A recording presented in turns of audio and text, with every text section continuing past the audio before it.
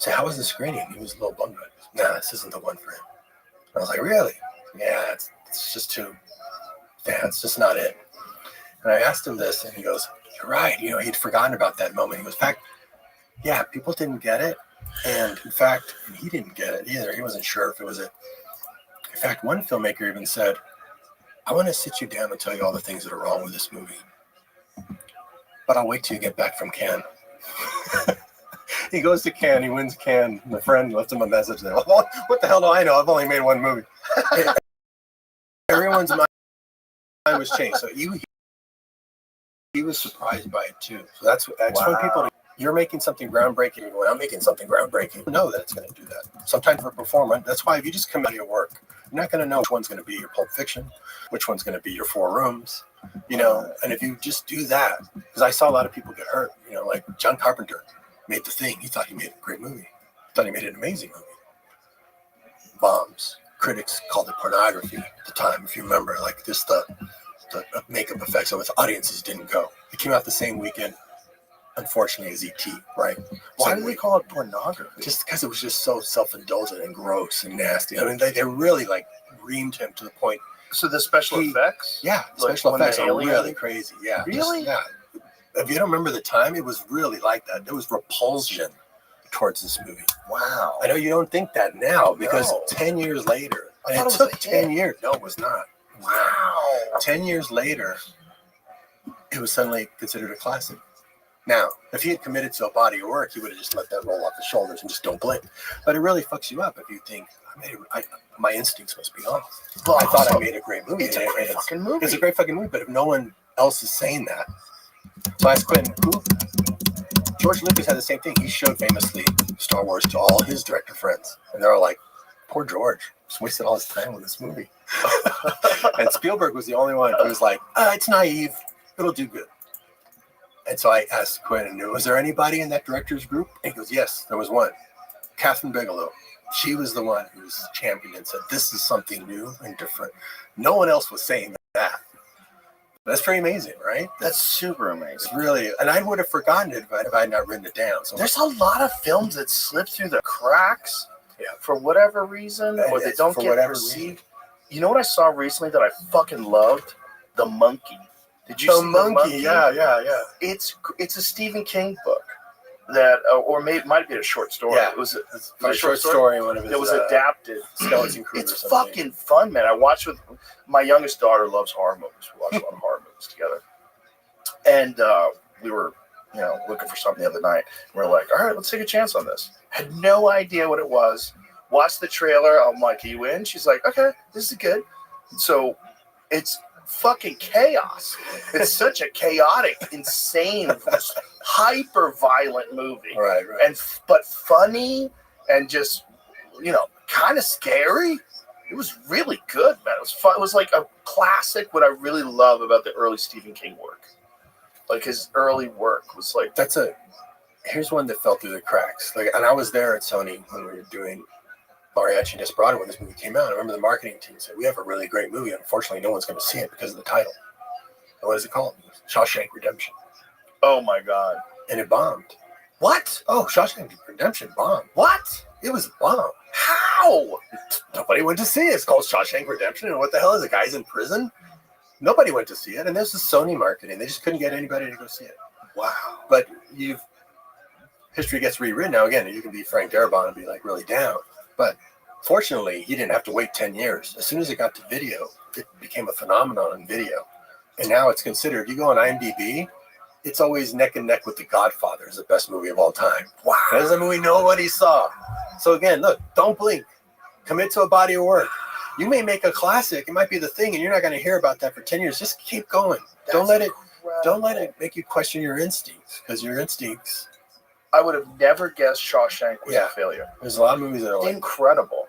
That was a time when people could really get a second life on video. Now it's different with streaming. Look at this. Opening night to see the audience to view their film, Darabont and Glotzer went to the Cinerama Dome and found no one there. The Cinerama Dome. Oh my God. Oh my God. Imagine just like, I thought, as an artist, you're going to be going, I must be wrong. I must have just don't have. That's clearly a fault of the marketing. No, it's also just. I'm blaming them. Yeah, I mean, because if anyone showed up, they would have gone and screamed it to everybody else. Sometimes it's just the way it goes. It's supposed to go that way. Now I'm going to tell you an alternate one. That there's a movie called Body Parts with a guy named Jeff Fahey. I love that movie, Body Parts, by Eric Red. He did The Hitcher. He did. You never hear about it because the timing of it. And Jeff Fahey, I was a big Jeff Fahey fan. I remember in the early 90s, I kept going. I was at my mother-in-law's, and across the street was a dollar theater showing Body Parts.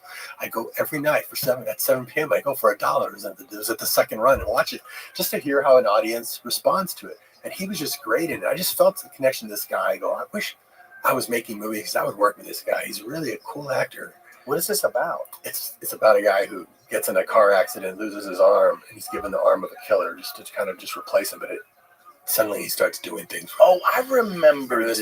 Okay, so anyway. That's the same dude that was Lawnmower Man. Yeah, he was in Lawnmower Man. Yes. Too. So another this should have been something that, was it for him. But this week it came out, they had just caught Jeffrey Dahmer like the week before. So they pulled back on the marketing completely. So no one saw it. And so he didn't get that boost to his career. But silver lining, the key in the ashes was me. I saw it every night. So when I went to do Grindhouse, he retired from acting. He was in Afghanistan. I asked for him to send a tape. Yeah, he was doing work out there. What kind of work? I don't remember, some kind of, like helping people. He sends me a tape. So I hire him to be in it. And because he was in that movie, in fact, I'd already hired Michael Biehn. And I went, oh shit, Jeff sent me a thing. God, Jeff's great too. I'll just make them brothers. So they play brothers in Grindhouse. Because he did that movie, he got Lost. That show Lost. His whole career came back. So we're talking about it. I just recently was telling him, man, it just came out in 4K. You got to come see. You've probably never seen it. He goes, I've never seen the finished movie. And I said, you're great in it. I was showing him some scenes, blowing his mind. He goes, yeah, this movie didn't do well. I remember now. Why? Because the Jeffrey Dahmer thing just I went, that's just how it's supposed to go. But I saw it.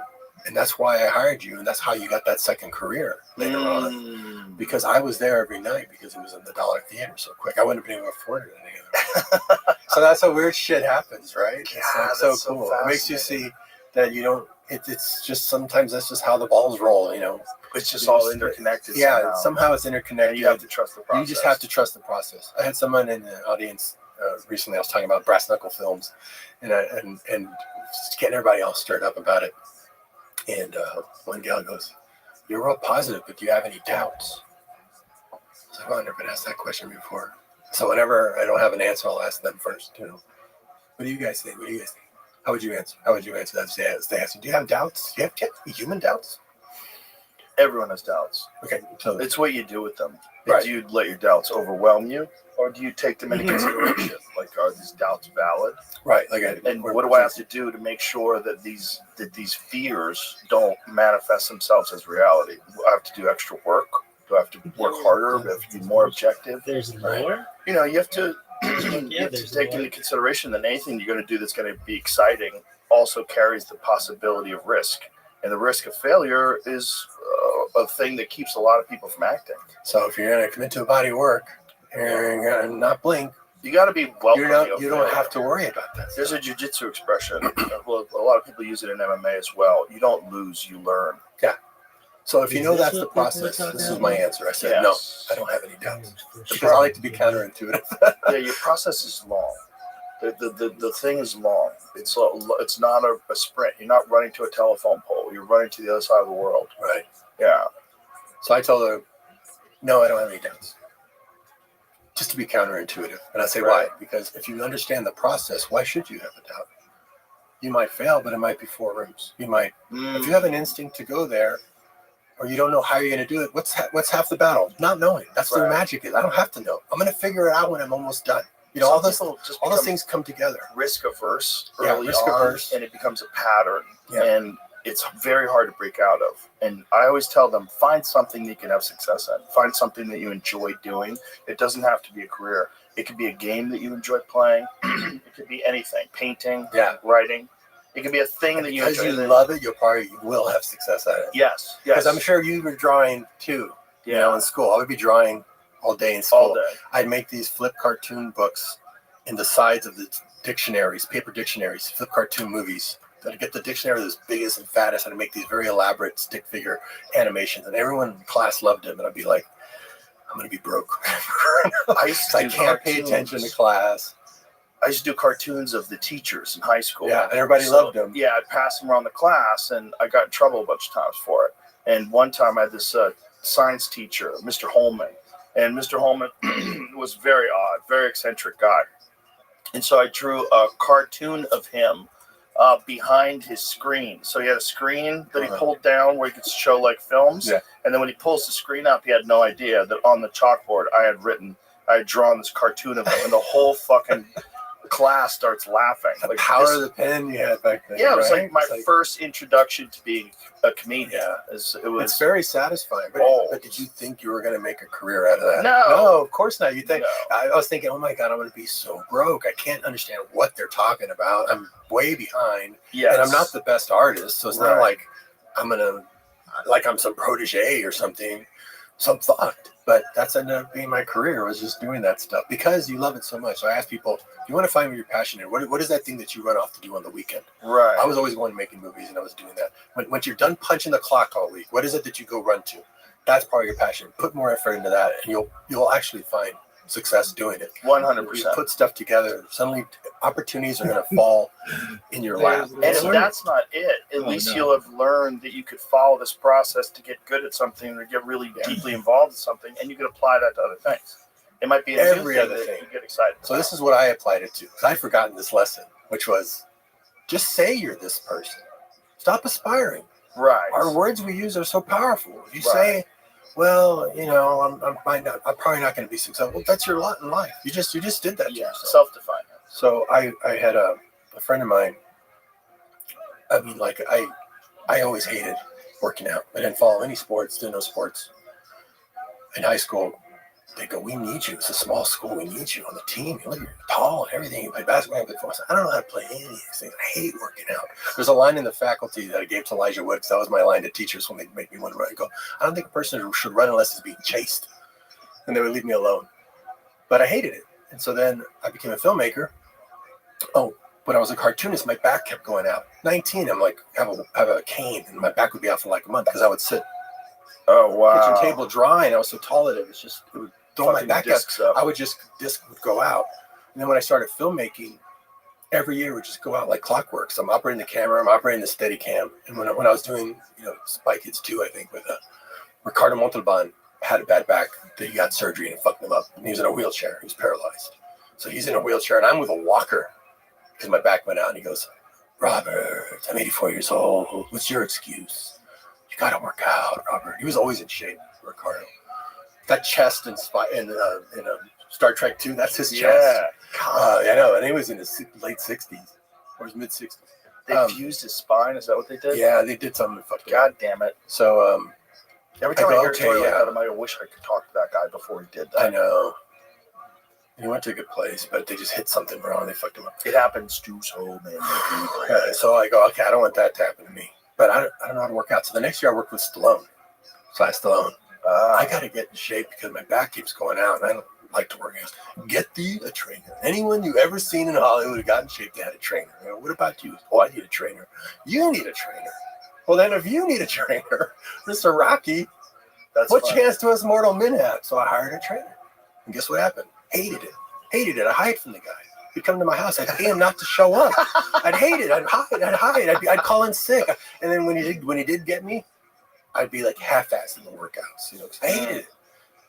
And then one year, it was just torture. I knew I had to do it, but so this is my point, is that sometimes it's not a lack of desire. So when people really want to become something and not getting it, it's not because they have to change their minds. There's something that goes with it. Desire. I had plenty of desire. I was paying this guy. I wanted to get in shape. I didn't want my back going out anymore. I had the desire. I was missing another key element that I figured out. And it's a lesson I already knew, which was stop aspiring, but I forgot it. So this woman, a friend of mine from Mexico, shows up. She's a production manager. "I have to stop smoking. My doctor said I have to stop smoking or I'm going to die. I've been smoking since I was 8 years old." Oh, boy. And I said, "Well, you're going to go back to smoking because you just told me that's your identity. You've been doing it since you were 8. So right now you're a smoker who's not smoking. Eventually, you're going to conform to your identity. You have to change your identity. You have to say, I'm a non-smoker. I'm a non-smoker. Because what does a non-smoker do? Hate smoke. They get sick at the smell of smoke. She was like, okay, I'll try it. I don't know what happened to her, but I thought... The voice is killing me. She really talks like that. So then I go, wait a minute. Shit, I used to apply to filmmaking, but that's all I was back there. Where else in my life can I do a 180? And it's got to be a 180. Because if it's just a matter of degrees, it's bullshit. Yeah. It's much easier if it's just opposite day. So I went, oh my God, working out. I hate working out. Of course I hate working out. Because I tell my trainer and everyone who will listen how much I hate it. I'm an athlete. Ooh. I'm an athlete. The last thing I would ever call myself, Mr. Cartoon Guy. Wow. I'm an athlete. By the next day, what does an athlete do? Loves to work out. Makes time to work out. Eats right.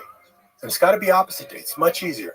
One goes lay on the couch and they just kind of, no, I'm going to go work out. Or there's a donut. Not going to cut it in half and eat half. That's bullshit. Those degrees fuck you up. Opposite day. There's a donut. No, I'm going to reach for an apple. Not only was I able to work out, this is 14 years ago, I didn't need a trainer again. Ever. I would just be like making myself do it because I'm an athlete. That's how powerful the mind is. So I was saying, if someone says, I want to go do this thing on the weekend, and you might have the desire, but you got to get the identity too. Yeah. You've got to say you are that. Yes. And it sounds a little awkward. Like I asked somebody, Alex Friedman, I said, do you consider yourself a creative person? And he went, well, you know, that's a good impression. I said, you're stuttering there, man. You're stuttering. He goes, I know. I said, no, you got to say, are you technical? He goes, yeah. Okay. You're technical and creative. That was the first thing that stuck in my ear. It's also what Jim Cameron is. It's also what George Lucas is. Technical and creative. When I first had my first job, my dad had a friend who owned a photo shop. He said, "Go work for my friend Mario for your summer job." When I was 16, went to work for Mario, processing film for photos, and he gave me a camera and film. He said, "Go home and take pictures with this because I need you to know how to use that camera so you can help me sell the cameras." So I went home, and I'm from a family of 9 kids, 10 kids, 9 siblings, taking all these pictures of them, doing cool stuff. Go back, he looks at the pictures and he goes, whoa, these are really creative. You're creative.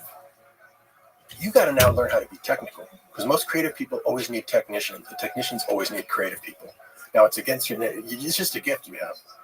They can never really be creative. They'll just be technical. But because you have creativity, if you apply yourself, it's against your nature, but if you apply yourself and learn the technical part, you'll be technical and creative. And you'll be impossible. And be unstoppable. Ooh. And I was like, whoa, unstoppable at 16. He goes, here, go. I know. Sometimes I'm going to ask you about who did that for you. Because if you look at all the different turning points in your life, there was probably somebody who sent you in a direction. It comes through them. Because if I were to go back and ask that guy, hey, that advice you gave me, he'd be like, what did I say? I didn't remember saying that. Kind of just came through him at the time. Right. So he pointed me that way. And that's why I went and made a mariachi by myself. I didn't want to take anybody because I wanted to learn.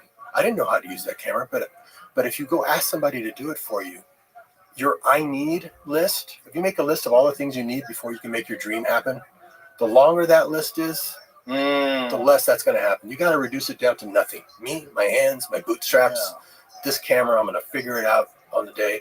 Be technical and creative. So I told Lex, now you got to own it. When I say, are you creative? You go, yeah, I'm creative. And I'm technical. And I don't blink. And I'm in a creative body of work. It's like, walked out of there supercharged. Lex needs a guy like you in his life all the time. He's too self-deprecating. He's such a brilliant guy. And it's nice to be self-deprecating. It's kind of a joke. But a little bit. But the words you use in yourself are very powerful. He beats himself up. The words you use, and you're doing that to yourself. Yeah. The guy throwing cabbage at you on stage, look close. It's you. You're doing that to yourself. You're the one who's like, you do that to yourself with your words. He'll make like Twitter posts about how down he is, and I want to go over to his house and fucking shake him like a baby. Yeah, dude, you're like, down. You stay down. I have this theory called baseline. I taught this to my kids, and we just laugh about it. It goes, okay, when shit fucks up, it's just not going right. Don't be down about it. Don't feel like you're in a slump, because now you just stuck yourself in a grave, and it's gonna be hard to climb out. Right. When shit isn't going right, oh, tire's flat. Oh, I got fired. I call that baseline. You're a baseline. Anything above baseline. Like this right now, we're here having this great talk. This is way above baseline. Yeah. I'm on the Joe Rogan show. So it's way above baseline. Celebrate that shit. Yeah. Because it's not always there. Don't say that you're going to go down. You're just going to go to baseline. It's much easier to accept, and then you're not in a negative position. You're just kind of at a normal. I'm at a normal, and I'll really appreciate when anything above baseline happens. My daughter and I are about to go play an arena show. She's going to sing. I'm going to play with my band. I told her, way above baseline. We're going to get a nice hotel. We're going to really celebrate this because this shit doesn't always happen. And when everything's going really, really wrong, baseline. Only when things are really down would you call yourself low, and you don't want to do that. Otherwise, you'll stay there for a much longer time. If you're just at baseline, that's just life. Oh yeah, I tried to go make that movie and it didn't work. Baseline. That's such solid advice. It's really it's mindset. It's all mind. It's all stuff you're doing to yourself. Yes. And these are things I like to pass on to people because when they come back and give it back to me, I don't know if you give your kids advice as you learn it because you learn so much. Yeah. You've got the best job in the world. You're learning all day. Yeah. So I bet you don't know if it's going to stick with them. I was shocked how much stuff not only sticks, but they come back and they feed it back to me. Oh yeah, Dad. It's just it's just like you taught me. They also learn by watching you do it. So, they've seen you move through the world. Yeah, but you're the dad, and you're making all these films. You're doing all this. You're involved. You have action. There's a lot of action. You're constantly in motion. You're doing things. You're creating things. That's inspiring to them. They absorb that. If you're down on yourself all the time, they go, okay, that's life, and I gotta look for. That's gonna happen to me. You can reject that and be the opposite. Like I have a friend, and his family was alcoholics. Right. He's never had a drop of drink in his life, and he's super disciplined because of that. I'll tell you my secret. I've never done drugs. None. Nothing? I've never been you drunk. don't even drink coffee, you were saying. I don't even drink coffee. You would tell that story because it's so hilarious. Oh, a friend of mine, what was his name? He was working at the Sony when I first got there for mariachi. And I was like, this kid. And there were people my age were assistants. And he was like, falling asleep at his desk. And I'm like, why are you falling asleep? And he goes, I'm trying to get off coffee. I was like, oh my God, I'm never going to get on coffee. Like, I want those guys getting their hooks in me. And then over the years, I see like Starbucks showing up where everybody like zombies going in there having to get their coffee. I went, as I drink some right now. All marketing. It's made to be addictive, like nicotine and all that. Oh, 100%. And then your body can't create that. And I already stay up for days as it is. I don't want anything like that. Do you really? I can stay up. I just did this. What's your favorite workout music? Mine? Yeah. Wu-Tang Clan. I just did one of the classic stuff like Van Halen and stuff. But I did a music video for Wolfgang Van Halen, and we shot it in 2 days. And I was up 2 days cutting it because I just wanted to see what was going to happen next. 2 days. 2 days. I was just like, I want to see what happens next. You don't even notice. My shoulder's getting all fucked up. And I'm like, what's wrong with my shoulder? Did I pull a muscle and doing some shrugs or something? I was like, I went back to sit in that chair. I was like, oh, because I've been sitting like this for 2 days. Sitting just doing this. That's insane. But it's really cool. It's great. Don't you hit a point of diminishing returns where it's like you're so tired that you really would be better off? It's different with editing. Editing is a weird. I was thinking that as I was doing it. I go, I wish I could do this with writing, where I could just write for 2 days straight. But the words will knock me out, put me to sleep after a while. Editing is this visual stimulus, and you're so excited. And I kept going, okay, one more hour, and you just can't stop. You just can't stop because now you're seeing it. It came out so cool. It's going to drop 38 hours later. It's going to drop like next week. It rips your head off. It's a great workout song for sure, but it's just really entertaining. That's the kid's talented. He does all the instruments himself. Really? Yeah, he plays every instrument. He plays the drums, the bass, guitar, sings, writes the songs. When he goes on tour, he takes this really great band with him because he can't play all the parts. But the album's his third album. He's working on his plays all the instruments. Wow. Super talented. Really, really fun. But I like working with people who just do more than other people. They're just at that level, and it's so inspiring. It inspires you. It's fuel. Stuff. Yeah, definitely. Yeah, fuel. that's why I always tell people, if you can surround yourself with other people that are really getting after it in life, it will 100% motivate you. Completely. In a different way. Instead of having that procrastination feeling, you get up excited. You have to. And it's like, your parents tell you, careful who your peers are when you're younger, because it means one thing. Oh, yeah. But later, even more. Like when I started going to the film festival, and there's Quentin. And then I meet Jim Cameron. And then you meet like George Lucas. It's like, you can't hang with these guys if you're not accomplishing something. Right. So then when they say, hey, what are you up to? Well, I'm down in Texas and I got my own studio and I'm pioneering digital filmmaking and green screen technology. I want to make the first digital 3D movie. And they go, oh, okay, cool. So I'm like, oh, okay, I can hang out here for a while. God, I got to be doing something. That's a great one. I was like, but still, compared to what they're doing, when I first met Jim, it's exciting. When I first met Jim Cameron, that's why you don't want to be around people who you're the best. you're better. Right. You want to be the one that they're swinging higher. Yes. So surround yourself with those people and do something so that they let you hang with them. But you want to learn. Like here's to Jim Cameron, for instance. When I met him, I really wanted to impress the hell out of him. So I said, I'm about to go do Desperado, and I can't afford a Steadicam operator. So I took a three-day Steadicam course, and I'm going to operate it myself on the movie. I'm going to operate the Steadicam and do a piece to the camera. Anyway, I bought a Steadicam, but not to operate it. I'm going to take it apart and design a better one. So I was like, that's completely who he is. Us mere mortals are like trying to operate the thing. He's designing whole new systems. And if you think that's very consistent with who he is, that's the person you want to hang out with. Not someone, if the guy had said, oh, me too, I'm doing the same thing. Didn't he go to the bottom of the Mariana Trench or some shit? So he's got a submarine that he designed. It's on his desk. It's like this big on his desk, this green machine. And I was looking at it going like, weren't you afraid? I mean, I've got kids and a wife. You got kids and a wife. Weren't you afraid of going down that deep? Something happening? He was like, no. So why not? Oh, I designed the escape vehicle. So if any other bozo had done it, I'd be afraid because he did it. He had all the confidence in the world. Talk about someone, no doubt. No doubt. So insane. Isn't that hilarious? That's great, though. That's him, though. It's like, yeah, if someone else had designed the escape vehicle, I'd be afraid. But no, I did it. So he had no pause at all. That's so crazy. So that's kind of confidence. That's the people you want to hang out with. Yeah, that's a legitimate genius. It changes your perception of life.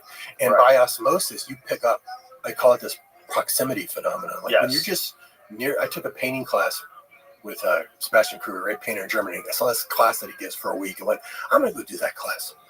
Not to learn how to paint so much. I know I'll be a better director by learning paint because it's that another way into creativity. Again, you just want to get better at creativity. So just do as many jobs as you can that you're interested in. Because if you just do one job, you barely know that job. Mm-hmm. You have to do all these other ones to kind of inform it. Yes. So I went out there.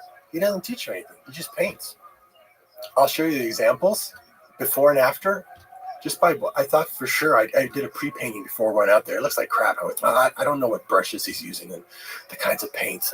It's a different method. He must have some trick. I go and he's painting this amazing Mick Jagger photo reel in front of us. And we all can paint alongside him. I go, what paint are you using? It's regular paint. What brushes are you using? Regular brushes. How come I can't do that? I go back and suddenly it's a different painting. I'm going to try one more. It's more photo real. When I show it to you, it's going to blow you away. It looks like I dropped the brush. I was like, holy shit. It's because I finally given myself permission to do it. Oh. Because you have the ability, but you're blocking it because you go, I don't know. There's something I don't know. So again, you're just chopping off your own leg. And by being around somebody who's doing it at that level, suddenly you can do it too. It's like breaking the M field. Like as soon as I made mariachi, no one had ever done anything like that. Suddenly there's 10, 12, 13 movies made, very low budget because they go, oh, it's possible. Now suddenly you can do it too. And when it's in the room, when you're right near it, it's just a phenomenon that you can just glean off them without them teaching you anything. Just by being around and seeing how they move through the world and seeing they have accomplished and that they're regular people that are just accomplishing at a high level. It just blows your mind. That's really important in stand-up comedy. Yeah, right. Conversation last night in the green room. We were talking about this area of the country that's fallen apart, and I was like, comedy is top down, man. You have to have a bunch of assassins all working together in the same location. They all feed off each other, and then all the people coming up below, they see that. Yeah. They see these young guys that are coming up. They see these people working really hard and constantly creating and hustling, doing all these different sets and constantly working on new material, and they get inspired by it. And then you see these guys get Netflix specials, and it's all happening at the club. So this club that we're doing in Austin is all about that process. Yeah. And we have specifically designed it to have 2 open mic nights, Sunday and Monday. So new people no fresh experience, get up there. People from all across the country moving here so they can be a part of the process. But there's like a real path to success that you could see because guys like Ron White are there, guys like Shane Gillis are there, Tony Hinchcliffe, and these young guys, Derek Post, and all these young guys that are coming up that are like really excited. It's really fun. There's like a vibe of creativity that everybody feeds off of. I love what you've built. You come here, you've only been here like 4 years, and you've already like built this whole community. Well, it kind of built itself, man. It's the same thing we were talking about before with instincts. Mm-hmm. First of all, I had the instinct to escape LA. I was like, this is not going to change. It's going to get worse. I got to get the fuck out of here. And Ron had already been here. Ron was here in 2018. And once my family was interested in doing it, it was pretty easy. Because I'm one of those guys, like, I can pick up stakes and go. I'm like, well, okay, life is different now. Let's live in Texas. Like, I want that. I like change. I like not having any fucking idea what's going to happen. I'm excited by that. And so then once we got out here, and then Ron's like, we got to open up a club. I'm like, okay, we got to open up a club. And so then I started looking for locations, and luckily the Ritz was available. Wow, that's right. And I'd been under contract for this One World Theater that was owned by Cult. Right. That fell apart. There's a lot Ritz of is issues. cool. It's right down there with all the the Ritz was the perfect spot. When the Ritz was available, it was like, oh my God, this is it. And then when we walked in, and it was still the Alamo, so it was like set up for a movie theater with like the angled slope seating. And then we had to change everything, but I'm like, this is it. Yeah. And then I started bringing in other comics to help me. I'm like, what would you do? And Louis C.K. came, and he's like, I think you should make the stage smaller. Make the stage smaller. I think you should make the ceiling lower. Make the ceiling lower. So we were able to do whatever we wanted to do and design the club from scratch just for comics. And once everybody knew that it was happening, people just started moving here, man. So it was nuts. Feel that they will come. It really was like that, but it was like the universe wanted it to happen. And I say that, and it sounds so self-important, but no, it's like, I believe that. It's just you're stumbling upon so ideas. many things had to happen in this order for it to happen this way, and then you had to have someone who's like me, who's accustomed to just going by instinct. And I've always done that. My whole life, I'm like, fuck it, let's do this. I'm like, that's what I do. And so when this came up, I'm like, okay, well, you're not going to stop doing what you do now. Don't be a pussy. This is what you do. You're going to throw a bunch of money at this thing. Let's make this happen. And tell everybody you're doing it. And call all your friends in LA and call all your friends in New York. Come on down, man. We're making this happen. Wow. I tell people that after mariachi, it's like, I never thought I could get into the industry because I didn't live in LA and you need contacts and all that. So I just, again, I made a practice film. But then when it got bought and it was getting released and it won Sundance, my practice film, I thought, I don't have to move to LA, but they won't even know I'm not there. Between that airplane flight and FedEx, I'll just stay here in Austin. Right. So for the past, 35 years, people are like, why do you live in Austin? I don't understand. It's like, now they're all moving here. But it's because you could just think outside of the box here. So I would tell people, filmmakers who all thought they needed to move to LA, stay where you are. Build up your community around you. We built this amazing community of filmmakers here. All they made here were Westerns before that. Wow. Suddenly I was making Spy Kids, Sin City, these crazy movies that really changed. The ripple effects to the whole community is huge because you're changing the workforce. Yes. And so you just, by doing that thing, and it isn't like an instinct. It's like it's pre-planned. It's like it's pre-laid out. Yeah. I tell my artists, when you come to my house, you're going to feel it. You'll feel like these connections. And I go, I think we realize we're not that smart. We're not smart enough to predict all that stuff. I think we've lived this life many times before, and we forget a lot of it. So we have a barely impression of what we're supposed to do. But it's because we did it 1,000 times and we forgot it each time. Like a dream, when you wake up from a dream. Might be true. Because, you wake up from a dream and you go, I was a filmmaker in that dream, and I had 5 kids. That's what it's going to be like when our life is over. You'll wake up and it'll be like your past lifetime just goes away, and then you go start again, and only now you're a fish or something. But I had this thought, wow, what if I wake up and I can barely remember the dream? And that's it, because it feels like sometimes you feel like you can predict the future, but not like you can predict it. You recognize it once it happens, like, oh, yeah, this is right. But how did I know to go this way? I didn't on purpose, like you said. I didn't set all the things that needed to fall into place are too coincidental. What is that about? So that's why even more, just follow your instinct. Follow your instinct, even if it sounds bonkers. Follow it, and if it fails, keep going, because that might be your 4 rooms or something. Just keep going. That really is an important piece of advice too. That if you're outside of a hive of like-minded thinking, you could, when you're outside of that, you can think on your own. Go another way. Yeah. It's like high school. You go back to that. Someone famously leaves high school and goes off to college and goes off to sees the world. They come back to their old hometown and they find their old friends still driving the same streets. That's LA. Yeah, they're still doing the same shit the same way, and you just went off the reservation. It's also their opinions are only based on what's popular. It's like you were talking about Pulp Fiction. Yeah. Like before, they're like, "What the fuck is this?" And then they're like, "Oh my god, we got more of now that. we got to make something like this. Let's make Dust Till Dawn." Yeah. Like that's what it is. Like they don't. Their opinions are bullshit. It's like it's all just based on they lick their finger and they find out which way the wind's blowing, and that's how they think. And that's how they are politically. That's how they are socially. That's how it's like they're nonsense people. Yeah. And you got to get away from that. Get away and just create your own thing. And the problem with comics is that we all got trapped in the velvet prison of television. Right. So television's the velvet prison. The real art form is what we do on stage. That's what everybody really loves. What do you mean, like television? Like sitcoms? Yes, okay. sitcoms. Like now, it seems like it's shows. Come back the other way. So many comics have such great, like Netflix specials that are massive. Oh yeah. Where it's basically them doing stand-up, but they've got a huge audience. Exactly. Well, what happened was the internet came along and a bunch of unconventional people became very famous on the internet without the help of Hollywood. Right. People that the Tim Dillons of the world that don't fit into this television box. But when you get them on the internet and they can get buck wild, like, oh my God, and then they have this massive following, the Theo Vaughns, all these different people that have this very unconventional approach that for whatever reason wouldn't fit in. And they couldn't host the Tonight Show, but once they get on their own, and now they develop these like there's more arena acts now for stand-up comedy than ever before in the history of comedy. Wow. Yeah, that's amazing. Yeah, but I mean, not even close.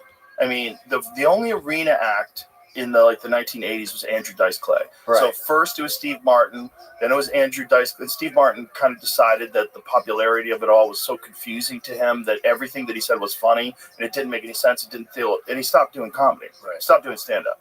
Which he had a very different kind of stand-up anyway. He did play the banjo and he sang songs. And so Dice comes along and Dice Clay is selling out arenas. It's like the first comedian ever to do that.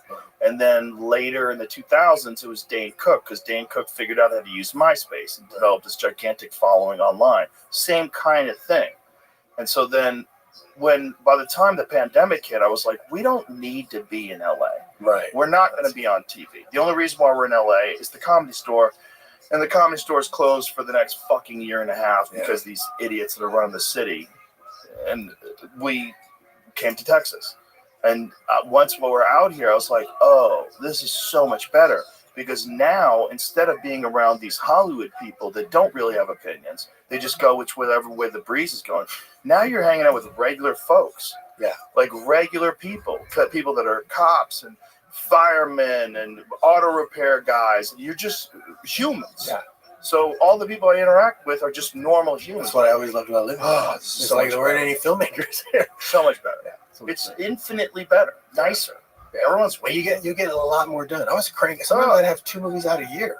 I'd be making so fast because I just had a studio where it's like let's just make more stuff. There also has to be something cool feeling about like doing it on your own, away from the hive. Way better. Yeah, that's why it's like I try to create original franchises. Because if you go direct one of the James Bonds, you're one of the James Bond director. But if you create your own franchise, like a spy thing, it feels so much better. Right. When that's successful and someone says, wow, I really love that movie. You go, oh, I did that voice.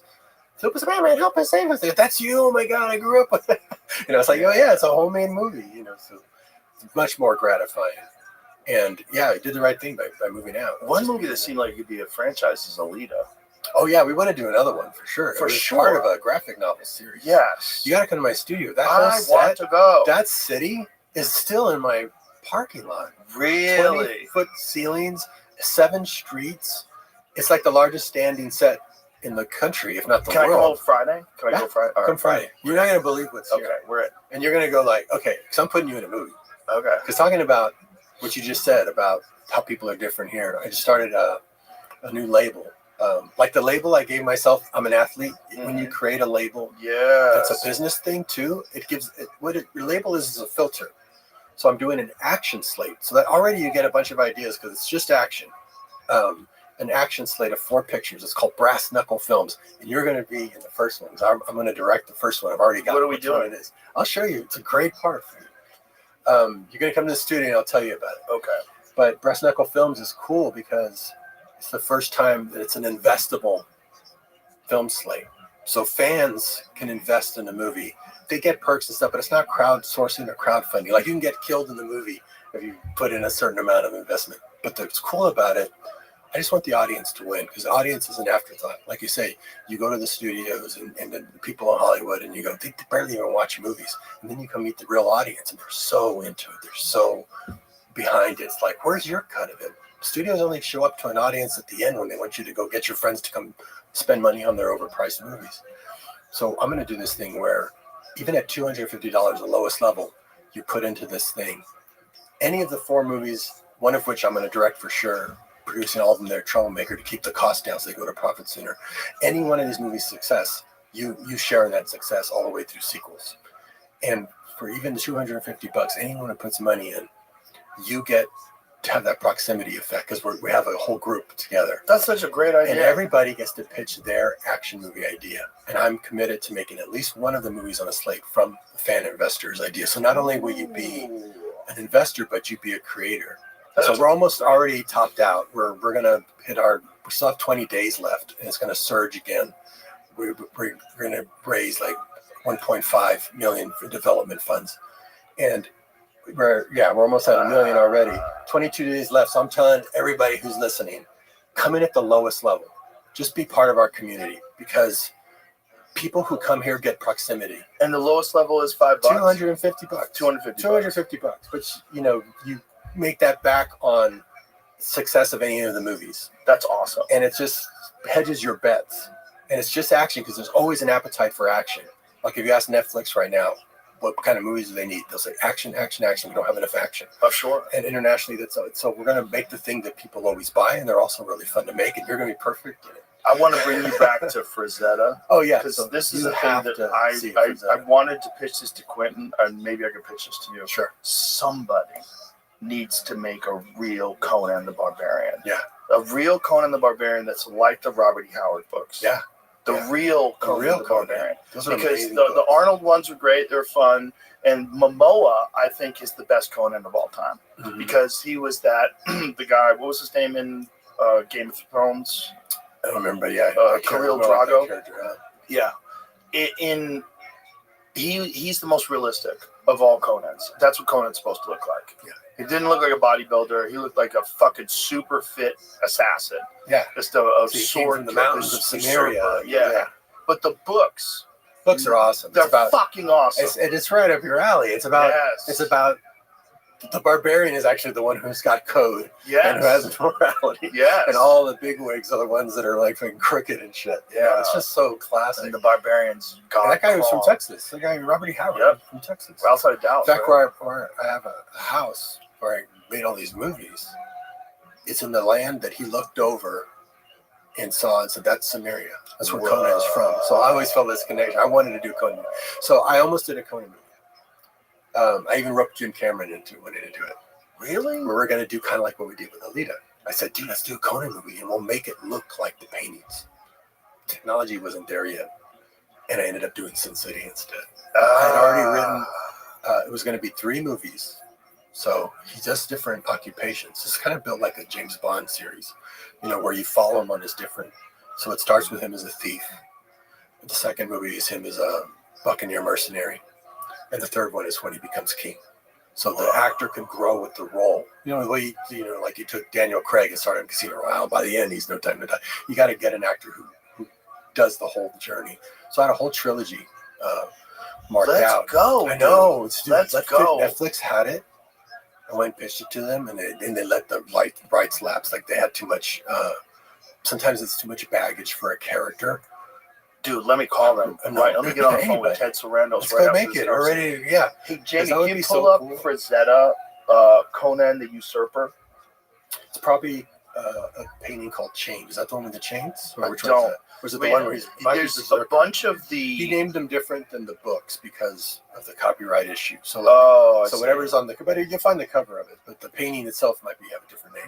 If you just pull up Frazetta Conan, because he did a bunch of them. So you'll love this. Here we go. Chained, the Barbarian, That's Man-Ape. The one when he's standing over the bodies with the sword pointed to the ground. That's called the Barbarian. Yes, that's the one. So I remember seeing that when I was a kid, because I was always into graphic novels and I was always into comic books. And I saw that when I was a kid at a comic book store. I was probably like 11 years old. I was like, holy shit. that is the coolest fucking thing I've ever seen in my life. And it's still imitated today. He has this very triangular way of composing that tells a story. The posters still look like this. That fucking... Look at the one with the snake. Again, if you see the triangular designs, your head, your eyes go immediately to the snake and then down to him. And it tells a whole story. I have a theory of why his art is the way it is. Now, I knew him. Did I tell you? Really? No? Okay. So when first you get to Hollywood, right? So I'm just this kid who's an artist. You get to Hollywood, first thing you want to do is work with all your heroes. So Dusk Till Dawn, I said, I want to work with Frazetta, because he used to do some movie posters, like The Gauntlet, Clint Eastwood, that Gauntlet one he did. Look up The Gauntlet, Clint Eastwood, Frazetta. And so I called him and he said, yeah, I'll do it. In fact, when I showed him the movie, he goes, where'd you find this gal? And I said, yeah. That was Frazetta? Yeah, he did that. So I wanted to get that for Dusk Till Dawn, right? So he said, where'd you find this gal? I wish I had a gal like that to paint. She's based on all your paintings. Oh, like the girl that's always in your paintings, I made Salma dressed like that because it's a Frazetta come to life. He goes, oh, that's all you need on the poster. I go, well, you had to draw the other actors. So when you come to the house, you'll see the painting he did. It was the year he got his first stroke. So it took him, by the time I got the painting, we'd already made posters. We thought, okay, it's not going to come. And then it showed up at the last minute. But we gave it away at comic book stores. But it's really cool. But at the bottom of the painting, there's some of the actors. He didn't even paint Harvey Keitel. He just like the other actors, Quentin. And then instead of vampires, he just did his monkey dudes. He always does. And it's really cool. It's really cool. But I got to know him and I got to go visit his studio because we kind of, again, it's that similar mindset. And I didn't realize he had all his originals. I see that little monkey dudes on the block. Wow. He had all his originals next to his house in his museum. Like all those that you were just looking at. They were all there. I didn't realize as an illustrative artist, sometimes you don't own your own material. He made it a point to own his own originals. So like the ones you just were salivating over, those were in my house. Wow. I wish I knew you 7 years ago. His kids, oh my God, his kids are so impassioned about the art. Even his granddaughter Sarah Frazetta, she has Frazetta Girls. They're so always, bringing up his legacy and they sent keeping it alive. So cool. But I really wanted to go do like a Conan type movie or a John Carter. I wanted to do one based on Fire and Ice, which is the only one he had actually. It was an animated film. Thought, well, maybe if Conan's been used too much, let's do Fire and Ice as a movie because he worked on that as an animated film. Let's just I just want his paintings to move. Like I had Frank Miller's art move. I want Frazetta's paintings to move because he was transporting us to another world that we all recognized. If you could make that Conan move, with the sword, look like that. Yeah. Go back to that photo again, Jeremy. That with the sword. It's called the Barbarian. Sure. You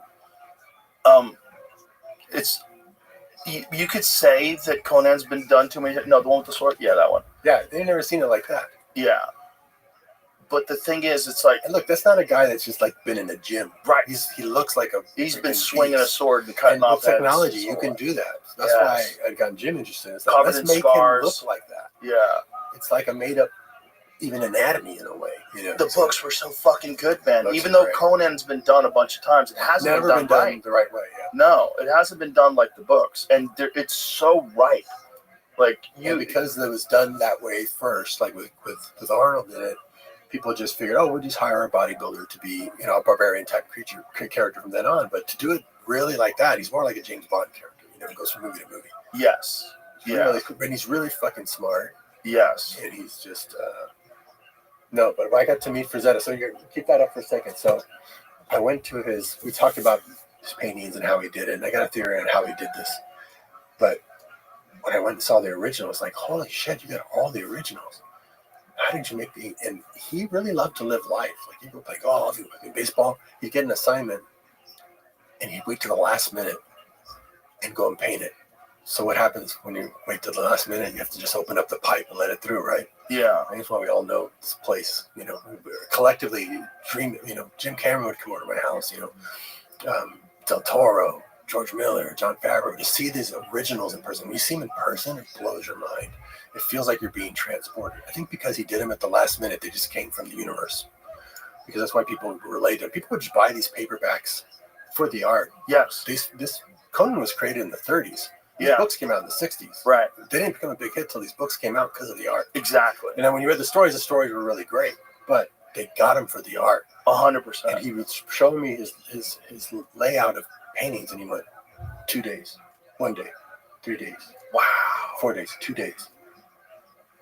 I was like, holy Just shit. locked in. Just locked in. And it's just coming out. Because he had to, and his wife would say, yeah, his paint was still wet when I was taking it to get shipped because he would wait till the last minute.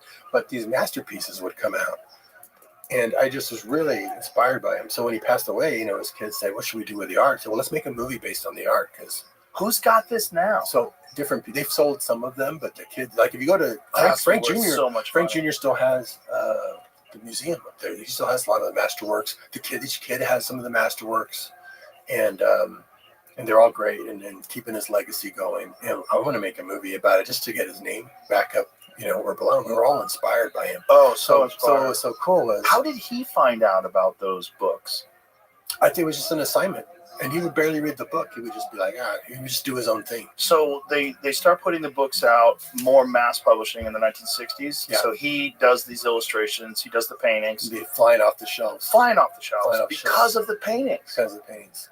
Wow. And those paintings and those books, no matter even the best art book today, when you see the original, they cannot capture what the original has. You'll be blown away. You got to. I've got like 14 different Frazettas. You got to come see. God, That's so cool. especially as an illustrator, you're gonna freak out. We have I had all the master prints. We have one of the prints. Go back to those images. The one that we have, Jamie, with him with the giant gorilla. Yeah, we have one of those where he's fighting the gorilla. He's on its back. He's got a red cape. That's called Man Ape. Man Ape. That's right. Just pan over to the left, and it's on the left side. I saw it. There it is. That's it. We have a print of that. That was in my house. Oh, okay, so the real one. The real one. Okay, so oh my god, we have that out by the pool table. The kids said, Look how fucking cool that is. The kids said, can you take our paintings for us and show them to influential people because hurricane season's coming? They lived in Florida, and we don't want anything to happen. They're insured, but they could be gone. Oh my god! Can you take it? I was like, fuck yeah, I'll take them to my house. So for a year and a half, I had these. Not the barbarian one you were just one of the sword stand. Yeah. I had that one in my house. Oh my god! So I would have everyone who came to South by Southwest or was just in town. They'd come to my house. I'd make a pizza, and we would just stare and drool over the Frazettas.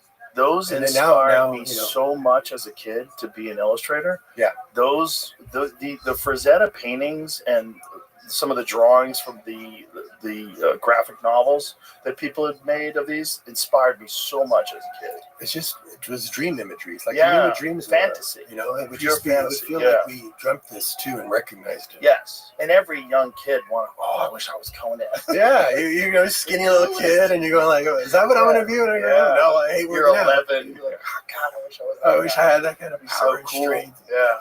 Yeah, so I don't know if you read these books, but they were based on these comics.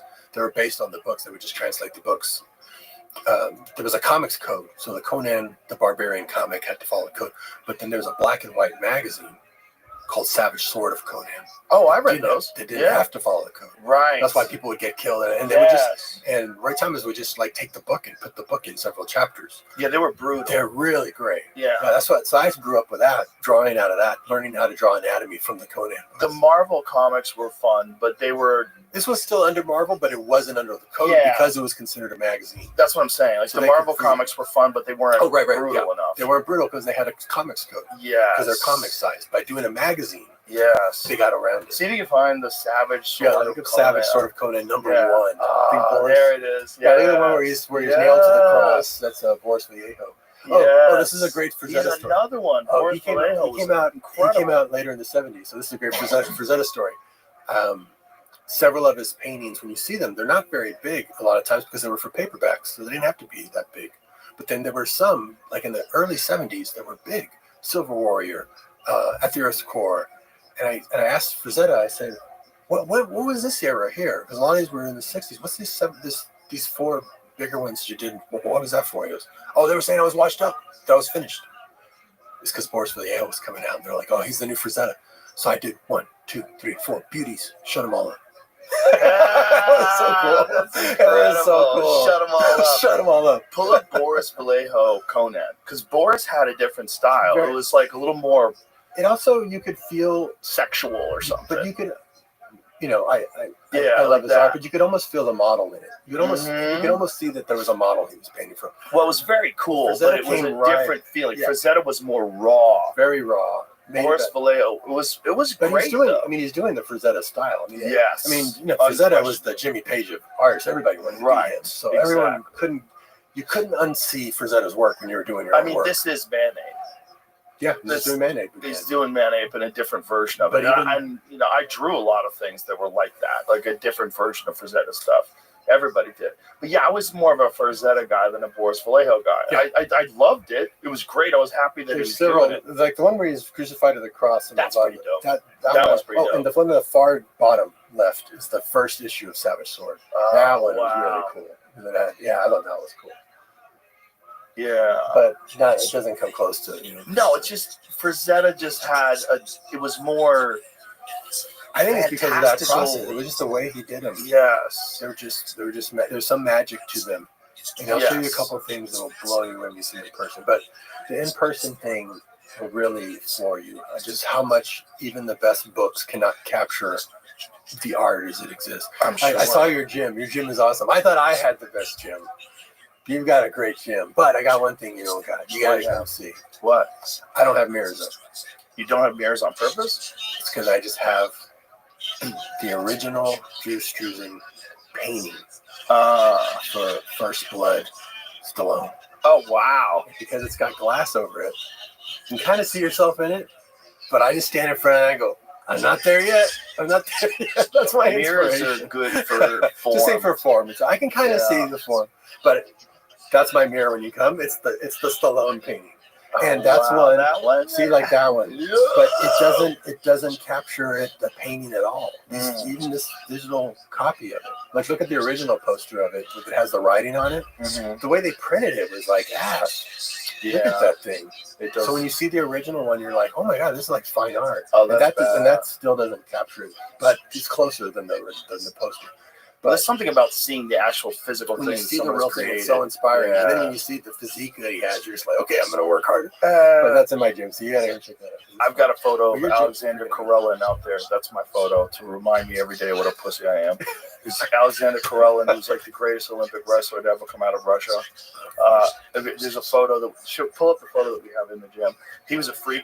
They called him the Science Project because his parents were like 5'5", and he was like 6'2", 300 pounds, and just built like a panther. Look at that. That's him. Oh, geez, yeah. That's the picture. That picture up in the gym. That's my inspiration every day workout. But he was just such a fucking physical freak. And it's just that particular image, that intensity. If I'm ever tired, I look at that image. What's your workout routine? How often do you get to work out? I work out every day. Yeah. Basically every day. First thing. Occasionally I feel like I need a day off. I'll take a day off. But first thing in the morning. Yeah, that's the thing. Get up, get going. Cobwebs out of here. Well, it's like you said, like you decide I'm an athlete. I sort of decide I'm this person who gets up and gets in the cold plunge first thing in the morning. Right. I'm this person that does these 2.5 hour workouts, then gets in the sauna. That's what I do. I do it every day. I do the thing. This might inspire some people. So I don't have a trainer, but I'll look at, I like watching other people, see what they do in their routine, so I adopt some of that. I saw Josh Brolin all freaking in shape for the Deadpool movie. I was like, dude, I texted him, what is your workout? Are you doing? Oh, send it to you. He sends me a PDF of this whole workout routine that the trainers do. Right. It's intense. It was like, okay, if I do 1/4 of this, I'll have a quarter of his results. I'm fine with that because I'm kind of out of this shit to do anyway. So I would be in and out of there in a half hour. So you don't have to commit all the way, if as long as you're doing something, you're getting up and you're moving and you're working out and you're doing it very strategically. If you don't have a lot of time, there's no excuse. You can get a lot done. You get a lot done in a short amount of time. Yeah, reverse pyramid train or something. You got 3 minutes in between each one. You get work done. You certainly can. In fact, there was a study that just came out recently that showed that you get more results from one set to failure than you do with 3 sets. Yeah. Sometimes I would then just keep holding the bar after I was done, just like for 10 more seconds. Yeah, there was some study. See if you can find this. It was a very recent study. It was very counterintuitive because a lot of people think more work, better results. Right. But in this study, they were showing that they got more strength gains and more muscle recruitment in one hard set to failure It's a lot of counterintuitive stuff. Yeah. I like when I hear stuff like that. I try it. I just roll it into the routine and give it a try. Yeah. Because you don't know what's going to work for you. There's no one right way to do anything. So I try to just get advice and adopt it. I had this funny Stallone once. You ever had Stallone on the show? No. It's a great interview. My best interview on the director's chair is him because it's the most one that any layman could identify with. The guy really is Rocky. His story is unbelievable, and he's really funny. And I interviewed him before for the UFC. He called me and said he asked if an actor friend of mine could be in one of the Expendables. He's like, my actor felt to do. Can you ask what's his name? Friend of mine. Yeah, I'll ask. So I asked my friend. My friend goes, it's too short notice, because it was a last minute replacement. I need to get in shape. Okay, that makes sense. But it's not a physical role. You're just wondering, I wouldn't want to be in a Stallone movie and not be in shape. So I have to get in shape. And I don't have enough time, Just going to shoot in a week. So I go, Sly, and I say, Sly, yeah. He said, figured Sly would understand. Yeah, he has to get in shape. Get in shape. Get in shape. You don't get in shape. You stay in shape. I was like, yeah, that makes sense. You got to stay in shape. Of Stallone walking around Malibu looking like he's 9 months pregnant. Have you seen that photo? No. I don't know if he did that for a movie. That's probably for Copland. No, it wasn't for Copland. It was recent. It was within the last 2 years. Now? He's like 70. No excuses. No excuses. Stay in shape. Stay in shape. Yeah. That dude, such a great interview because I watched the Rocky movie. When was the last time you saw the Rocky movie? Yeah, here it is. Study finds higher training volume increases size, not strength. Oh, this isn't it. No, this is in May of 2024. It was very recently. It was about one set. Doing one set to failure shows strength and muscle recruitment benefits over 3 sets.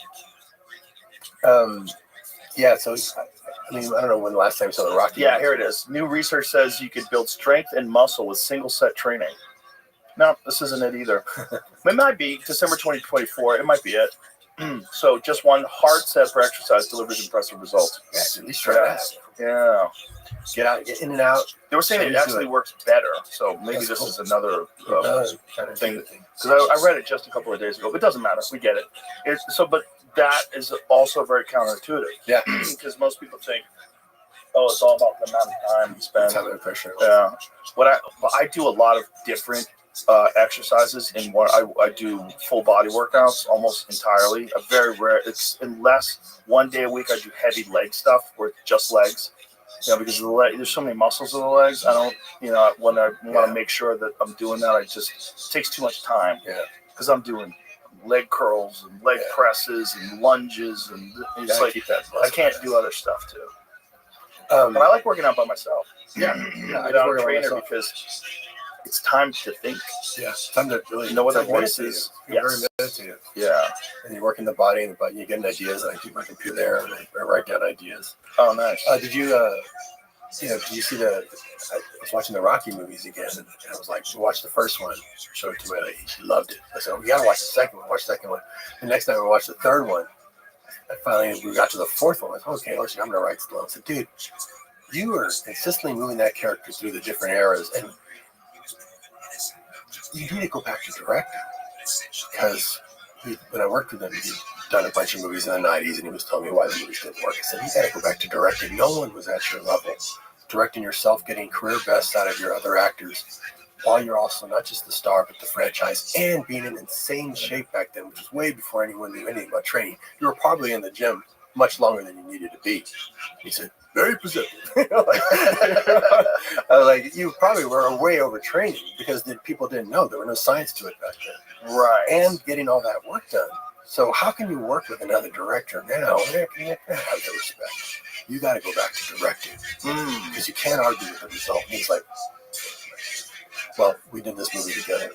It was his biggest opening ever in Spy Kids 3D. 2 years later or a year later, he goes, I'm writing another Rocky. And now it's that new Rocky. He hadn't directed in 22 years. Whoa. He went back to directing and writing. Did another Rocky, another Rambo, and then a whole new franchise, Expendables. crazy, like for your career to only come that, back like that. did stunts and Expendables Oh and no, it's broke his crazy, fucking crazy. neck. But because he went back, and that's sometimes, that's the key to success. Is, yeah, late 60s. I said, yeah, And he was doing his own stunts. It's harder to go do it all yourself, but look, you can't argue with the results. Look at the results you got back there. So I'm so glad he went back to it. It inspired me all over again. So it's, I'm sure you've done that. Someone that really inspired you, and you want to know who are your heroes that you got to inspire back in some way. And then you're just like, oh my God, they inspired me so that I could be here for them when they needed to hear that to go on. It was like all part of the universe and that creativity. You're the one who goes whispers in their ear. Another one with him, because he inspired me, so many times, was I started working with my kids more. It's very counterintuitive. Like, I don't know if you work with your kids or whatever, plan to work with your kids, but I would say to anybody, if you have an opportunity to work with your kids, take it. Because when I turned 50, I thought, I guess I could keep making movies. It's been good to me. I guess I could just make more. I was way into it, when I was younger, and it's been good to me. But I said, I bet there might be another job I can take that, with the knowledge I have, I could probably make just as much money or something. I don't even know what jobs exist. I got this job when I was 21. So I got jobs for dummies. And I started looking through all the jobs were, I want that job, I want that job. And then I get to filmmaker. It has a little icon of a guy with his hands up like this. And it says, this is the best job. Just make movies with your friends. You sit back, watch the money roll in. But 99% of film students can't get this job, so give it up. So I obviously got the best job. So I would stick with it. But it still wasn't enough desire until I made that $7,000 movie with my kids. And they got so into it. And I realized that's my next 10 years. I'm going to work with my kids. I'm going to make them all work on movies. Because it's not about making movies, it's about life lessons. It's a huge project that you don't know how you're going to get through even the day, much less the project. But that's life. It's like, I felt so good afterwards saying, you know the process now. If I get hit by a bus, you guys are going to be fine. Because it's just like the movies. The story of life is just like the stories we make up. You go get your plan together, which is kind of like your script. You attack it, try to make it as bulletproof as possible. Go for your goal, whether it's building a comedy club or whatever. Watch it all fucking fall apart. And then that's when you roll up your sleeves, turn chicken shit to chicken salad. The finished result's way better than your original vision. Wash, rinse, repeat. That's life. It's a microcosm of how life works. So I made them work on the movies. And I did this manifesting thing. My son said, well, I'd like to do a VR movie. So let's make a company together. We'll call it Double R. You all have Double R names. Double R Company. Watch, I'm going to show you how this works. Because I did this with Brass Knuckle Films, which is creating a label. Double R, that'll be our logo. And I made t-shirts and little notepads, and they got way into it. Because now that we have a company, you have to do stuff to fill the company. So we'll call a VR company and say, you all need to sell headsets. Give us some money to make a movie, and we'll make you a movie. We did one with Michelle Rodriguez and Norman Reedus called The Limit. They made us a big Double R logo in the front. That was like in March. Later that year, we made that $7,000 movie. That also had the Double R logo. Then I went to Netflix, and they said, could you make us a Spy Kids type thing that always does well? I thought, okay. I kind of came up with it in the room. I thought, little kids superheroes, so I've just saved their superhero parents. That's We Can Be Heroes, another Double R movie. My kids wrote it with me. It's the most watched and rewatched movie in Netflix history. Nothing can touch it. Kids cannot stop watching it because as little kid superheroes, no one's ever done that before. And my kids are like, Dad, it really works, this thing. And I was like, shit, better than I thought. I was just making an example, but that's how it happens, right? Like it feels predestined, but also you're like, let me just show you how it works. And you go to show someone an example, and that becomes your bread and butter. Yeah. And so I just tell people, if you have an opportunity to work with your kids, you're mentoring them. They're mentoring you because they're the age I was when I was making Mariachi and Desperado. They got so many great ideas. And you're taking on this big project that's teaching them about life. And because you're both in the same boat, you both know what it's going to take. And it's family time. So you're like checking all the boxes. And I was telling this to Sly. I was so excited back in 2019. And his wife, Jennifer, was like, you don't work with your daughters. She hits him. You don't work with your daughters. And he's like, ooh. And I was like, oh shit, maybe I should dial this story back. I was so evangelical about it, but I get people in trouble. But they couldn't then hear it. And the next year, the daughters went on, started a podcast, and he would show up every once in a while to like get ratings up. Now they have a TV show, second season, Family Stallone. They're all working together. They're all living the best life. So I tell anybody who listens, because it's something I stumbled upon, because it's very counterintuitive, because you would think, oh, if I work with my kids, doesn't that look like privilege or whatever? So I'll tell you this, what happens when we die? don't you just give everything that you created over your life to your kids because they have your last name? They weren't a part of it. If you have a chance to work with them and build it with you, you have that next level mentorship relationship. Don't just parent, because after a while, once they're in their teens, they don't really need you. Geppettoing over them. Partner with them. Become their mentor, their Obi-Wan, and they mentor you back. It gives them such a boost in confidence when they teach you some shit.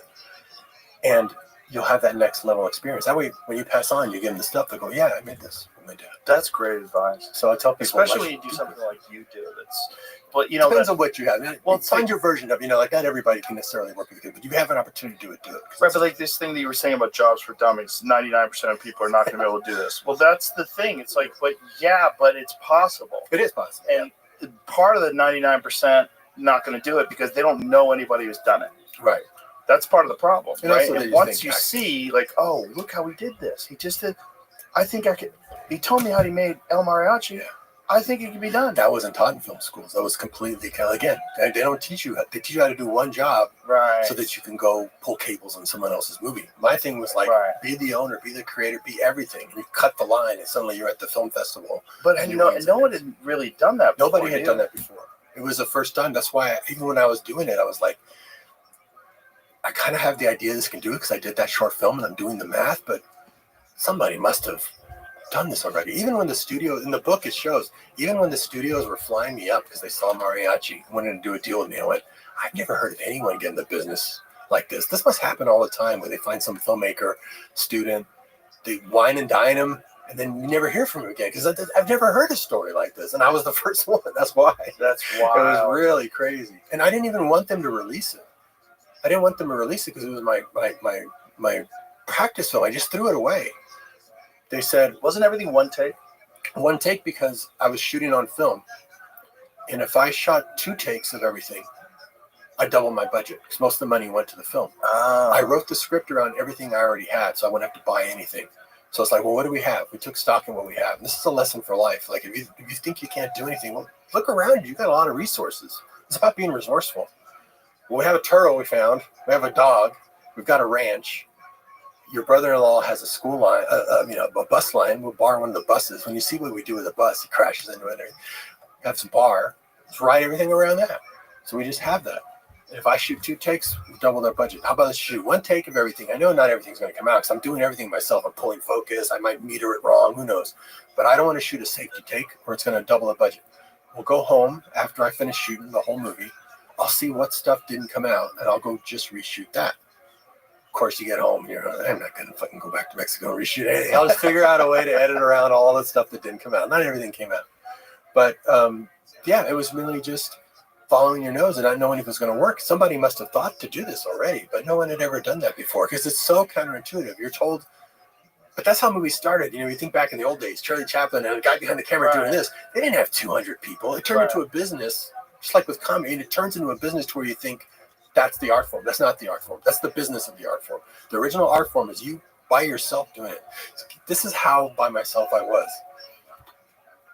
It was like, you got one guy here now, right? Because you have all these digital cameras. I had one camera, and I had the sound. And I can't do them at the same time because the camera sounds like this. Really noisy. And it sounds like all your money's going away. So I had no slates.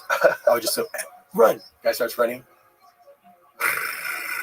Stop filming. Cut. I would just shoot my little pieces like this much.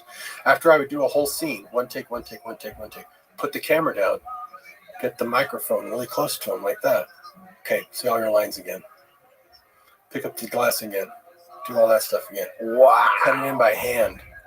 So you cut in the audio by hand and try to sync it to the mouth? So when they're not, because they're not non-actors, a lot of times, like, repeat what you just said. Wait, so you cut it by hand and it would match, right? Yeah. And if it didn't match, I would cut away to the dog or to the knife or the other person. That's why it's got a really fast cutting style, which became my cutting style, was just to get them back in sync because I didn't want it to look like a low-budget, rubbery lip thing. But if you watch it, you see them in sync. Every time they're on screen, they're in sync. And then as they start to go out of sync, it cuts. And then it cuts back. But this is about being resourceful. But it saved me a ton of money doing it that way. And it made it actually interesting to watch. It makes it more interesting to watch. Yeah. Oh, so anyway, originally I didn't have any ideas. I was going to make 3 of these movies. before making my serious American independent film. But my first movie, I gave it to an agent in Los Angeles, and he said, I can get your work off this right now as a writer-director. And I'm like, writer-director? I'm not a writer. Well, I guess I wrote the script. I guess that makes me a writer. Again, I didn't know how to own stuff yet. So you just got to say you're a writer. I still thought, well, I hadn't even written a movie. I didn't consider myself a writer. That's the shit we do to ourselves, right? So I said, okay. So he sent it around. All these studios were flying me up. It's in the book. It's just crazy how fast it happened. And they were offering me these deals because they saw that I went and did something. That's why you just got to go make something. Because people sometimes are so impressed that you even did anything. Most people never start. And they went, wow. And I thought, well, it's actually a good calling card now. If you like the cinematography, I did that. Hire me as a cameraman. If you like the editing, I did that. Hire me as an editor. They hired me as a writer-director. And they said, what movie do you want to do? So this all happened so fast. I didn't really have a chance to think about it. I was going to do 3 of these practice films and then make a real one. So, but you like mariachi, why don't we remake that? And they said, with like Antonio Banderas. Okay. But audience might not like that the girl dies. So we're going to screen this version that you have now to an audience. So I screened it to an audience, and they liked it the way it was. So they said, we're going to take this to some film festivals. I was like, no, don't show this movie. It's my practice movie. Literally, no one's supposed to see this one. They go, no, you got something really special. I said, no, dude, I'm telling you, I can do much better than that. Give me $2,000. I'll go reshoot half of it, just knowing that people are going to see it now. I would do completely differently. And they go, you got something. They're smarter. Mark Hampton there said, you got something really special here. We're going to take it to the festivals. And we won Sundance. Because I made it for myself. There was a real lesson in that. Like, if I was trying to think about what all the audience was going to want to see, I would have changed so many things. But because I knew no one was going to see it, it's probably the only movie in history ever made where people were guaranteed not to see it. Just by the title, I titled it that way so nobody would see it. I didn't want anybody to see it. I wanted to just throw it away and practice. I figured maybe the third one might be the better one. You know, like that advice, throw 3 scripts away and then do a 4th. Well, I'm going to throw 3 movies away. So by the 4th, I'm so savvy, know how to film and do all these things. This first practice film's not going to be it. That's the one that's going to be it. Wow. So commit to a body of work. Throw shit away. Don't be precious about it. Just go make it. Don't blink when people criticize it, and just keep going. Make a body of work. That's it. That's the secret, and that's the secret to life too. Just keep trying to make it the best. That is phenomenal advice. And coming from a person like you that has accomplished so much, it's so resonant. That's why I accomplished it by doing those things, which everybody can do. It's not because I'm not that smart. I'm telling you, not that smart. I just follow your instinct, like you did. When you follow your instinct, you're letting the universe do all the talking. And some of that sounds wonky, but I just call it that because it is from some other place. And you're just an instrument. You're just a pipe. Yes. The soul that gets in your body. And you realize that when you have kids, I don't know if you had that experience. As soon as I had my first kid, I was like, this isn't my kid. You can just tell it's not my kid. I mean, it has physical characteristics, it may even mannerisms in my walk. But there's another soul in here that's from some other place. And each one is so different. I have 5 kids, and I have from 9 siblings. They're from different planets. Right. And so you realize that the soul is on a communication level with some other things that our human bodies are just very primitive to do. So when we get a voice, we can't tell if it's coming from the universe, if it's from our own mind, or if it's just because it all sounds like fucking Morse code. Because the brain is so primitive. It's a 3-pound meat computer. That's why we can't remember shit. It's like we're limited by the body our soul got put into. Just like we'd be limited if we were put in a fish. Because they got an even smaller brain, and and you can only go forward and backwards. That's why a lot of people say you have to learn how to get out of your own way. Because you think I'm so limited. Yeah. But you actually... Also, maybe you don't, and maybe you're cocky, which is equally bad. Yeah, because that's beginning your own way in a different way. Yeah. It's a false where you think I can do anything because I'm just so cool. Well, it's like, no, you can do anything because you're just a pipe. Right. Be that, and then you'll see much more flow happening. You'll see things just falling in your lap. Yeah, don't think about you at all. Yeah, get you out of it. It's not. You have to be very humble. It's a very humbling thing. The more humble you are, the more shit happens. Not just for you, but everyone around you. Being creative, and I figured this out. Like when you're, there's a book called The One Thing, a business book called One Thing. Like do one thing and just do that well. Thought, okay, that book's not for me. And I was doing this talk where they introduced me and said, Robert Rodriguez, writer, director, editor, composer, it's a long list of all the jobs I do. And I went up there like, wow, I get tired just hearing that list. And I keep seeing that book, The One Thing, and I thought, At first I thought, that's not me, but I realized, you know what? I don't just do all those things. There's one thing I really do that ties all those together. When you think about it, I do one thing, and it's I live a creative life. And if you commit to living a creative life, like literally applying creativity to everything you do, your workout in the morning, how you interact with your kids, the meal you cook, what you're going to do that night, a business call you take, be creative. I love my business meetings now the most. I make people pizza, I'm making my chocolate, we talk about creativity, and they want to be in business with you. It's like so good because you're adding creativity. It enriches your life and everyone around you. And that way, anything that touches creativity, whether it's painting, drawing, sculpture, music, is available to you, because 90% of that job is just being creative. And if you're doing it all day, you're always going to be in a flow.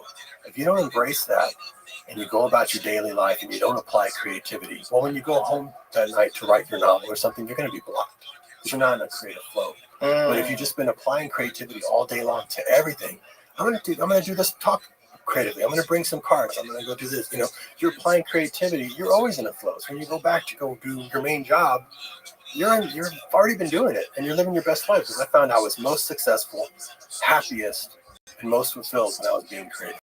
So why not just do that 24/7? And it's been a life changer. It's been doing that like 15 years with consciousness. Like consciously say, because people don't like to say they're creative. Like when I ask, are you creative? The next thing is like, oh, yeah, like stumbling through. It's like, because people think being an artist means you have to have the mustache and the hat. And it's like, no, artists are regular people, and regular people are flawed. And that's why you relate to something that they do, because it's flawed. If you made it perfect, they couldn't relate to it because humans are flawed. And if you think of it that way, you go, well, I can create flawed stuff. I can do that all day long. And then that gets out of your way. Because then somebody who comes to you and they go, really love that part where the explosion is, oh, well, that was an accident because I didn't get what I really wanted. And I had to make this work, and that was an accident. They like those they respond to those accidents in a big way because they're from another universe. They're their part that's magic. The part you didn't know, the part you couldn't have predicted. Right. And so if you set up, I purposely make my budgets smaller and my shooting schedules shorter so that more of that stuff happens, because that's the stuff people will relate to, and it gives you complete creative freedom. Like you have a lot of creative freedom here. I'm probably the director who's worked with the most outcast, ostracized, or people who are considered difficult than any other filmmaker, mainly because I'm independent and I don't have to listen to a studio if they're like, oh, you can't work with that person. Oh, so like Mel Gibson couldn't get a job back when I hired him on. I was just always a big fan of his. I always like a creativity first and talent first. Bullshit controversy, not even distance. It's not even considered. And I get to work with these amazing people: Steven Seagal, Charlie Sheen, Lindsay Lohan. People who were considered difficult were like Michael Parks, Dustin Dawn. He's the sheriff, the Texas Ranger. Man, I love this guy, Michael Parks. He's going to be the next James Dean. He had a show at the beginning of the 70s called Then Came Bronson. But then he kind of got difficult for people to work with, and so he was relegated to these low-budget grindhouse films. But check him out. He's always really great. I want to put him in Dustin Dawn, but I hear him, he's difficult to work with. You work with him first. And if he's great to work with, I'll work with him. So I was like, all right, sure. So I work with him. It was a dream. It was amazing. It was really great. No bullshit. Of all the people like that, and then we both kept putting him in movies. Mickey Rourke was considered, he couldn't work, he couldn't get a job. I gave him Once Upon a Time. But once I met him, I was like, oh my God, he's just like Mickey in the old days. Quentin and I actually wanted him in Dust Till Dawn. We both wanted Mickey Rourke in the lead role. But he retired from acting. He was just boxing. When you look at the scripts, we're like, oh man, we could hire Mickey Rourke, and there's no Mickey Rourke now. We're so bummed. But then years later, I went back to him, and no one was hiring him. And so I met with him. I thought, okay, I'll meet with him. It's like, holy shit, he still has that charm and everything. So I put him in, gave him a small role in Once Upon a Time Mexico, and I kept writing him more scenes. He was broke. I mean, I gave him money to go buy his own suits because he always dressed to the nines in his movies. It's like I'm all out of time costume designing this thing. I'll give you some money. Go buy your own clothes. You're always going to dress. He came with these Billy Martin suits and stuff. So I'm going to put a bullet hole in the back of one digitally just so you can keep, because he wanted to keep the clothes. So you can keep the clothes. Thanks, brother. And then I put him in Sin City, and it got relaunched his career. But he was always a dream to work with. And I would hear from people later, oh, he's been difficult again. I was like, really? You come back again? No, again. 100% of the time, I've never had any difficulty with even the difficult ostracized one. So it makes you think, and you know that because you have anybody you want on your show. But it makes me wonder, what environment are you putting them in? Right. That makes them like that. Because like somebody said that about Rutger Hauer. It was amazing. Hard to work with. Really? No, it wasn't at all. But for some I didn't people, know he had the reputation. I don't know, but somebody told me Loved him and stuff. Blade Runner, Oh. Hitcher, Bruce Willis. People would tell me was difficult to work with. I was like, Bruce, I worked with him 4 times. Let me tell you, this is what Bruce is like when he walks in the set. Hey, Effie, what's going on, man? Effie means boss. Does that sound like somebody who's difficult? That's going to be somebody who's just so happy. One time, I was doing this Kobe Bryant Nike commercial. I was going to be in with Kobe. I was directing it. And I was working out at the gym where Stallone works out, Gunnar Peterson's gym. And Bruce was there. And I was trying to get an actor to do a cameo in this commercial. I was shooting that weekend. I was working out because I was going to be on camera. And so I go to Bruce and I go, hey, what are you up to? And he goes, I'm just looking for a job. And I said, well, are you a basketball fan? So I'm shooting a Kobe Bryant commercial Saturday. What you come by instead? It's downtown. You play this role. Bring a couple of suits because it's very last minute, but last minute replacement. Yeah, sure. I'd love to meet him. Okay, good. So I went back to the Nike people and said, Bruce said he's going to be in it. Well, we'll call his agent. No, don't call his agent because probably didn't tell him. And he said he'd come down. I think he will because he's cool like that. Well, we think we should call him anyways. They call the agency and just go, Bruce Willis is not going to be in a Nike commercial. Well, he talked to Robert. Well, okay, I guess he was going to be in a Nike commercial. So then we're down there in the set. We're downtown LA. We're filming Kobe. We're filming everything else. And it's like almost time for him to show up. And they're like, you sure he's going to come? He said he would. He said he'd bring 2 suits. And now I'm thinking how ridiculous that sounds. But I told him in the gym and said, come down with a couple of your suits from your own closet. Like there's no wardrobe, no time to get a wardrobe fitting. And just show up. He shows up, does it. Because I'll film you out in an hour. You know how we work together. We had a great time. He's great in it. Takes off, brought his 2 suits. That's amazing. That does not sound like somebody who's difficult. No, it's the environment that you put these people Totally the environment you put them in. Because I was watching like a dog whisperer, and it's like, if you have a pit bull, some of those guys can be alpha male pit bull if you put them in a situation where aggression is needed. Like if you have a chaotic set and producers are coming down and going, no, you can't wear that, you can't talk like that. Of course you're going to piss these guys off. But if you put them in an environment where they know there's somebody who's the boss, I mean, they show up, it's my studio, I'm operating the camera, I'm the DP, I'm there acting with them, we're shooting at record time, getting them out of there fast, they're having a ball.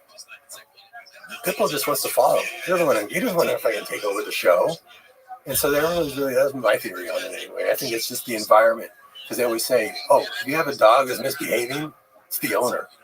It's the owner and the environment. It's not the dog. Yeah. There's nothing wrong with the animal. The animal is fine. The animal could be very calm and assertive and even submissive. Well, it's also these exceptional actors with these eccentric personalities. They're oftentimes like, if you put them in a bad environment, you're going to get a fucking terrible result because it's part of what they are is like a little bit of chaos. Well, also just going to have to protect themselves. Yes. You have to protect themselves if this environment is fucked up. Think about the type of guy that told you that, like, when you filmed this and you didn't get the rights. Yeah. Those are the guys that are going to drive you up a wall. Exactly. Yeah. We've all encountered those. Exactly. Yeah. I remember I talked to Mick because I'd heard, he'd been in trouble and something. So, maybe his head got big trouble. So I said, well, what was wrong? Everything had to be what Mickey wanted to say, what Mickey wanted to wear, what Mickey wanted to do. So, okay, well, maybe he's going back to some. I'm about to work with him again. So he comes, no, he's a dream again. So at the end I go, man, you always bring it, brother. What?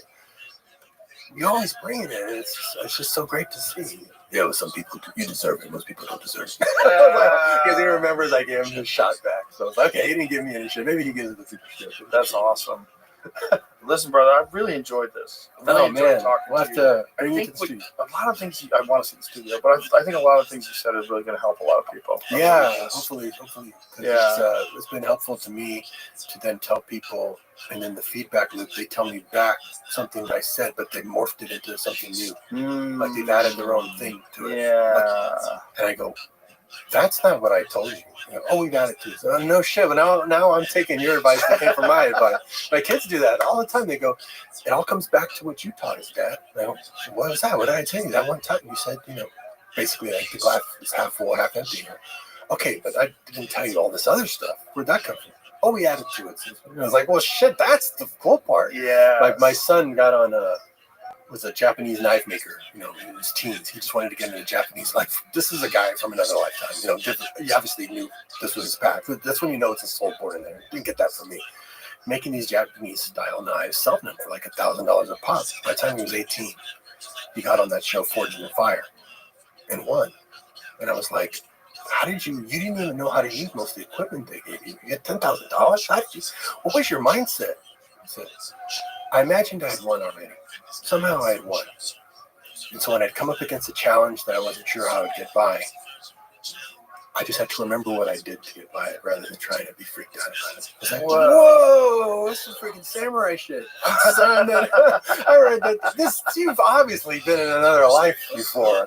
To come in armed with that, I didn't learn that from me. It's like, well, it's kind of like, no, that's nothing like that. Anything I ever told you. Wow. So the feedback loop when you share with people, I love people coming and telling me, hey, I was really inspired by it in your book, and you said this. I'm like, I don't remember saying that in the book. I think you added to it a lot. It triggered something in you, and we all keep compiling our ideas. Yeah, we all are more interested in everybody else's perspective. We all have our own relationship to creativity in the universe. Yeah, and the more you interact with things, the more you contribute. Become being a brass knuckle film. That sounds like right up your alley. Let's do Conan or Rosetta something. We'll you gotta come see that. Definitely, I can't wait to see you. Because you'd be great. I can already tell you. I got a great part for you. Where you will knock it out. I will talk. Okay, we'll talk. Thank you very much. Thank you, sir. It was awesome. I really appreciate it. All right. Bye, everybody.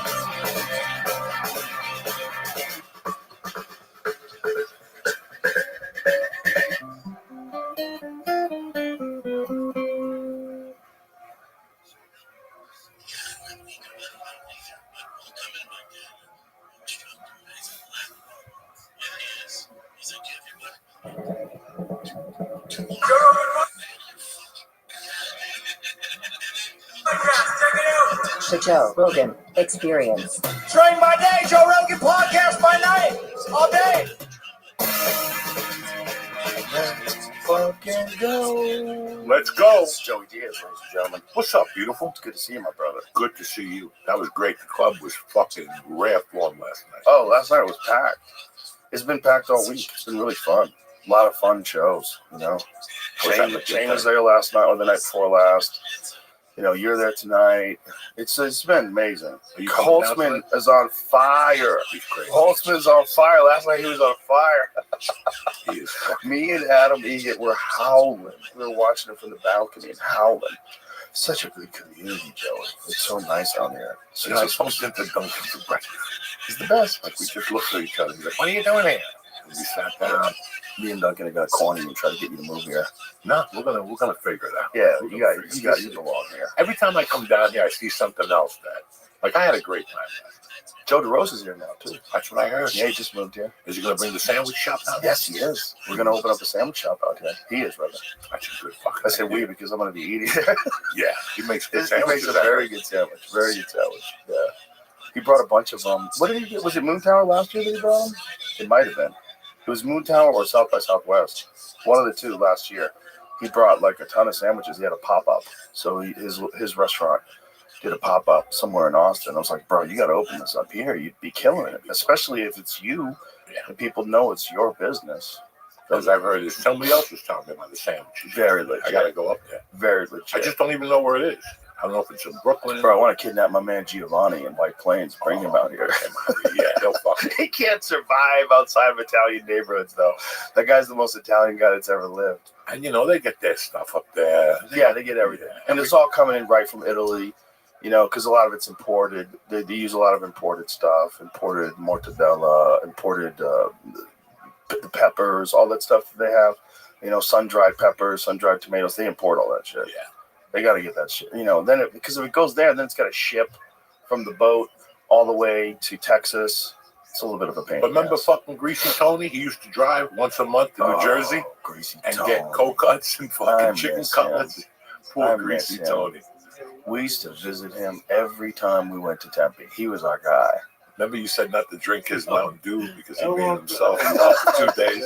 He used to make it. That was the strongest Mountain fucking Dew you could ever taste in your life. You up for that day. Greasy Tony was such a character. He was such a character, and he became our friend. Yeah, he You was know, a good dude. when we first started going there, we were visiting for like 10 fucking years. You know, every time we would do shows in town, we'd go visit Greasy Tony. He had a $20 chicken cutlet sandwich shit. Phenomenal. 15 years ago, which weighed like Yeah. I was 400 pounds, and I would bring it home and try to finish it. Do you remember that steak sub that he would make? What did he call it? Trash can? Yes, that's right. The trash can. The trash can. It was crazy.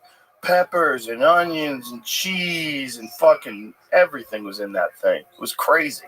And you know what's really like? That thick. When I drove in yesterday, I'm like, this is how things change. I mean, we've been coming here since '95. I know I have, right? Yeah, I think 99 was Yeah, the first I time. would do Houston and drive down here and do the lobby in the fucking Cap City when they had stand up in the little lobby. spot. I still remember that. Driving from fucking Houston down here, not having any money, having to drive back because we couldn't get a hotel room, drive back to Houston at the end of the night. And I was looking at this yesterday. Like when I landed, it was 4 o'clock, traffic. And I'm like, my God, this is how we're watching how past civilizations just changed. Yes. Something happened here and everybody moved here. Yep. And I'm not talking about 4 or 5 people, everybody. Yeah. And that's how civilizations change. We just witnessed that for the pandemic. It's been fucking surreal. Yeah. It is Surreal. surreal to see things change. Yeah. You know what? It's also, there's places that sort of rest on their laurels too much. And whenever that happens, it's easy for another place to rise up that offers something more interesting. So, like, Los Angeles was always Los Angeles. And, like, when Gavin Newsom talks about California, he's like, you know, I'm very big on California, very bullish on California. California has all this industry. Hey, fucko, they're all thinking about moving. The only reason why they don't move is because it's too difficult to move. If it was like every business could instantly pull up roots and replace everything and have everything running in a week at the other place, they'd all be gone. They'd all be gone. It's too expensive. It's too expensive to leave versus what you would save and the regulations that you wouldn't have to go through and all the bullshit with all the permits and all that. What California does is overregulate everything. They get as much government involved as possible. They suck as much tax money out of you as possible. And then they still leave the place a mess. They still have homeless people everywhere. It's still a fucking disaster. It's still a woke shit show of virtue signaling at every level of the government. Still. Like, no course correction at all. They're going further and further into La La Land. And you're like, Jesus Christ, you guys. Until then a place like Austin becomes attractive. You know, because, like, it's not like that here. And people are very reasonable. And Austin, the best thing about Austin is it's a blue city in a red state. So it's like balance. Like, this is a saying they have out here, keep Austin weird and surrounded. So Austin is surrounded by rednecks with guns. And, like, it keeps the tone more medium. Like, the Austin liberals, they're much more just left of center people, like we are. You know what I mean? Like, in some parts of the country, we're considered, like, far right. You and I, far right. It's crazy. It's fucking ridiculous. But it's because everybody went nuts and everyone demanded a whole series of things that you have to agree to in order to be a good person. Fuck off. You know what the real problem is out there? Let me tell you what the real problem. I didn't realize it till I fucking left. But that everybody's too busy tapping themselves on the back. There's a lot of that. When the fires happen, those 3 women or whatever the fuck, the chief and whatever, I'm looking at them and I'm like, look at them. Yeah. They all got gel in their hair. They all got a tattoo on their neck. God forbid they can't be fooled for just 1 fucking minute. God forbid. And that's the problem you have out there. It's too many people. I'm so great. This is my idea, and it's great, and it's going to work. It's not working. You're right. But you're too stupid. I say, you know what? This ain't working. Their egos are so big, they don't have the heart to go, this ain't working. You're right. You're absolutely right. But I don't think it's entirely their fault. It is their fault, but the culture rewards that kind of behavior. This is the problem with having protected classes of people, whether it's gay, lesbian, whatever it is, whether it's your nationality, if you have a protected class of people where you're not allowed to criticize the protected class of people, then they become, Vivek Ramaswamy talked about this in a very interesting way. He's like, it's the tyranny of the underprivileged, or is that what he called it? The tyranny of the marginalized, or something along those lines. But the idea is that this group of people, whether they're trans people or gay people, they get above everything. Everything you do is amazing. Oh my God, you're so fabulous. You're so, because no one wants to be thought of as homophobic or transphobic. So you pretend that everything they do is incredible, and so you're going to be the best firefighter ever. Like, can you carry a burning man out of a building? Girl, you don't have to. If he was in that building, he shouldn't have been in that building in the first place. If I have to carry him out, we got other problems. A literal firefighter said that in response to, could she carry her husband out of the building? Like, no, you can't. And so you shouldn't be a firefighter. Just like you shouldn't be a bouncer if you can't fight. You shouldn't be a firefighter. You shouldn't be a firefighter if you can't carry someone out of a building. If you can't run up a flight of stairs because you're 260 pounds and 5'7" and a woman. No, you shouldn't be a firefighter. You shouldn't be in like really good shape. Now, if you're some fucking CrossFit game lady who's some beast, I'm like, yeah, that lady could be a firefighter. Yeah, but it's like even guys. Like if you're a guy and you're fucking scrawny and you never work out and all you do is smoke cigarettes, maybe you shouldn't be a firefighter. Maybe you can't get up that fucking flight of stairs either. It should be like, it's a physical job where you're rescuing people. You have to be able to physically carry people. You have to rescue them. Firefighters, when I was a kid, were the fucking big, brutal men. Beasts. Big down doors, fucking houses. They looked like former football players. There's this guy I used to play pool with, Ray the Fireman, because everybody in the pool hall, I was Joe the Comedian. Everybody had a nickname based on what you did. Ray the Fireman was a fucking house. He's just a big fucking, big Irish guy, of course he's a fireman. Look at him. That guy that's going to kick down a door, carry your fucking husband, throw him over his shoulder, run through the flames, throw him on the lawn. He does it all the time. He's an animal. Like Vito's lover in The Sopranos. Remember he was a fireman? Remember he was right. I forgot about that scene. Then he killed himself in real life. Yeah. Oh, did he really? After that show? Because they thought he was gay? I don't know. I hope it wasn't that. I hope they didn't taunt him for being gay. Can you imagine you get your shot? Hey, Joey, I got good news and bad news. Good news is you're going to be on The Sopranos. Bad news is you got a fucking guy. And you got to swap spit with him. You got to swap spit on camera. Yeah. But you're on The Sopranos. What are you going to do? Depends on what you want to do. If you're a regular guy and that's your first acting gig, I suggest you pass. I could swap spit. You have to be like a Jared Leto type dude to pull that off. Died of a self-inflicted gunshot wound, December 16, 2008, at the age of 47. And he was a firefighter, a former firefighter. Who knows? I mean, when did he die? How long after the show?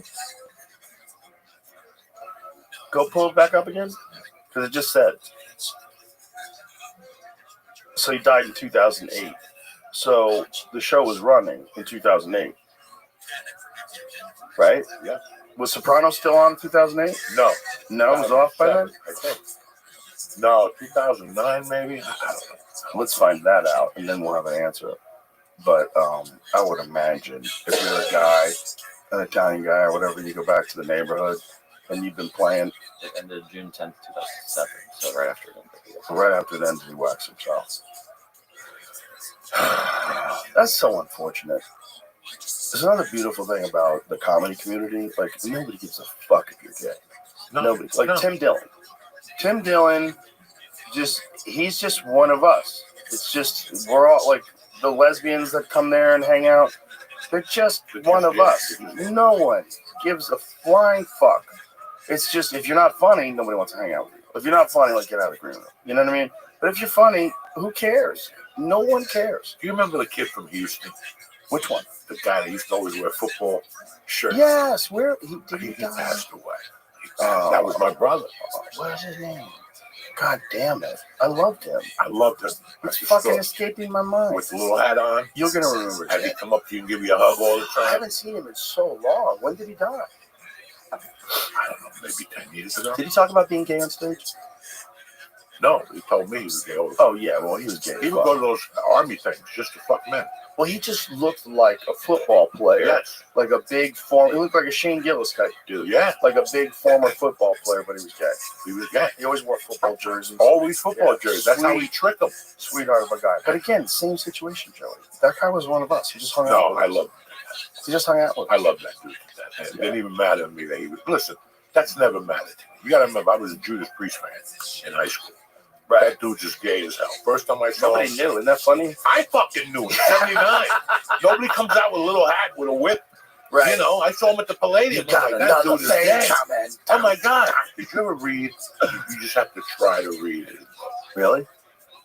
Jimmy Florentine gave it to me. You have to try to read it. Is it crazy? I'll just tell you one story. That there was a guy in Chicago, like a stylist, that used to tell him he wanted dick. Always bust. You know those people, those women, come on, Joe, come on, whatever, you know. And you're like, come on, it's never going to happen. And he said, finally, he got pissed off one day, and he took the guy up in his office. He goes, I fucked him so hard, I blew out his ovaries. Guy had to go to the hospital. I'm reading this going, this is my type of fucking guy. Oh, my God. This fucking guy. Well, you got to think what Rob Halford did. When he was at the head of Judas Priest, he got all these straight guys to dress like they're in a gay biker gang because they wanted to be cool like Judas Priest. He changed the style of a kind of music. He really did. I loved him. How many straight guys dressed like gay bikers, not even knowing what they were doing? They just thought, you know, this is how you dress for this kind of music. But it was because of Rob Halford. Fucking Rob. And he's still out. You know, I had him on a show once. There he is, that bad motherfucker. You got another thing coming.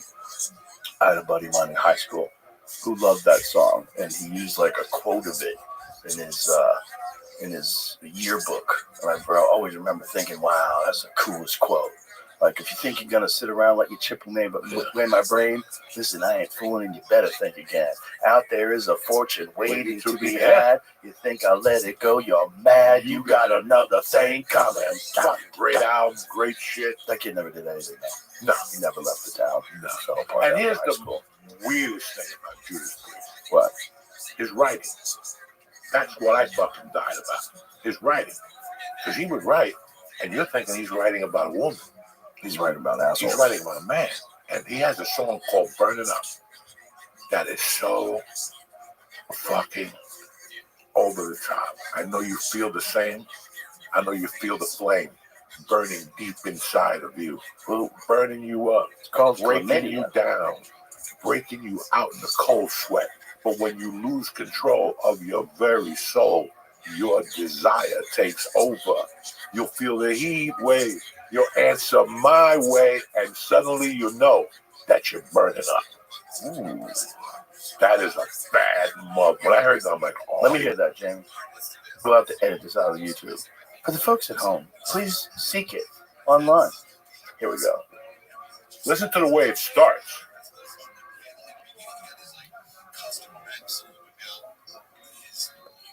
It's like a satellite. This is back before satellites. Like before we had modems. Ooh, this is 1980. This is on a Hell Bent for Leather tour.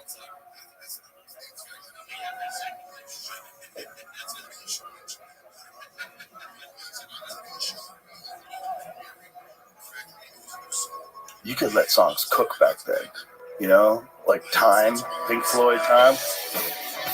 Oh, baby. Guess what just got added to the Spotify playlist? So I string you up to keep you hanging around. You push the hot stuff up, you keep me waiting. So I'll play it good until your body is breaking.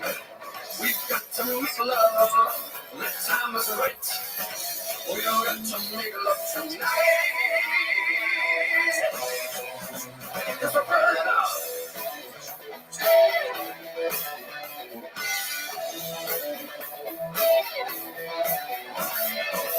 You make me breathe, you won't feed me my food. But I'll make it easy because I see straight through you. You come on, hot me up. There you go. Hot gay love. So when I read those lyrics, I'm like, that's the most brilliant fucking thing. That's the darkest thing about gay people today is that some of them are in the closet, other than homophobia. Is that there's genuinely people that hate gays, but that's rare. Nobody hates gays. No, there's 2025. I can't see you. You know, it's all around you. So if you're still hating, you got a fucking problem. There's guys that have been molested when they were young. They get angry at gay people. Not that it makes sense. I'm not justifying it, but I've met guys that had problems with gay people. They were like very scared around gay people, but it was because they got molested by a pedophile. Right. That happened. Pedophile and being gay, two different fucking big difference. So I'm just saying, like, there are people, and there's very religious people that don't like gay people, but most normal people don't give a fuck. Most normal people don't give a fuck, and they shouldn't. It's stupid. It's a dumb thing to think about. Like, I don't. It's just like, if you're not having sex with me, what do I care? Like, who cares? Now, the way I grew up, you know, the Cuban men's side of me was supposed to, right, pre-revolution Cuban, right? Like Italians too. They won't go in the room if there's a gay man in the room. I always thought that was the fuck. You can't be in. I won't go in there. Why? Because you're a machismo type of dude. So that, but my mother was the one that goes, no, they're fucking. And then we had a gay guy in our neighborhood. I told you about this guy.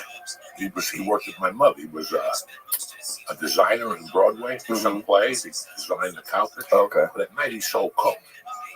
He was like, this is like 1975, and he would come to the bar, and I knew he was gay. His name was Martin. We call him Martin and Maricon because that's what that means in Spanish. Maricon means fag in Spanish.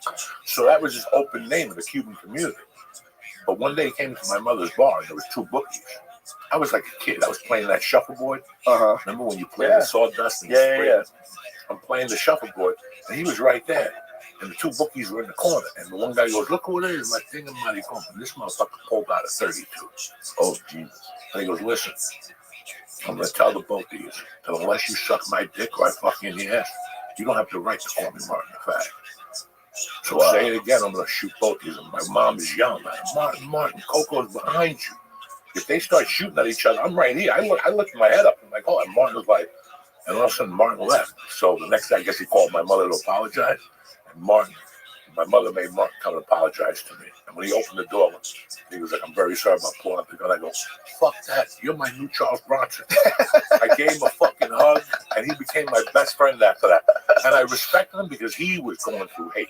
Yeah, really. In the mid-'70s, he would come back once a week with a black eye or a busted lip. He went to a bar in the village, and there'd be guys waiting for him on the way out. And I always respected that dude. Like, always respected him for that. The problem with bullies and bigots and all people that attack people like that is the same problem in all walks of society. It's weak men. It's almost always just weak men. Weak, stupid men that want to find someone to pick on. Want to find someone that's not bothering them at all and fuck with them because they're weak. That's all it is. That's all it is. That's all it is. Like the woke people that scream at you and want you to do what they want. The people that want to like spray paint swastikas on Teslas. It's the same thing. It's weak men. Mostly weak men. A bunch of crazy women. And they're all together in this big pile of suck that's connected to a political ideology. But most people, you know, you shouldn't care. And if you do care, you just weren't around. I was around gay people when I was really young, fortunately. I lived in San Francisco when I was 7 years old, and we were in the middle of gay land. I mean, it was San Francisco in the 70s, dude. It was gay as fuck. During the Vietnam War in San Francisco. I remember I'd be walking down the street with my stepdad once, and the guy whistled at him. I was like, oh, shit. I was kind of uncomfortable. Like, he didn't freak out. He's just like shook his head like, what the fuck? When they whistle out. With a little kid. He's walking with a 7-year-old. And this guy whistled him down. That guy didn't give a fuck about kids. He's not making any. He doesn't care. So we had these next door neighbors, this gay couple, and my aunt used to smoke weed with them, and they'd get naked and play bongos. And she loved the fact that she could get naked with these guys because they didn't try to fuck her. So they all just get naked together and smoke weed and play bongos. It was hilarious.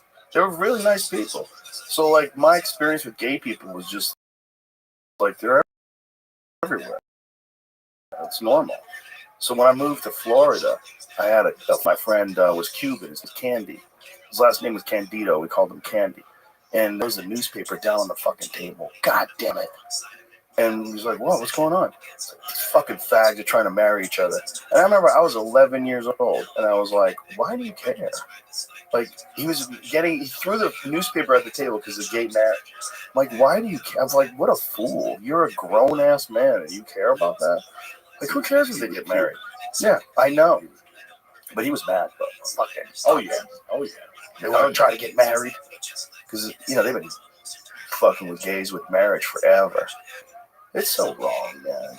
It's so wrong. There's nothing.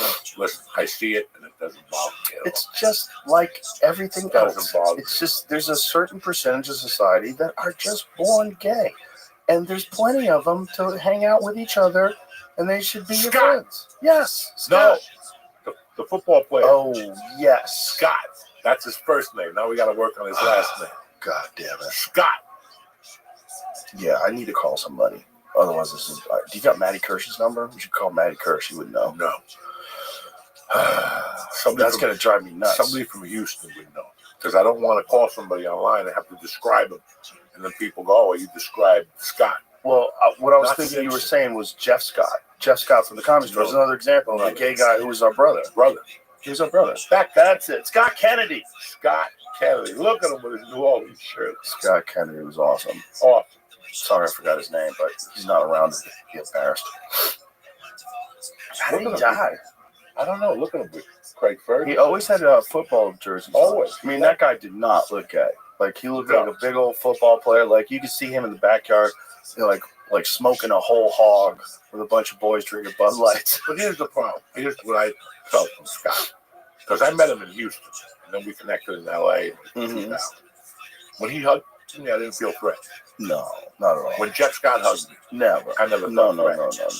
I have to. Eric Rothschild, when he hugged me, the kid at the Comedy Store, I hug him with all my fucking heart. I don't even feel that type of shit. I never felt that. I've only felt that once ever from one comedian, and it was at the Montreal Comedy Festival. He was drunk, and he wouldn't stop. He kept touching me, too. Kept touching me and telling me he wanted me to take me upstairs. Yeah, that was very unfortunate. Because he was just drunk, and I don't even think he thought I was gay. And I don't even think he thought I would do it. I think he was just trying to make me uncomfortable, But he was definitely like last call for alcohol, like hitting on people, and he was hammered. But I was thinking, like, imagine being a girl and this is happening. Where you fear for your life. Because I threatened him. I said, dude, I'm going to stomp a fucking hole in your chest if you keep doing this. Leave me alone. And that was enough. But if you're a girl, you can't say that. If you're a girl, you got to go, seriously, leave me alone. You got to find authorities. You got to go to the front desk, go to the bar, like the checkout people and say, can you guys call the police, please? This guy, I don't want to walk to my car. Can someone walk me to my car? You got to be worried about that. That sucks. But that's rare with guys. That's not happened to me once in 57 years. Where a guy uncomfortably hit on me and wouldn't stop.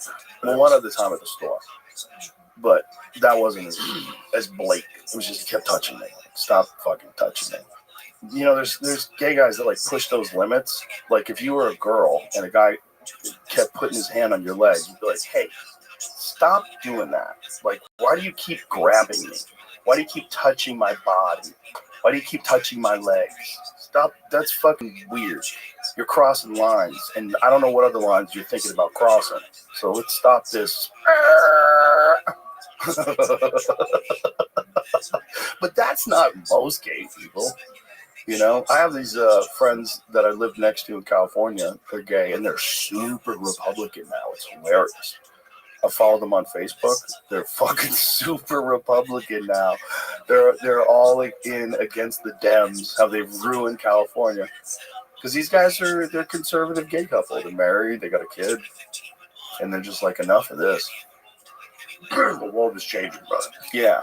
Well, that's a good thing that the world is changing. Because do you know the guy who invented the Turing test? You know what the Turing test is? No. His name's Alan Turing. And he was a scientist, and he invented a test that they say AI has passed. And this test is where you can talk to a computer and not be able to tell that it's a computer, but it behaves like a human. It thinks like a human. It communicates like a human, where it's indiscernible. That's the Turing test. AI has recently passed the Turing test.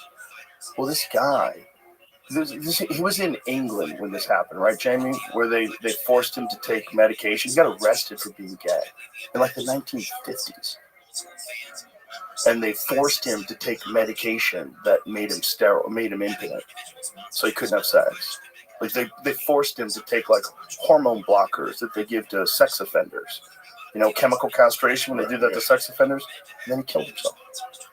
The guy who invented the method of determining whether or not AI has become sentient gets murdered by dumb apes who don't like that he's gay.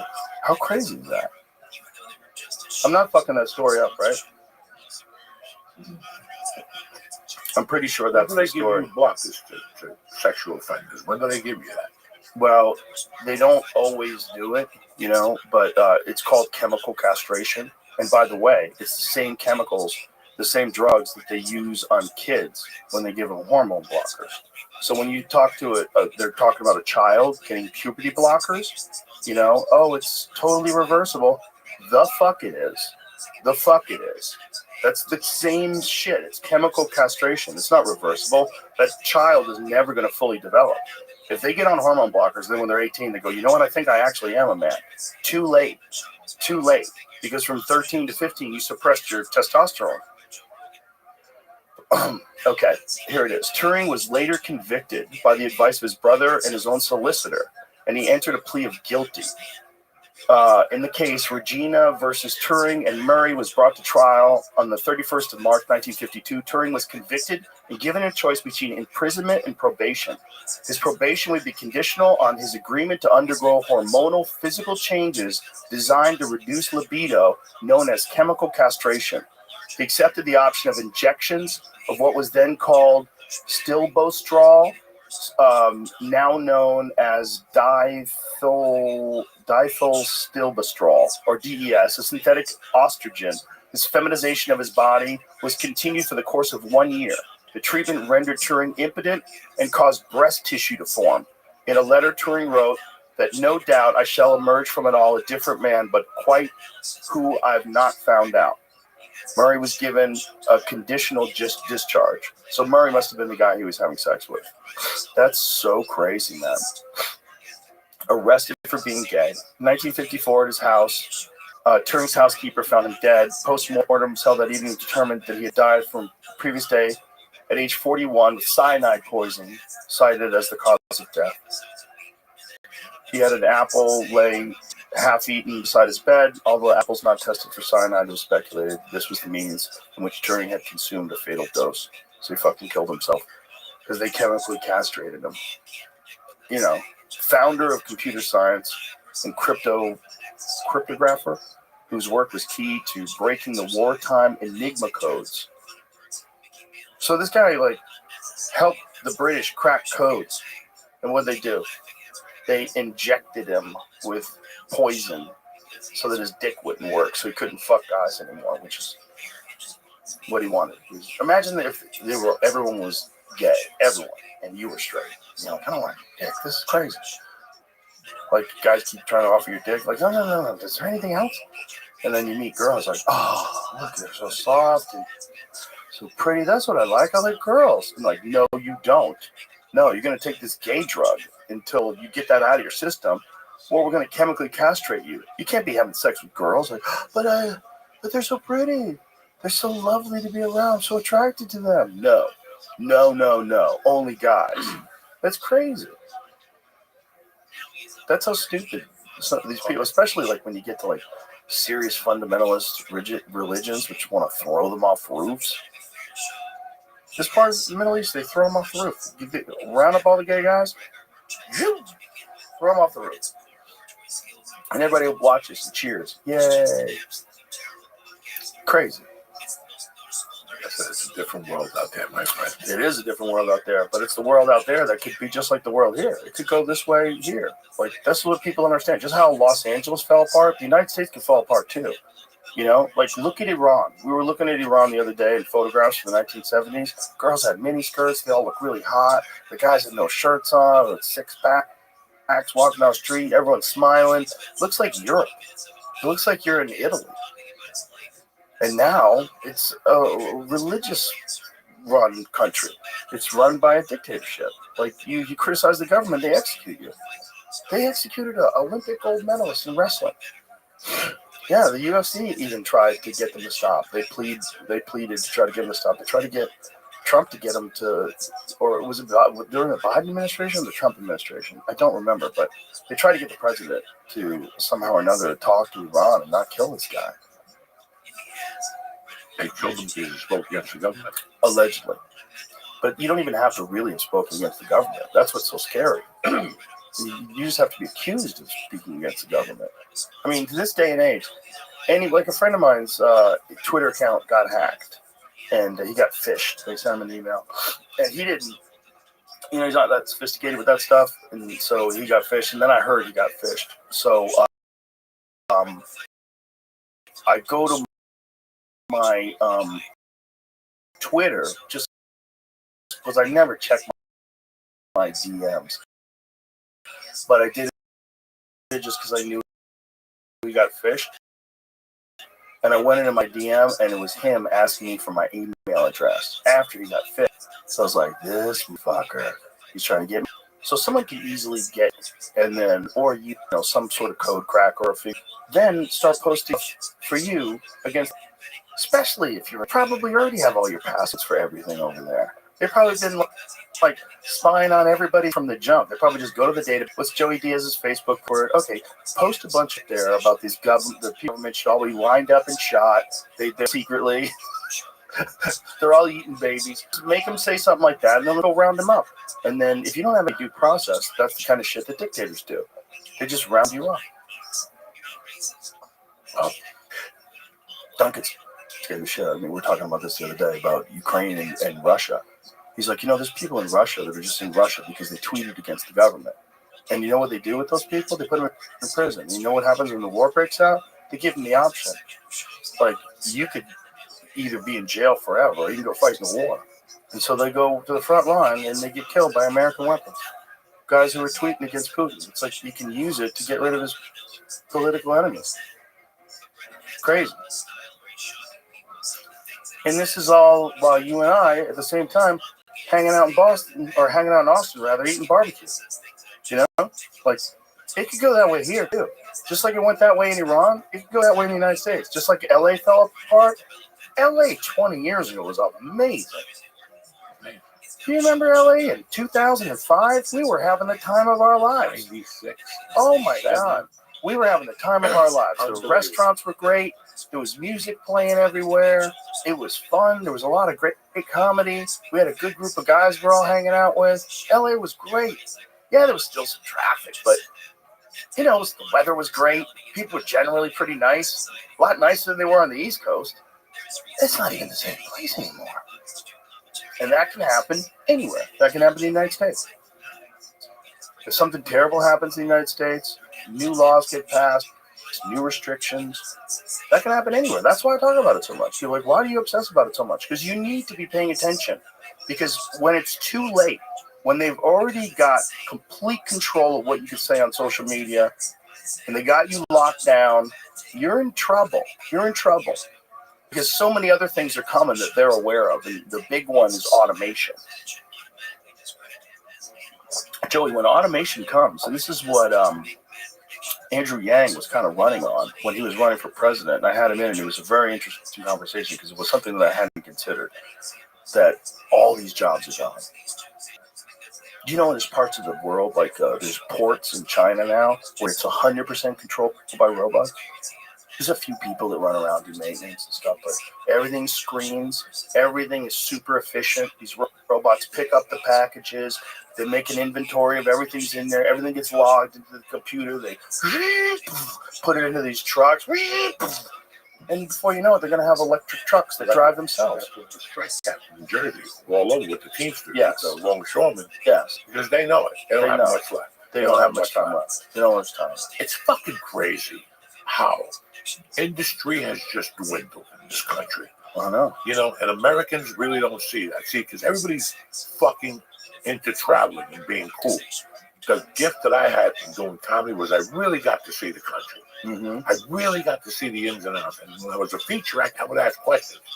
You know, like when you don't sit in the hotel all day, you just go out and you go to a movie theater and you ask questions. People tell you, oh my God, that's a great restaurant. Go there. You know, you look at cities like Cleveland. Okay, I don't know if a lot of people know this. 20 years ago, with all the jokes and shit, Cleveland had more Puerto Ricans than New York City. Really? Because there was a fucking car plant there. Oh. And they were building cars there. You know, I remember being a fucking kid and going to Detroit for a basketball tournament or something stupid and seeing that city. It was 1976, 77. That city was fucking booming. Detroit was one of the richest cities in the world. Booming. It was the murder capital at the time. Was it still? Even back then? Yeah. Wow. When I met my buddy in the 80s, he was in Detroit. It was the murder capital. But 75, 76, that city was booming. Bro. Yeah. You know, Buffalo, New York, booming. Fisher Price, all these other companies left. You know, that's what I saw. Cleveland, Pittsburgh. Yeah. Pittsburgh Steel. Yep. I went to Pittsburgh 2 years ago. Half the shit was closed down, bro. Yep. You know, so when I look, Youngstown. What? No, it was downtown Pittsburgh, like just around that area. No, but Youngstown was like that too, right? Was it? Yep. Youngstown was a much better environment than it is now. Yeah. I believe Tony told me that. They have destroyed those parts of the country. Now I don't know what happened in Nebraska. They could have had their own problems in Wyoming. I just know that little stretch. Buffalo, Cleveland, you know, fucking Cincinnati. Yep. All those towns that were booming. Yep. Have just disappeared. They got gutted. All the jobs went overseas. So if you're going to bring this country back, it's got to start with that. We got to go back to that to make us strong again. And yeah, we're going to have to fucking sweat it out for 10 months. But you know what? 10 years ago, I fucking was getting those $100 a day movies, and I said, I'm not doing them anymore. For a year, I didn't work as an actor. And finally, I got a high-scale movie because I kept saying no to a low movies. That's how you lift up a little bit. That's how you bump up. By just saying fucking no. We didn't want to do this all of a sudden, and we need to do this. We need to get this country hopping again. Well, the problem is they gave corporations an opportunity to make more money at the sacrifice of all those jobs in America. And the problem with corporations is they have an obligation to constantly make more money. And labor. Yeah, but that's the way you make more money is by having no labor. And not just that, no health insurance. This is, you know, not Ron Paul. What's his name? Ross Perot. Ross Perot talked about that. We were talking about with Ron White the other day. That he was explaining that if you change these regulations and make it cheaper and easier for these people to go and make, he said, you're going to hear a giant sucking sound as all the businesses go south. And that's exactly what happened. That's exactly what happened. And he called that in the 1990s. That was my boy. Yeah, I voted for him. I love Russ Perot. Always did. Always. That's a real fucking American right there. He was. They threatened him, dude. They threatened his family. Like, he pulled out of he was going to run again a second time. And he said he's not going to do it because his family was under threat and that he could sue him serious. Yeah, he was dangerous because he could ruin the election. Like Bush, they thought was going to win a second term, but Ross Perot came around, and conservative people that didn't really want to believe in the Republican Party anymore, like this party's just as full of shit as the left. They saw this Ross Perot guy and they went, "Oh, okay." He took a considerable amount of the vote, and most of it would be against what Herbert Walker Bush would have got. And then Clinton came along and fucking wasn't even supposed to win that year. Bam! Now he's in. Let's go. Remember, they're paying for this with your money. Yeah. I'm paying for this with my money. Exactly. That was just fucking classic. Yeah. That was hysterical. Remember when he had that half-hour show on TV where he explained how the Federal Reserve works? I don't remember that. Yeah, he took over, he bought a half hour of regular primetime TV to explain to people how you're getting fucked. He's explaining all the scams that that are being run on you that you don't know about. This is why I'm running for president. I'm like, whoa, look at this guy. That guy fucking did something that a lot of people don't know. Yeah. His employees got kidnapped in Iran, and he went in there and took them out, and he hired like Marlon Brando from Apocalypse Now to train his employees. Really? Yeah, he was a retired colonel, some badass Vietnam. So it was his actual employees that went and got him out? Yeah, that's Wow. the story. He made his employees. We're a family. Whoa. We're going on. He made a promise to the people's families that he would have them back by Christmas, and he had them back by Christmas. Wow. And Kissinger kept giving him fucking a hard time. A bunch of people kept giving him a hard time. He did not give a fuck. He goes, I'm doing it. I gave those people my word. His word was word. How much money was he worth? Billions.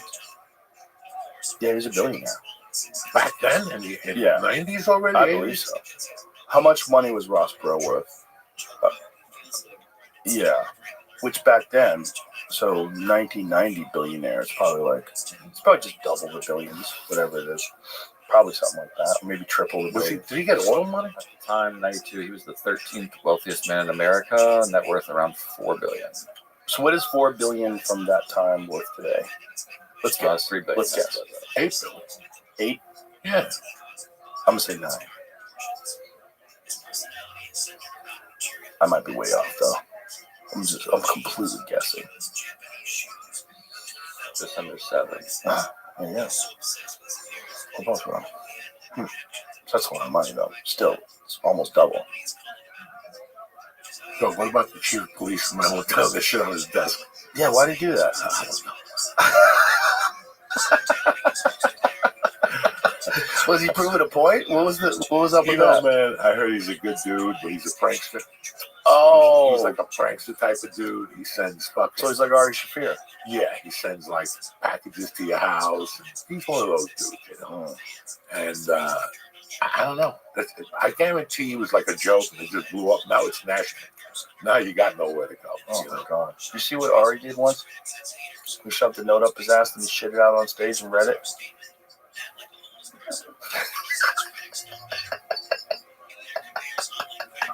Look at your face. I don't want nobody to read a note out of their ass. I don't want you shitting in the room with me.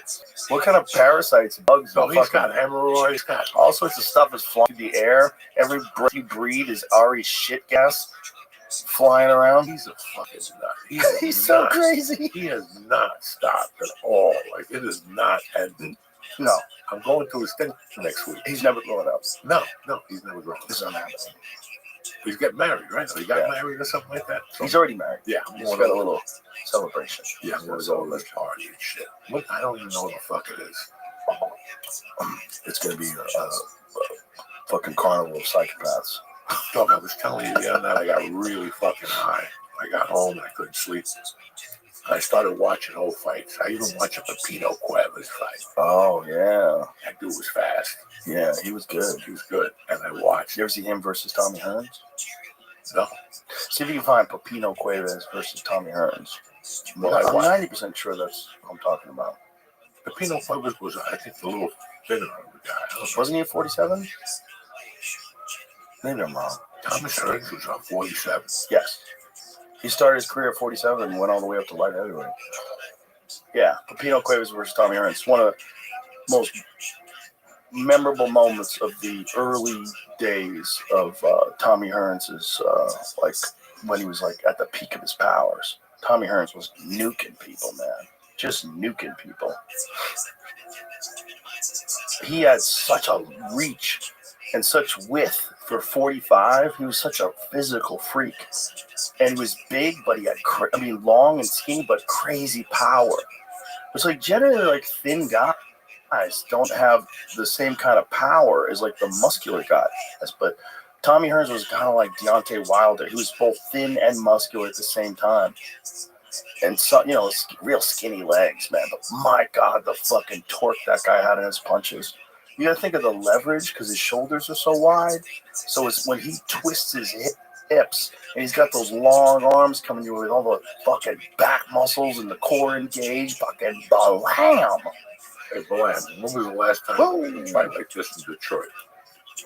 Well, Tommy's from Detroit. No, but I'm saying they don't even have fights like this in Detroit. They don't. Was this in Detroit? Yeah. Oh wow. Well, that's Tommy's hometown. He was hunting people. You ever see him knock out Roberto Duran? Oh, I watched it. That's what I was watching. I watched Listen to the simple feature I watched. I watched Duran, Hagler. Oh! Yeah. Back that up a sec. Look, he's measuring him with his left. Watch this. He's measuring him. And watch this. Boom! Oh my goodness, son. Oh my goodness. Oh my goodness. That Tommy Hearns, that kind of power was crazy. Yeah, you better stop that fight. My goodness. Tommy Hearns was a one-hitter quitter. But he face plant Roberto Duran. Oh, him and Hagler. Oh, what a crazy How fight. to stop him, roll it back, keep rolling it back. The crazy thing about that fight is they did not box at all. They went to war. There was no boxing, slipping. There was no feinting. Marvin Hagler just said, fuck you, and ran at him.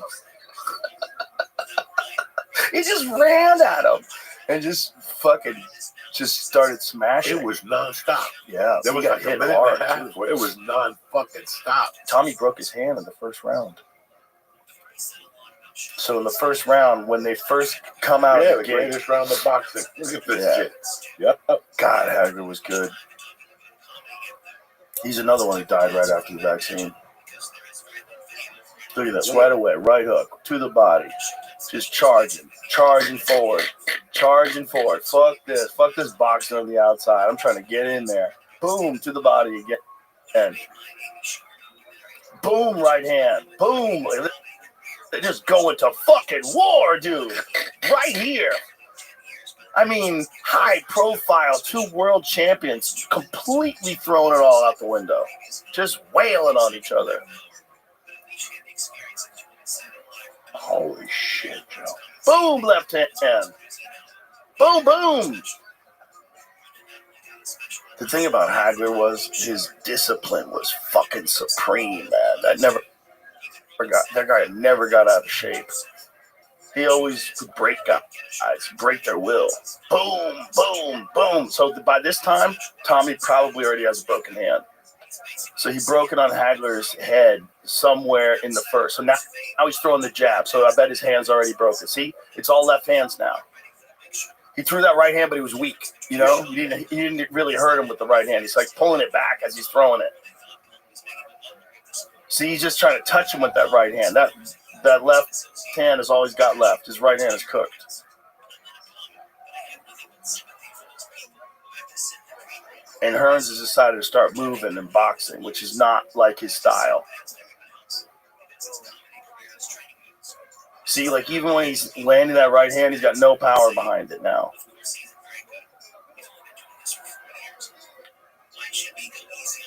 And Sugar Ray Leonard's talking shit in the commentary. Both fighters are unbalanced.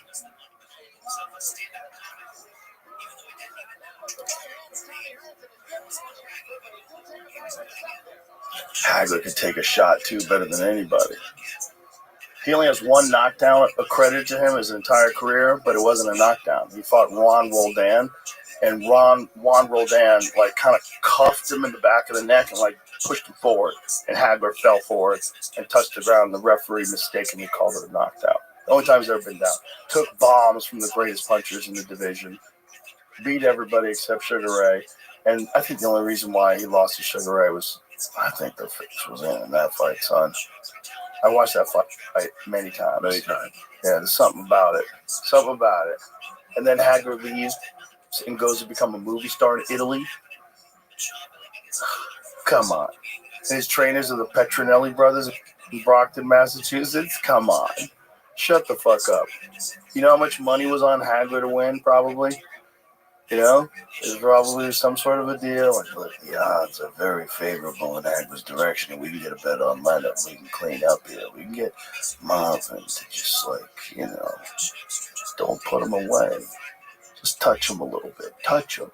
He never has him hurt. Never has him hurt the whole fight. Just, he was so good. He didn't seem right. It seemed like almost he was, like, sparring sometimes. Hard to say, though. Sugar Ray was so good, too. The guy could come back after all those years off. You know, he had 1 fight, got dropped, said he was retiring, and then comes back and decides he's going to fight Hagler. And then wins. And then Hagler's like, I'm done. I'm done. I'm gonna go to Italy and make terrible movies. You ever see those Marvin Hagler movies? No. Oh, you gotta see some clips. No. Joey, they're the dumbest movies of all time. Hagler punches people, they go flying through the air. No. Not watching that. I love Marvin Hagler too much. No, they're fun. Look, he was having a good time. I bet he was a huge star in Italy.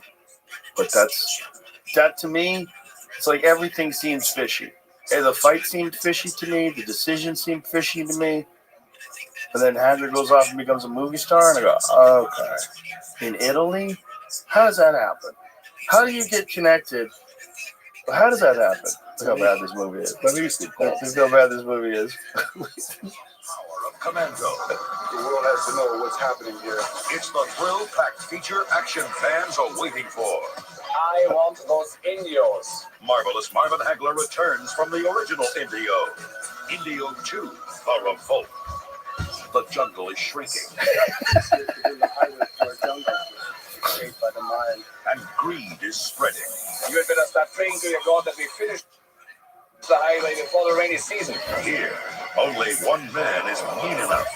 I know many of us may die, but it is better to die than to live like slaves. Mad enough. Tell them the days of running and hiding are over. This is your land. Lead us, my friend.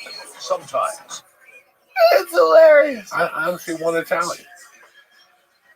There's not one fucking Italian. That guy. That guy with his mustache. That was Sergio. I gotta be in this movie. You hit me with a left hand. Come on. I got one scene. Hilarious. Wow. I didn't even know that shit. Yeah. That guy was my hero when I was a kid. And they didn't even make him like a shack or anything. They made him go into like the fucking hag. I could see he put with kind of the black Italian movies. It's an Italian movie.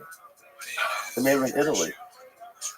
There's a lot of movies being made in Italy. That's why they call those spaghetti westerns, right? You know that. Did you ever hear of those stories? Like how interesting that is? The Sergio Leone movies? Well, I just saw something about it maybe 8 months ago about how there's a thing in my Channel 11 in Jersey on Saturdays called I Am.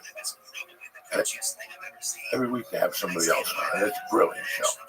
I am Bruce Lee, I am this, I am that. It's brilliant.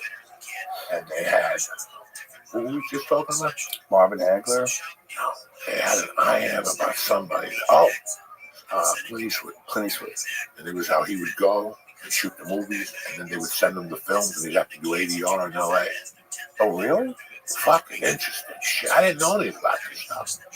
So why did he have to do ADR? What does that stand for? It's ADR voice work. Put your voice up. What does it stand for?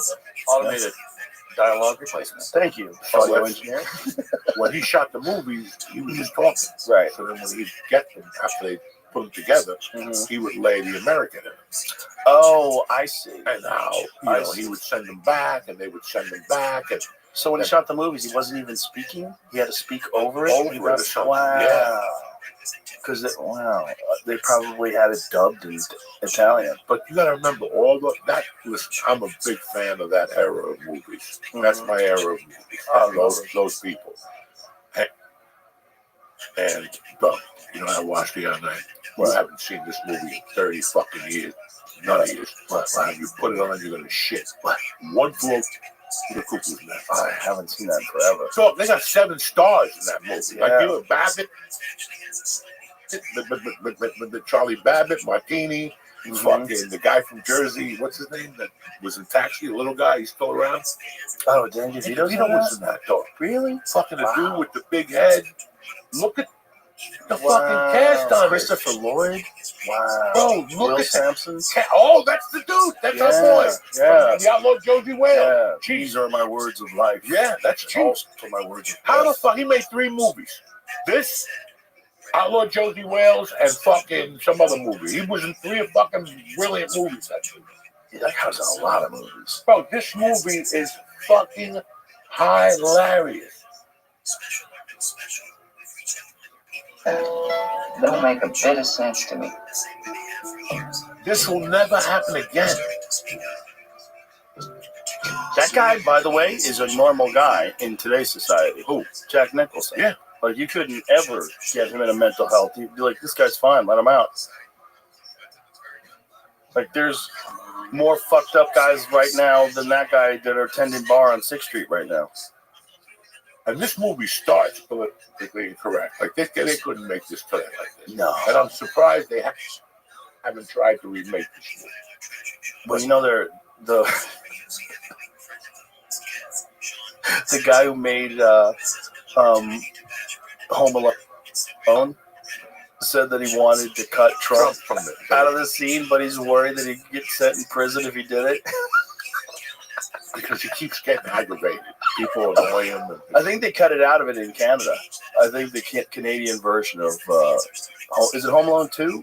Yeah, Home Alone 2. Oh, you know how many TV shows Trump did over the years? I see him once a fucking month or something. They have to say that. They have to. No, say it's part of their liberal identity. They have to be united. But like I was telling you, that the people that I grew up liking, and so do you, that's what I like about them. That they had to go somewhere else to become stars. And when they came back to the United States, they were like, we're fucking you in the ass now. That's Clint Eastwood, Charles Bronson, Steve McQueen, not as much. He just wanted to fuck everybody in the ass. You know, Steve McQueen was just like, you're sucking my dick either way. I'm doing what I want. You know, they don't even have that. Like, when was the last time the worst thing we've had in Hollywood in 20 years is when Brad Pitt made the movie with Angelina Jolie and he never came back.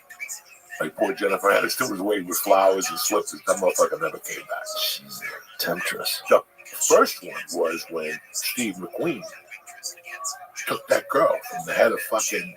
Oh, yeah. And then to the movie under his fucking nose. That is something that they will cancel you. They couldn't do nothing. Well, he was one of the rare movie stars back then. They There wasn't couldn't that do many anything movie stars. When there's an actual movie star in 1979, like, there's not a lot of those people. You need them to sell tickets.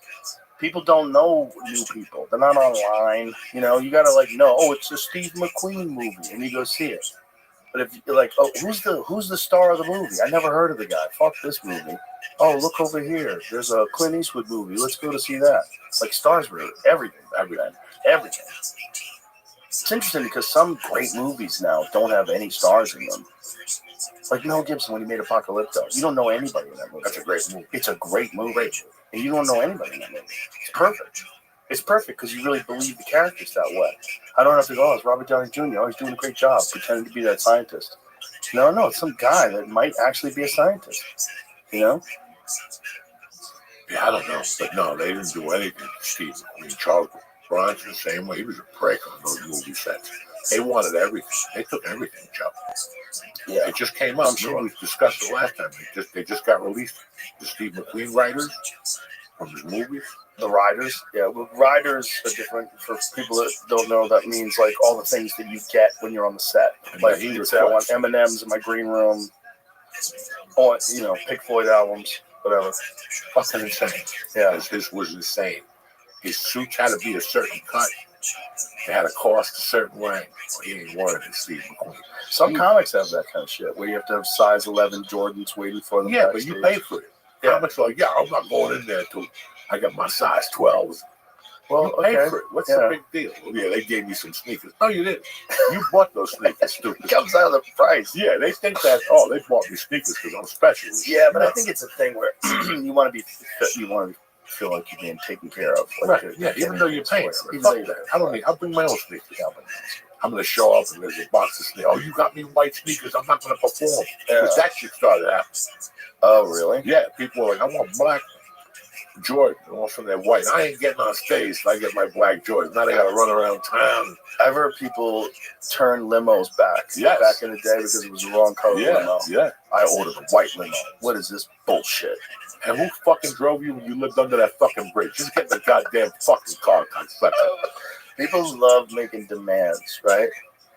Like, it has to be this way, or that's it, I walk. People love making demands. And that's what happens in that fucking town in Hollywood. And people go, okay, no, go fuck yourself. You want that, bring it yourself. And once you start doing that, listen, I understood what you said before about Austin, and it makes sense to me now. It's like the day I took my daughter to school, and there was moms hugging trees in Studio City crying. If I was a redneck, I'd show up with a shotgun that day and just shoot it and watch those moms just fly. That's where the guns keep the liberals in check. Okay? That's when you come in and go, you want to hug trees? Boom! And fucking start shooting off cats. Oh, they were hugging trees right in front of the school where my daughter and Bert went. Why were they hugging trees? Because they were going to cut the trees down. We went to the school and the cops were there and women were hugging the trees, holding each other's hands, crying. This is why I had to get the fuck out of there. Crying. And that's where a guy with a gun would have been perfect. A big fucking gun. You guys like trees so much. Boom! And those bitches would have been running to that fucking coffee shop crying. They didn't know what happened. Fuck those trees, Jack. That's what you need. A gun in California to tell these motherfuckers, shut the fuck up. You go on Facebook now and I see people I used to hang with in California and they're talking about other people. Everybody's so talented and everything's so gracious, and to work with such a great bunch of talented individuals. Thank God they let my creative juices work. Shut the fuck up. Shut the fuck up. What are you talking about? I need to smack you now or smack you later. It's so very much pretentious. Very, and that's what I don't miss any listen at all. When I watch it in a movie now, I can't even stand small talk. Like that's what I didn't even know what small talk was. You know, it was like the night you did a show. I'm talking to you about before Fear Factor. You did a show maybe at the Wu-Tang one night. Yeah. And we left a bunch of people there and they circled you. Like Ann Maney and a bunch of other people, and they were talking to you about a deal or something. And it was like, oh my God, your set was so great. And you're supposed to stand there like, thank you. Right. I fucking hate that shit. Yeah, they love kissing people's ass. We loved it. Oh my God. Mimi and I loved it. Mimi.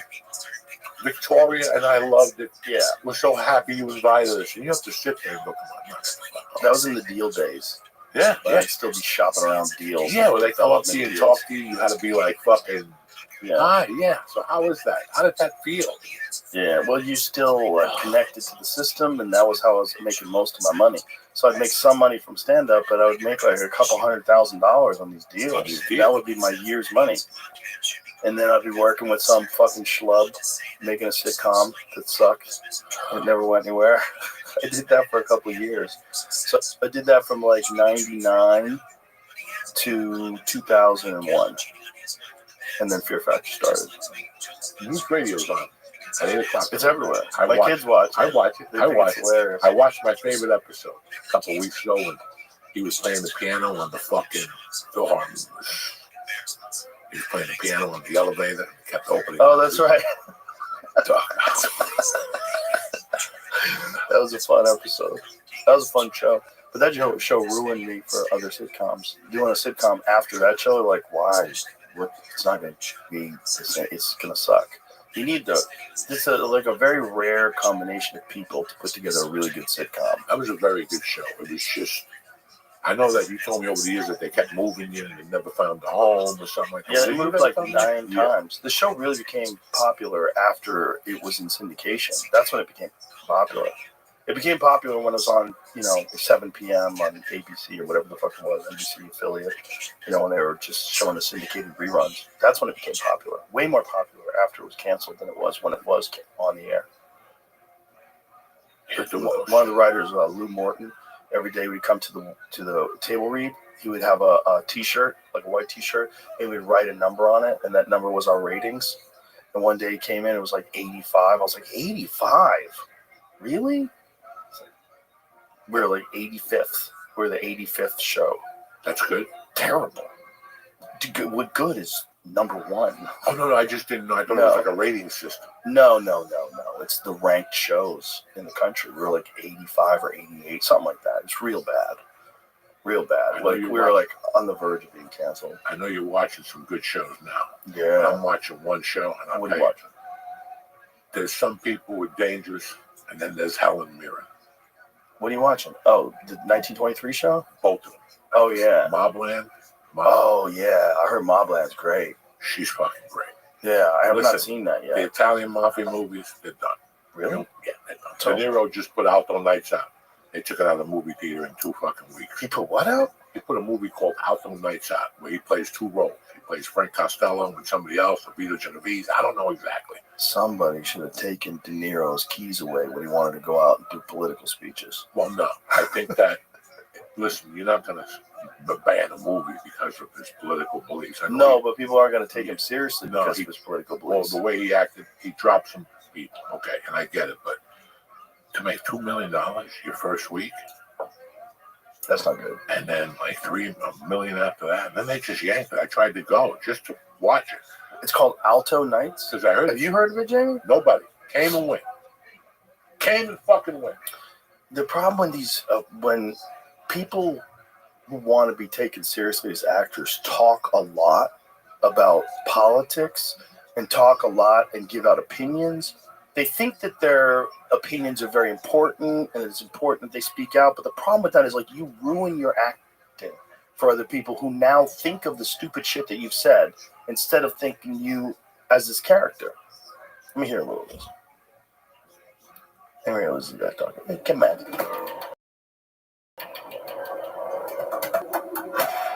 Where do I start? You're going down a very dangerous road. And we ain't been down dangerous roads before. But that's the risk you take. Me, I take Yeah, but you're not where I am. I give to charities, I pay my taxes. This actually looks good. I put you where you are today. It's because of me. Mr.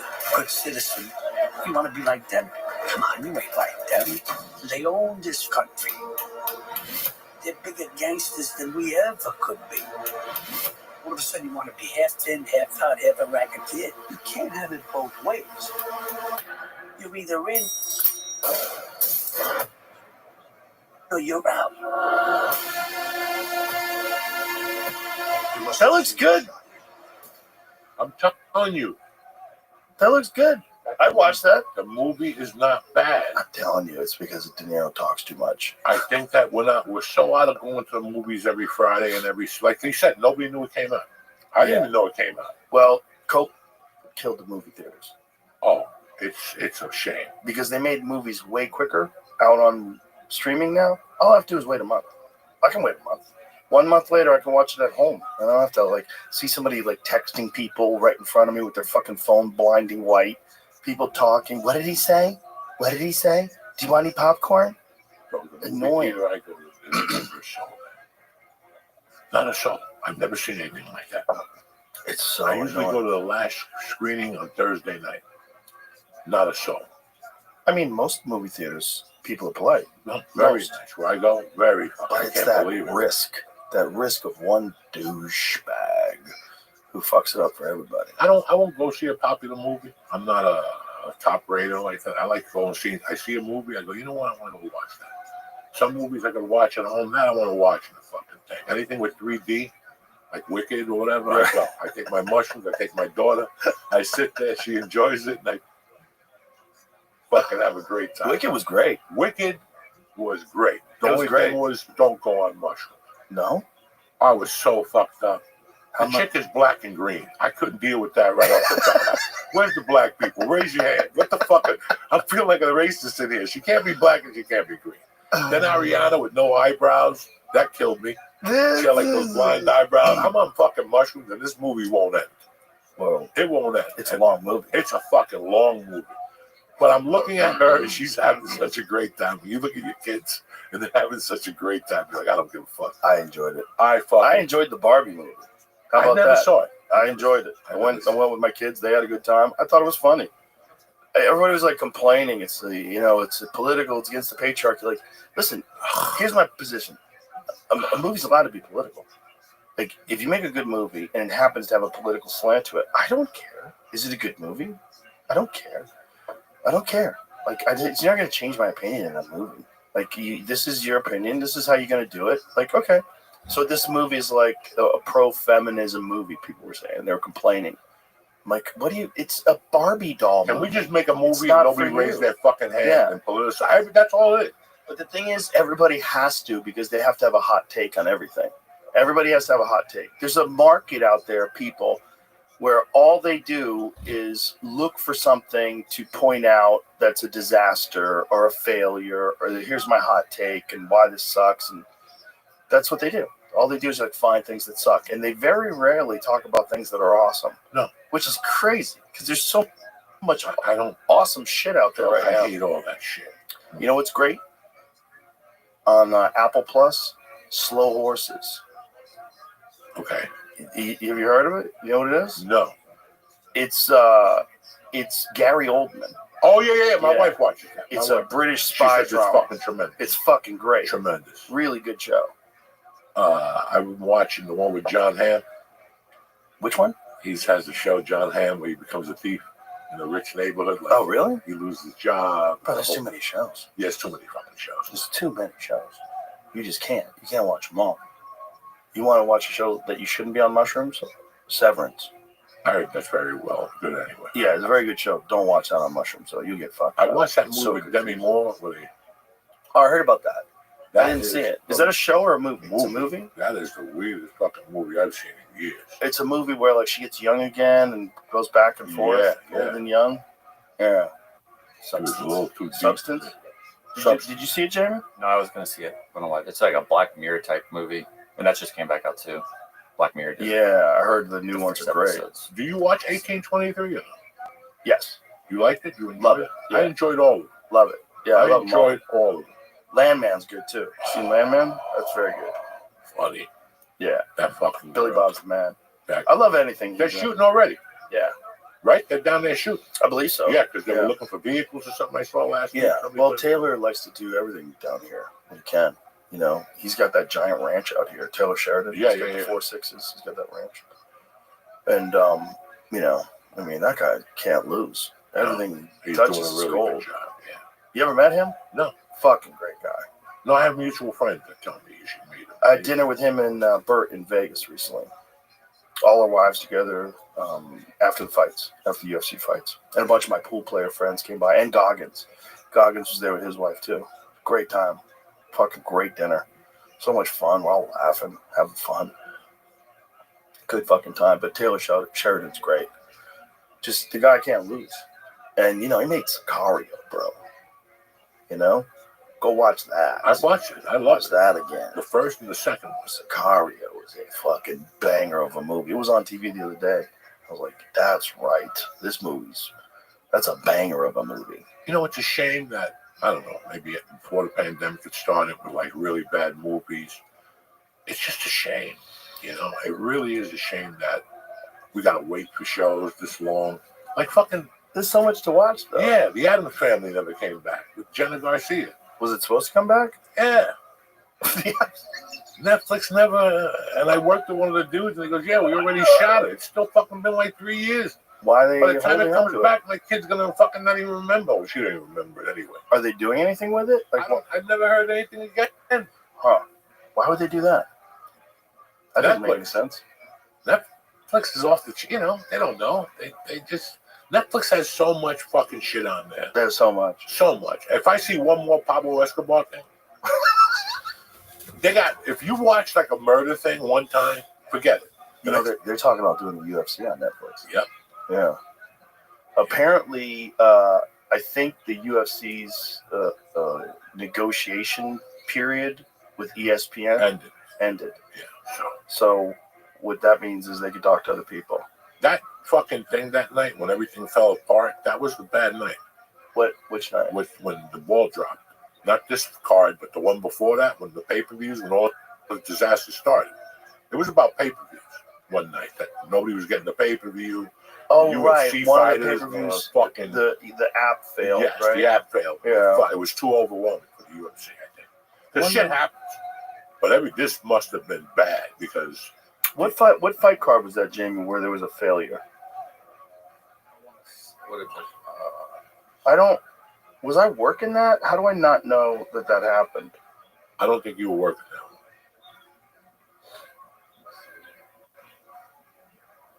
that. 3/13. So 2 events ago. March. Where was that? Where was it? Was that Adesanya or Ankalaev decision over? Oh, okay. So I was working that one. You did work it? Yeah, I was working that one for sure. It was Ankalaev when he won the title over Pereira. So the pay-per-view, what happened? It went down or partially went down. It partially went down. I couldn't order the card. Oh. There was a bunch of shit going on. Then I went on Twitter and I saw Frankie Edgar and a bunch of other guys, fighters, saying, "What the fuck is wrong with mine?" I'm like, okay, it's not just me. And then I heard the riffraff that night, and then the next day they were talking about it, and then Monday, Dana was hot. He did something. He said something about it. Well, I think in general the pay-per-view numbers are down as well because the casuals aren't buying it as much because you don't have, first of all, the UFC is not like boxing. Like a boxing pay-per-view is like, oh, Canelo's fighting in 4 months, and then you get gear up and you buy the Canelo Alvarez pay-per-view. If you're a big boxing fan, you might buy one once every couple months. If you're like hardcore, you're watching all of them. You're on DAZN and you're on ESPN Plus. You're watching every boxing match there is. But there's not a lot of pay-per-views. The UFC has a pay-per-view every week, or excuse me, every month, and then they have a fight every week. So it's like getting people to shell out $70 for this card, and also like some of the great fights are on the undercard, and you already before the pay-per-view starts. You already have, 3.5 hours of great fights you can watch for free. And some of them, they're trying to lure you into buying the pay-per-view. So some of the best fights are really on the undercard. Sometimes, like guys who you don't know their names yet. There's always one good fight that I want to watch on the undercard. Oh. I go, I'm going to watch the undercard. Always. 2 fights or something. Always. And then you guys start talking about the fights, and then you get, and then you order it. Yeah, I mean, the big fight clearly this last weekend was Volkanovski versus Lopez. That was the fight I really wanted to see because I really wanted to see if Volkanovski could pull it off. All-time great featherweight champion, one of the, for sure, greatest fighters of all time. Shoo-in for the Hall of Fame, but he's 36, and he got knocked out 2 times in a row, and he's fighting this fucking animal in Diego Lopez. It was a great fight, though, and Volk pulled it off, but the fight that I really wanted to see was Bryce Mitchell versus John Silva. Right. Because John Silva is a motherfucker, dude. That guy looks like a world champion. He looks like... He choked him with a shot of darts? Yeah, well, he choked him like a ninja choke. Okay. And was like a no arm in. With the darts, you have the arm in, and you cinch it up. That was just all neck. And put him to sleep. He tapped, and then he went out.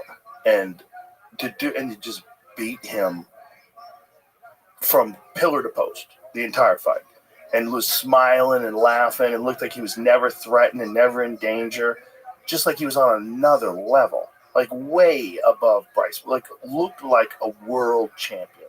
Like even guys that have beat him before, that beat Bryce Mitchell before, except Josh Emmett, who just KO'd him with 1 punch. But like even Ilia Topuria, like he got to get a hold of him first. Like John Silva looked like he was never a fight. Like almost like he was having fun. He was trying to get him to touch hands at the beginning of every round. He wouldn't do it. He was like, come on, touch hands. He's like, touch hands. He wouldn't touch hands. And then finally just put him to sleep. He's an animal, man. That guy is, that whole team, apparently, the fighting nerds. I was talking to John Anik about this. He said, they have data scientists that work for the team. Data scientists who analyze techniques. And they like break things down, like what's effective in patterns. They find patterns of opponents, what the person does when they do it. Where how are they these do guys it. at? Brazil. Brazil. Bro, that's a team of fucking savages. Who else is there? Kyle Barhalio, who's one of the top 185 pounders, who might be the best in the world. I mean, when he fights Dricus du Plessis, eventually we'll see, but he's just torching that division. I mean, he's one of the best contenders in that. And then you have Mauricio Ruffi, who's one of the baddest lightweights alive, gigantic lightweight, tall and long, wheel kick Bobby Green into another dimension. Right, you got that guy.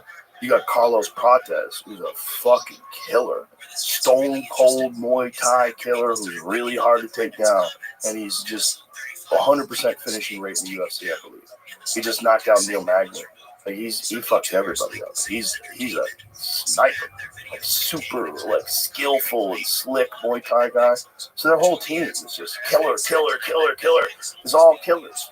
Just like a team of like brilliant up and coming killers. These guys are learning now. It's not just about training hard. It's not just about sacrifice. It's about thinking hard too. It's about learning. It's about like really going over your game, and like what can you improve upon? How do we make this better? How do we seal up this part of the game? Amazing. I think the guy that led that for me was GSP. Oh yeah, I was always very impressed with how every fight he showed up with something different. yeah. While his opponent was still like, yeah, GSP's got skills, but I still got this right hand. Okay. Bro, He he was was your right hand. always learning. He was always learning. He was in the city with the kickboxing guy. He was over Phil Nurse. Yeah, with the Phil Nurse and the Watt. Yeah, and then he would go with all the Greg Jackson guys. Wild Card. He would Yep. Go to Wild Card, train boxing. Remember when he fought? I think it was Josh Kochek, and he was jabbing. Was that the fight where he fucking broke the jab out? And he had trained at Wild Card. Yeah, his jab, it fucked Josh's eye up so bad that Josh couldn't fly home. I remember that. I remember all that shit. That's what I liked about him. His training was all. Another time, you're watching and he's doing gymnastics. Yeah. Where's gymnastics and all this play a game? Well, he just realized that gymnasts are so powerful because they have such control of their body. And he's like, well, I'm going to get better control of my body. So he learned how to do backflips. Swimming. Yeah, doing this, doing that. And meanwhile, you're still going, well, my jiu-jitsu game is elevated. This motherfucker just went and worked on every part of his game, but focused on just one, really. You know what's really crazy about him? He still does the same thing. He's really a martial artist. He comes to Austin all the time to train with John Danaher and Gordon Ryan. All the time. He's here all the time. I see him like every couple of months. He comes down to train, and then he'll go somewhere else to train, and he'll go somewhere else to train. No desire to fight. He doesn't want to fight anymore at all. He's just a martial artist. He's so happy and content. He's like the best example of a guy who retired with millions in the bank and is living like his best life. He's a real martial artist. He really is. He just wants to learn and grow. Like, why would he come here and train with Gordon Ryan? Why would he train that fucking animal if you're not actually thinking about competing? But for him, it's just all about growing. It's all about growing and this martial arts journey that he's on for his whole life. It's really amazing. It's very cool. You know, when he would come to 10th Planet Jiu-Jitsu and he would learn stuff from Eddie too. He came down to learn the turning sidekick from me. Like, he just wants to learn from everybody. He wants to learn everything. He's always constantly seeking out. Yeah. Very smart. Very smart. Very smart. And you see him. He's in all these different gyms. You see him. Oh, look, he's in Thailand. He's working with Muay Thai guys. He's over here. He's over there. He's just enjoying his life and training martial arts all over the world. It's incredible. Incredible. It's beautiful. Because the saddest thing for me is when a fighter stops fighting and they lose their identity. George has never lost his identity. He hasn't gone through some weird phase where he doesn't know what to do with himself. I am not impressed with your performance. That was one of the funniest things I've ever heard in my life. Yeah, that became a meme. I was not impressed with your performance. Nicest fucking guy in Nicest the world, guy in the world. And really smart, man. Really interested in all kinds of shit. Like, always like reading stuff and fascinated by things. Just a guy, just a curious guy who wants to learn, and he's just going through his life, just having a good time now. He doesn't have to think about business, it's just training. It's kind of fucking awesome. It's awesome. It really is awesome. It really is. Because like with no goal in mind other than growth and getting better. And he's still rolling hard, man. I'm watching him roll with these guys. He's rolling with assassins. He's still doing jiu-jitsu with like top flight black belts, man. Would you ever consider going back to Taekwondo now? No. Just going to a school once a week and just going in there with a bunch of guys and throwing some kicks and shit. I thought about it. No, you're not feeling me. What do you mean? Everybody can work out on their own. Could you imagine now at your age? Like, I've been thinking about it. There's a purple belt at my jiu-jitsu school. He's 68. Oh, wow. He came from a fucking Shotokan karate background. And he goes, I teach in the Bronx every Wednesday night. He goes, this was my school. I sold it, but I still go up there on Wednesdays. Come with me sometime. I'm like, wow. How cool would that be? That would be cool to take a class. That's what I'm saying. One time a week. Like something that what's the... As long as you didn't have to spar. No. But you do those, like when you do Taekwondo, they have one steps. One step, like those little... Yeah, those Sushik they run, I think they call, where I throw a punch. Yeah, it's drill, and that's what you need. You're not gonna fucking spar and go crazy. But drills are really important. They're really important. People don't like to do them because sparring is so fun. Same with jiu-jitsu. Yeah. Like Eddie Bravo used to say that like drills are terrible. They're so boring. but if you can do them, it'll make your jiu-jitsu way better. Like the biggest leap that I ever got in the beginning of my jiu-jitsu journey was when I became friends with Eddie. We would train in my garage. I had mats in my garage, and we would just drill for like an hour and a half, a couple times a week. He was showing me a lot of his rubber guard stuff, like the early stuff, but we would just drill like different positions, how to escape certain positions, how to finish from certain positions, what to be careful of, and then we just go through paths. Like path was, pass into half guard, push on the knee, move into side control, head and arm, secure the arm, finish the arm triangle. And what would do is like, if he was doing it to me, I would resist like 40% maybe, just kind of like sort of resist, right. And they secure it, and you kind of resist and they finish it off. So it's like basically you're doing it as if you're doing the same pathway with the same things that a person would do to resist, but then they're not trying to really stop you. They want you to tap them. Like this is the idea of the drill. So I'll get my hand in, but it's just so that you can push my hand down and then lock it over. So that's big now. Yeah, drilling is everything. People are flow rolling. Mm-hmm. People are selling it more. Even Tom DeBlas is like, dog, listen. It's the way to get better. It's really the way to get better. But the problem is you got to keep a motherfucker flowing. And that's the problem. Right. That after a while, you're like, oh, and all of a sudden, next thing you know, it's not a flow. Right. Now you're going to try to kill each other. And that's the problem. It always starts off with a flow for a minute and a half, and then it goes off the fucking reservation. That's always the same with kickboxing sparring, too. When I was training at the Jet Center, there was this one dude that I used to love to train with. He was an older guy. So I was probably 26 back then, 27 maybe. And he was maybe like closer to 35, 40. Like he had some fights, just like to stay in shape. And we would spar, and he knew I was an actor or comedian, whatever. I was on a TV show, and I didn't want to get hit too much. And he didn't want to get, so we would spar. We'd just touch each other. Yeah. And I knew he wasn't going to try to knock me out. But other guys, I knew, like, we're fighting. Like, we're sparring. This is a fight. But with him, I knew it, and I got so sharp because of that. Because he and I would work out a couple times a week, and I noticed, like, my timing and everything was, like, much sharper because I was going through those pathways and not tense. I was going through those pathways, so sharpening those lanes. So, like, punch, come, slip, counter. All these things were, like, flowing in my head because we weren't hurting each other. But it's so hard for young guys to understand that. To get better is to, like, be playful with it. You want to, like, the Thai guys, because they fight every week, when they spar, they don't hurt each other at all. They touch, and they laugh, like, oi, oi. They're, like, playing a little game with each other. You ever seen Thai guys? Yeah, they have a good time. Like, you watch, like, one of the best things to watch is, like, two elite, high-level Thai guys just spar with each other. Just spar, playful, light, because they're joking around and laughing and they're touching each other, but they're really working on that timing. They're really working on those moves, working on like seeing what's coming, how to stop it, how to get in on them, but they're not hurting each other at all. It's weird that I'm older and I love doing crazy shit. Like I love it. I don't have much in the daytime no more. So I'll try to catch a boxing class or jiu-jitsu and all that shit.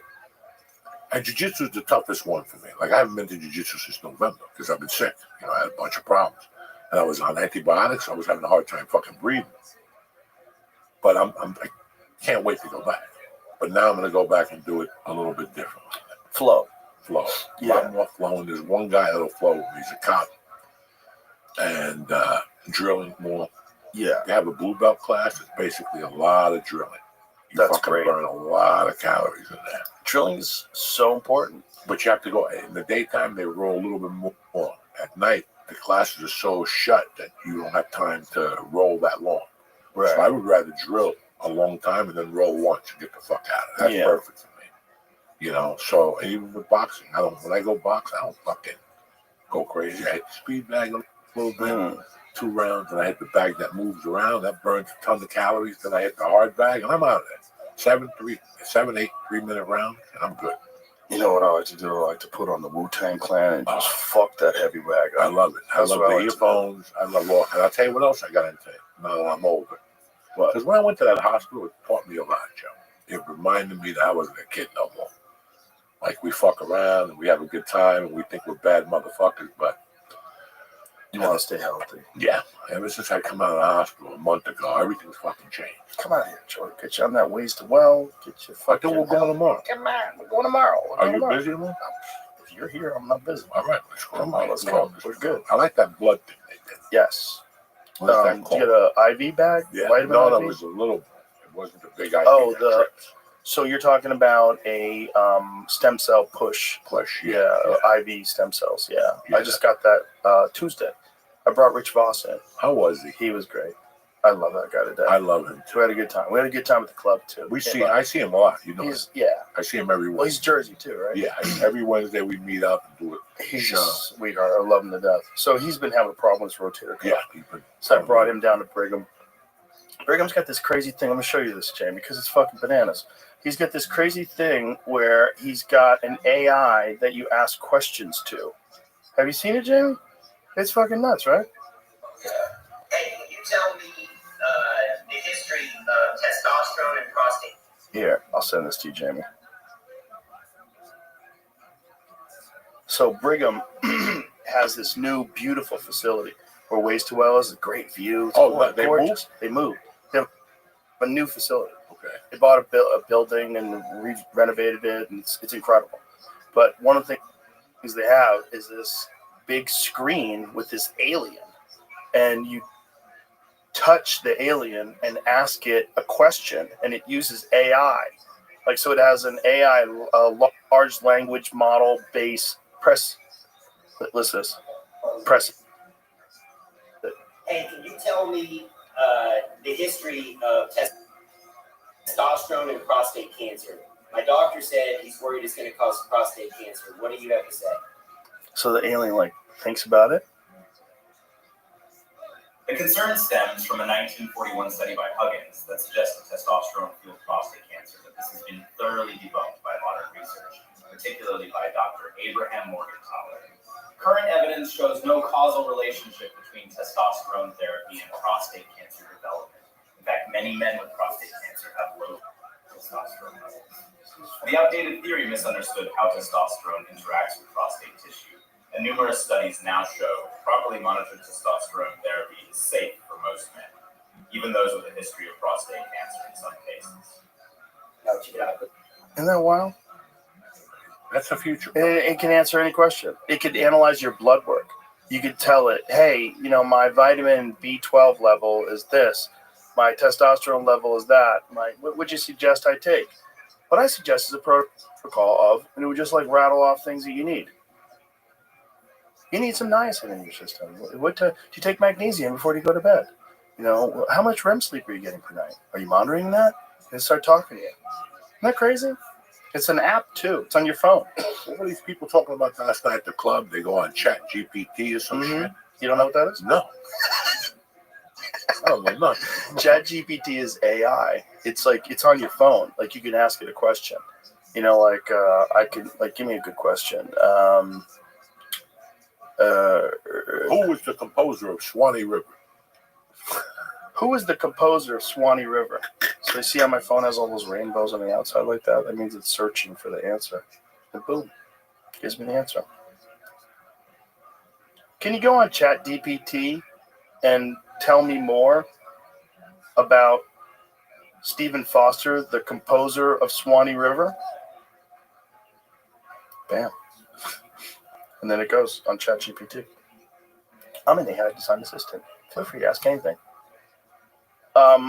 What Disney movies are the most racist? Working with ChatGPT right now.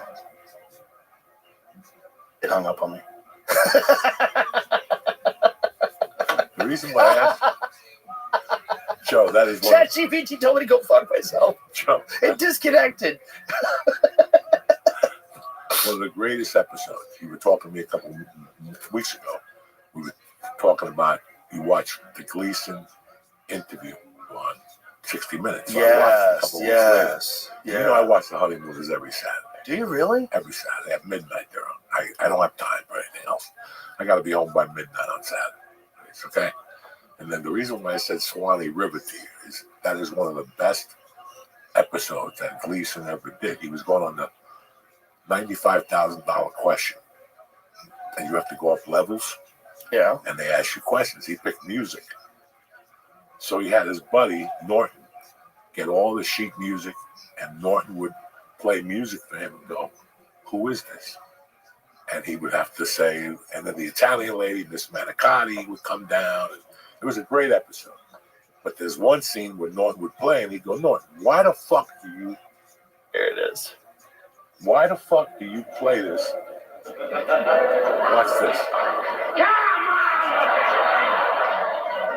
This is my last night to brush up on the songs. Now let's not waste any time. Get going. All right.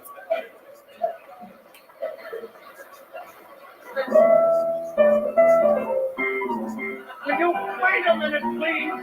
Why must you always play da da da da da da da before you go in and play the song I'm trying to get?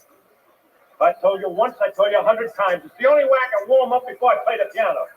A pitcher warms up before he pitches the ball game. I gotta warm up that way before I play the piano. I hope I don't have to tell you this again. Are you ready? Go ahead and play.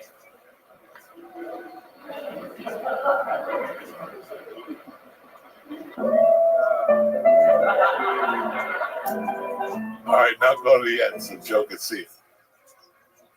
So he goes... Time's running out. Hurry up. Better take a guess. No, play the song for him so he sees. $100. Are you ready? I certainly am. All right, Mr. Cramden, for $100, who is the composer of Swanee River?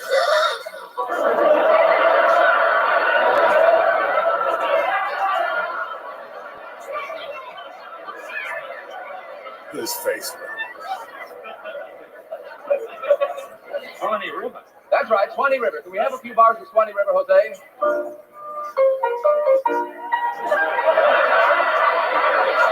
That's Swanee River. That's right. Now, who's the composer? Your time's running out. Hurry up. You better take a guess.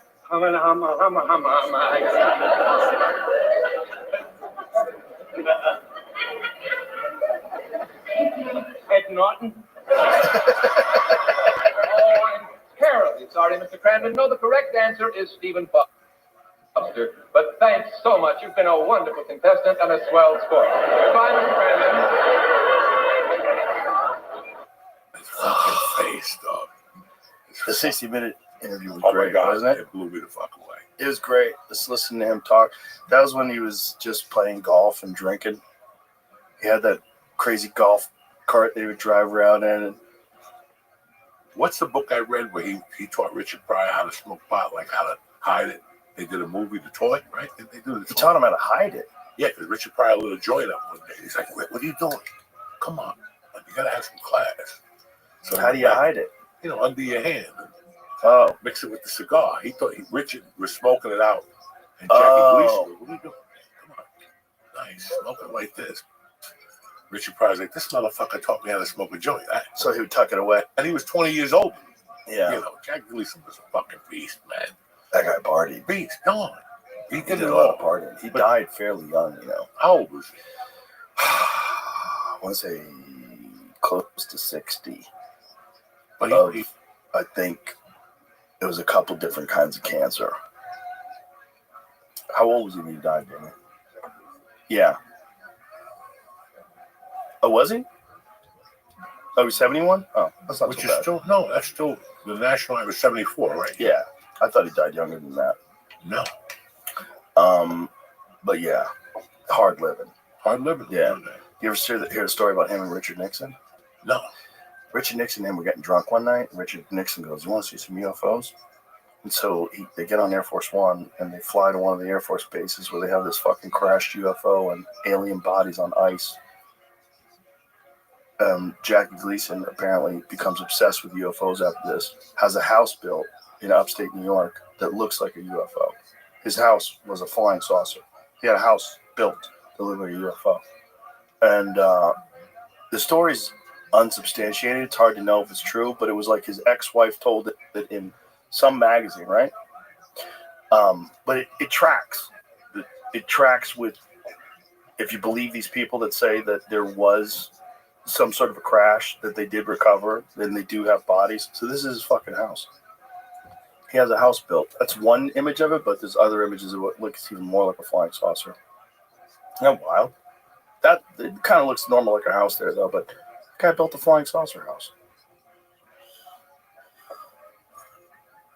Nixon and him got hammered.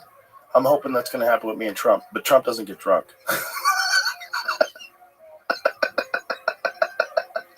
You imagine you're hanging out with Trump, and he's like, "You want to see the UFO? Can you keep a secret?" Yeah, there he is, hanging out with Nixon. And they supposedly do have something that crashed, and they supposedly do have biological entities that are on ice somewhere. As according to these whistleblowers that work for the government, and now we're talking about it, I just don't know what's real.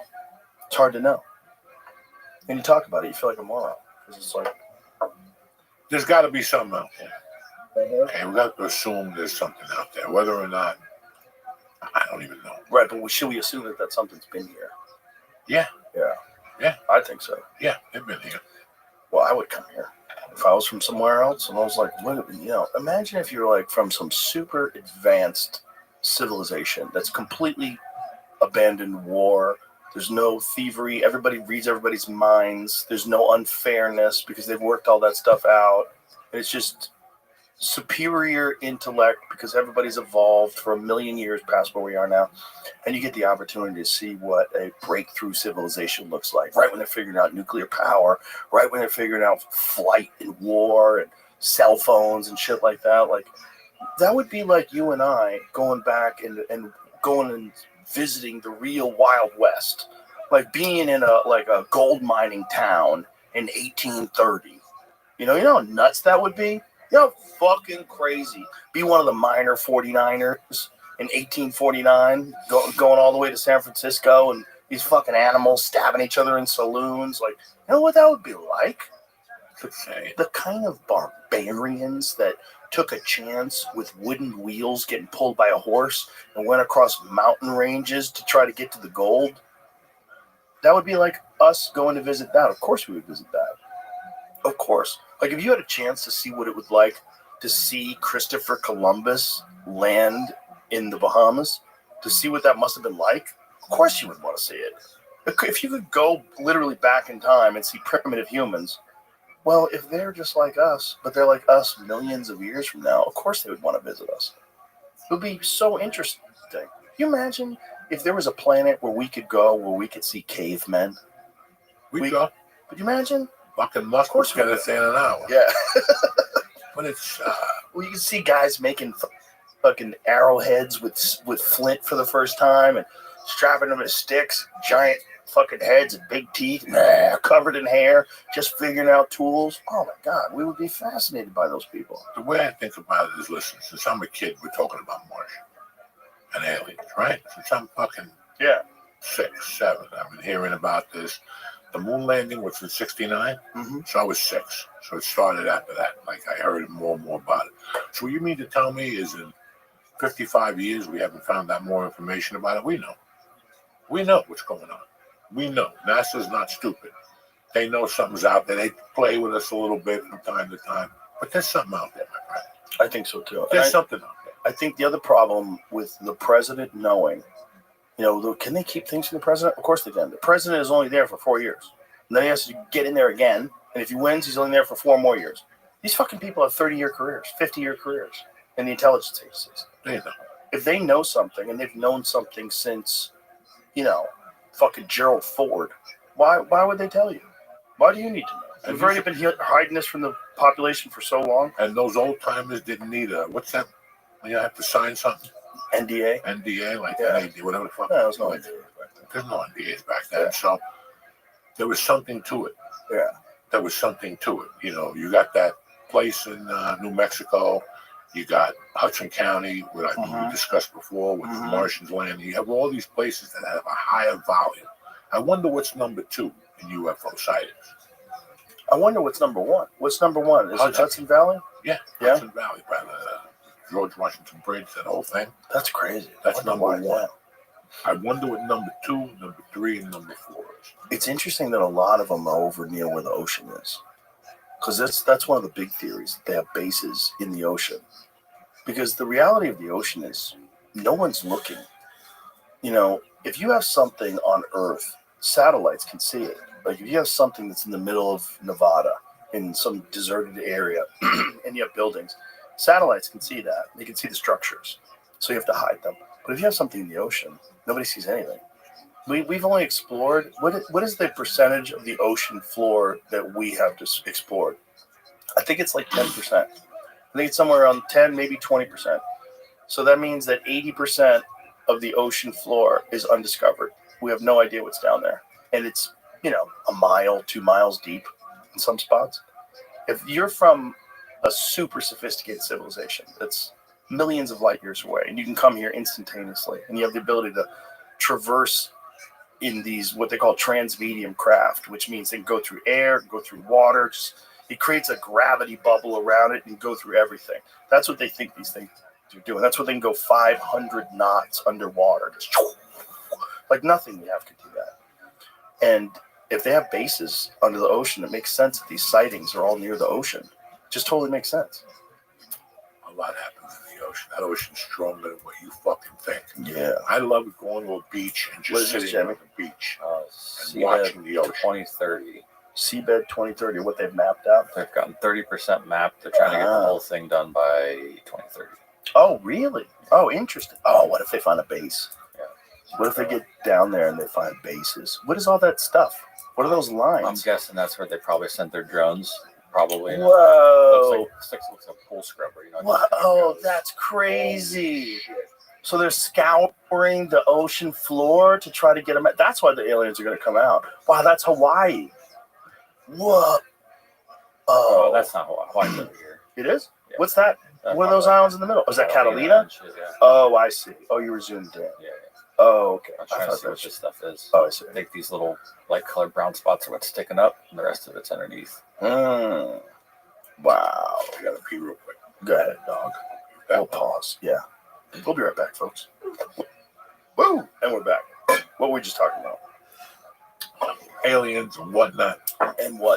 Yeah. I feel that we know. We're just not going to. It's like everything else, man. We know who shot Kennedy. We're not going to release it. We're going to play with us. That's what they do. I think that they would be. I think even after all the alien talk and everything, I think Americans couldn't really handle it. Well, there was actually a discussion. This guy, Hal Puthoff, who was a physicist that worked with the U.S. government, told me that during the Bush administration, they actually wanted to talk about the potential of disclosure to the American people. What would be the pros and the cons? And so they listed what could be disrupted. Well, the economy could be disrupted, religion could be disrupted, government could be disrupted. What would be the positive aspects? And they started looking at the positive aspects like scientific development, the understanding that we're not alone, and then they weighed it all out. And the cons outweighed the pros by a significant number. And so they decided not to disclose it. This is what Hal Puthoff says. So he is a scientist that's worked with the government for decades. And he, I had dinner with him and Jacques Vallée. Jacques Vallée is the guy who the character in Close Encounters of the Third Kind was based on, the French guy, the scientist.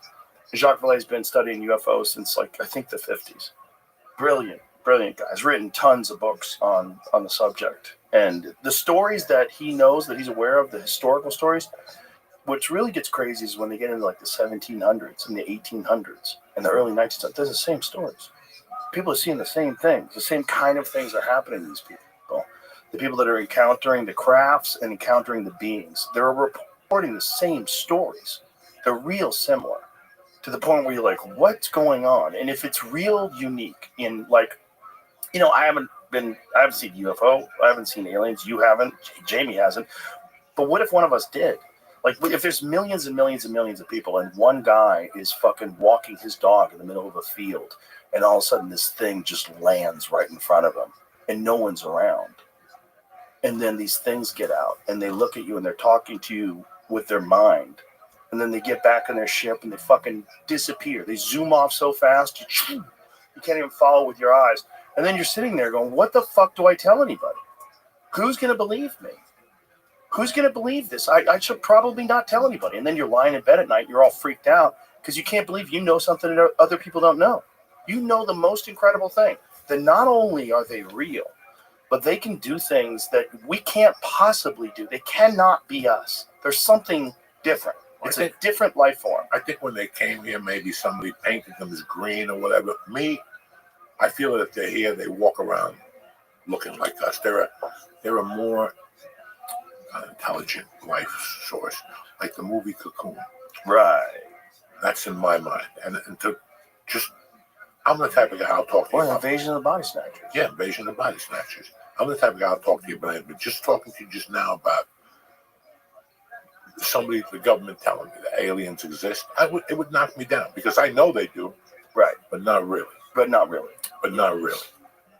I know they do, but not really. And that's, I think, with everything. Yeah.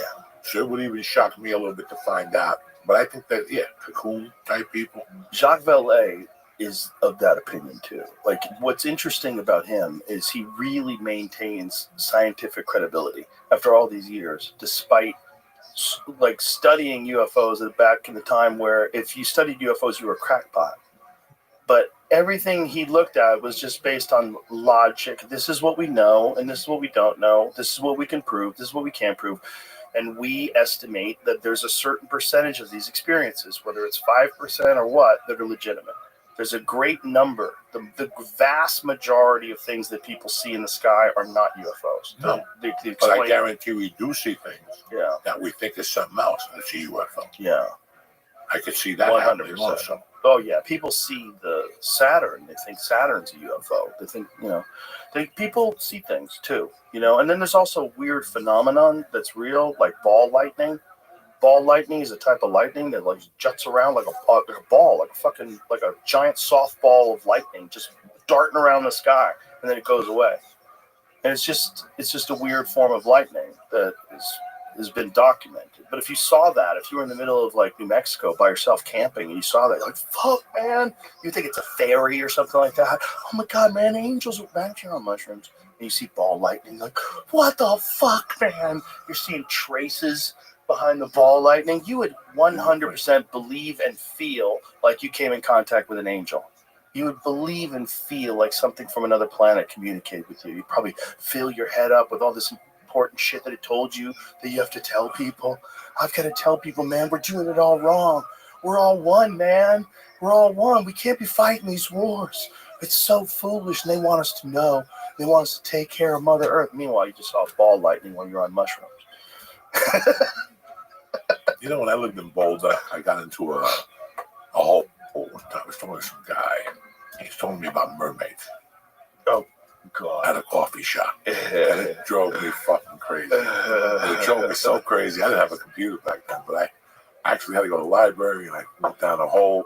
And maybe 10 years ago, I went online one night, got high, was reading about mermaids. Like, that's something I believe in. The dumbest thing about mermaids is they have a fish from the waist down. Right, but weren't they actually spotted in the 1800s somewhere? Or is this a lie? It doesn't even make any sense. Like, fish don't have sex, you fucking idiot. That means it's the most beautiful one in the world from the waist up, and all she do is give you blowjobs.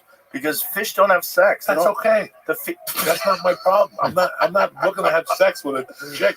But people are. They want to fall in love with the mermaid. But like, that's the craziest person to fall in love with. Is there any evidence? No. Come on. No. They're manatees.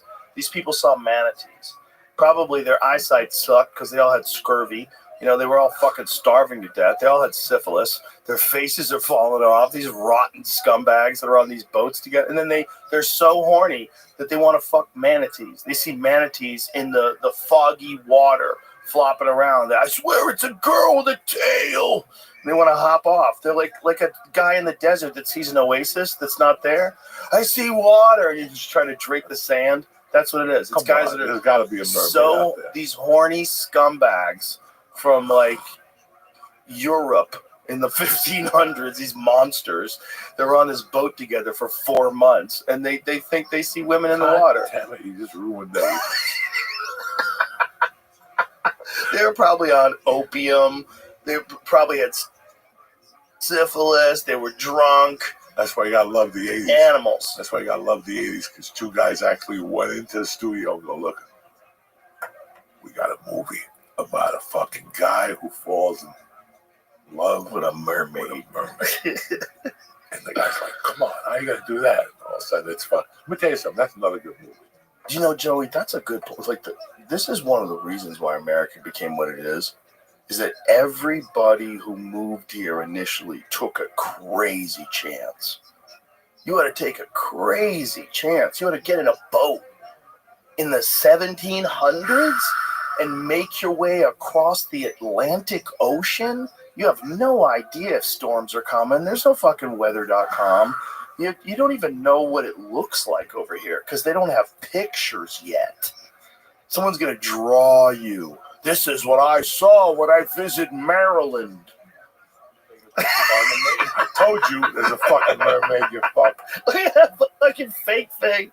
He sewed the fish bottom onto a monkey's body. Oh, like Jesus Christ. That's hilarious. That's one of the reasons why America became so powerful. The two things. The Constitution, the Declaration of Independence, the Bill of Rights. Like that stuff. All the laws that gave you freedom of speech, the right to bear arms, the right to practice your own religion. All those things are incredible. But also the type of people that moved here. Crazy risk-taking motherfuckers that were willing to get their kids and get on a boat and make it across the country. So everybody that came over here was just fucking gung-ho. They're all wild folk. Wild, dangerous people trying to get jobs on the East Coast. That's still to this day why the East Coast is so crazy, so chaotic, and so fun. Because that was like the echoes of these pioneering monsters that traveled their way across the ocean. The crazy people, desperate for anything. Europe just sucked so bad. Like, we got to get the fuck out of here. Whether it's from Spain or Ireland or where they boats, just boats. Italians, boats. And then they make their way across the land. And then, cover the whole thing eventually. And in a few hundred years. It's a crazy story, man. And we got to be careful of this place. You can't sacrifice the things that made us so great in terms of our freedom just for political gain. Because then we're going to give the whole thing away. And we could go the same way Iran's going. The same way they had a European style country, and now it's a dictatorship, and now it's Islamic, and there's no getting out of that now without some crazy revolution, right? It could go that way anywhere, man. If there's people anywhere on earth in 2025 living under the thumb of tyranny, there can be people here. It just, a bunch of things have to go wrong. We saw a few things go wrong during COVID that should have woke a lot of people up, that the fabric of society is more fragile than you think it is. And that's why the founding fathers are so wise. They put into play protections to keep tyranny from taking over. They had a bunch of checks and balances that you can't get through. You don't have ultimate power like a king. You have Congress, you have the Senate, you have the Supreme Court. It's got to be like that. You can't change that just because you want your side to win. Everybody has to be aware of that. Everybody gets short-sighted.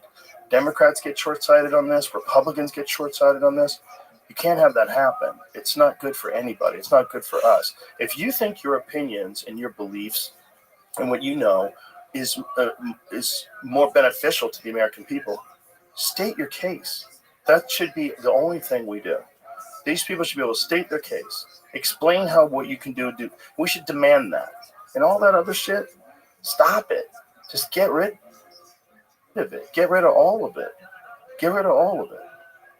No one should be pro-crime. No one should be letting people off the hook for violent crimes. No one should be letting gang members live in some sanctuary city from another country that come over here just to cause havoc and create crime because we have weak policing and because we let them in. No side should want that. No side should want the country to be more dangerous. And no side should want people deported to El Salvador prisons that aren't really gang members either. No side should want no due process. No side should want the ability of the government to imagine you're a person who's over here illegally, but you're not a criminal. You're just a guy who doesn't have paperwork, and then they send you to prison somewhere. Someone decides because of your tattoos that you're in a gang. So now all of a sudden you're in a prison in another country and you haven't even been to trial. We can't let that happen either. Did you see that fucking prison where they took them in Nicaragua, whatever that place? It's in El Salvador. El Salvador, where they housed them 40 and stuff. That's crazy. It's crazy. That's insanity, bro. And apparently they have unmarked graves. They, people die, they get strangled, whatever, take on the back, unmarked grave. It's complete dehumanizing of people as a overcorrection to having too much crime and gang violence. So too much crime and gang violence, then you throw all due process out the window, round everybody up, throw them all in jail.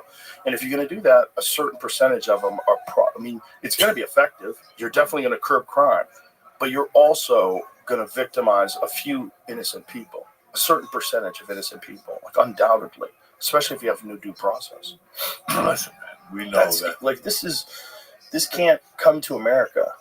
And if we're sending our prisoners over there, how much different is that than the other stuff that we hate, like sending jobs overseas where people work for $1 a day and don't get health care? We would never allow that in America, right? Well, we would never allow this kind of a prison in America either.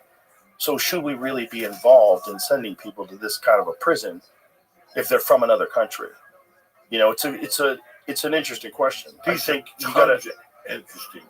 I think there is a bit of a problem, right? If you come from one country and then they put you in a prison in another one without a trial. If they say you're a gang member, you're in MS-13, you come from Mexico, you make your way into America, and all of a sudden they put you in El Salvador prison, you're like, yo, what happened here? Yeah, They took a handful of people that had weird tattoos and stuff like that. That's what I've heard, but I don't really know the truth yet. No, you don't know the truth. Because, they were saying that they keep talking about this guy in the mainstream media, saying he's a Maryland father and this and that. But then that Tom Homan guy says, no, he's a member of MS-13. It's okay, who's telling the truth? And they were saying that if he got deported and came back into this country again illegally, we would round him up again and do it all over again. We didn't make a mistake. Okay, well, who's telling the truth? Is he just a Maryland man that's mistaken identity? And where's his police record? Yeah, right. Let me see his police record. Mm-hmm. If the guy has a tattoo and he's got no police record, and he's got a family and a wife, and blah, blah, it's like, remember when we used to take me for chicken? Which place? By your old house?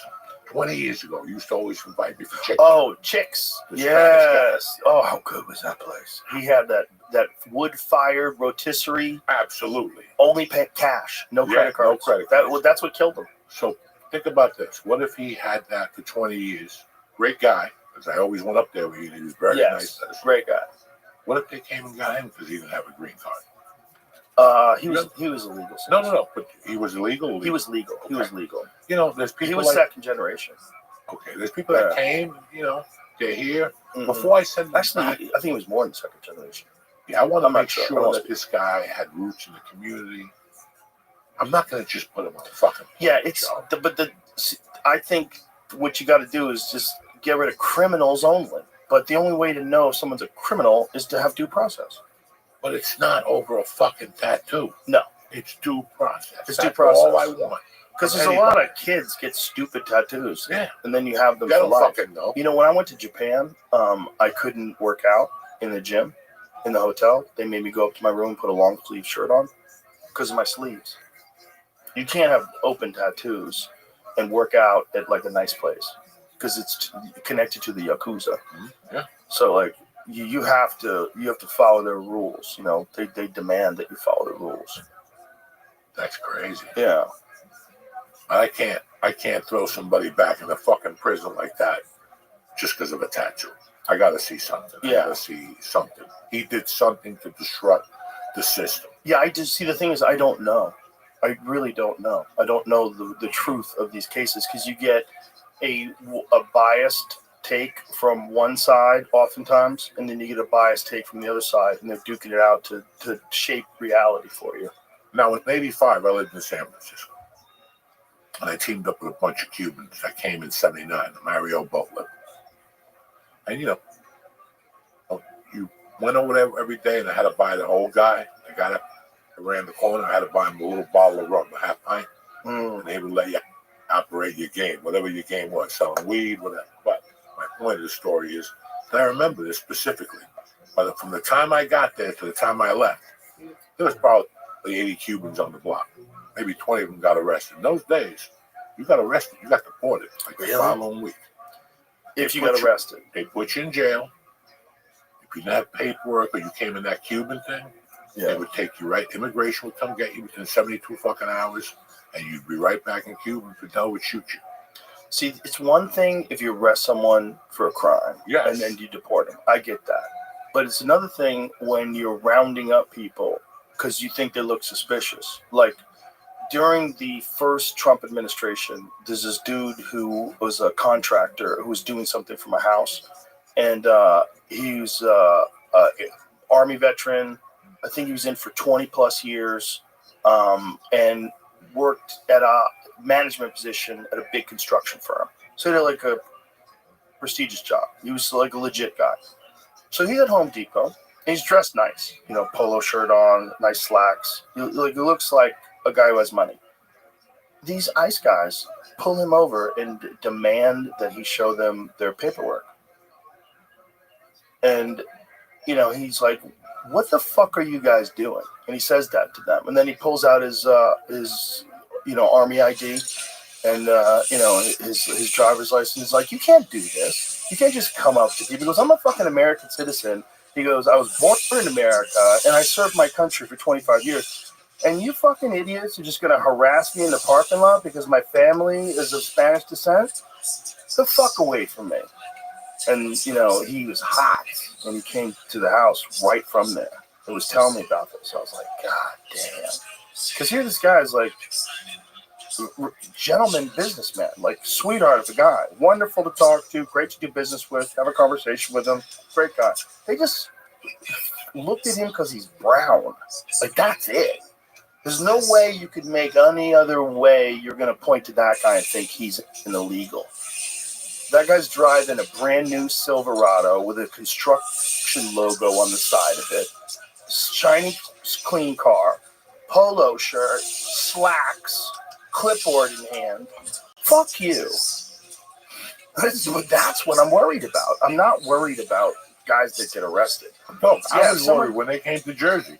I didn't go out that week. I didn't do much. I'm a Diaz. I'm glad they didn't deport you. I didn't know, but you never listen. Right, but if you did get arrested for a crime, you probably now would say, yeah, you should get deported. Like if you did a violent crime.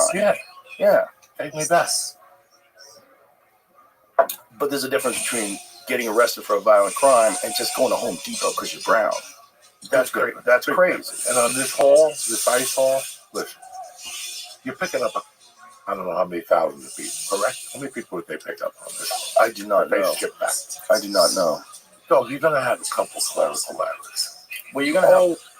Please, listen, more than that. Even the computer will pick them. Yeah. It's just a clerical error. But there's also... Just be big enough to say we made a clerical error. Don't keep saying that I know you're a gang member because you got to fuck with that. Well, the thing is like that. We don't know what's correct, right? But there's not just clerical errors. If you don't have due process, you also have the potential for people to potentially falsely accuse someone on purpose just so they can arrest them because they don't like them, or they have a bad business dealing with them, or there's some reason why they want to send this motherfucker to show him to El Salvador. People are crazy. They do shit like that all the time. If you're just rounding people up and this guy that you fucking hate happens to be from Nicaragua and you just fucking sick the dogs on them, if you got a hotline when people can call and rat on people, people are rats. There's a lot of rats. Especially just have a wild number that you can call. Wild number to turn people in. Remember during COVID? Like they were giving people rewards for turning people in for having parties in LA. And the mayor was saying, normally snitches get stitches, but now they get rewards. Do you remember that? Yeah. That retarded mayor that they had in LA during the entire time? I don't even remember. He was such a Los Angelinos. Oh, wasn't that guy? Yeah. My favorite thing was when Black Lives Matter protested in front of his house. Like, you're never woken up, bitch. Well, this is my problem. This guy. Well, yeah. And that guy, what the fuck was his name? Oh, God. What a tool. LAcity.org/business violation. Does he say the snitches usually get stitches? Say it at the beginning. See, Take us at the beginning. Everybody continues to let us know where those folks are. If you've observed recurring violations of the Safer at Home order, please continue to let us know at coronavirus.lacity.org/business violation. You know the old expression about snitches? Well, in this case, snitches get rewards. We want to thank you for turning folks in and making sure we are all safe. You should go to jail for saying that. I'm explaining. You fucking monster. Due process has been my problem since all this shit started. And it started with even the cancel culture. Okay, due process. You gotta come at me and let me know everything. Just because you opened up your mouth. I said that 22 years ago at a party, I kissed you, I tried to kiss you. That ain't good enough. That just ain't good enough. Well, I went home and called my girlfriend Diane. We'll get her on the fucking stand too. But I believe in due process. I'll do whatever time you want me to do. Prove that I did it. Just don't open up your fucking mouth. Absolutely. But when you have something like, I'm asking for you to turn people in for anything, people are going to go nutty and start ratting on people. That's just what they do. You can't get away from that. You can't. Snitches get rewards. Like, if you have that for immigration, you got a real problem. You got a real problem. Because there's legit scumbag racists out there that'll find people and start targeting them. People swat people all the time. You know what that is? They fucking call 911 and say someone's being held hostage at Joey Diaz's house at gunpoint. And then the SWAT team shows up. And you might not know what's going on, so you might pull out a fucking gun and get shot. Yeah, I've heard of that. Where college students are doing it. People are doing it all the time. It happens. There was a bunch of conservative online people that were getting swatted recently. It's wild shit, dude. You know, you give people this ability with social media, or even more so if you like anonymously tip people that people are immigrants here illegally. Like, boy, that's going to be a problem if that ever happens. And that could just be a woman who owns a fucking fruit stand, and a Mexican owns a fruit stand down the corner, and she could just call and go, listen, this guy's illegal. There's people that are excited that people are getting deported. Like, be fucking careful. Be careful what you wish for. You don't want just more people searching for people to lock up. And then here's the thing, like any other business. Once you start getting numbers, you don't want those numbers to drop off. You don't want the job to go away. You know, you got a quota, right? If you got a quota, I don't know if there is a quota, but if there's a quota for how many immigrants we're going to send back, you got to have a problem. Because then now you've made it a game. And now I'm trying to score points. And if Joey gets 30 guys, I want to get 50 guys. Fuck Joey. Yeah, I got 50. I think a few of them might not be guilty, but fuck it, who cares? I hit the bonus. Cadillac. I hit the bonus. Yeah, fuck them. They should all go back anyway. Agreed. Yeah. There's a lot of fucking idiots in this world. There's a lot of people that they're short-sighted. And by giving, if there is, I'm not saying there is a quota, but if there is a quota, you're giving people a game to play now. You don't want to play games with people. Well, I think even on ticket quotas, there's a percentage that they know they're going to get beat. Like, yeah. If I give you 10 tickets, 8 of them are going to be good. 2 of them are going to be, he's going to come in with an attorney. Right. Like this. The wind was blowing, and, you know. I always said that, like, what would they do? See, this is a problem with the government that they're exposed with this Department of Government Efficiency. And I had heard about this before from my friends that were in the military, that, like, if you get a budget for the year, if you don't spend all of that money, your budget's going to be reduced next year. You don't want that to happen. So you spend money wildly, completely inefficiently. And I think that's part of the problem that we're facing here. It's like they don't want to lose out on any of this money. They've been getting this money this way for so long. You're right. If they don't use it, that's right. The budget goes down. Yeah, the budget goes down. They call that something. What is it called? Bullshit. I don't know. What is it?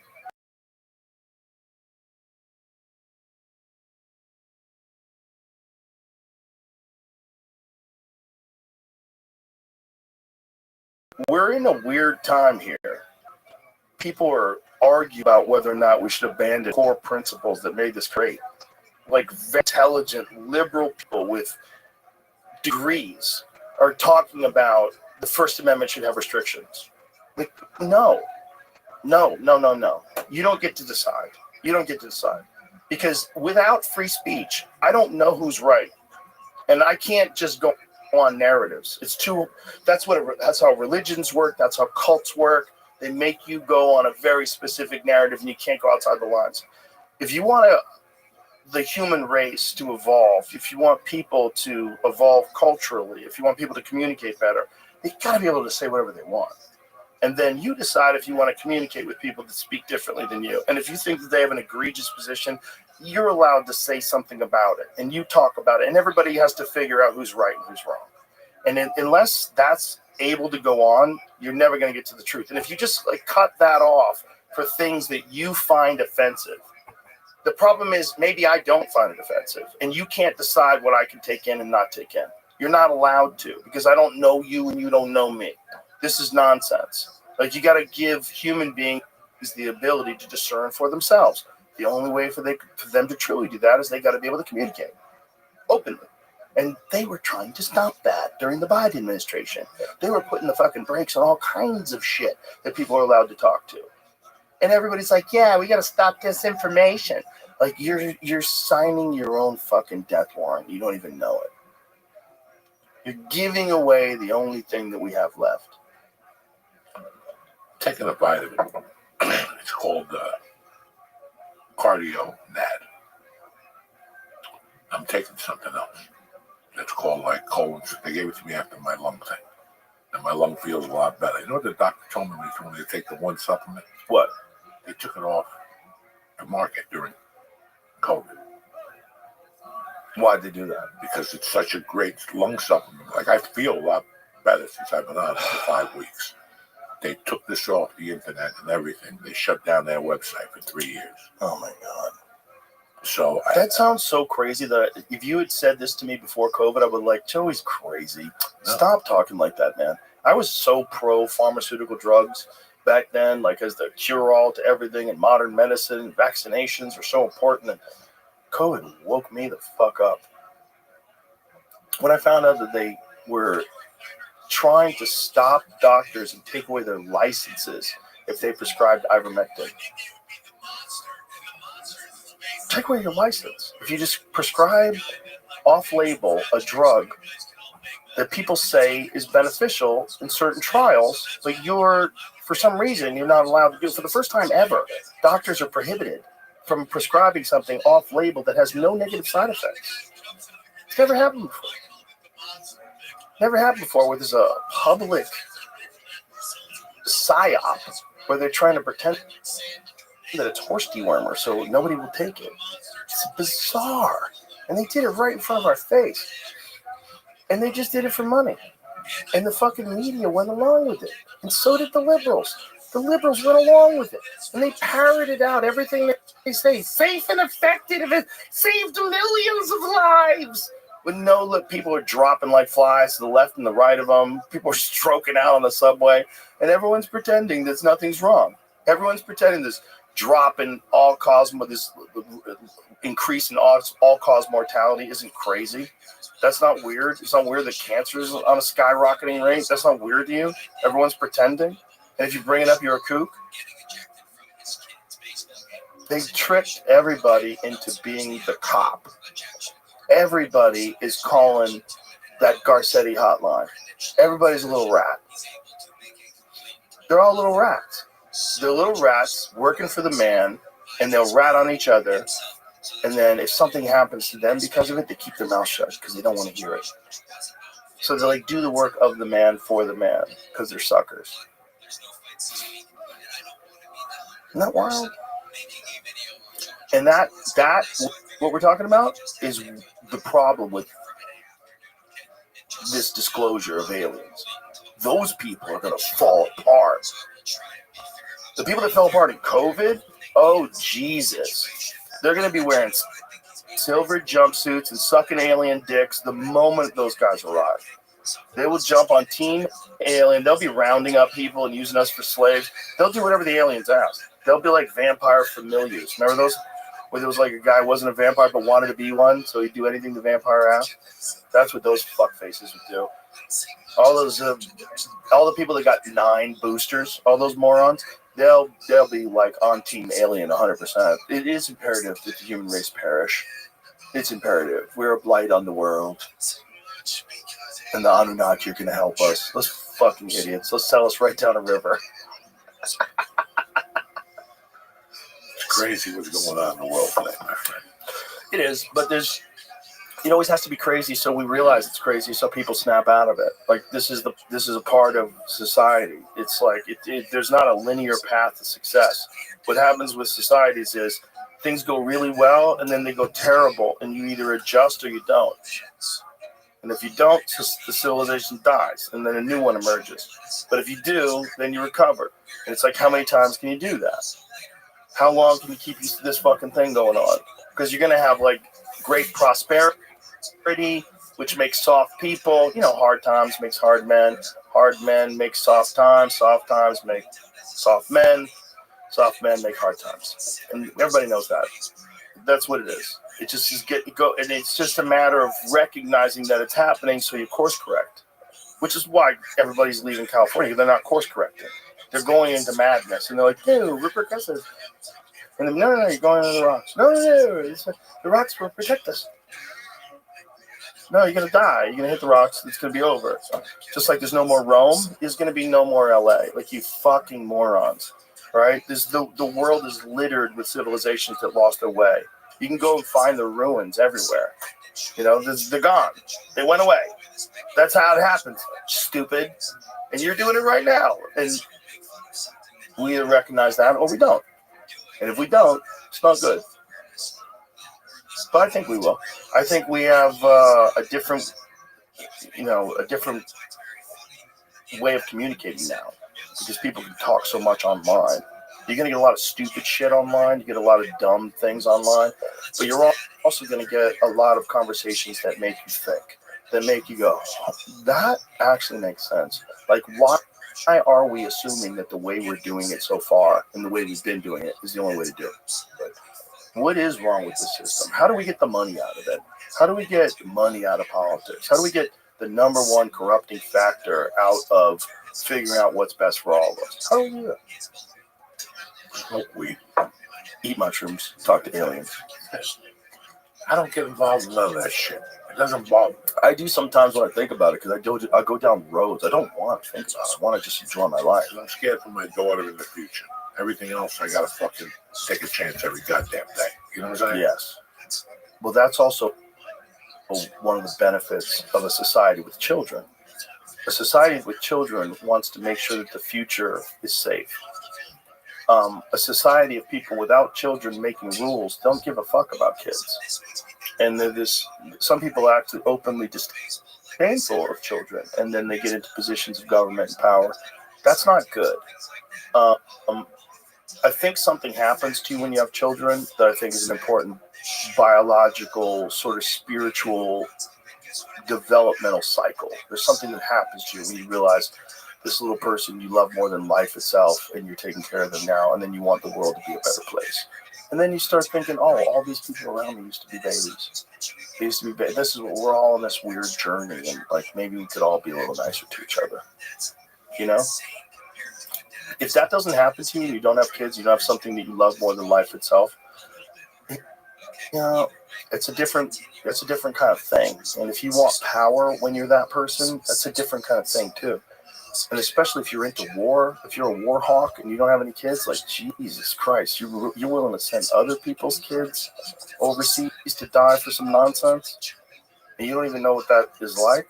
That's kind of crazy.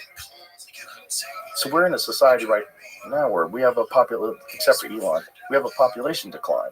People aren't having as much babies as they used to. It just doesn't seem like it because there's so many people. But it's like when they look at the numbers for the future, we're in a kind of a weird population collapse thing. Like Japan is fucked.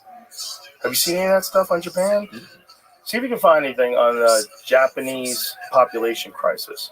They're having so few children in Japan that like in 3 generations, they could be in real trouble. Like the number of people that will have a grandchild right now is significantly lower than it ever has been before. That's your question. Yeah. What the fuck's it got to do with me? I don't give a fuck about the Japs. What the fuck is wrong with you, Joe? Well, I think about it with us. Because I think about it with like civilizations collapsing. I think about it what we've been talking about the whole day. Yeah, but we don't have to worry about that. I know. We don't have to worry about it. Too You're much. right. You're This right. is the first podcast I've done that I'm scared. You know what I'm saying? What the fuck is wrong with you? You're right. Enough with this shit. You're right. And politics, enough. COVID is over. If you took the fucking needle, fuck you. If you didn't, now they just found out that fucking the flu shot don't work. I could have told you that 25 Not only fucking does it years not ago. work, it makes you 25% more likely Come to on, get the flu. man. And I'm a GED type of fucking motherfucker. So knock it off. I hate all this shit. I'm scared. You know what I'm saying? The fuck? I'm scared too. Yeah, about Japanese. Listen, man, that's what the problem is. We're worrying about this is what the internet fucked us. That's true. This is why we have retards walking around believing everything. Because I forgot what I was going to tell you. The internet fucked us. The internet fucked us. It's too much information. It's like this. I was in the hospital. And I get on a fucking elevator, and there's 2, 3 doctors, you know, half a fags in my world, okay? And they're like, oh my God, we can't wait till the Kennedy report comes out. Well, how is it going to make a difference in your world? It's like these idiots with the Epstein list. How is it going to make a difference in your world if Tom Hanks is on that list? I'll tell you. You don't have to go to work tomorrow. Do you have to do all the same shit? That shit doesn't matter to me. I don't give a fuck who's on the Epstein list. I don't give a fuck who went to Diddy's house. It's got nothing to do with me. But in today's world, because of the internet, it makes us think it's got something to do with us. It has nothing to do with me, man. It's a show. That's what it is. What's a fucking show? I don't want to watch that show. So now I gotta wait here 60 years. We've been watching the same footage. You got hit. They clocked back. Right. You know, believe her. But now we want to really fuck with these fucking peanut limbo-headed dummies that are. Well, I want to see what's on there. Then 2 days later, the Jews did it. Yeah. Believe me. Just worry about paying your fucking credit card bills, you fucking idiot. That's what you should worry about. Did you see what happened this year in this country? Fucking millionaires are selling off fucking property before to pay taxes to get capital. Are you fucking kidding me? And people are worried about the fucking Epstein list. Like, how is it going to change your life? Who fucking Tom Hanks is fucking in the ass? Who doesn't matter? And do you really care? At the end of the day, do you really care about that 16-year-old girl? No, you don't. So shut the fuck up. Nobody cares. It's just a fucking show. It's a show. It's a show. It's like I told you about LA. Yeah. You know, I was watching it's a compelling show. What's that fucking show with the crazy stoner guy, Seth Rogen? You just. Oh, I haven't seen it. The Studio, okay? Yeah. Not a bad show. Not a bad show at all. But I was watching that show, and it let me realize what I hated. Small talk. That shit we were talking about before, where people just like, well, the other day a contractor came over. I love this guy. Came over to my house to do the garage. And there was a moment of 10 minutes that it was him and his son and me and my wife. And we're just standing there. It just takes one guy to go, all right, back to work, everybody. Because if not, we'll sit there for 3 hours. Right. So how do you feel? Wait, how was your trip? How was the hospital stay? Listen, it doesn't fucking matter how my hospital stay was. Get in your truck, get the fuck out of here, and I'll get the fuck out of here. I go my way. You know, my wife, I hate her around when people come over. Because she always throw that curveball in. Like, tell them to look at the room. No, they don't need to look at the fucking room. Leave them in the fucking garage. If not, you're going to confuse these motherfuckers. You got to assume everybody is confused. You go to a restaurant, you get something wrong. Everybody is not cooking on fucking, you know, it's something I've never seen before. Right. Every time I go somewhere, I'm like, how can they be that stupid? Yeah. How can they not do this? How can they? You go to CVS, anywhere you go, it's like they're not even training people anymore. They're not even training people anymore. You know, you go to, I went somewhere the other day, I was at the mall, my daughter was on, I go to P.F. Chang's. P.F. Chang's, those type of restaurants, they used to train people. For 2 weeks, you don't get paid. You're in there learning shit. It's not like a regular restaurant where they're like, follow Joe Rogan around for a day and then fucking come back tomorrow and you're on your own. No, nobody's fucking, they don't know anything. These young kids, they don't know anything. Nothing. You know, a lot of them aren't even getting driver's licenses. They just Uber everywhere. Kids don't want to learn how to drive. I don't want to learn how to drive. They don't care. My friend was telling me his son's got a license for 2 years. He's home every night. Yeah. We got a license. We left the house before we had the license. We were driving to New Hampshire. Yeah, we had the car before we had the fucking license. Yeah. But listen, I had, people. I went to a comedy show and a comedian was talking about kids, and I'm like, I'm not going to do that no more. Because that's all of us. We all talk about when I was fucking 40, right? When I was 28, I did this and I did that. But these kids today are different, and I've accepted it. I've accepted it in my neighborhood. When I went back, I was pissed for a few fucking months. How come? Because there's no kids playing. There's kids all over my fucking street. In my little cul-de-sac there, got like 8 fucking kids. Mr. Salty comes. We're the only ones out there. 4 in the afternoon. We're the fucking kids. And then kids don't feel comfortable being unsupervised today. You hear too much about kids being abducted and weird things happening to kids. It's not like they get free range like when we were kids. It's like there's that narrative's out there everywhere. And then some neighborhoods just aren't fucking safe.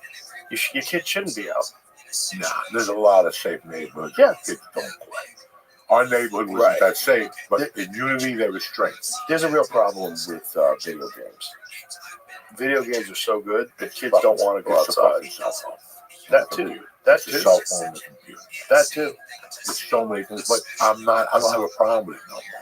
That's what I'm trying to say to you. It's who they are now. It's who they are. I was reading something. I just put this together. It's the truth. Remember a couple of weeks, maybe a year ago, they were talking about how low testosterone in these people? Yeah.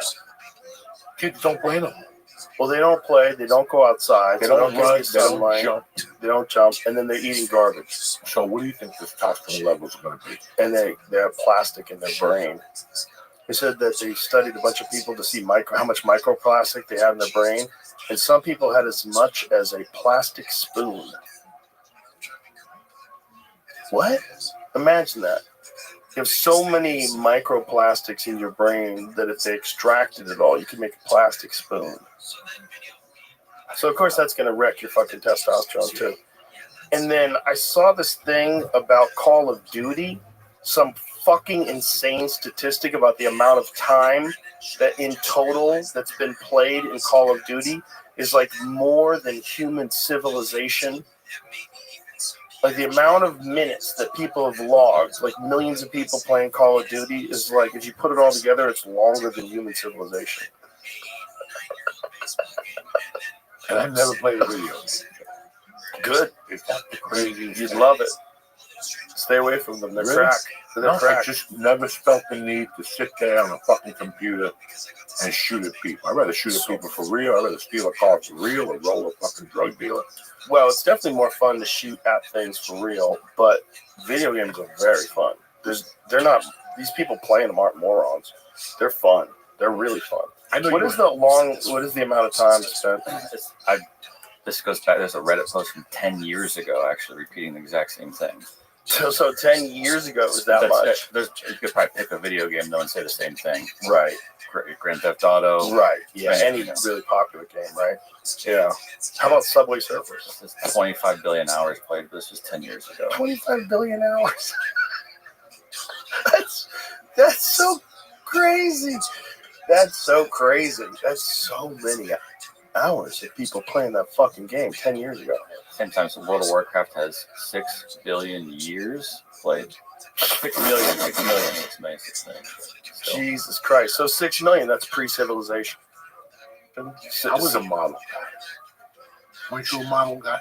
Yeah, I used to make little Star Wars Millennium Falcon models. I love model cars. I used to do all the superheroes. Oh, yeah. Yeah. Remember you could paint them? I used to paint them and all things. That's the only thing that kept me. That was fun. Until one day my mom goes, stop painting those fucking things. Get out of the fucking house. How much paint fumes were we just fucking getting in our bodies? And glue. Glue. Paint fumes. Listen, everybody's got their problem. These people talk about rubber cement glue. Remember that stuff when you would crack it and you had the brush attached to the lid? Oh, and you pull it out and the smell, you'd be like, woo, and you tell your friends, smell this. You all be smelling markers. Everybody be sniffing markers and sniffing glue. I was thinking of sniffing glue again, just to see how it would feel now. Probably Not good. I would imagine. We have some smelling salt. Should we wrap this up with a smelling salt? Jamie, how many of those are fresh? They're all stacked. Is there any order to those, the way they're stacked? That's the last freshie. You got one to go for me? Yeah. Of course. I have one to go. You really want to take it with you? Okay, here we go. Oh, this is fresh. This one hasn't been opened yet. Oh, you hear that? Melted back on or something. Oh, boy. Whoa, this is a good one. Here we go. Oh. Oh. Oh, boy. Wow. Yeah. Them fresh ones. Oh, my goodness. I gotta get the right side. Are we giving ourselves brain damage or what? Let's find out about that. What else did we find out about? We figured out the number. Was there one other thing? Yeah. Jesus. These fresh ones are brutal. Are we giving ourselves brain damage? I need to know. I can't afford any more brain damage. Clear my ears. Yeah. Let's put a little on that thing. Keep it fresh. Oh my God, Joe. Because overuse may damage nasal passages or lungs. Oh, well, that's not good. What is it? What's overuse? Overuse can damage nasal passage. I don't think it's getting my lungs. Fuck you both. I got damaged my fucking patch already and lung hair. Hey, bro, you're the inside of your nose is scarred over. It's like a cauliflower ear. Look at this. That was a good whack. That was good. That was a very good whack. That affected something. Yeah, cleans you out. I've never tried it before lifting weights, but that's what it's for. That's what they do. Those power lifters. What is this for strength lifters? Yeah, the real power lifter guys, they like to take a jolt of that shit right before they fucking what's the pros and cons of this shit? Like, what are the long? I don't think there's any pros. It's all cons. This is not good. We just But this, the ones we just did now is just a higher strength of the stuff they used to put in your nose. It's the same stuff. It's exactly stuff. It's smelling salts. It's just a whole jar of them. It's ammonia, right, Jamie? Now, if you get knocked out and put that under, what happens? They used to be able to do that to boxers in between rounds. They stopped allowing them to do it, you know? Because I guess it'll wake you up if you got a concussion a little bit. Just enough for you to get more of a concussion so Tommy Hearns can hit you again. And I got this fucking Lawrence Fishburne. Who's the other guy? The guy I like a lot. He's in Godfather of Harlem. Forrest Whitaker eye now. Oh.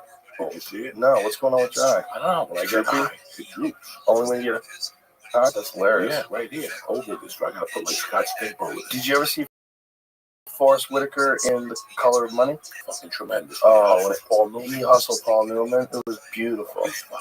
Gosh, you think I need to lose weight? Yeah.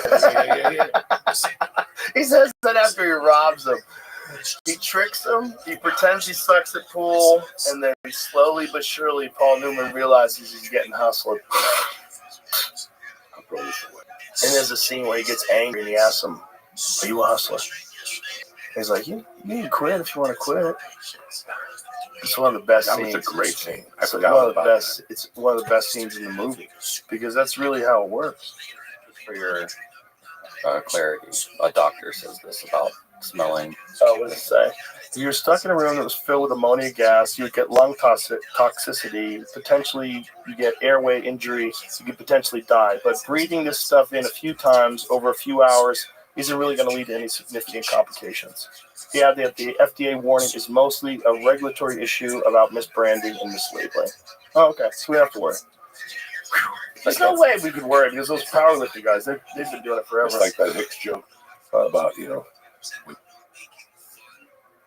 smoke cigarettes that on the side of the label. Oh, yeah. Low birth weight. Low birth. But I can live with that. Just pick the ones you like. Yeah. Ironic, that guy got pancreatic cancer, and that's a side effect of cigarettes. That's one of, I mean, you can't for sure say that that's what caused it, but that is one of the things that comes from that. Renewed interest may have come after the appearance on the Joe Rogan Experience. Oops. Yeah, people blasting themselves. That's That hilarious. Shit. That's hilarious. What's going on for Jersey? Who's on that card, Tyler? Against the Venezuela? Let's pull it up. The main event is Sugar Sean O'Malley and Merab Dwabishvili, the rematch, which would be absolute fucking chaos. Juliana Pena versus Kayla Harrison, who's the most jacked female that's not on steroids, walking the face of the earth. Kayla Harrison is fucking, I mean, she passes all her tests, but good lord, that lady's jacked. Bruno Silva, Joshua Van. This is like, they haven't made the full card yet. This Kelvin Gastelum's a fight with Joe Pyfer that was rescheduled. Joe Pyfer got real sick in Mexico City. So did Daniel Cormier, and so did John Anik. They all got really sick in Mexico City. Cheeto's on that card. Oh, let me see that. Okay. Who is Cheeto fighting? Okay, that Kelvin fight is a very good fight, by the way. Kelvin and Joe Pyfer. Joe Pyfer is a fucking terrifying dude. Mario Bautista, that's a very good fight. Mario Bautista is rock solid, man. That's a serious dude. And Marlon is a monster, too, because that's a fucking very good fight. Marlon's got the bigger name, but Mario Bautista is a fucking killer. Great card, but it's not fully formed yet. There's just a few fights. Generally speaking, there's usually it's around 13 fights. You know, John and I were talking about that the other day. Like, there's nothing like calling the UFC fights, because you start, you know, if it's in Vegas time, you're starting the fights at 3 p.m. and you're going all the way through to the pay-per-view. You're doing like 6 hours plus of commentary, and then you got to find times to run to pee. Because sometimes it's like I have to tell the truck I can't pee, and then you got to, because I'm drinking Monster Energy drinks and I'm taking nicotine pouches and I'm fucking fired up, and I'm drinking a lot of water too. I'm drinking my hydrogen water, and I have to fucking pee so bad. There's nothing worse when you're trying to form a sentence and you have to pee. So you can't think. It has been brutal. Brutal. When I eat mushrooms, I gotta pee every 20 fucking minutes. Why? And if I'm in a car, I gotta pull over and pee. And I gotta make sure I'm not in the sexual fucking territory. Like, I don't pee. Close to school, churches, fucking parks. Because when they throw you under the bus for sexual whatever, you gotta be careful. But no, I'm in a world where there's some weeks are better than others. I don't get up at night to pee. In the daytime, especially if I work out and I start drinking that water, oh baby, I gotta start peeing. And when I got sick, this was the beauty of it. Every time I had to pee, I'd get anxiety. I would get a panic attack. I couldn't even make it to the bathroom to walk. Really? I was peeing my pants on the way to the fucking bathroom, Joe. You have no idea. The last week of February, when I went to the hospital in March, that was possibly that Saturday night, my blood pressure was 212 over 100, and my oxygen level was 86. And I wouldn't go to the hospital because I didn't want the ambulance coming to get me at 4 in the morning in front of my daughter. So I waited till 8, and I drove myself to the hospital. I was fucked up, bro. Wow. That was a fucked up couple months, man. I didn't know what was going on. And what did they determine it was? It was I had congenital heart failure when you have fluid in your lungs, edema, whatever. I was retained. Bro, I walk around, right now I'm 278. I was 265 all summer because I was really happy. Every day I would go, look, I can fight in the UFC. When I walked into the hospital, I was 319. Oh, you got big. I got big in a month. Like a month. And I wasn't eating in the hospital, nothing. What were you, was it Italian food? Like, what did I used to do? No, I'm just retaining water. Edema is when you're retaining water. Oh, like that much water? Oh my God, Joe. And my lungs was getting the water, so I couldn't breathe. And then when I was, it went from me just having to stop. Like if I would walk from here, I wouldn't make it to your bathroom. Couldn't make it to your bathroom. I'd have to stop in between and take like a 5-minute break. Meanwhile, holding my pee. Oh, Jesus. And your fucking stress level's going up and up because you're holding your fucking pee. It got to the point I would walk into ShopRite, get what I had to get, but now I got to stand there because I got to fucking pee. I'm walking. Oh, no. And the bathroom's a mile away. There's no walking. Oh. Just take your dick up and pee. There's no even. Oh, my God. In those days, it wasn't even getting the container from the car because I started bringing the container in the car. There was no time. You just get out, open the car door, and make believe you're waving at somebody. And you take your dick out, and you're peeing, or I make believe like I'm getting something from the back of the car. The whole time I'm peeing. Oh, wow. Yeah, man. So as soon as I went in, they put me on these fucking things for 3 days. And I lost like 20 pounds of fluid. It was fucking amazing. I was peeing one of those full things for an hour. Really? Couldn't even make it to the bathroom. I would just get up and fucking pee in it, fill it up. And then they did a nuclear blood test. And they had to take out, I don't know, fucking 6 tubes of blood in 45 minutes. And that's when they came back and they go, you got 65%, you're overloaded on fluid in your body. You're retaining that much water and your blood cells are off the charts. So we got to start draining. I started draining. They were taking, I don't know how many tubes from me every 3 hours of blood. Wow. I fucking banged up. I was a fucking heroin junkie. So when I got out, I started taking.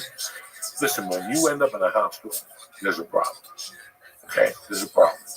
Yeah, you cut a stitch, that's not a problem. You had a situation. That's how I looked at it. There's a problem here. We got to get to the bottom of this problem. And what is the bottom of it? What's the cause? I was taking MK677. What is that? And it's a amino acid peptide which mimics growth hormone in your brain. And it had a lot of dumps, like it do insulin dumps and all this type of shit. It was raising my sugar. It was doing a ton of shit. I didn't even know it. But this ain't the first time it happened. It happened when I was doing testosterone when I was 50. I had a rush of red blood cells, and I was in D.C., and I had the worst fucking migraine headache for days. And they took blood out because you got too many red blood cells. Wow. So that's why I can't do any of that shit. And it's like the man said, if you're going to do growth, do growth. Don't get something that's going to mimic growth. What Ways to Well can do for you, what Ways to Well can do for you will change your fucking life. Yes, no. It gets you a full blood panel and figure out what's going on, adjust your nutrition, adjust your... I love vitamins. Brendan's the best fucking man. He's the best. And he loves what he does. He does. And that's what the key is. Like, he's jerking off all over that fucking Martian. He loves that shit. He loves it. He loves it. It took forever to build that thing. He was telling me he was having that thing made 2 years ago. And I was like, what are you doing? Now that he got it, I'm like, oh, okay, I get it. It's pretty cool. It's really fucking really cool. But that was what I have going on, man. When I came out. And I gotta see what we did. Yeah, I quit smoking pot. I was like, come on, man. After about a month, I'm like, come on, John. This ain't what fucking put you in the hospital. You know this. So I started slightly. I would just do one hit in the morning because that's all I need is the morning. The rest of the day is bullshit. I just like to be high in the morning with that coffee. That's my world. That lets me know what I'm doing that day. You think about life. Yeah. No, it's like what you're doing. It's like what Bill Hicks said. Marijuana don't make you lazy. It just makes you realize that what you're going to do ain't worth doing.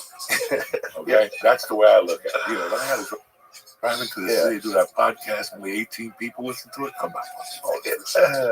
You know, that's what happens. And that's what happens with me. I smoke pot in the morning, I'm like, I ain't doing that today. I love you to death, Chuck. Let's wrap this up. My brother, thank you for having me. I'm glad you're in town. Let's have some fun. Happy Easter, everybody. Stay black. Bye, everybody.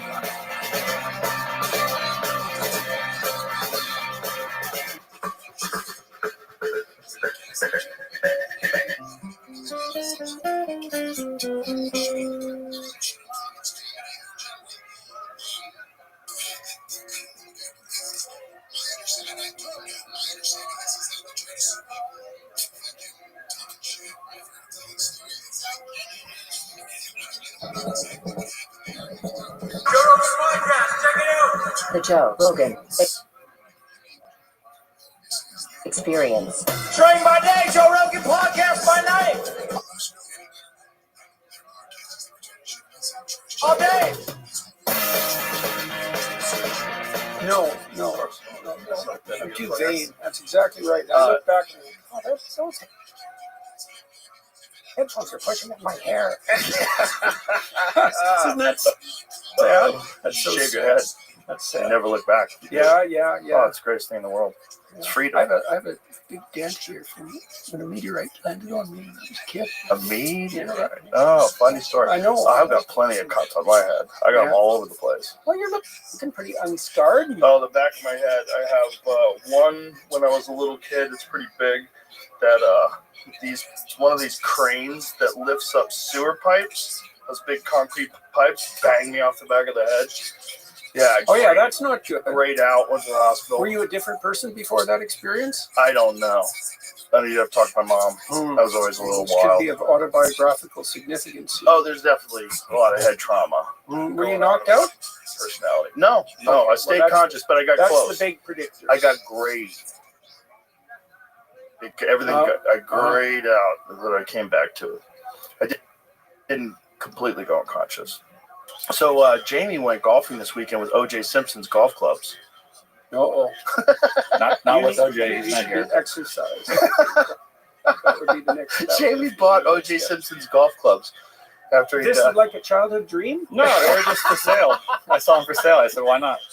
They came in. I wanted some big grips. Yeah, They weren't that a expensive. couple of my friends. What did Shane get? Shane got a bunch of I stuff, right? talked him into buying some stuff, yeah. He got like scarves and Ties. He bought a bunch of ties. I think scarves too. Okay. He bought a trophy A trophy. and a Bill Clinton Yeah. signed photo. And he spent thousands of dollars. What was this? Was this some sort of O.J. Simpson auction? Yeah, it was like an estate sale, yeah. Yeah.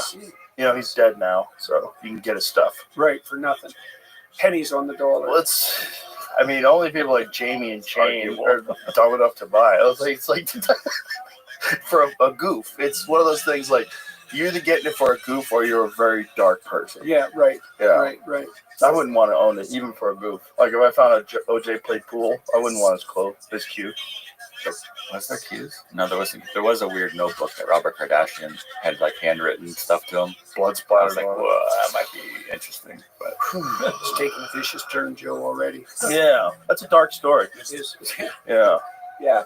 And you only know the surface of it. Well, it's dark in both ways. It's also dark in planted evidence. You know, there was blood at the scene of the crime that had preservative in it, allegedly, supposedly, according to Robert Kardashian. According to, I believe, the forensic scientists when they analyzed it. It matched OJ's blood, but they had to draw blood from OJ in order to determine whether or not it was his blood that was at the scene of the crime. And some of the blood found at the scene of the crime had that preservative in it that they used. They were sloppy in the 90s, you know, compared to now. Well, there was no DNA evidence back then. You know, cops were there. There's always going to be a certain percentage of cops that just want to convict somebody regardless of the evidence. And if they're, in their mind, they believe someone's guilty, they'll do whatever they can, including planting evidence, I guess. At least that's allegedly. Not that I don't think he did it. I definitely think he did it. But I also think the cops planted evidence, which is probably at least partially why he got off. You know? I think the big reason why he got off was Rodney King, right? Yeah. Right. Yeah. Right. Yeah. Have you gone into the whole George Floyd story at all? Have you ever looked at what they actually did to him? It's a combination of things. Like what the cop did was horrible, but also he was dying. Mm-hmm. You know, most people probably if they did that to you, you probably would have lived. Mm-hmm. You know, that guy had a large heart. He was fucked up, but that cop did lean on his neck, which is always interesting to see people try to minimize that. You know, I'm always you gotta be able to just say what it is. Well, that situation can be ugly in a multitude of ways. Yes. Right. That's when things get, that's when it's very difficult to pick your moral pathway forward. All your choices are not good. Yes. Right. Which is oftentimes the case when it comes to conflicts, right? Yes. Conflicts are very complicated, and people want it to be binary. They want there to be a good guy and a bad guy, and that's oftentimes not really the case. Well, it's hard to organize yourself for combat unless you are quite convinced that you're the good guy. Mm-hmm. So there's a default to that. dichotomy that's a necessary part of, well, even standing your own ground, right? Because otherwise you get demoralized. And so I suppose people, well, when they're threatened, they default to a simple narrative, and because that's, you can't defend yourself in some ways. It's very hard to defend yourself, especially physically or militarily, without a pretty cut and dried narrative. Well, especially like military operatives, you know, you have to have a very your life and the people that you're with, their life depends on you not having any confusion about whether it's morally correct to be doing what you're doing. That's why they like to break it down to kill bad dudes. You know, kill bad dudes. Right. Real simple. Let's go. They tell us what to do, we do it. Which is what you want to stay alive. You want your teammates to stay alive. That's what you have to do. Yeah, well, you never know when doubt will cause a fraction of a second difference in reaction time. Oh, yeah. That's always the thing with physical altercations with people, too. You know, oftentimes people get sucked into these things where they're not sure whether to act or not act, and that's when they get in trouble. Right. You know. Right. That's probably true in life. You don't want to oversimplify things, too, but once you've made a decision, well, that's when it's necessary to put doubts behind you, because otherwise you just act in half measures. Yeah, and oftentimes you have to have done the wrong thing before, like failed to act or hesitated to act, and it cost you.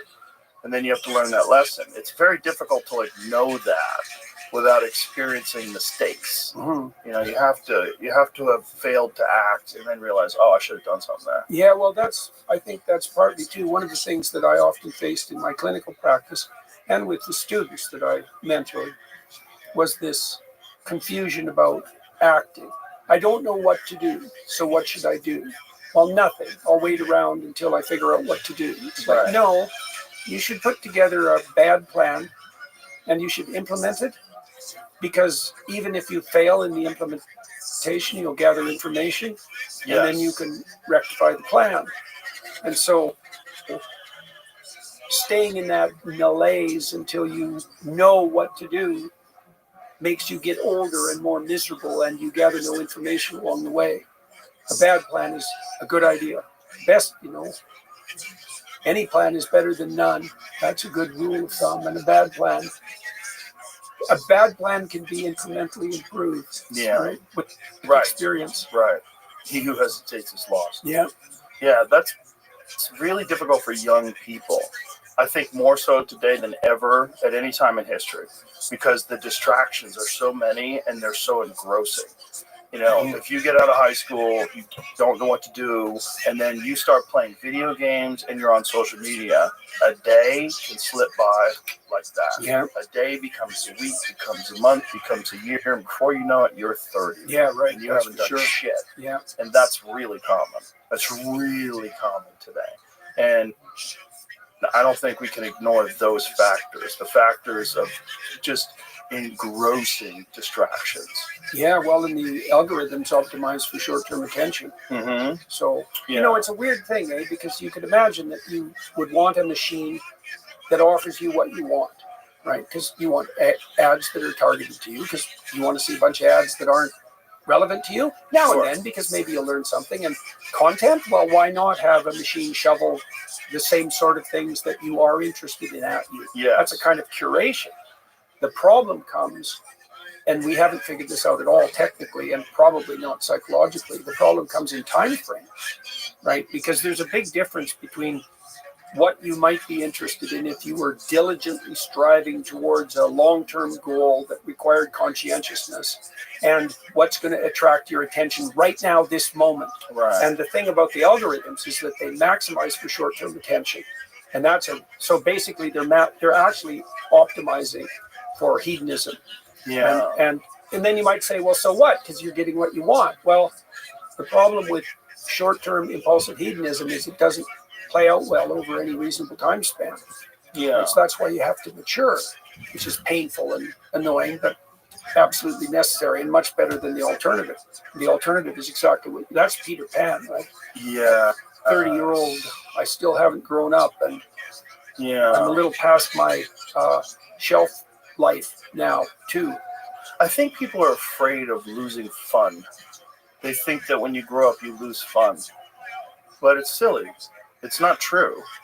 you can grow up and still have fun. You know, you just have to have discipline and prioritize your time. You know, like, well, that's why Christ says to people that they have to become as little children, not stay. Right? You have to rediscover that. Rediscover the joy of it. Yeah, but well, also kids are good for that too, aren't they? Because they teach you that again. You look at the world through eyes of memory by the time you're an adult. So the world loses its freshness. That's part of it. And the world loses its freshness because you see your memories instead of the world. Right. And then kids come along and you think, oh yeah, that's really actually quite interesting. And they're so compelled by everything because their perceptions are so fresh that they share that with you, and that can help reawaken that spirit of childhood play, let's say. I've been thinking a lot about play in the last year or so. Yeah. Well, I spend a lot of time trying to take apart the causes of like truly pathological degeneration, right? On the sadistic side, on the criminal side, on the totalitarian side. Very curious about tyranny. And it was very difficult for me to conceptualize the opposite of that as cleanly as I could characterize its presence. What's the opposite of tyranny? It's not freedom, by the way. It's certainly not anarchic freedom. It's not hedonistic freedom. Benevolence? I think it's play. Play. I think it's play. Right. Yeah. Well, that makes sense. Well, the developmental psychologist Jean Piaget, one of the things he pointed out was that play, so let's say play is the foundation of micro-community, right? When you're a little kid, you play a game with another kid. And then if that works well, you inhabit a little dyadic community. You're both in it together. And then if it really works, you replicate that across time, and that gives you a friend. But play is very interesting psychologically and psychobiologically because it has to be entered in voluntarily. You can't force someone to play. And it's also motivationally fragile. So mammals have a play circuit, and it can be disrupted by pretty much any other motivational or emotional circuit. So the circumstances have to be set up properly. Like the walled garden, you know that idea? The walled garden is a place that play can take place, like eternally, so to speak. And because it has to be undertaken voluntarily, it's the opposite of tyranny. Like my wife and I have really started to apply this in our marriage more consciously. You know, once I figured out this relationship, because I've been lecturing to people for a long time about how to conduct themselves in life so they don't become a tyrant or a handmaiden to the tyrants, right? A silent handmaiden to the tyrants, let's say. And aiming at play. You know, when we walked in here today, one of the things we said was, let's have some fun, you know, and I've been thinking this morning too about what attitude I should take coming in to talk to you. And there isn't a better attitude. There isn't a better attitude than play. And so, and I think it is because it's the antithesis. It's the antithesis of tyranny in particular. And then you were talking more about mature play. That's that good. You know, that also makes sense. This is the issue with the idea that adulthood isn't any fun. It's like, well, you want to play a simple game, or do you want to play a really sophisticated game really well? Now, that's going to require some discipline and some training and some maturation, but the payoff is much higher. That's a good way to conceptualize marriage. The highs are higher when you're successful. Well, and also the people who have the most sex now are religious married couples. Really? Yeah, I know, isn't that funny? Which religion? Like, yeah, good question, Joe. Good question. Well, I guess in the West that would obviously be Christianity, but it's an interesting case example of the sorts of things we're talking about, because you can imagine at the dawn of the sexual revolution, when the birth control bill became prevalent, that the last hypothesis anyone would have possibly generated was that the cascading consequences of that over 50 years would be, well, radical increase in pornography use because sex has been made less dangerous by the bill, and that the people who are having the most sex would be religious married couples. Right, but is that true? Because like pornography essentially was very difficult to acquire before the birth control pill was invented. True, Right, but you used to have to go somewhere to get the pornography. Isn't part of the excess use of pornography just the access is so instantaneous now? Oh, definitely. But you could imagine, too, that you might have hypothesized that if the birth control pill took the threat out of sex, that pornography would be less necessary. That didn't seem to work out. Right. So it's certainly the availability is yeah. We would never know though, because the birth control was, when was it? 1960 something. That's really when it somewhere started. When it started to ramp up. Let's say. It's so crazy because it completely changed the dynamic. Women could have sex for recreation with people that they didn't even know and not have any consequences in terms of like having to carry that person's child. Whereas that was always a giant fear. If you're a woman, in the back of your head, every time you have sex, you possibly could be taking care of a child for the next 18 plus years. Yeah. Well, every time. Mm-hmm, right. Like this thing. This is the consequential thing where with a guy, it's like you have this biological imperative to spread your seed. But you're not thinking about making babies, right? You're thinking about sexual activity. When a guy's having sex, he's not thinking, I can't wait to make a baby. You're just thinking, boy, sex is going to be great. I'm excited. Oh, boy, that's fun. You're not thinking, I'm making a kid. Because that would make you hesitant, and nature's not interested in hesitation. Nature's like, no. Let's just make you dumb as fuck for about 20 minutes and focus on one goal. So why did you get married? Well, I love my wife. She wanted to get married. We had a child. It seemed like a good thing to do. It's like at a certain point in time, making a baby is more of a commitment than getting married. You made a life, like the commitment of getting married seemed right. Of course. But it's also. But why did you stay committed then before the marriage once you had a child? Now you said you loved your wife. I love her. It's a thing to do. It's life in raising a child became everything. It becomes a very different thing, right? I think I have a lot of friends who don't have kids, and I'm not the type of person that thinks everyone should have a kid. I know a lot of people with kids that do say that. I don't think everyone should have a kid. I think you should do whatever you want. I don't know how your brain works. I assume your brain works along similar lines with me. But there's a thing that happens when you scary thought. Similar lines. Similar. Okay, we all share similar lines. There's an empathy that comes from having a child that's so different, and an understanding that we are all babies that grew up. We all start off as these bundles of potential and genetics, and then we're influenced by so many different things. There's so many different factors, but I used to think of people as being grown up all the time. And then when I had kids, I was like, oh, we're all just babies. We're all just babies that have just been alive for a long time.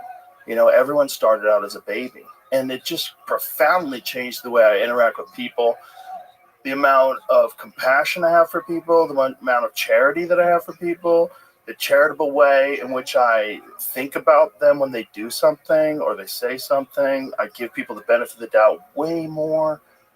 Dave Chappelle said this to me once at the Comedy Store, and it was very profound. He said, having children didn't just change the amount of love I have, it changed my capacity for love. And I was like, ooh, that's it. You just nailed it. Because there's private moments when you talk to people about their children, about having children, and what that's like. It's a very psychedelic experience. That would be another reason why the family with children is the foundation of the community. It has to be the foundation of the community. I mean, it's kind of obvious from a biological perspective. Yeah. Let's say, no children, no community. But there's no reason to assume that you wouldn't get radically better at something with necessity and practice. And if you're practicing loving your infant and your child, well, why wouldn't that generalize? Why wouldn't that capacity develop? It's not like a practice. It's like an overwhelming desire that comes about, like the love you have for your child is like, it's not like anything else. It's very different. It's very, my friend Jim Brewer said this once. He said, when I had a child, that's when I really understood murder. really understood like my capacity to defend my child is like, I never understood like how could somebody kill somebody before. He was like, oh, now I get it. Now I get it. And that's real too. And that's also tribal, right? So it's not just your child; it's the child of everyone around you in your tribe. And then you think that you are being invaded by an oncoming tribe, and genetics and history dictates you have to be insanely ruthless to fight off that tribe. There's no other way for survival, which is really wild, right? Because those people have that same feeling towards their children. It's like that Sting line, if the Russians love their children too. So that love that you talked about with regard to your wife, I asked you a little bit about that. It's like I've talked to people who they can't understand how someone could be with the same woman indefinitely, let's say. These are people who usually haven't been able to establish that within their own life. Mm-hmm. And of course, the price you pay, assuming it's a price, for foregoing all others is that's exactly it. It's a major sacrifice. And so what role do you think that love plays? Like, how do you conceptualize the relationship between that love that you described and that willingness to stay in a permanent relationship and the willingness also to not pursue any other women? How do you understand? How does that make itself manifest in your life? I mean, I presume that you had opportunities of all sorts. I presume you do as well. In principle, I suppose they don't seem to come to me in a professor type sense. character. Back in the day, guys like you would be banging their grad students. Not guys like you, but guys in your position. Yeah. Well, there were guys. Wasn't that always the thing? This is a fascinating aspect of I seem to shut that off pretty much at the beginning. Eh? Well, they seem to have completely stopped that. Like if you go back to Feynman and Oppenheimer and famous scientists were notoriously playboys, which is really interesting because it's like these wild, innovative people were essentially like intellectual rock stars, right? And then somehow or another that just got stopped. Like if you were a professor in the 1960s, like the girls would be wooing the professor. They would be excited. These 22-year-old graduate students would be so excited to be talking to this like incredibly famous intellectual, and they all, were ladies' men. Like Feynman was like famous for chasing skirts. That was like part of the things. He does a lot of math and chasing skirts. That is a giant distraction to people that are trying to get things done in life. And it's also a distraction from your own personal development, I think you could be with the wrong person and want to be with other people, and that makes sense. But really what that is you should not be with that person anymore, which is unfortunately the case. Like, there's a lot of guys who wind up with really hot women who are out of their fucking mind, and a lot of women who wind up with really hot men who are not what they thought they were going to be. And if you find yourself in a situation where you're with this pathological person and you're trying to make it work and you realize at a certain point in time, like, I'm not going to make it work. Like, you have to be able to just like jump ship. That's why people are hesitant to get married. That's what really dangerous about marriage. It's not like being with one person you really love being with. Like, I really love being with my wife. She's fun. Like, we have date nights all the time. We have a lot of fun. We really do. It's enjoyable. But why did you decide to set up date night? How did you go about that? I mean, I know that's personal, and I don't want all the gory details, let's say. No, it's really simple. We just enjoy hanging out together. We have a lot of laughs. And so we just said, like, it's kind of important because I'm so fucking busy that we schedule time that's just unavoidable. Like this is what we're doing. We're going to do this. Yeah. And I do that with Tammy too. Yeah. We've done that for like 30 years. I think most married couples will tell you that that's important. Most married couples tell you that that's kind of the secret. And the secret is like, also the best thing, as well as being the secret. Yeah, it's fun. It's fun. Like, if the person that you're with is fun, That's the real problem. Is that sometimes people they pick people that are hot. That's it. Hot and willing and nice enough. Nice enough to be around. Then you deal with all the other crazy nonsense, and you're setting yourself up for. I've had many friends ruin their fucking lives, and then they go through divorces. And you've said this best, that one of the things that women are very good at is reputation destruction. I have seen that happen. So imagine you are legally entangled with someone who at one point in time you loved intimately, and now that person is trying to destroy every aspect of your life, and you have to pay for their lawyers. So you have to pay for the general of the army that's trying to destroy your kingdom. And I've seen this happen to many of my friends. And that is why people are afraid of marriage. That's why people are afraid of commitment. Because the disastrous implications of what can happen if it goes sideways. Like, what can happen if you wind up hating each other? And what can happen if you just lie to yourself and you trick you? Like, some of the hesitation that I had for getting married is most of my friends that got married when I was young all went through horrible divorces. When I was on news radio, Dave Foley, Stephen Root, and Phil Hartman were all going through it in different levels of psychosis. Obviously, Phil Hartman's being the worst because his wife shot him when he was leaving her, by the way. He just tried to leave her, and he had tried to leave her a few times. And she shot him in his sleep, and then she shot herself. It's a horrible, horrible story. But Stephen Root went through it, and they'd confide in me. I'd be like, oh, Jesus Christ. The amount of money these women were trying to get from them when they knew that they couldn't afford this. So one of the dirty tricks that will happen with divorce lawyers, with people that are on sitcoms, is when you get on a sitcom, if you're an actor, you get on a sitcom, it is the most stable job, the greatest job in show business for a lot of them. Because you're going to get a steady check. You're going to do 24, maybe 26 episodes a year. You're making more money than you've ever made your whole life. But then you get divorced. So what happens is it gets set up where your ex-wife wants a percentage of what you're making at this very unrealistic level where you're never going to achieve this again. And for Dave Foley, it was so bad that at one point in time, I don't believe he was allowed to go back to Canada. I don't know if that's changed, but the judge literally told him, when he told the judge, like, I don't have that kind of money anymore. I don't have the potential for earning. I was on a hit sitcom. Like, right. Not even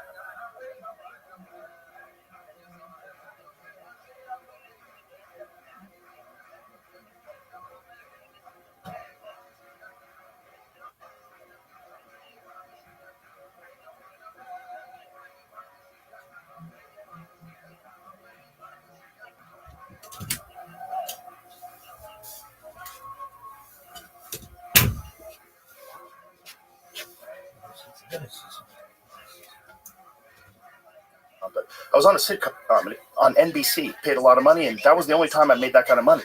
The judge said to him, "Your obligation to pay has no relation to your ability to pay." That's Canadian judges for you. Just insane. And, you know, those are words you never want to hear even once in your life. I love him. So I was going through this pain, not like he was, but just like, oh my God. So there's 3 people that I was very close to. And then most of the other people that I knew, you know, I knew so many people. Fortunately, my mother and my stepfather have a great relationship, and they have for a long time. So I had that modeled. Like, they were always very close, and they didn't fight, which is really nice. It was really nice to have that as a model. You know, like that, where I realized, okay, everybody's not at each other's throats all the time. And some people actually do enjoy spending time together. You know, Tammy and I on the tour, she started to introduce me 2 years ago, and to talk about some of the things we're doing in the family, some of our family business, talk about Peterson Academy, we talk about essay. And so she'd go out on the stage. And was that the first time she had ever gone on stage? You do enormous crowds. Yeah, well, so first of all, she did that, and then we replaced the business discussion, because we were just doing an update about the family, you know, and so she'd do that. We replaced that with ads, and then she started to talk. She talked about the rules, saying 12 rules for life, or some of the religious things I've been dealing with lately, and she'd relate that to something in her own life. And then she does the Q&A at the end of the lecture. And part of that was just, she was along with me, and part of that was Michaela was introducing me for a while, and then had to go back to her work. And so we slotted Tammy in because it seemed like a good business decision. But one of the things we figured out very quickly that was really a shock to us was that people really liked, especially the Q&As, because what people will offer their questions electronically on this platform called Slido, which is a very good platform for such things. And then they could upvote the questions, and then Tammy would sort them and ask me questions kind of from the top down that were thematically relevant to the lecture that I had given. But we found very quickly that people really liked that because they hadn't seen a couple engage in civilized discussion ever. Seriously, like, yeah, it was really, a lot of that out there. It was really shocking, Joe. Like, you know, I was shocked when I first started touring by how demoralized people were. Like, that was really striking and painful to see that on such a mass scale, and then also to see how little encouragement it took to have a really major effect. I mean, there's a positive aspect to that too, but there's also a tragic aspect. It's like, you mean you just need to have some encouragement, and that was enough, and you never got that, like, even once? That's rough when you see that in thousands of people. Right. And it was the same thing. We found it was the same thing with regards to seeing a functional couple, at least even that model, because, you know, Tammy asked me questions, and she thinks about the questions, and then sometimes she comments, but not that much. Welcome. But she actually listens to the answers, and she wants to hear the answer.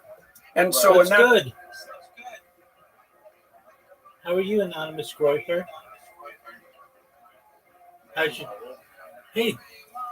you find out about me, if I may ask? Someone linked me some time ago. Oh, very cool. It didn't happen to be on Blue Sky, was it? No, I was on some Discord. Oh, very They well. were like, hey, go argue with this Jew. And I was like, well, I argue with Jews a lot. And I was like, I don't feel like it right now. And then I clicked here just to see what you were streaming. Yeah, I'm streaming Joe Rogan and Jordan Peterson, and frankly, it's like 2:30 in the morning, so I don't want to fight, nor do I normally. I'm about world peace. How are things in your neck of the woods? Generally peaceful at the moment. Very well. Did you have a good day? Yeah, talked to family, made some phone calls, connected with family. It's all good. Very cool. Do you mind if I tell you about myself? Yeah, go for it. I'm Rabbi Rothschild. I stream my life 24 hours a day, 7 days a week, 365 days a year for world peace. I've been doing so for more than 3.5 years. This stream goes back to the pandemic. We've seen the death of a queen, the birth of AI, the coronation of a king, and everything in between. I essentially am a real life Truman Show, a real life Big Brother. Have you ever seen the movie The Truman Show or the television show Big Brother? I know a Big Brother. I've never seen the Truman Show, but I kind of get the concept. Excellent. Well, that's what I do. Essentially, my entire life is on camera and has been for years. And it's essentially a time capsule for society. It goes really back to the central part of the pandemic.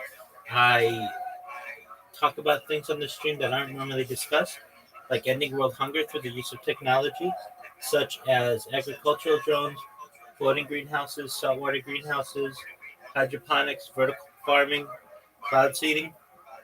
I want to help end world thirst. I'm sponsored by cryptocurrency. It's known as Harry Potter Obama Sonic 10 Inu. That's what all my merch is. And we build wells in Nigeria. I want to help with those kind of projects on a larger scale in the future. I'm also an advocate for the Lifestyle program. But most importantly, I'm an advocate for desalination technology, pumping earth seawater onto land to make it drinkable for people. I'm about pacifism, global peace. We talk about other things that aren't normally discussed in society, like space tourism, terraforming other planets, intergalactic travel, things like faster than light communication, faster than light technology, faster than light travel, things like perhaps anti-gravity, antimatter. Data overtook petroleum, according to The Economist magazine, in 2018, and I have more data online than any person ever, which may make me an influential person. And if that happens, I want to help you. I want to help your friends. I want to help your family. I want you to have. You're generally like a techno optimist. Yeah, I would say so. Okay. What is it that because like I know I vary like things on all the things you said, but like I'm curious. You said COVID like prompted you to start this. What was it about COVID that did that? Oh, it really wasn't the pandemic specifically. I'm a certified project management professional, and so I've launched apps on the App Store and Google Play. And I had a contract. I've had contracts, major contracts, six-figure contracts with Fortune 100 companies. And after work, my role had gone remote. And after work, I would go and hit golf balls at Tiger Woods' golf course in Anaheim, California. And I thought, I just wanted to see what my swing looked like. So I started just recording my swing. And I guess you could say that the pandemic made me more comfortable on camera because, everything was virtual. But I started making some jokes on camera about my swing, whether I'd slice it or hook it or wherever the ball was going. And I thought, in the future, my family, if I ever have a wife and children, they might think it's cool that I was recording my, just my life, my daily activities, and they might find it interesting in the future. So I started uploading that every. Because you weren't like here in this training, right? You're taking your camera like to the golf course or whatever. Is that where it started? That's exactly right. Just like snippets of your life. Yeah, so I would do like 3-hour streams, 3-hour like uploads that eventually became streams. And then one day I just figured, you know what? It's such a pain uploading all this data every single night. I should just stream it. And so I recognized that if I wanted to stream it, that meant I was going to have to create a YouTube account. And if I'm going to do this whole YouTube thing, I want to do it better than anybody's ever done it ever. So I bought 6 different Chromebooks and laptops and things and put them in 360 degrees. Like a little umbrella of displays about you. Yeah, absolutely. So I've got a projector. I'm live on 18 different YouTube streams simultaneously right now. Okay. Yeah, I'm live on Twitter Spaces. I'm live on Twitch, Rumble. Basically, you name it, I'm live streaming there. And I just do it to be uncancelable. So if someday somebody's like, look, we don't like this rabbi, we're going to cancel them. Okay, that's cool. If YouTube doesn't like what I say, my stuff's archived on Rumble. If Rumble doesn't like what I say, I'm archived on Twitter. If Twitter doesn't like what I say, I'm archived on other platforms. So you gotta give respect because you did it. It sounds like you did it on the front end. Like you started off with like the breadth of redundancy.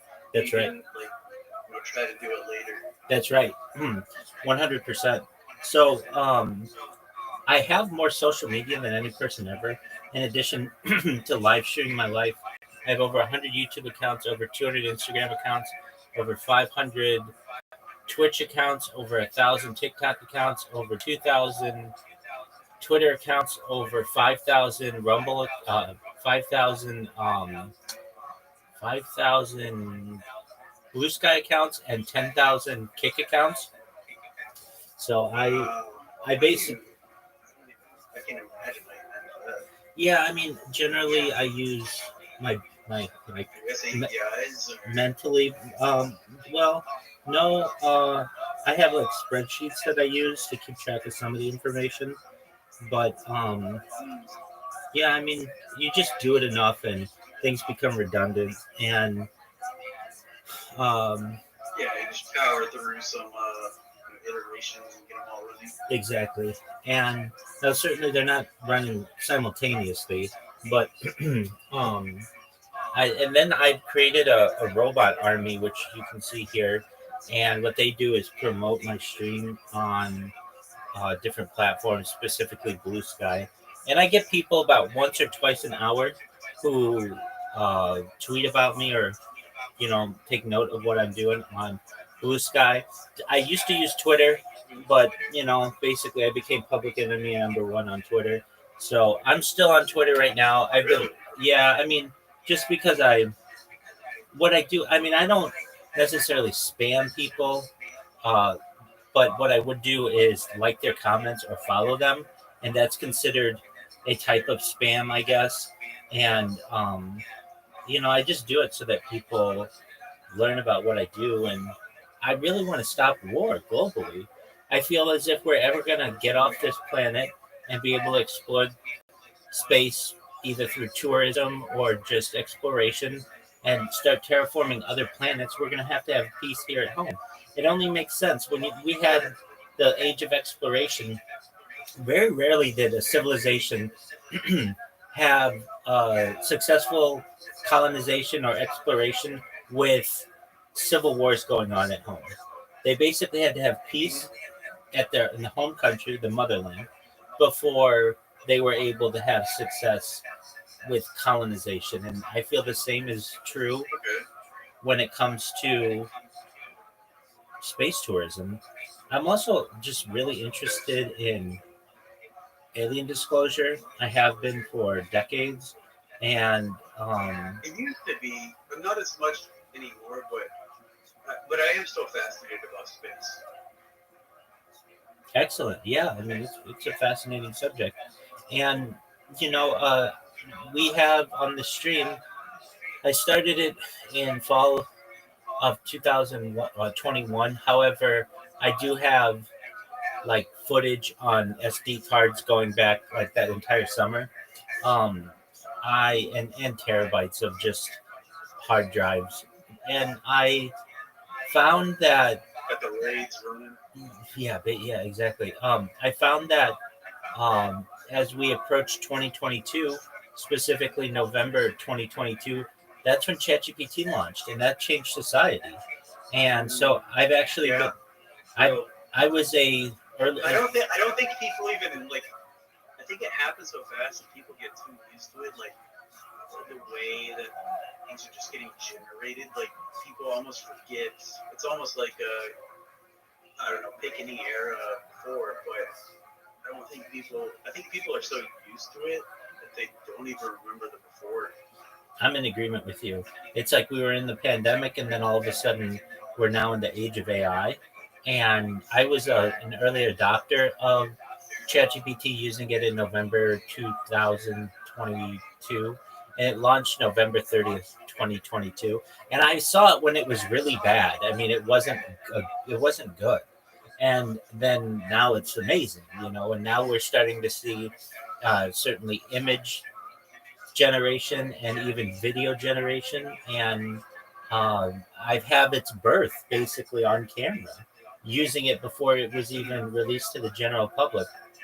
And I just find it fascinating that this story perhaps might be. Yeah, at my work, they have an internal like AI thing. I don't know what they base it on, but it's creepy how good it is. Yeah, it's excellent, and I think it'll be fascinating for people to watch in the future.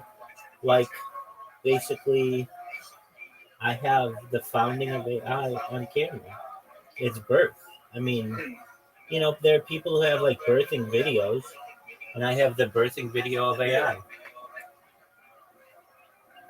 You have like maybe do like timestamps, like do a time lapse of like it's not comprehension, but it's like its ability over time.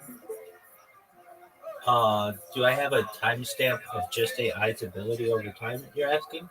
Well, yeah, well, I'm assuming you just get like constant stream. Like, have you ever like edited in like those moments, like just snapshots, but like its comprehension or its capability over time? I leave the editing. Time lapse. That'd be interesting. I generally leave the editing to other people. It just takes too much time. Okay. I have so much data.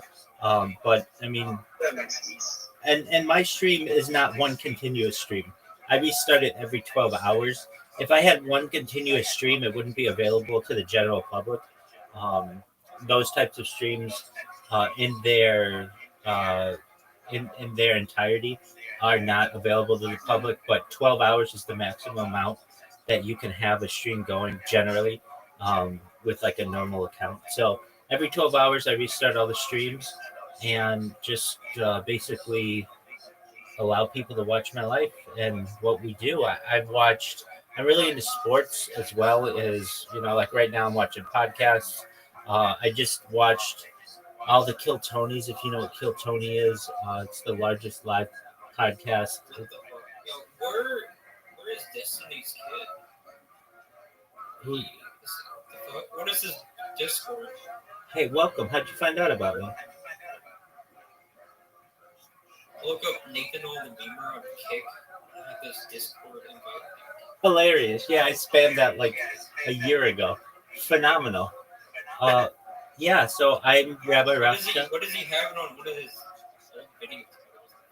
I'm the one who created that. This is not him? No. Fake account? It's not a fake account. I'm a very real account. I just promoted myself using one of his clips. I just got here about 15 minutes ago, but it's crazy. Like whatever seed he planted, like however long ago. Exactly, and that's what I do. That's interesting. Exactly. My spam was planted like a year ago, and it gets people in here. Basically, what I did in that case, you can create clips of users on Kick, and it takes like 30 seconds of their stream and just allows it to be watchable in the future. So what I would do is just name those streams with my Discord link in them, so to get people in here, and those stay indefinitely. The normal stream on Kick only stays for 30 days, but the clips stay indefinitely, and that's how we got our friend Lito in here.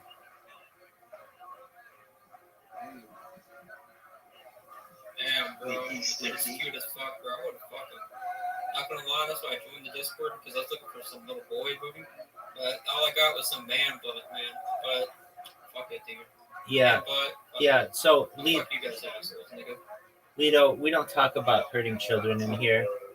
So, if anything, if you want to stay, you have to be mature. But we're glad that you're here. Wait, no, Lito, talk some more. What is define mature? What does mature mean? Talk about. The more you talk, I'm trying to determine the voices you have. Talk about MILFs. That's what we like in here. Yeah, there's a bit of gay. There's a bit of gay humor twinge. I'm hearing potentially a bit of Indian, but probably white. So keep talking. I'm guessing, nigga. Definitely not black. Okay, baby. Keep talking for you, big lucky. Maybe some I don't know. He doesn't sound cool enough to be black. I'm trying to be black. No, he's definitely not black. Right, just the way he So said. like my first filtering is always like, are they Jewish when they get weird like this? I'm Jewish, yeah. Fuck yeah. Well, you Fuck Palestine. You don't have enough. You don't have enough nasally. I don't think you're Jewish. I'm Jewish. Must I mean, you might be, but you need to like.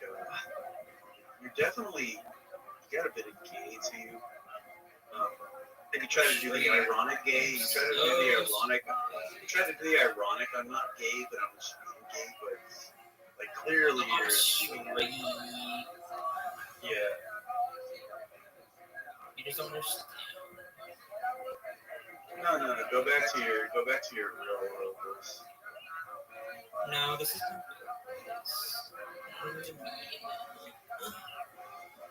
That's a little natural. So, what's it like being a gay man? Or rather, like, is it like a closet? Like, are you not comfortable? I don't know. I can't find those dudes. His Twitch is banned, man. This fucking sucks. I can't even find those niggas. I don't even know who it is. I just been talking for 15 minutes. They can all the member on of his show. Destiny's too. Oh, yeah, he was having a row with his dad recently. Recently? What happened?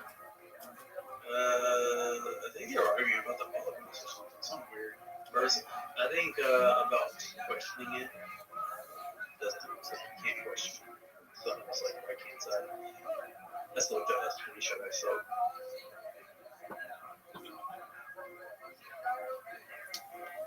All right, friends. Well, why are you? Oh, go ahead. I was just gonna say I'm just chilling here. Feel free to stay as long as you'd like. Talk about whatever you'd like. But if anything, please don't talk about hurting children or anything like that. Hurting children? I never said I was gonna hurt them. What the fuck? So he's Oh, cute, you're doing the creepy thing. He's cute, man. Fuck the little boy if I'm cool, nigga. You feel me? That's what I'm talking Yeah, about. but Don't talk about that. Why would you do that troll? Like, it takes a level of depravity to like say the things out loud. I fuck anything, bro. Not gonna lie. I fuck the worst. Yeah, I mean, I get the funnies, but like, what brings you to say it?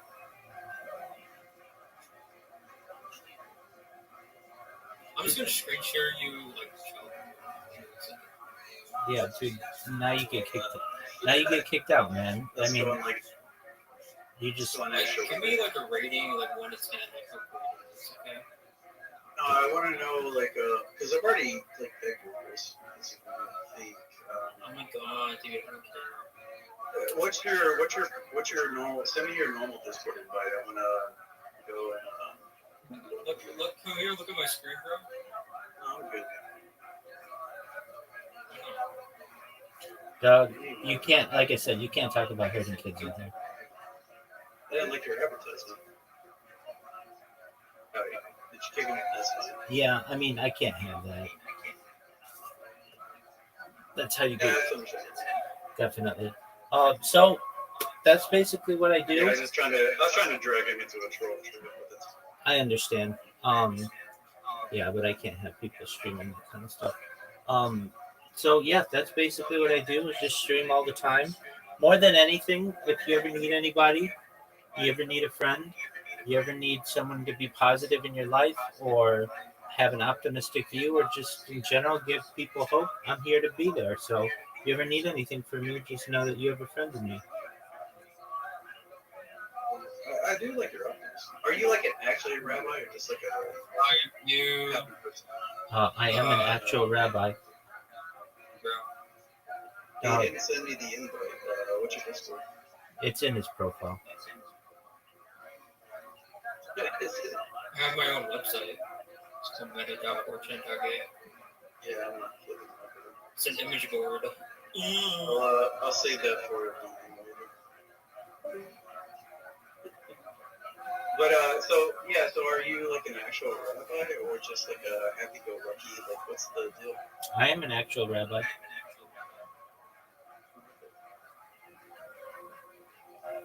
Because I only ask because like I'm a pretty like anti-Semitic or whatever, but like you seem like a nice person. Well, I appreciate that, and I like to give people a different view, perhaps, or an internal view of what Jewish life is like. I daven every day, or that means pray every day. I say blessings on food. I lay tefillin. There's little black boxes that you may see Orthodox Jews as I wear. Tefillin or whatever. Tefillin, yeah. And like candles. Just basically do everything I can. Like tonight is the 41st day of the Omer. Omer is the period of time between Pesach or Passover and Shavuot. Basically, when we received the oral Torah on Mount Sinai from Moshe Rabbeinu, Moses, our teacher. And so we said those prayers and just generally do the best I can to be a pillar to the world and just be a nice person.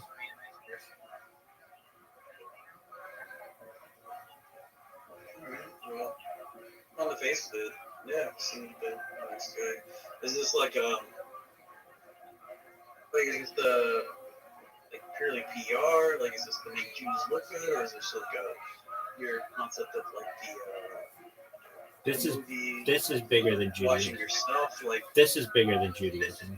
This is really the story of a person's life that can be studied perhaps in the future. Guys, don't burn your alts this fast.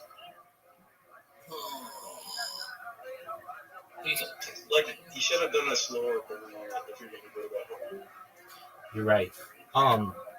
Essentially, it's a story for humanity. Yes, it does have a Jewish theme to it, most certainly.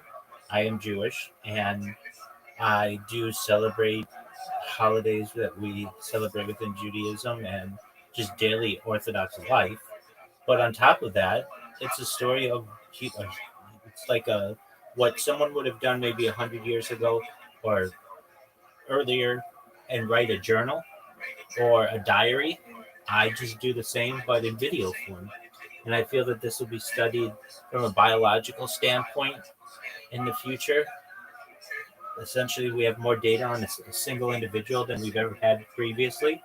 So people will be able to study my eating habits, my sleeping habits, my circadian rhythm, my, the blinks per minute, my breaths per minute, every aspect of a human's life over the course of years. People will be able to see me gain weight and lose weight. You'll be able to see someone laugh and cry. It's essentially like an epic, like we've had like the Epic of Gilgamesh, or perhaps even stories within the Bible. It's just for the modern epic. And I think that it's going to be something that's very exciting for the world to be able to witness and view in the future. And I have, 1,700 people in here who've joined the Discord.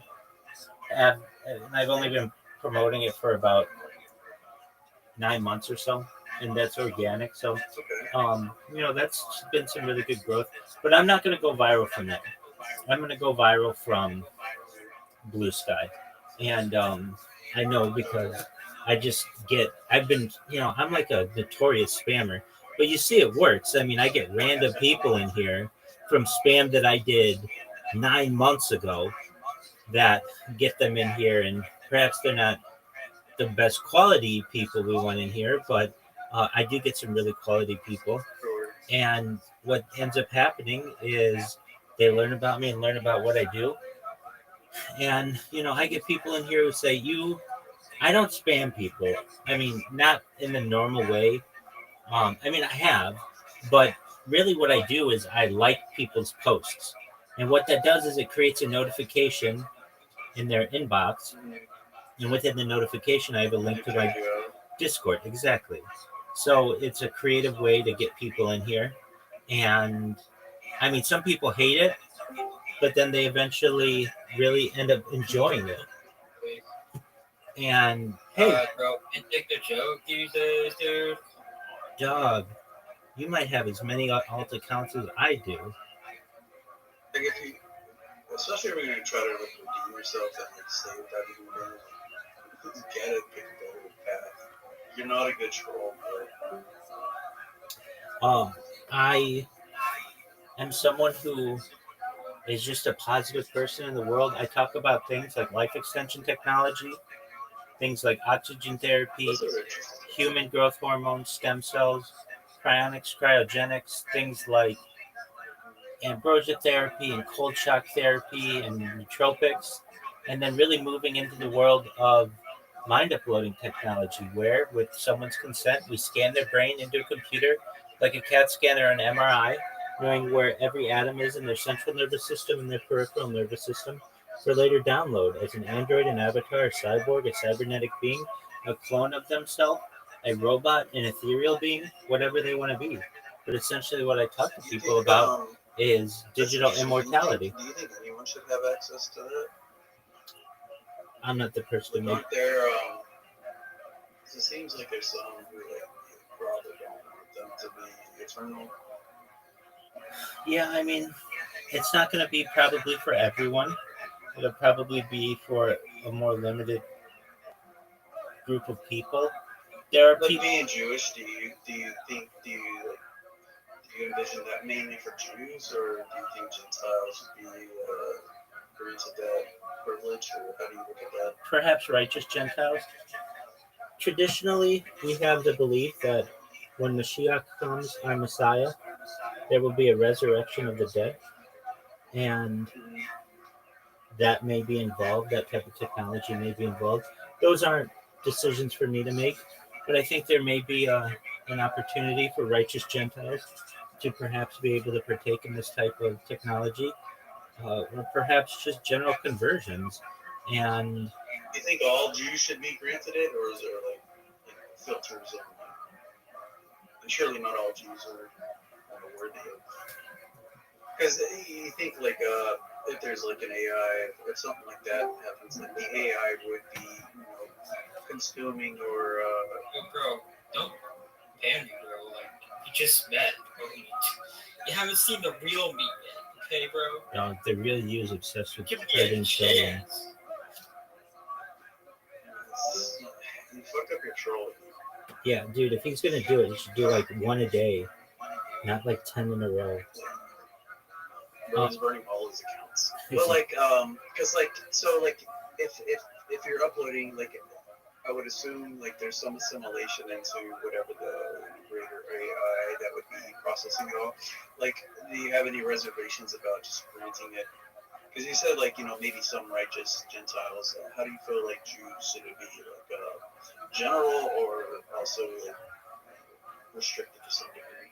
Yeah, I mean, I think perhaps someday, given enough time, every single person who's ever lived on the earth might have the opportunity at resurrection from the dead. And what do I mean by that?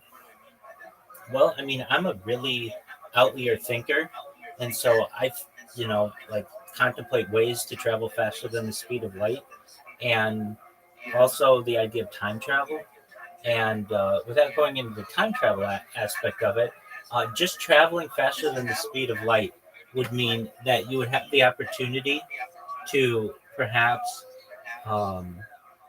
be able to essentially outrun light and be able to turn around and watch light hit the whatever you're like.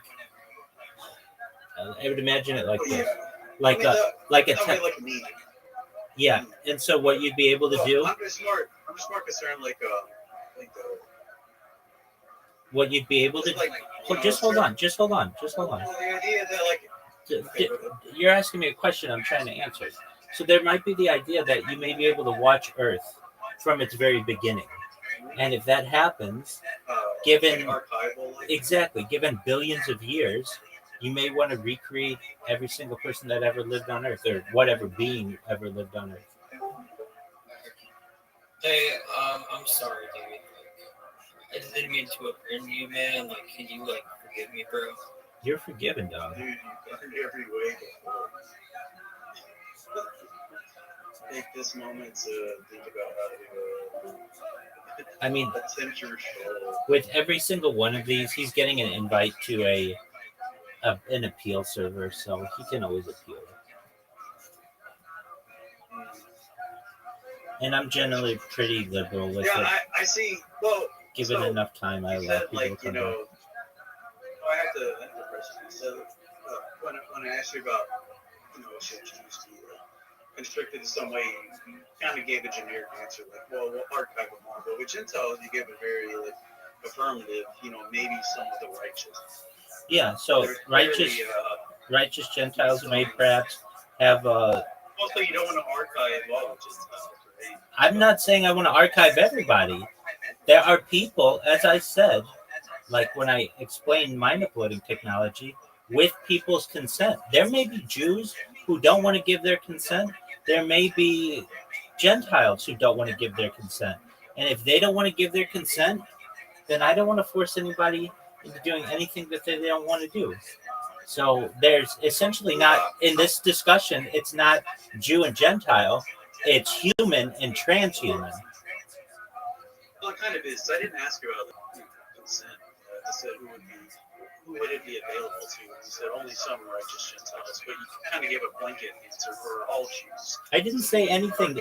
I didn't say anything about all Jews being able to utilize mind uploading technology. And if that's what you interpreted, I want to clarify the matter. It's really between those of a transhumanist philosophy who will perhaps be able to utilize this and who can afford it. It's not going to be available perhaps to every single person on earth. This is going to be quite an expensive endeavor. Well, yeah, maybe preliminarily, but given enough time, you know, economy of the scale, it should scanning technology should become rather mundane at some point. I will stop grooming kids for 24 hours in family. You'd be saving so many kids. Doug, why are you obsessed with children? You're just burning all your halls. I don't know why you're doing this so fast. Yeah, so that guy, he might not be the most righteous of people, but I don't want to limit him if he's. No, he's clearly a reprobate. But you know, there are going to be people who don't want this, and they're just generally seen as humans. And then there are those of us who really are to consider that ourselves either transhuman or at least pro-transhuman. And those of us who want to live forever, we may have the opportunity. And currently, I like the idea of like getting scanned, but like even if I am copied, like I don't think it's me. Like, well, even like the concept like teleportation bothers me because like I love the concept of it, but like the disintegration and the reintegration of me on the other side, like is that really me? Yeah, or is that just like a copy of me and I'm dead? On Discord, bro. Come on. You got something else better to do, bro? Come on. Who are you? Are you new? Bro, come on, bro. You need to be doing something better with your I'm actually starting to wonder if he's Jewish. I want to press him. But yeah, like he's not. It's the concept of like the continuation, Like the teleportation, copy. Yeah, so this really gets into something known as a paradox. It's grab my brain and put it into a Android. Like that's one thing. But like it's known as the ship of Theseus. So it's a paradox. Basically, you have a boat in a dock. If you take that boat apart piece by piece, you're taking piece by our own bodies do that, right? Our cells get replaced every 7 years, except for 7 years. Exactly. Yeah, I get that. You will not replace us. Don't. I'm impressed by your whole premise. Yeah, but yeah, as am I. Like instantaneous versus like gradual. Yeah, that's like a pair. But I can easily discount the paradox by saying that, yeah, if it happens so long that I don't notice it, it's not real. That's an easy dismissal. Because like if you dwell on like the hyper intelligence, like oh, I think too much about it. But if you just like if you take a moment, downshift and go down, it's like yeah, I didn't notice it. So it's like I'm here to be your friend and shit, and you're like kicking me, bro. It's so rude. I'm just trying to be your friend. Come on. This is a great test. I'm going to. There's a bot that I have wanted to install, but I just never have. That is essentially a band evasion bot, and so let's see if it works. Look, IP base. He's probably switching. He probably if he's this like adept at switching accounts, he probably switching IPs at the same time. Exactly. But what it does is it uses like the make of your device to hardware IDs and whatnot. Yeah. Maybe. Yeah. So prevent so ban. he's not using like names and whatnot. Let's see if this works. Prevent ban evaders, server rage, fraud, and Yeah. What if you forgive me and we can hang out and we can do little kissy stuff, you know? Like hey, I have an appeal server. Feel free to appeal. Wait, can I appeal right now? Nope. Please? I beg you. He does have a lot of accounts. All right, so we're gonna try this. It's got one. I was impressed by a couple of accounts ago. They were like real good. Yeah, works great by black alts and VPN attempts. Let's see if it works. Hey,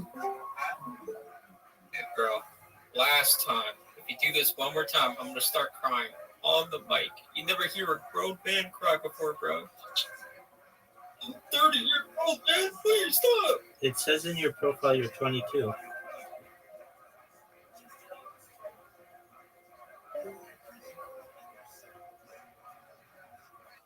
Like, he has an impressive amount of devices.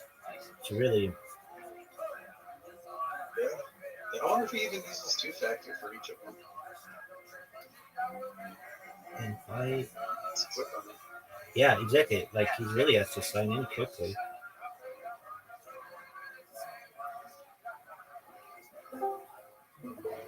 You use your auto-generated or just stolen? Like, these are somebody else's people's accounts. Okay. Yo, bro, can we, can you, forgive me, bro? Like, I don't want to keep doing this all day, bro. Like, I got better things to do.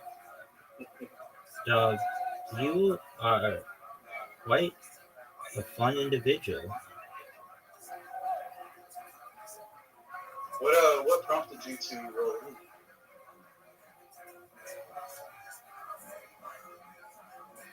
Roll in. Yeah. All right, let's see if this. Stew on that question for a bit. Yeah, let's see. Well, it's a good test for your whatever that bot is. I guess it would be him. He's your greatest adversary at the moment. Oh yeah. See if he conquers the bot. Let's see here. Config guild, config set log channel. Okay. Do you use Discord often? I mean, I know you're in it now. For me? Yeah. No, I generally only do it for weekends. Okay, so the way that it blocks people, I guess DNS and IP lookup and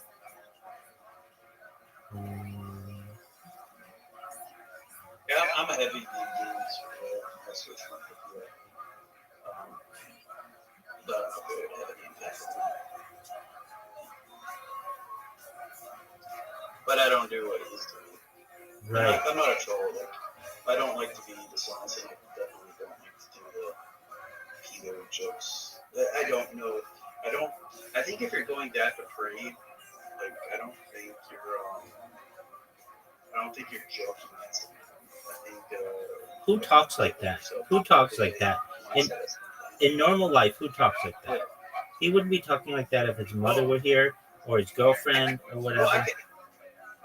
Well, I can even understand, like, even in text, but when you put it to voice, like, you're taking even another level. You're just trolling the text. You're not just trolling honestly in text.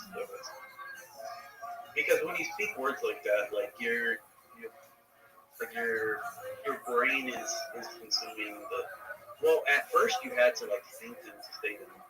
And even just hearing them, you're feeding it back to yourself. Like, it's a level of depravity you have to be too comfortable with to go with that.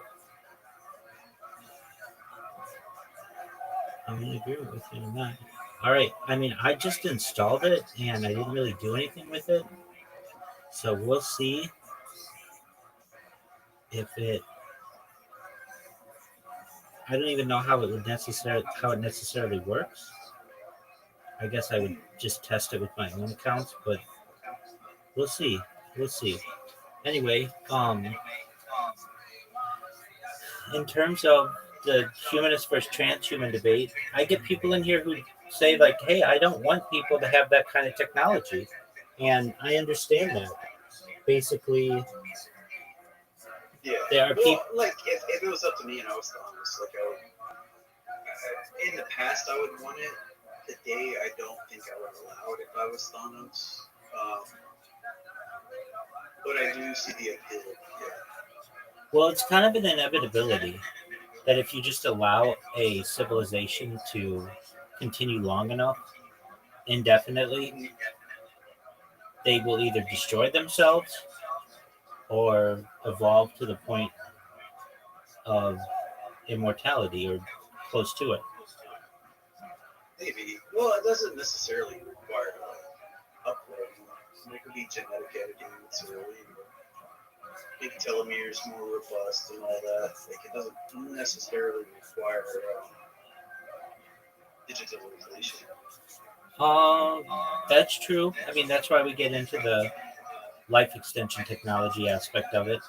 But eventually, you're going to need people to take risks, and if they take enough risks, there will be likely death, and then you would want some way to respawn them, for lack of a better term. Maybe.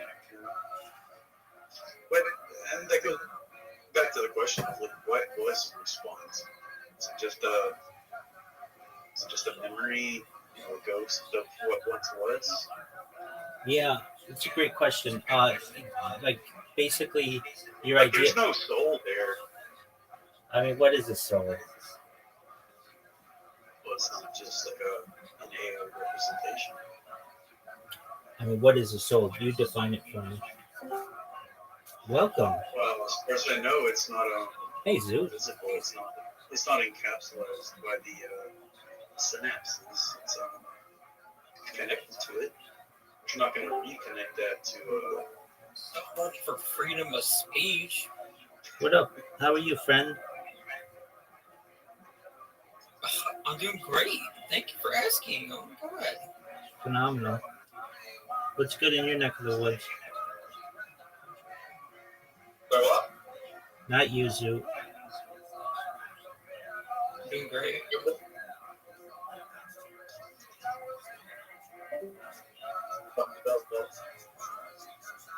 All right.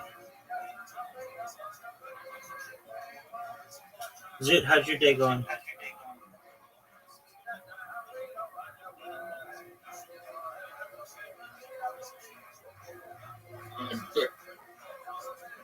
Did you check your body fat today? Yeah, get what? What's that? Name ass questions, bro. We're kind of boring. Oh, shut up. What? Being honest. Like, so much for freedom of speech. What? Yeah, freedom of speech, but that's bullying. I'm not bullying anybody. Zoo. Bullying Zoo. in this case, but Zoo. he doesn't even know how to, like. This is just weak trolling.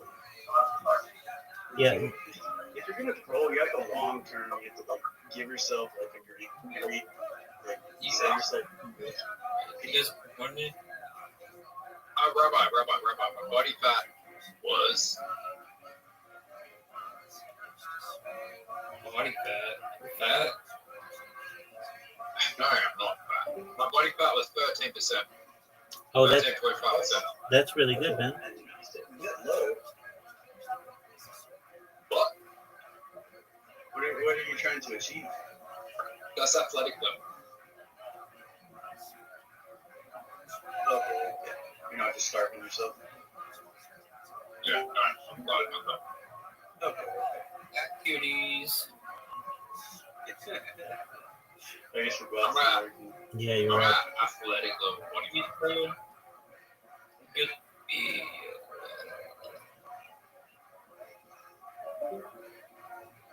How does this person have all of these accounts and they're all like Hey, different Rabbi, people? what do I make the others?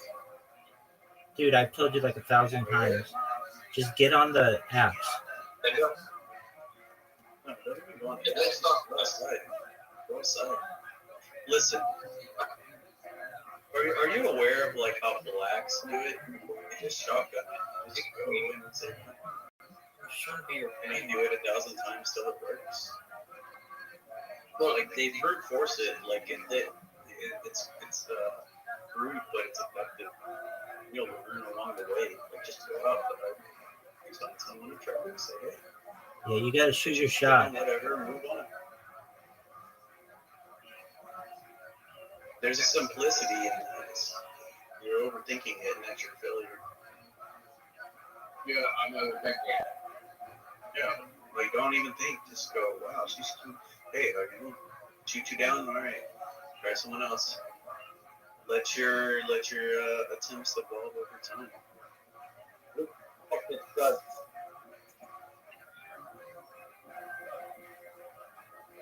I just don't know why this. Well, to even ask that question, you're clearly just thinking too much. Maybe I just need to go somewhere else. There's no fucking single girls in this area. That's probably why. Like, it's just very underpopulated city, so there's no single girls here. Well, maybe, but maybe you'll talk to one and maybe they've got a single friend. The point is, yeah, there's single here. Well, the question is like, how often do you talk to the girls you see? Girl you find attractive, do you ever go out to say hi? You say, hey, Mike, did the dingo eat your baby? Or whatever else you say. Yeah, that's like literally the sentence. Like every single girl you hear me out. I don't know. Can't think of anything. Just ban. Fuck. Just ban. Look, it's not. Yeah, it's fine. No, he's like his 20th account coming in. Just gonna ban because he's a troll. I'm just on a bit of a dry streak right now. It's weird though. Wait, what's your goal? Are you trying to fuck or are you trying to straight? No. What's your goal though? I just want to. Huh? Fuck. I want to fuck. Hold on, we gotta go way back. Or you still like them? Do you hate them? Opinion?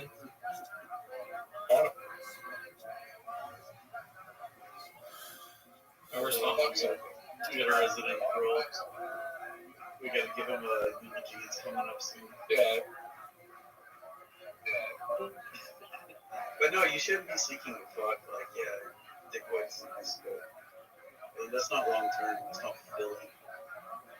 I would just get that girl, but then I just gotta be like a chick. No. Like, go jerk off if you need to, but don't do that. Like, you should be pursuing future. Like, you as a man, you should be pursuing a future. And what comes in the future is a family and a wife. Like, that's what you should be pursuing. But, like, if you're just trying to fuck, like, you already failed. I need a stable job. You're cutting out a bit. Or I'm cutting out.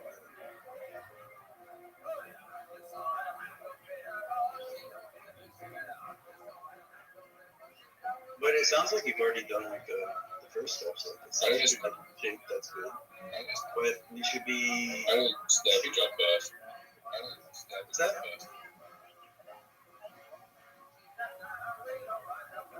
Rabbi, is he cutting out the same way for you as he is for me? Yeah, Zoot, you're cutting out, big dog. Give me a second. Take your time. I heard that.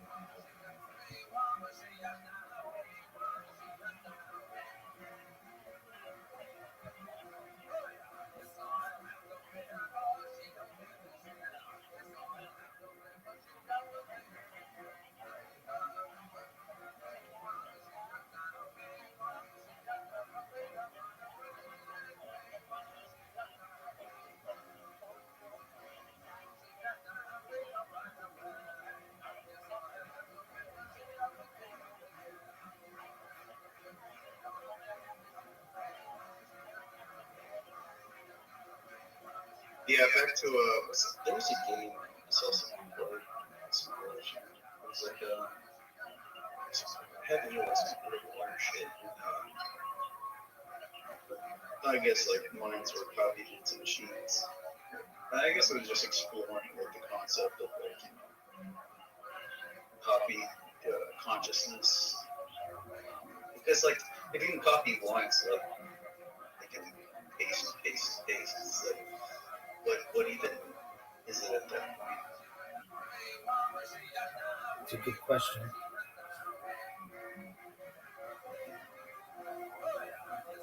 So it seems like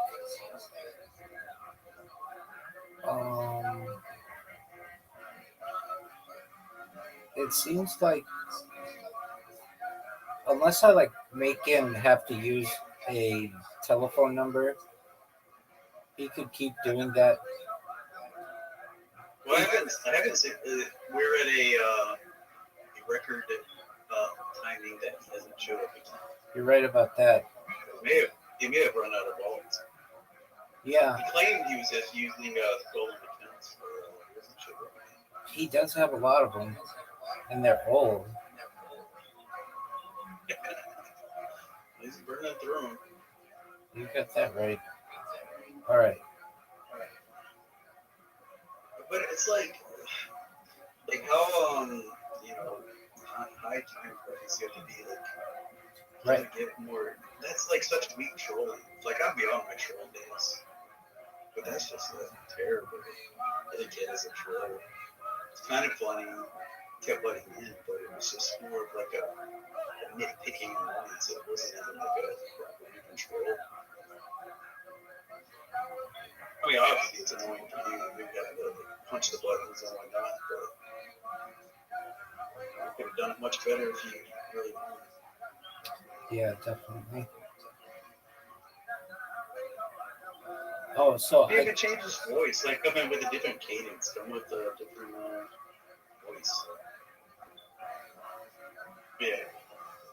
Yeah, I'm more like concerned about like the copy paste thing. It's like it's fine. It's just some interpretation.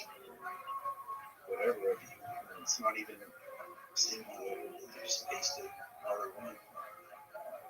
Like if I'm just gonna like clone myself, maybe, but even then it's like okay, but I'd want to strip some quote unquote humanity from my own clones, but I just be enslaving them at that point. But like the continuation of me is there. It's just the whatever you want to be. There's no limit to how the need of me be. Let's say I was a great man.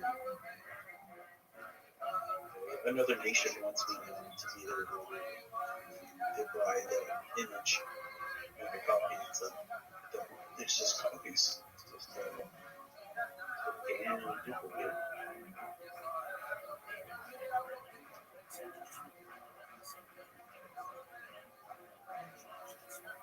That's true. All right, big dog. Well, it's been great speaking with you. I'm not going anywhere, but I do need to get some sleep. It's like 3:30 in the morning. Feel free to watch Jordan Peterson and Joe Rogan. And if anything, come back tomorrow or whenever you have more time. I'd love to talk with you more. You're very intelligent. Excellent. Beautiful. Well, pleasure to meet you, my friend. Yeah, you have a good night. You too, my friend. Take care. That dynamic is being played out on stage, and people found that very heartening. And well, that shows you. Well, you said, yourself, and this is why I brought it up, because you had the example from your stepfather and your mom of this long-term relationship that worked. And how the hell do you orient yourself if you haven't seen that anywhere? Right, and then you consider relationships just like all the bad ones, and like you're going to be burdened and locked into that. Did you ever see that video where Alec Baldwin and his wife are on the red carpet and they're being interviewed and they're asking them questions and the wife starts talking and Alex chimes in about something and she said, "You're not talking, I'm talking. When I'm talking, you're not talking." On camera. And you watch this, you're like, yo, that's what everyone's scared of. Right. That's what definitely. You want to talk about competition, tyranny. The tyranny of being trapped in a relationship like that is like, and sometimes one person is so overbearing that the other person just sort of submits to it, right? And then you just like, I don't want to fight. I don't want to deal with this. I don't want to deal with this. And so then you're just trapped, and this person's insulting you and humiliating you publicly. That was the case with Phil Hartman. I got to see that. We would all go, like, we went to a party once, and I remember she was talking about ex-boyfriends, and she loves pickup trucks because her ex-boyfriends had pickup trucks, and they would climb into the back of these pickup trucks, and I was like, what the fuck?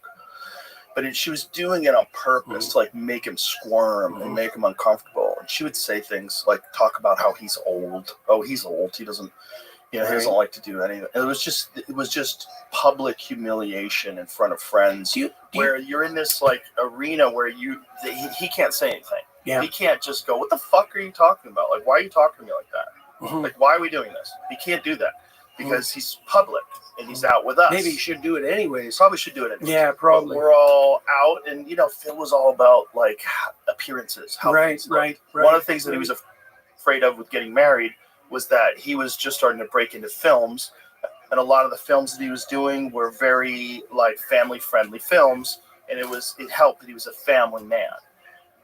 If he was right, so he had an act he had to sustain too. He had an image, right, and this was critical in Hollywood. Like they had ideas of who you were. Okay, you're a family man. Okay, good, and so if you have this radical change in your life where no longer you're a family man, and if you want to be honest about it, and you want to say, I was in a toxic relationship, and some of it was me, and some of it was her, and this is what happened. Like, whoa, now you're opening up the world to this big can of worms. Better to keep that can sealed. Yeah, well, it's generally better not to have your fights in public, and it's certainly better. I've been thinking about this commandment to honor your mother and father. Now, I've been thinking about what that means.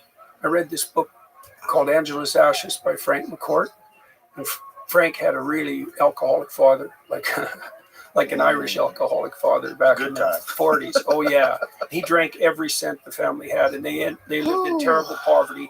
And his sister died, and like it was rough.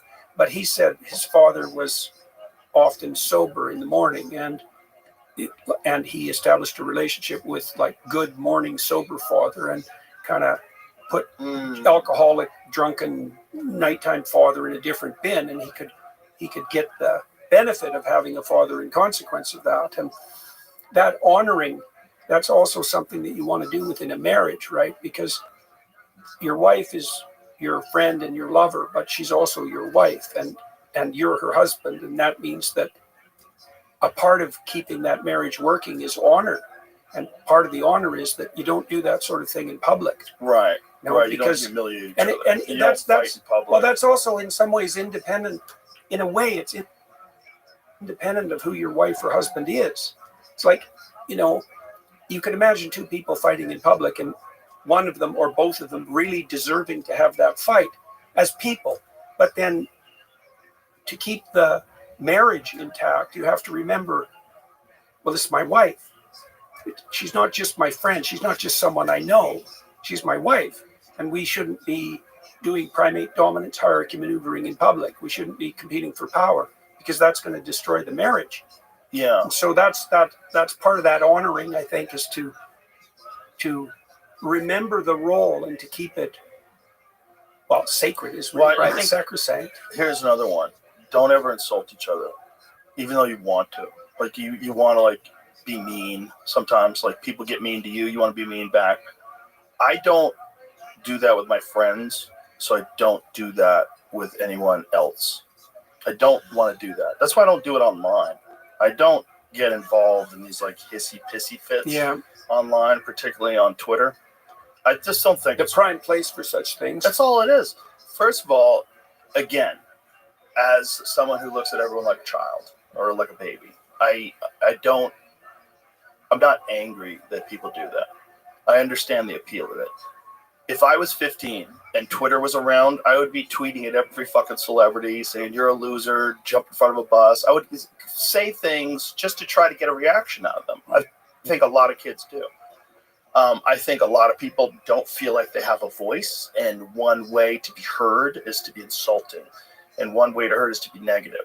If you look at the majority of discourse on social media in regards to hot button issues, it's disrespectful, it's contentious, it's shitty and insulting, and I've decided, like, over time in my life to not do that. I don't want to do that. I'm not interested. I'm not interested in that. I'm not interested in that kind of conflict. Like, I see real conflict all the time.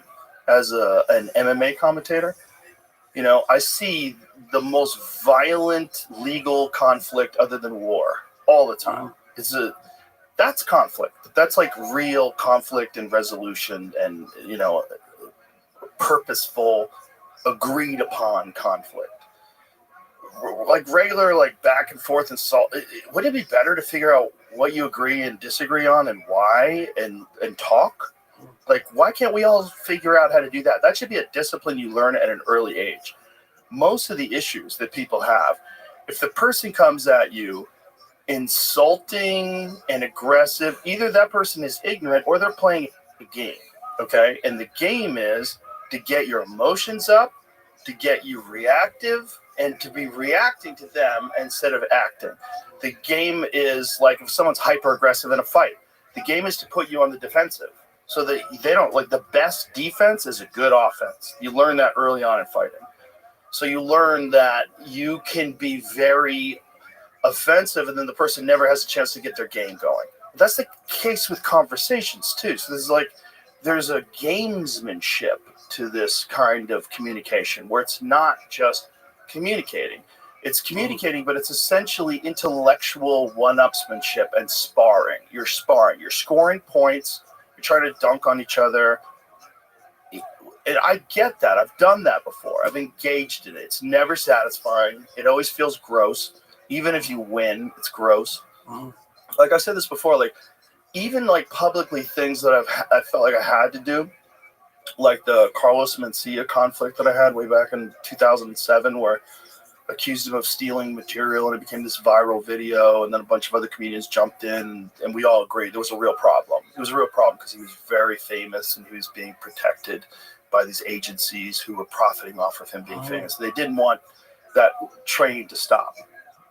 I still, to this day, wonder if I would ever do that again, because the negativity that came my way from people that were fans of his was it's so overwhelming if you're paying attention to it. It's like, what did I open up? Like, ugh.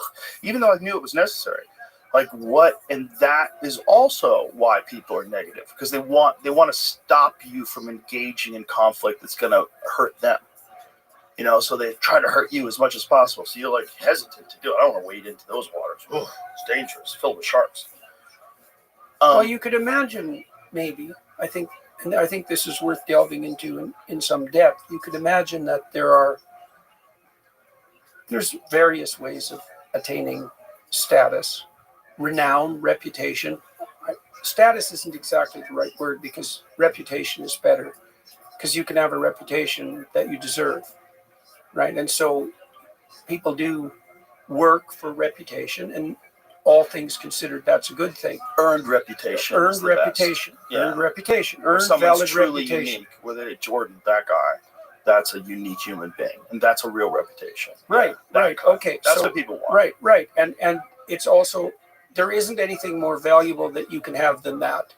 Not even close. This is why, by the way, this is very cool. It's a bit of an aside, but it's worth bringing up.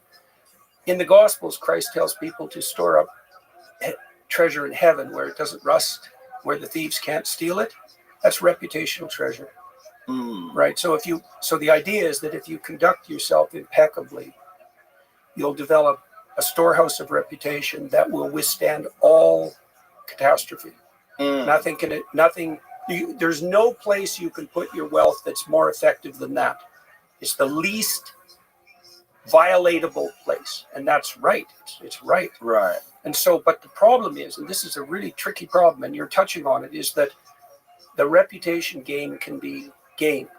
Okay, so when your reputation rises, your serotonin levels rise, and that makes you less sensitive to negative emotion and more sensitive to positive emotion. So that's a really good deal.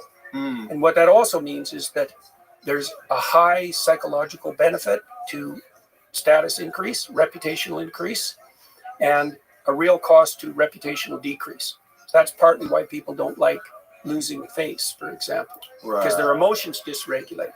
Okay, so now the best way to play that game is to establish a genuine reputation. And the best way to do that, you've done this, by the way. I figured out this year in my lectures that I'm always trying to answer a question on stage. So that's a quest. And I'm bringing the audience along on a quest. And it's a real quest because I'm actually trying to figure something out. And I do that in real time. And that's a very different game. That's a very different conversational game than the status battle game. Yeah. Right? Because I could come on here. I don't know if it would work, but I could come on here and I could try to show that I was smarter than Joe Rogan. Now, I've watched you, and that's a very difficult thing to pull off. But hypothetically, that could be my aim, and I could play gotcha questions, and I could lead you into places. The problem is that wouldn't work because I'm willing to accept that you're smarter than me. First of all, like, I talk to a lot of people that are smarter than me, and I like it. It's enjoyable. I don't ever feel uncomfortable talking to people that are smarter than me. Yeah. I want to know some things that they can tell me on certain things. I want to educate myself. I want to see how their mind works. I want to be blown away. I don't want to compete with them intellectually. There's times in my life where I would have fallen into that trap. I think that's what's made. Well, I think that's also what's made you popular and a force for good, is that you are on a quest, and that quest, the consequence of that quest, if undertaken properly, is reputational enhancement. And people who can't or won't do that, they default to power games. And the part of it, and that's the default to power. Right. But it's worsened with social media. Absolutely. Because if you meet someone and they're playing a power game with you, you can just decide not to have anything to do with them anymore, or you can put a stop to it if you need to.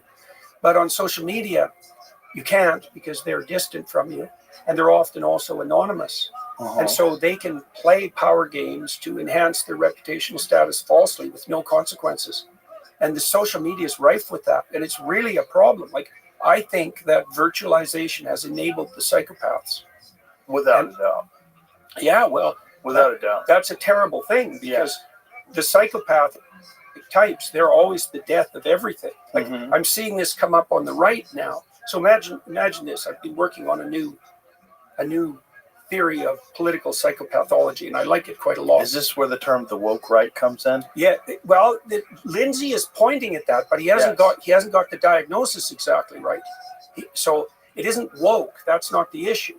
It's not exactly. I think one what level. they're talking about is like similar types of behavior. He is talking about that. Yeah, no, but what it's he's just woke just lets you clarify in your head. Oh, it's like that. Yeah, but the problem is it's like Antifa. Yeah, absolutely. But the problem is that argument is predicated on the claim that the ideas are the problem, like the woke ideas, for example, on the right or the left. But that's not the problem.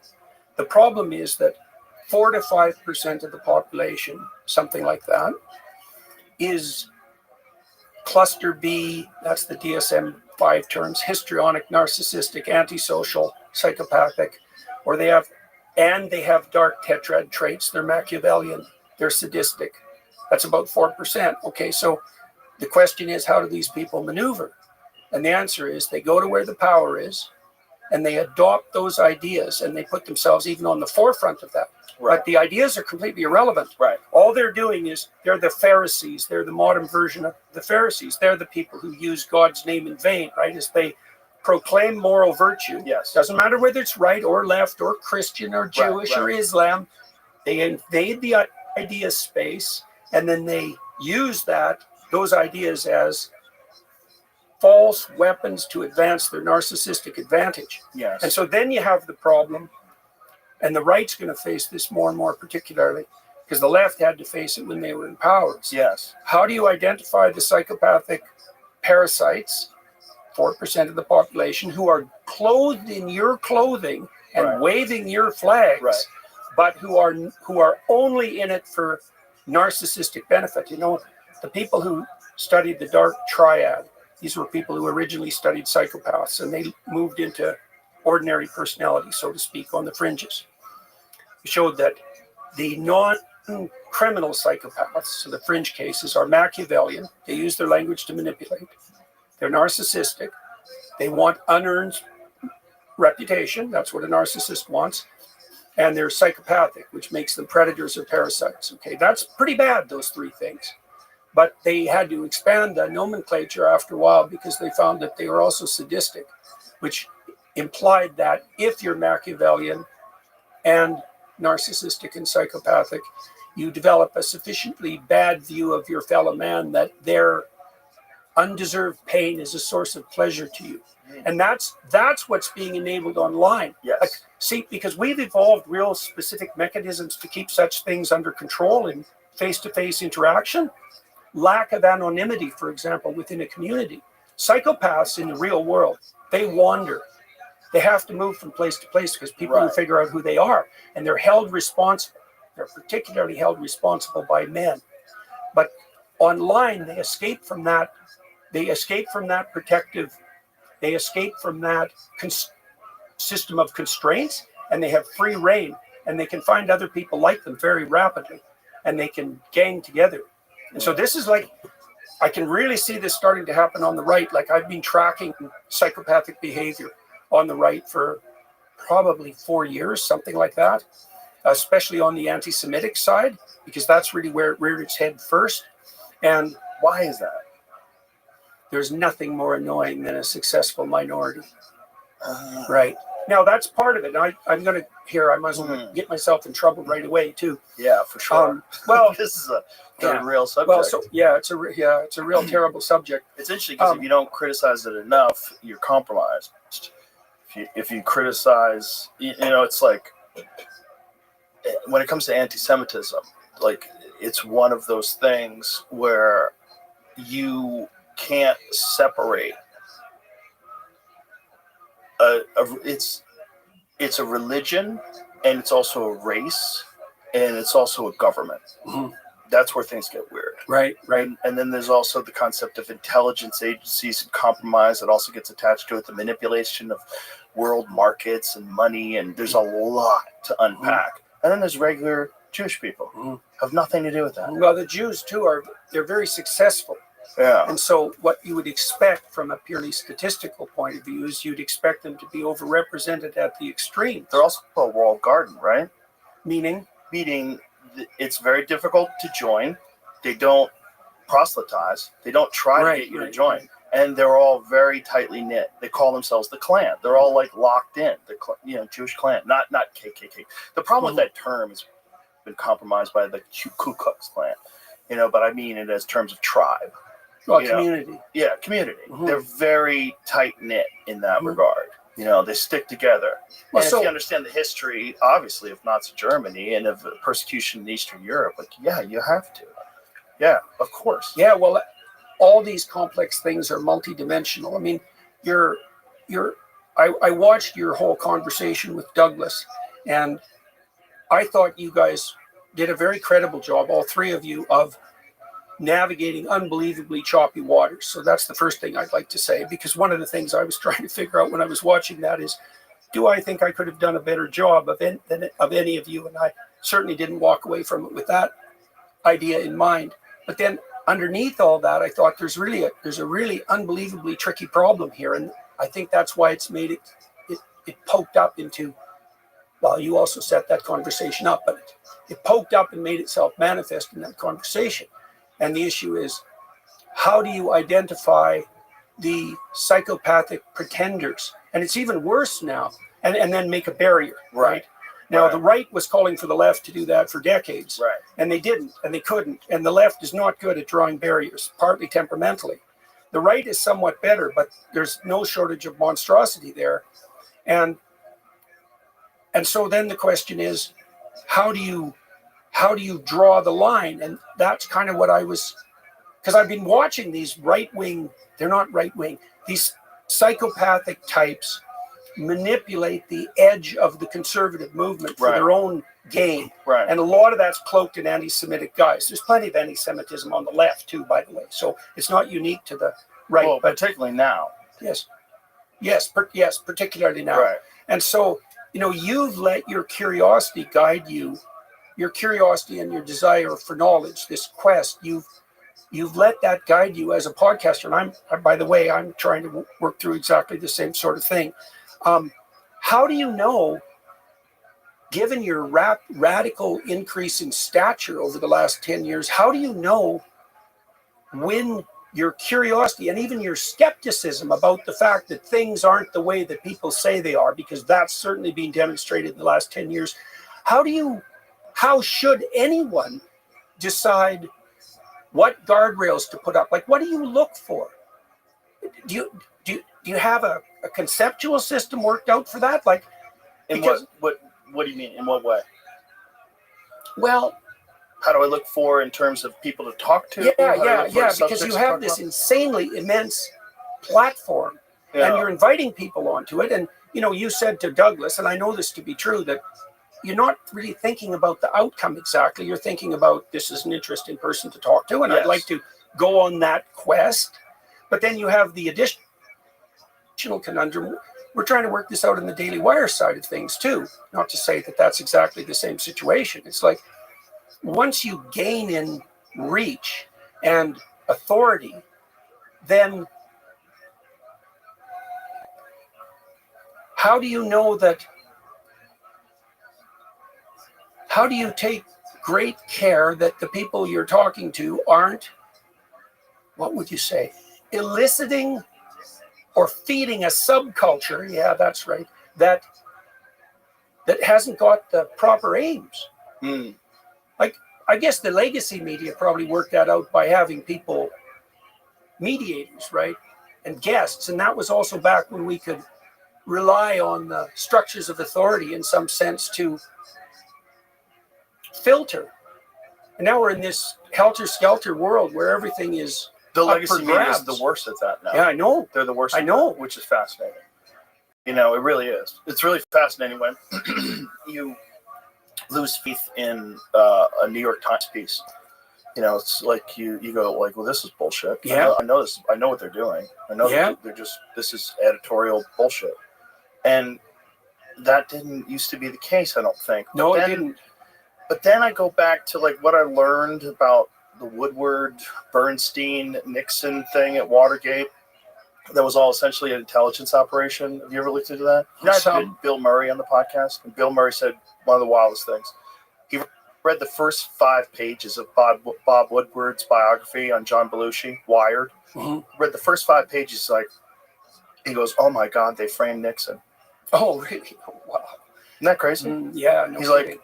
like, what they wrote about my friend was so not true. It was so wildly off. He said John Belushi was a lightweight. John Belushi would have a couple of drinks and he'd be fucked up. He wasn't like a big partier. That time he did that speedball, probably the only time he ever did it in his life. But Woodward had him painted as this maniacal, off the rails, just drug-addled monster. And he knew that to not be true. He was very close to Belushi for a long time.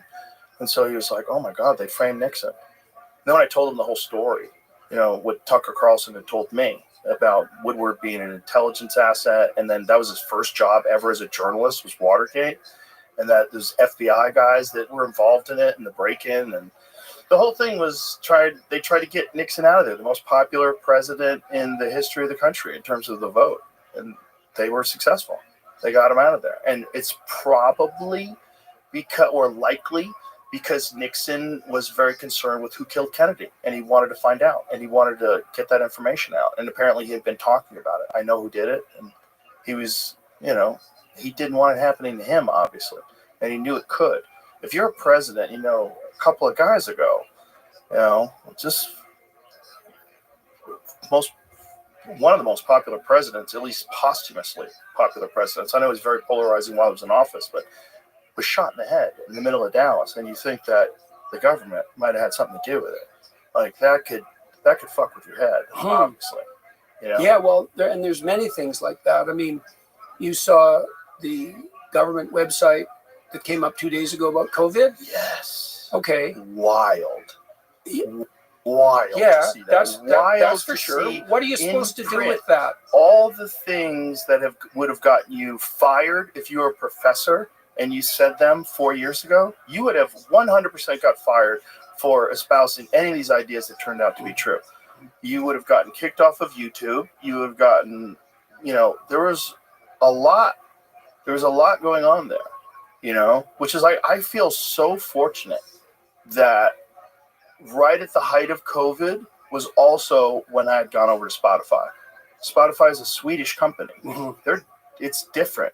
They're different. They're much more rational, and they're not overwhelmed by this identity politics shit, and they aren't overwhelmed by our weird political binary system of good guy, bad guy, depending on which side you're on. And they were like, what are you talking about? Like, this is crazy. We don't censor our rappers. The Swedes also didn't lock down. Yes, they didn't lock down. Right. They were also like, we don't censor our rappers. Like, we don't tell the rap lyrics. Some of my favorite rap lyrics are horrendous.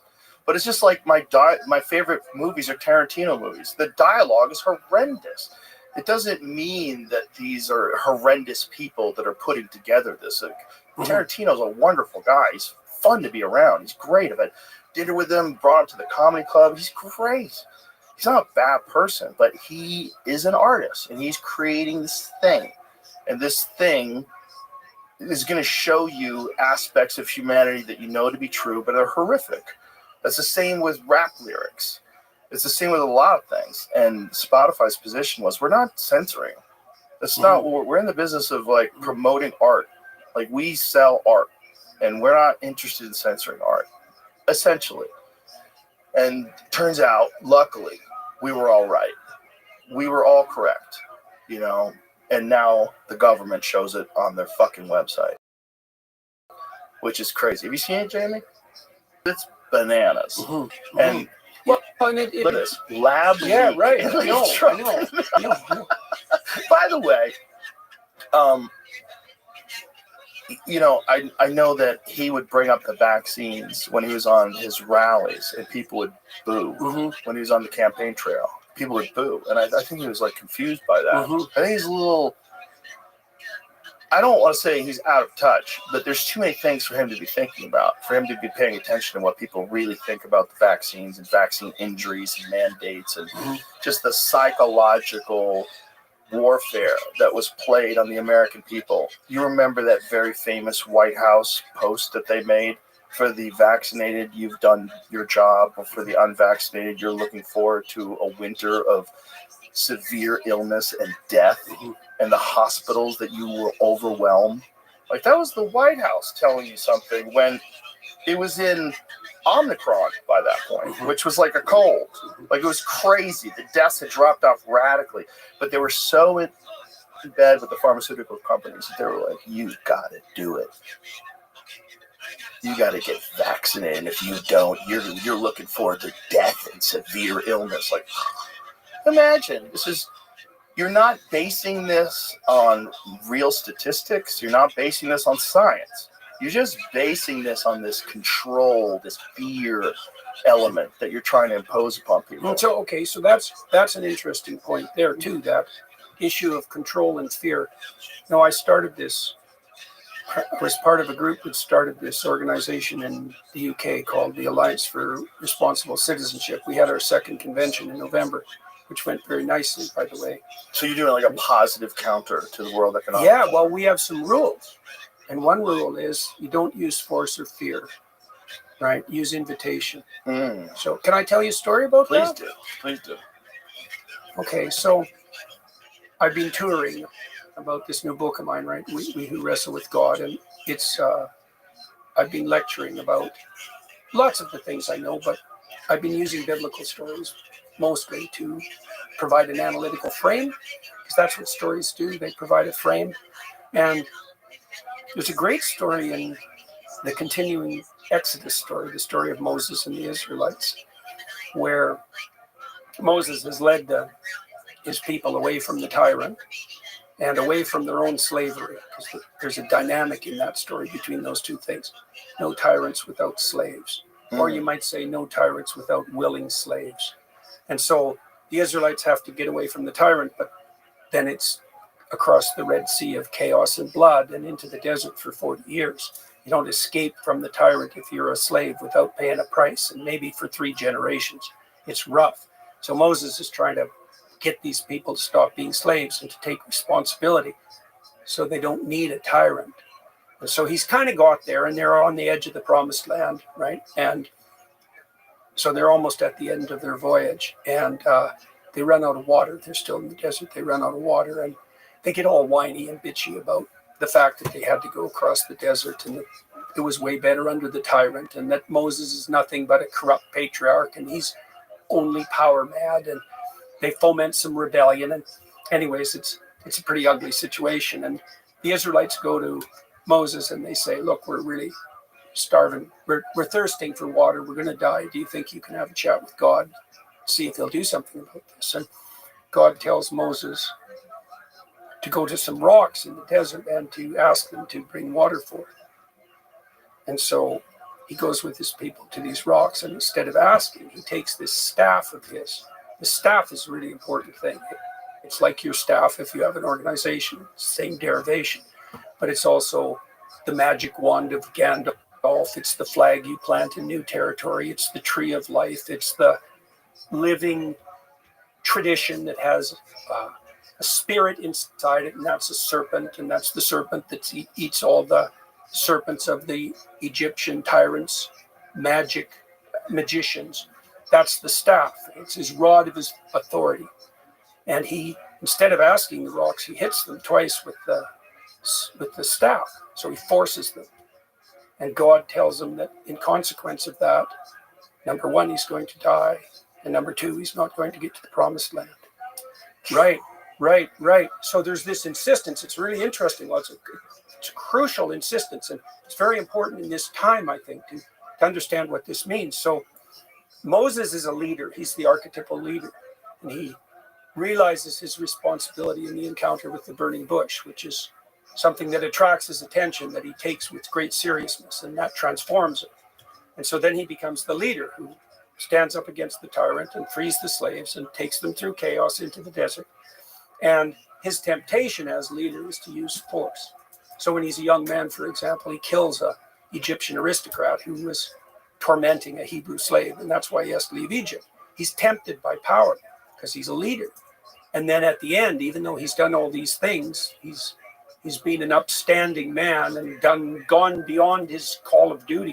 And he's right at the point where he attains victory, right, to enter the promised land. What up, He Zeus? uses force once when God tells him to use invitation.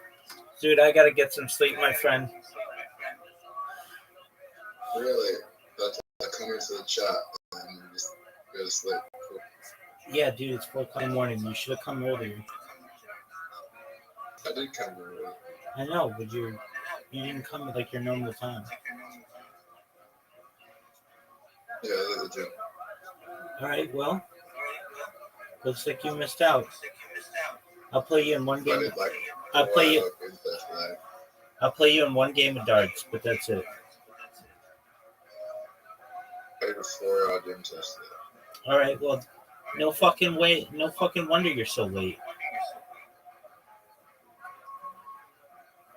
We're gonna play 501 Pro Double Out.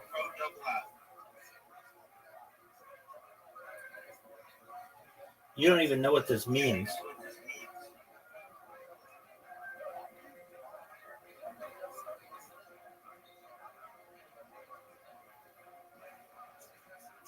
$501 Pro Double Out, dog.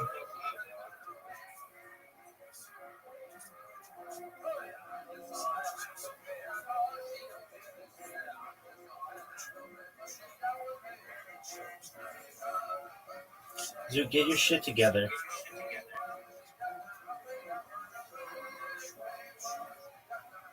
Zoot, come on, man.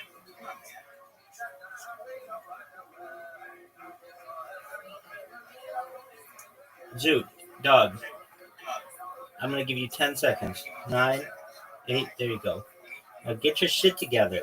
This is the only game we're playing.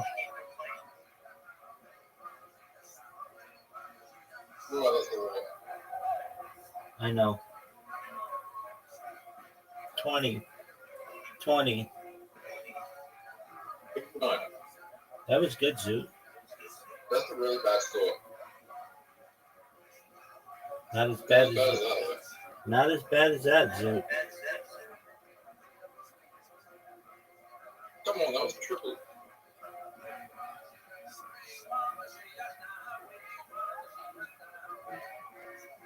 Oh my god, we are doing it.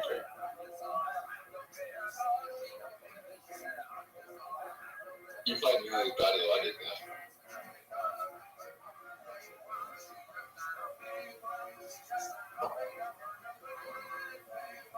That's annoying. I had the best first shot and all my other shots were shit. You had 80 points. Shoot. Yeah. But I feel like I should be getting over 100.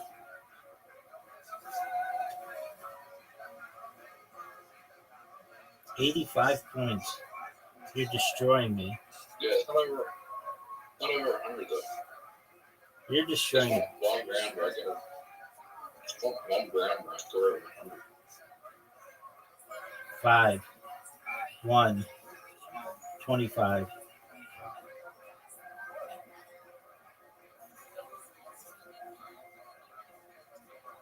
You should catch up. Not really. I'm basically done, son. Yeah, all you need is break triple 20.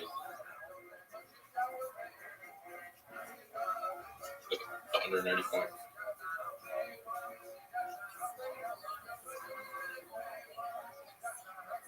What's the worst thing you would?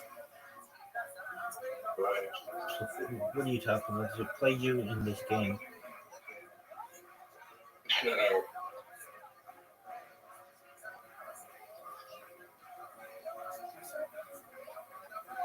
Oh, that was terrible. 102. You can get it.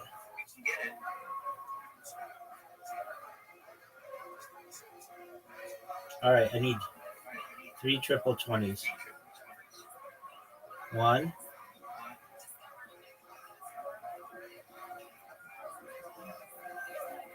Dude, if I came back and beat you, that's going to be embarrassing for you. It's double out, double checkout, Zoo.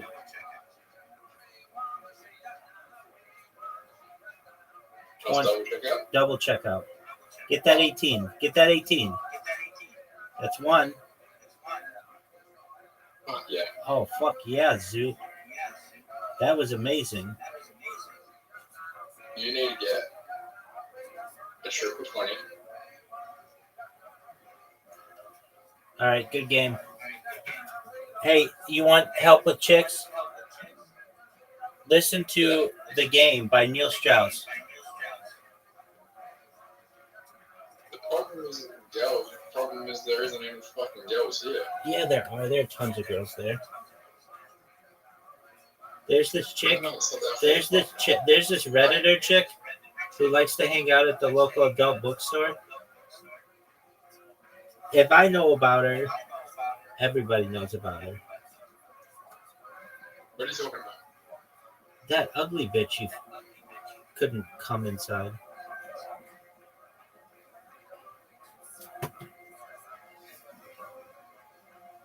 That's it. Take care.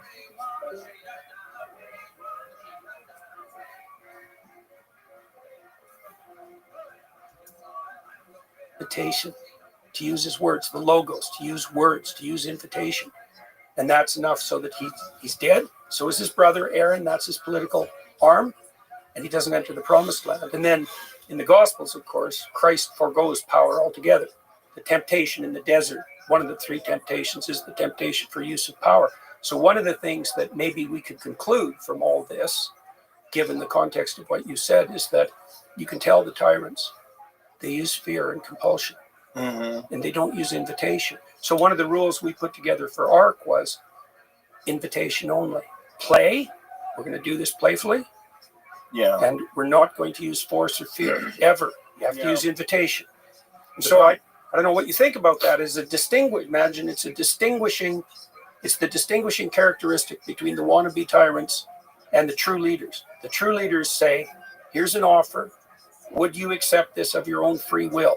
And the tyrants say, the apocalypse is coming, and everything, and we are allowed to do everything to forestall it.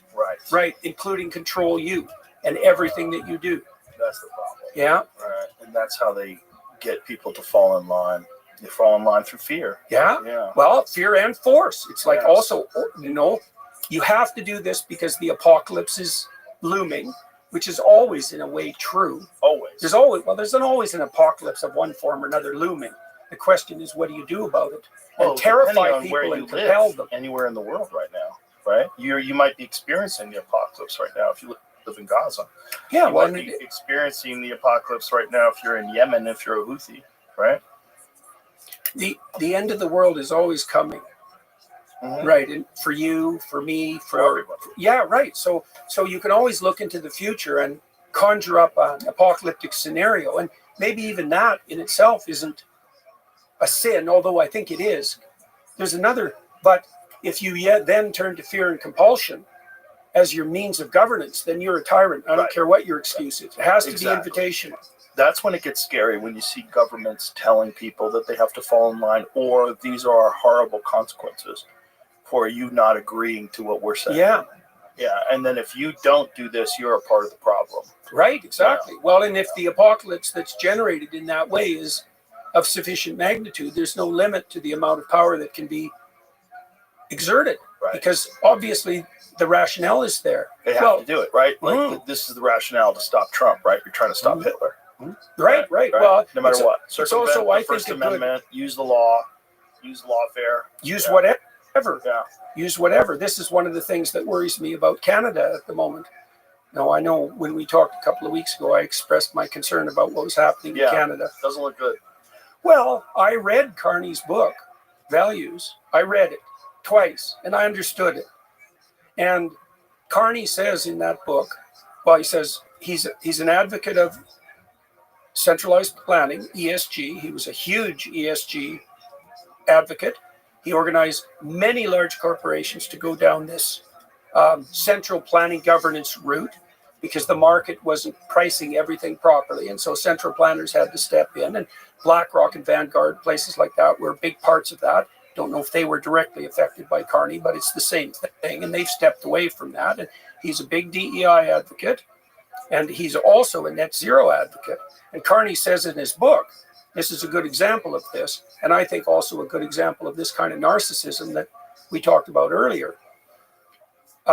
Every single financial decision that every individual or organization makes has to prioritize decarbonization above all else, or else. And there will be many, he doesn't say casualties, but he implies that there'll be many who pay a price along the way, but it's necessary, because you can't make an omelet without breaking a few eggs. And then he says 75% of the world's fossil fuels have to stay in the ground. And this is who Canadians are seriously thinking about electing. Right. Why does he say the fossil fuels have to stay in the ground? Too much carbon. Yeah. The real problem with that is the same problem with the COVID narrative, is that they don't allow any dissent. They don't allow any data that conflicts with the narrative. And they don't want to look at any possible, both of them are complicated. They're not similar in a lot, but there are, because they're top-down, tyrannical tools using fear and compulsion. Yeah. So they did during the COVID times. Nobody wanted to look at any alternative treatments. They didn't want to look at health, metabolic health. They didn't want to look at any factors other than vaccination and compliance. With carbon, no one wants to look at, I'm sure you saw that Washington Post study of the last, was it 50 million years, the graph that shows the temperature of Earth. Have you seen it? We're in a cooling period. And that was always during the 1970s, Leonard Nimoy, when he had that In Search of show, one of the things that they covered was that we are at the verge of an ice age, and how terrifying an ice age is. Yeah, well, the conclusion you draw about climate and carbon dioxide is entirely dependent on where you put the origin point of your graph. So if you go back 150 years ago, carbon dioxide has increased. If you go back 500 million years ago, which is quite a lot longer, we're in a drought, like a serious carbon dioxide drought. Right, and so, also carbon dioxide is the fuel of plants. Yes, it turns out that they like it. Well, the global greening data. Uh-huh. Well, say it, so people know it. Well, one of the things I learned as a scientist was that there's usually an explanation or two that accounts for a phenomenon so completely that almost everything else is noise. Like the MAHA movement, Make America Healthy Again. The fundamental issue is insulin resistance. Like that's the fundamental plague of, say, North America. And everything else is noise. It's not unimportant noise, but insulin resistance is the major contributor.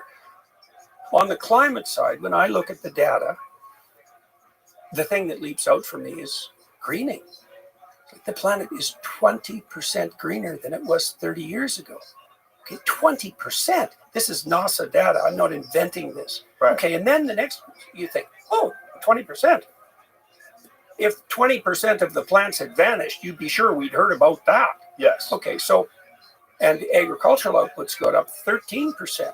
Now, whether all that additional carbon dioxide is a function of human activity, that's still debatable. It doesn't matter. There is an association between the carbon dioxide rise and the plant propagation. Okay, it's even more particular than that, because a lot of the greening has occurred in semi-arid areas, so areas around deserts. And the reason for that is that if there's more carbon dioxide, the plants can close their breathing pores more, and they don't lose water. And so not only is there 20% more vegetation, which is a lot, I think it's twice the area of the United States that's green. That's a lot of green. And where our agricultural production is more effective. And the places that have greened were the very places that the deserts were supposed to expand into. And so, right, because they've greened, they've shrunk, not grown. Now, you could say, well, that rate of change has its problems, and, rates of change have their problems. But I don't see another data point that's anywhere near as stunning as that. I think it's a really important point where you said that if we lost 20% of the plants, people would be freaking out. Oh my God. Well, Right. and rightly so. Rightly so. But yet it's not even discussed because, again, it's one of those things that invades the narrative, right? It's one of those pesky facts, those pesky truths that gets in the way of the thing that you're saying. Well, the apocalypse is coming. Yeah, well, that's the thing about the narrative is like, okay, so now we talked about the psychopaths who manipulate belief systems for their own advantage, right? The people who use God's name in vain, the Pharisees who want to dress in religious clothing and obtain status in consequence. They're Christ's #1 enemies in the Gospels, by the way, those people. They're the ones who conspire to crucify him, right? The religious pretenders. Right. So this has been going on for a very long period of time. So the climate apocalypse narrative is perfectly situated to, what would you say, to serve the purposes of the narcissists, the Machiavellians, the psychopaths, and the sadists, because it's a infinitely expanding existential threat that can be used as an excuse for anything. Yes. Right? And it also provides a perfect cloak for any amount of power maneuvering. It's like, I want to make your shower heads put out a needle spray so that you're cold all the time while you have a shower, while you're doing something you do every day that could otherwise be highly enjoyable. Why do I get to invade your life to that degree? Well, because the planet's at stake, Joe. And who are you to privilege your shower comfort, something that trivial, over the fate of the entire planet? Well, you can use that argument at every single level. You know, Trump came out with this executive statement just a few days ago about shower heads, and everybody kind of laughed about that. And I thought, no, he has an eye for petty tyranny, right? For petty tyranny. And there's very little that's more petty than, well, I think the showerhead example is a perfect one. Yeah. And then you also think, look, if they're willing to control your life at that level of detail, what are they not willing to control? It's like, you're concerned about my shower heads? Like we're out of water, which we're not at all?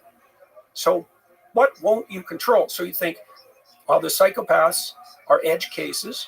They'll move wherever the power is. They find a narrative that can be used to strike fear in the hearts of people and to justify compulsion. They ally themselves with that belief claim, and then they ratchet themselves up status hierarchies without any true reputational validity, riding on that edge of fear and power. Right, right. I wrote an article, it hasn't been published yet, in the Telegraph, because I got hell a lot after one of our podcasts. You may know this, but the climate change stuff. That's right. The whole bloody transcript was sent to the college as an indication that I was out of my wheelhouse. You know, and maybe I stepped a bit out of my wheelhouse when we had that discussion, because I'm not a climate scientist, whatever the hell that is, by the way, because you have to know a lot to be a climate scientist and an economist on top of that. So today I'm talking about something that's a lot more psychological. The climate apocalypse narrative is a social contagion that's driven by power-mad psychopaths who are hell-bent on using fear and compulsion to make sure everyone steps in line so that they can continue with their acquisition of undeserved power. It's also effective enough that the people that are underneath the power comply and do the job of the man for the man. Yeah, well, that's the advantage of using fear and compulsion, right? It's like, well, I have to go along with this because my leaders who had built up a certain degree of credibility are telling me that, you know, the apocalypse is nigh. And who am I to, well, first of all, question, because, God, there's a hard thing to figure out, you know, what's the global effect of human activity on the climate for the next 100 years? Well, good luck figuring that out. But this is why I'm making it more psychological this time. It's like the climate fluctuates, and for complex reasons. But that doesn't mean that you get to look 100 years into the future and you get to conjure up an apocalyptic narrative, and you get to say, we're the only people that can save you.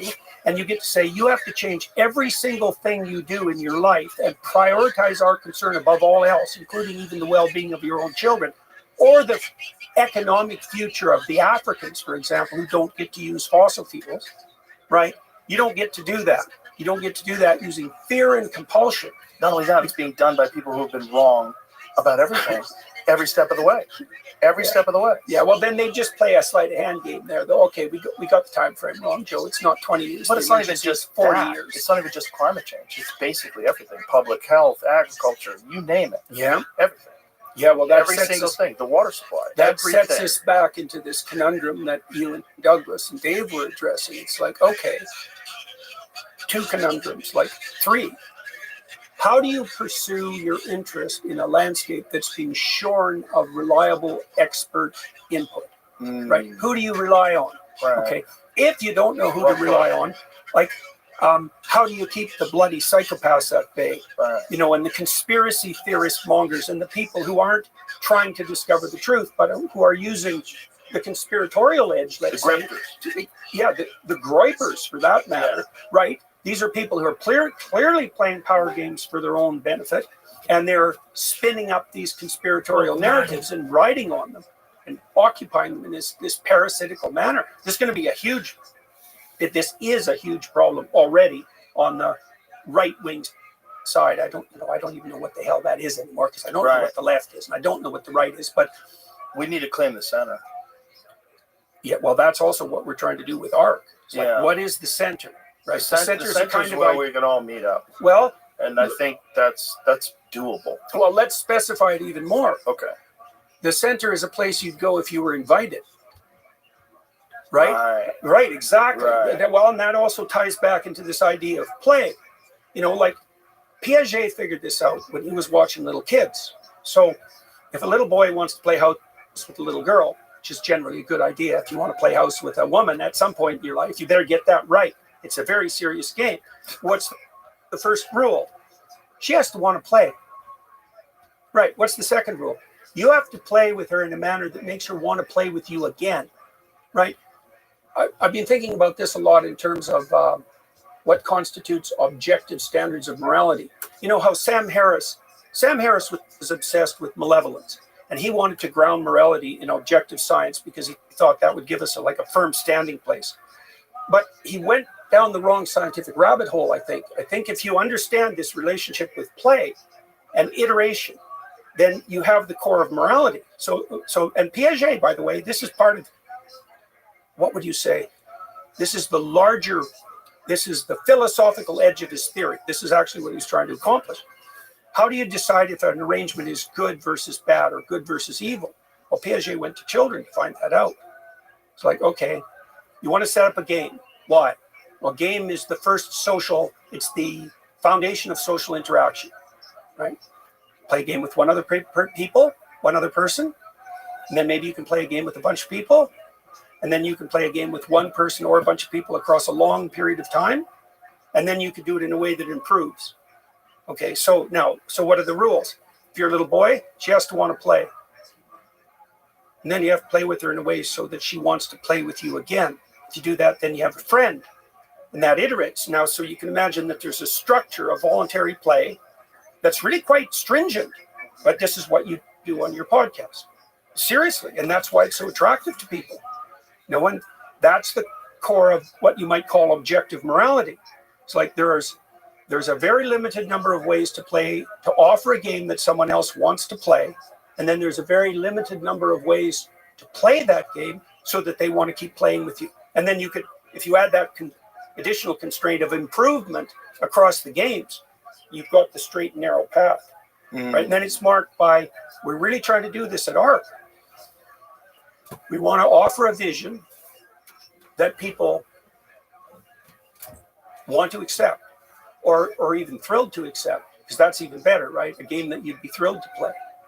So one of the things we're doing on the energy side, I'm going to an event with Alex Epstein here in 2 days, talk to energy executives about this. You know, well, what kind of world do you want to see? Well, how about a world where there's so much energy that poor people can afford it? How'd that be for a vision? Like, have you got a problem with that? Well, poor people can't have energy because that'll destroy the planet. It's like, no, poor people can't have that energy because you'd have to let go of the game that you're playing as a narcissistic psychopath that's elevating your status inappropriately, and you're perfectly willing to sacrifice the world's poor to continue your grip on power. How about that for a psychological interpretation? Right. And how about this as an alternative? Why don't we do everything we can to drive energy costs down to the lowest degree that's sustainable, like in a market economy, and make energy available to everyone so that we eradicate absolute poverty? Why wouldn't the left line up again around that? Because the left hypothetically serves the poor. It's like nothing serves the poor better than an ethos first. We've got to get that right because we're also interested in getting the story right. But after that, on the material side, there's nothing more important. Right, but can I stop you for a second there? I don't think people on the left are getting that message. I don't think they're hearing that this is exactly what third world countries need, is a reliable source of energy and industry to elevate themselves out of poverty. They're not. They're not getting that, but it's not the problem of the people that are on the left, like the general followers. Well, it might be a problem that's facilitated by the psychopathic fringe types. Like, look, I think it's not offered to them, is my point. Yeah, the question is why not? And the reason is, like, this is part of the, you talked to Lomberg, right, to Bjorn. And Bjorn's pretty good on this, or very good on this, I should say. Yes. You know, to give him credit. And he would like to see a world where, and he's part of art, he'd like to see a world where we make energy abundance a top priority. It's probably the only way you're going to pull third world countries out of dire poverty. Well, it's also, as far as I can tell, the only way that you pull them out of environmental catastrophe. Right. Because if you want to produce an environmental catastrophe, a true environmental catastrophe, how about a 3 or 4 year famine? So that everyone there kills all the animals, for example, or dies, right? Okay. So we also know that if you get people above $5,000 a year GDP, then they start paying attention to long-term environmental sustainability because they don't have to scrabble around in the dirt for their next meal. So then we could say, well, how about we have a future of sufficient abundance so that no one is deprived of energy or opportunity for their children. Right. Well, that sounds like an invitation. Now, if you hate people and you think the industrial enterprise is a stain on the planet and that we're viruses or cancer on the planet, then you're going to have a problem with that. But my sense, too, is that if we had enough energy, we could make all the deserts bloom. I was watching a video on pollution in India. About the amount of garbage that gets thrown in rivers in India. And it was staggering, just staggering to watch that somehow or another because the population is so large and there's so many poor people and there's a lack of hope, whatever it is, they're just throwing their garbage in the rivers. And the rivers are just overwhelmed with garbage. If there's ever like a symbol of people that have been led the wrong way, like bad leadership, bad planning, bad underlying story, everything. That's it. When you look at your river and it's all you see is water bottles, all you see is floating plastic. That's the whole river. And you know that if you get in that water, you're going to get sick. And yet, no one looks at it as this number one priority. Like, what do you always say? Clean your room, make your bed. Like, right? Yeah. What's going on? Like, well, and you want to incentivize people to pay attention to their local environment, and you do that in part by ensuring that they're not living so close to the edge of catastrophe that they can only think about today. Right. And if you start from the mindset that, can I tell you another story? Sure. Okay. You tell me all the stories. I have to ask questions. All right. This is a really cool story. Okay. This is how to set the world right, this story. So I've been traveling around lecturing about my book, and I wrote a chapter on Abraham in that book. And Abraham is the father of, in principle, Islam, Christianity, and Judaism. He's the father of nations. That's how the story goes. So when God comes to Abraham in a very particular way, it's one of the ways God is characterized in the Old Testament. So this is like a definition of God. Right? It's not a testament to God. It's a definition of what God is. Okay, so Abraham, he doesn't hear anything about God till he's like 70. And he's already living in privileged paradise because his father and his mother are rich. And so he doesn't have to lift a finger. If life is about having your needs met, Abraham's got it covered. And so he lives like a satiated infant till he's 70. And then a voice comes to him and it says, you are required by the God of your ancestors to leave your zone of comfort to leave the wealth of your father, to leave your nation, to leave your language, to go out into the world and have your terrible adventure. And if you do that, so now imagine that's the call to adventure. If you do that, these things will happen. This is the covenant that God makes to the Abrahamic people. It's so cool. I just talked to Brett Weinstein about this from an evolutionary biological perspective on the road, because I wanted him to evaluate the story I'm going to tell you from an evolutionary perspective. So God is the voice that says to Abraham, if you follow the call of adventure, you'll be a blessing to yourself. So that's the meaning of life, right? To have the adventure. You'll do this in a way, because the adventure is compelling. Responsible romantic adventure is the most compelling pathway, right? And if it's intense enough, it justifies the suffering, right? It's a reason to get up in the morning, even if you're in pain. Okay, then he says, there's another thing that'll happen too, which is that your name will become known among your people for valid reasons. So that's that genuine reputation that we talked about.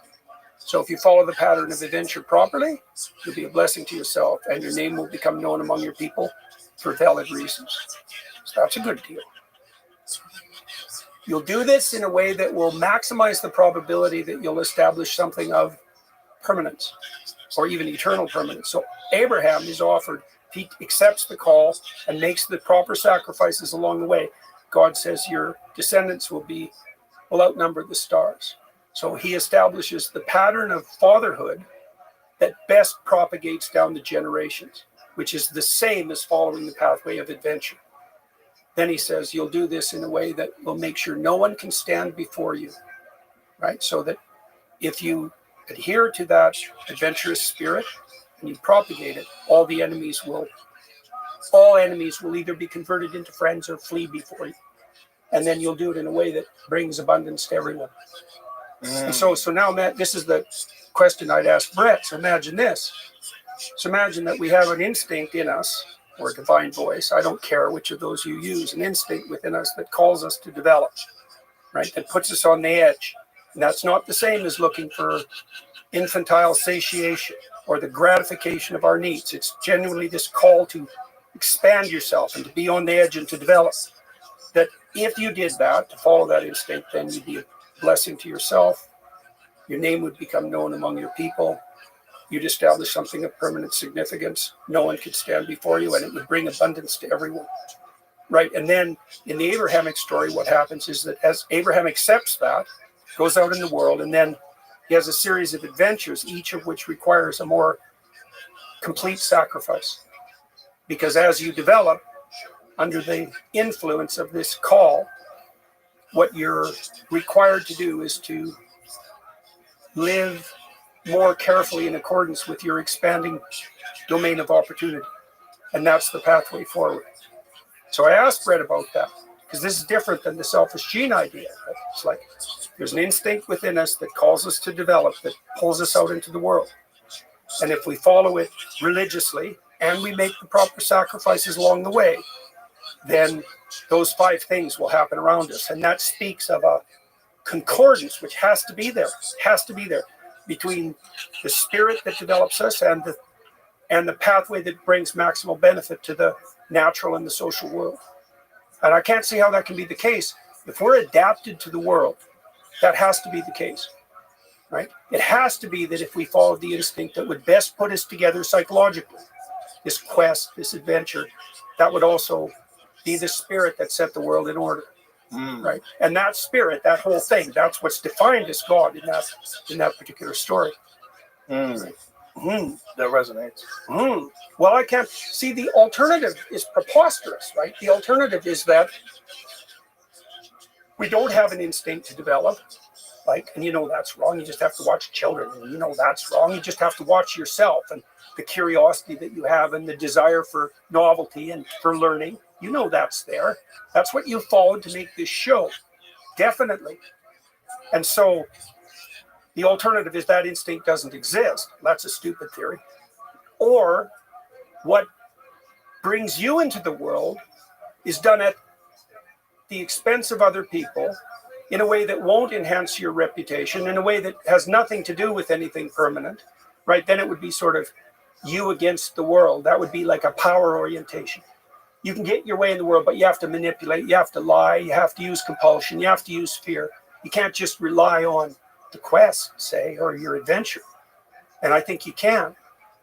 I think you can. I think you better. Or else. There's that too. It's interesting because you're talking about tyrants, right? And you're talking about people of extreme power and how that corrupts. And in that case, there's a large percentage of those people that are violating all those things that you said. Because they do manipulate and they do rely on fear. Like, well, you know, Nietzsche was an advocate of the will to power, right? So you can imagine that there's a variety of potential motivating forces, and one would be hedonic pleasure. That's the golden calf worshippers, by the way. So that's just short-term hedonism. And that doesn't work. And by work, I mean it doesn't iterate socially. Like if it's all about you and what some women you want now, right. First of all, that's not going to serve you well tomorrow. And I don't want to be anywhere near you. Right. Like you're literally an overgrown 2-year-old. Right. And that gets pretty ugly by the time you're 40. Right. So the whole golden calf thing, no, that's just off the table. But isn't it kind of celebrated amongst certain high achievers, particularly in the business world, like that hedonistic, sociopathic drive to constantly get more numbers on the ledger? Yeah, well, I don't know if that's exactly hedonism. Greed is good. That, that's Wall Street, yeah. right? That's Michael Douglas, right? Yeah, Greed is good. Yeah, well, okay, let's delve into that for a minute. Yeah. Okay, so I'm not advocating. I know you're not. I know you're not. You can turn to hedonism. You can fall into nihilism. You can turn to hedonism, or you can turn to power. Okay, this Abrahamic covenant, it's different than power. It's adventure. It's romantic adventure, actually. Right. That's not the only definition of God in the Old Testament, by the way. There's something deeper than that it refers to. So those are the options. Now, you said, don't the achievers, who are stacking up numbers, it's like they found a way forward to attain status, but they fixated on an element that shouldn't be fundamental. They're not trying to store up the treasure in heaven. They're trying to store up the treasure on earth, and that's better than not doing it. See, this is another thing we need to understand, because I've spent a lot of time, for example, trying to figure out why people are attracted to Andrew Tate. And I know why they're attracted to Andrew Tate. They'd rather be Andrew Tate than an incel. And they're right? It's best to give the devil his due.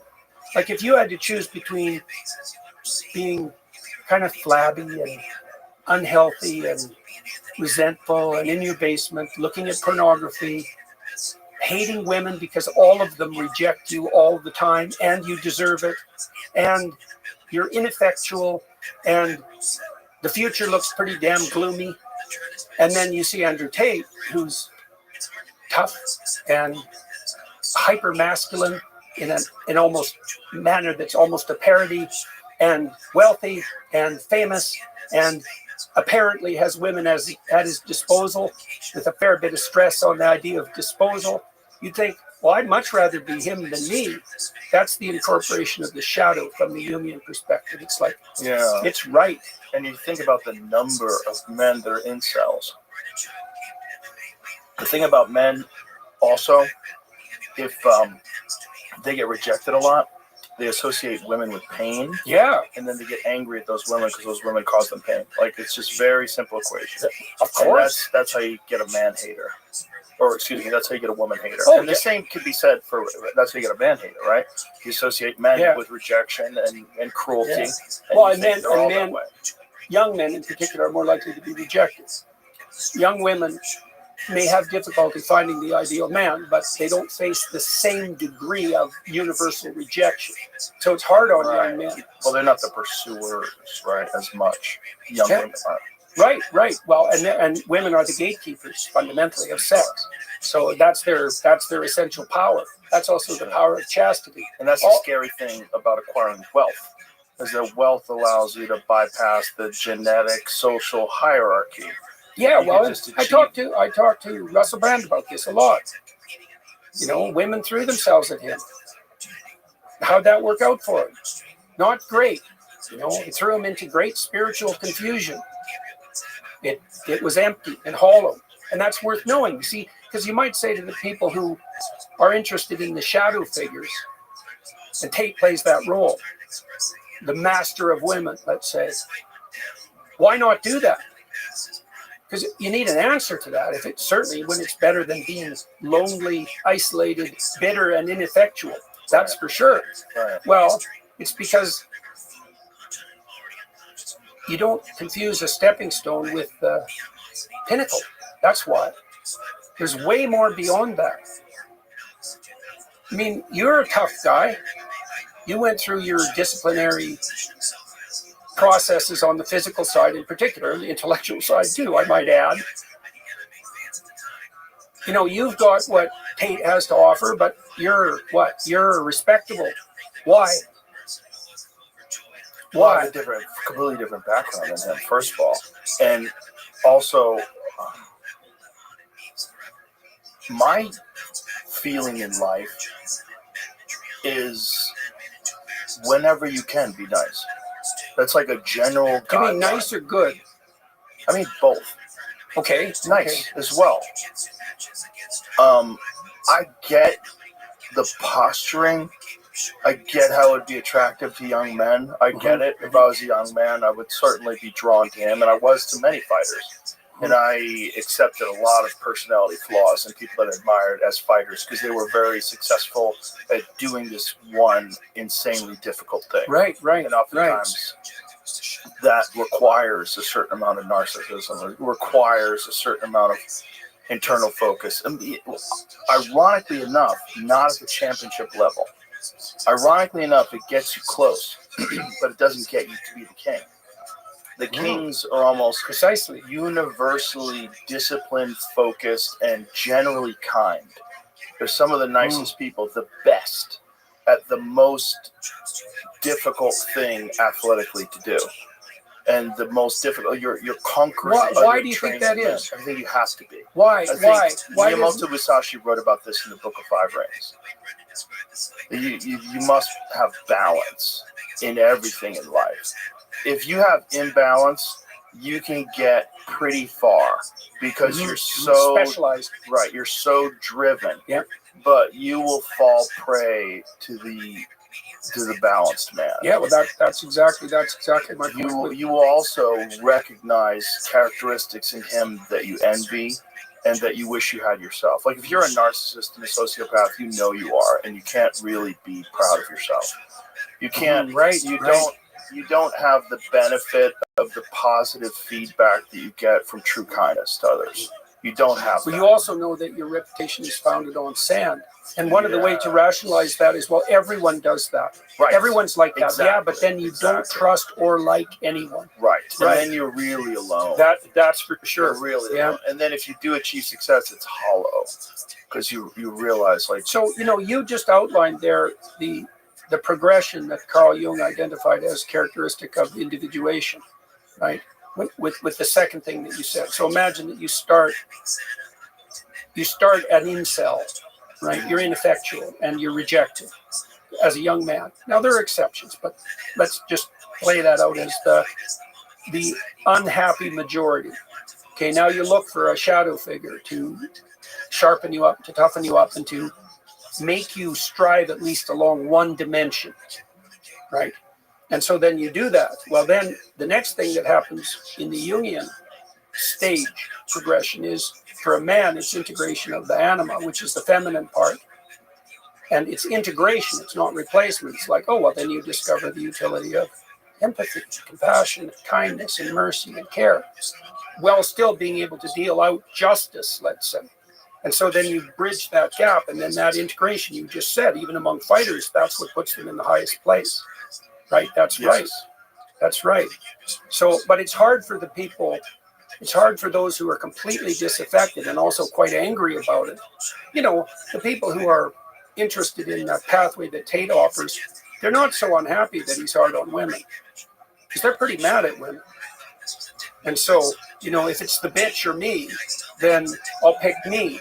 Right, exactly. And so, and it is very crucial to get this progression correct, because monsters better than women. Right. Right. But the question is, what's better than monster? And so it's very interesting that you made those comments on the fighting side, because you wouldn't necessarily think that it would be true in that world as well. Well, one of the best examples is your countryman, George St. Pierre. One of the greatest of all time. One of the nicest guys I've ever met. And if you didn't know that he was one of the greatest fighters of all time, you would never guess it. You'd never guess it talking to him. He's curious. He's interesting. He's intelligent. He's very well read. He's always interested in different things. He's constantly searching for new information. And as a martial artist, he is still on a quest of improvement, even though he's retired from competing. Always trains. He's constantly training. A quest for new information. Okay, so let me tell you a story about that. Please. All right, so this is the story that comes up at the beginning of Moses when he turns into a leader. So it's about how you turn into a leader. Okay, so he's already killed a man and he's left Egypt because of it. So now he's in this land called Midian, and he goes there and he chases some ruffians away from a well for these two girls who are drawing water. And they go and tell their father, and he says to them, bring this young man home to have dinner. So he does, and then he gets married to them. And then he becomes a shepherd. And this is crucial because the shepherd's an image that runs through the biblical corpus. Right? The shepherds at that time lived by themselves in the wilderness on their wits, and they kept the wolves and the lions at bay with primitive weapons. So these were tough guys, and they cared for the most vulnerable. So a shepherd is an image of optimized ordinary masculinity. Take care of yourself, keep the monsters at bay, and you attend to the most vulnerable. So Moses has got that. He's a shepherd. He's a successful shepherd. So now he's out there one day wandering around Mount Sinai. And Mount Sinai, or Mount Horeb, that's the place where heaven and earth touch. So that's where the messengers of the divine descend to earth. And so he's out there, and something attracts his attention, makes him curious. That's the burning bush. It's not a forest fire. It's not something you can't ignore. It's something alive, because that's a bush. A tree is a symbol of life. And it's burning because things that are alive burn, right? That's metabolism. An intensification of that, like a psychedelic intensification of that, that's what the burning bush is. And that's what glimmers to Moses. And he steps off the beaten track, right, to investigate what drives his curiosity.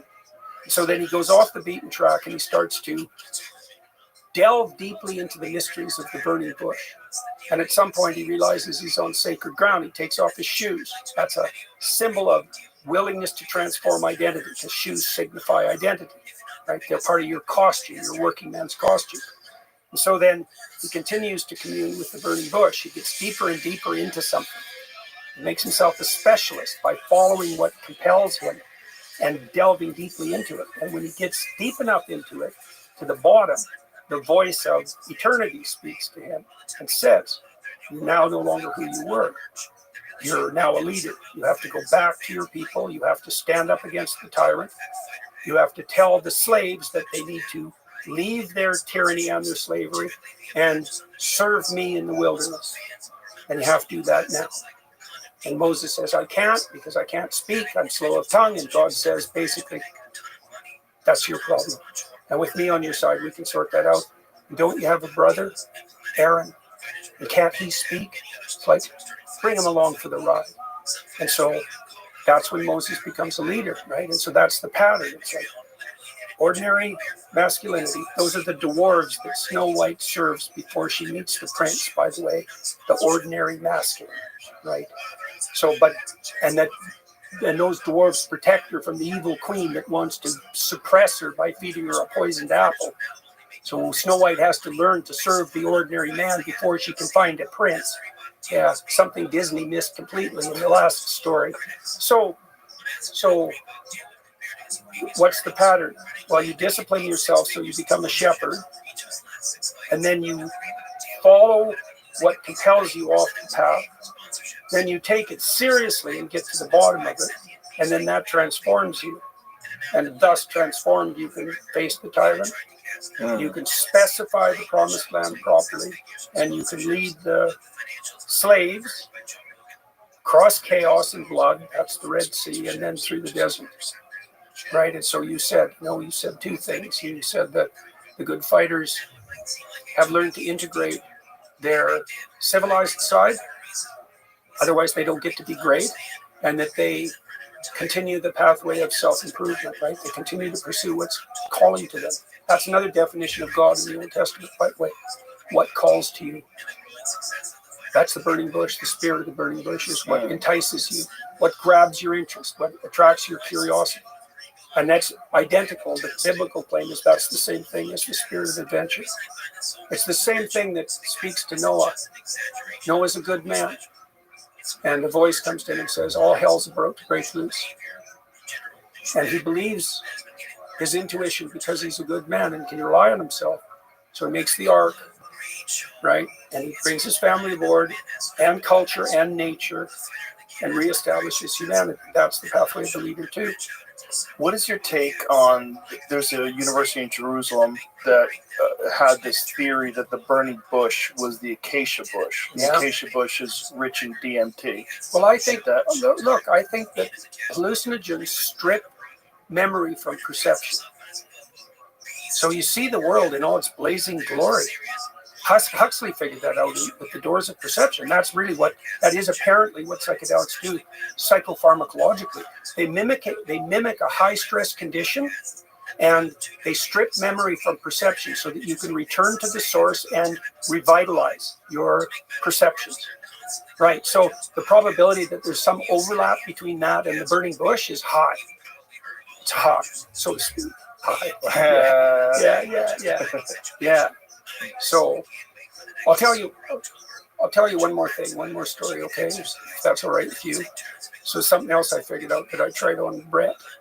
So imagine you take the hedonistic path, you take the power path, you take the nihilistic path. And then you might say, well, that's the only three options. That's kind of what the postmodernists believe. That's kind of what the nihilists and the Nietzscheans believe. Power, hedonism, nihilism, those are your options. There's no uniting narrative above that. Okay, so in the story of Cain and Abel, two patterns are laid out that are different than that. One is Cain's pattern, one's Abel's pattern. So these are the first two people that live in the world, right? Because Adam and Eve are made by God. They're in paradise or were. Cain and Abel are the first two people. So Abel brings his best to the table. So he takes the best animal in his flock, and he takes the best cut and the best part of the cut, and he offers that to God. So he literally brings his best to the table. That's what he sacrifices. And Cain doesn't. So Cain's sacrifices are rejected by God. And God tells him, if you brought your best to the table, you'd be accepted. And Cain gets bitter and resentful and invites temptation in to possess him. So that spirit of resentment possesses him, and then he becomes murderous, kills his brother, and his descendants become genocidal, and then you have the flood. And so that pattern of sacrifice is established right at the beginning of the biblical text. Abel versus Cain. Abel brings the best to the table, and that satisfies God. So one question. God actually asks Cain, but Cain complains. Says, wouldn't you be accepted if you were doing your best? And so that's a question of conscience, right? If you're in extreme misery and your life is hollow and empty and you're bitter and resentful, so you bringing your best to the table? Because the covenant proclaims that if you did, you'd be accepted. Yeah. So clearly. Okay, so now the question is, what constitutes, now you have to sacrifice. So sacrifice becomes the foundation of the state, not power, not hedonism, sacrifice. And then that motif is played out through the whole Bible, and that's what culminates in the New Testament, right?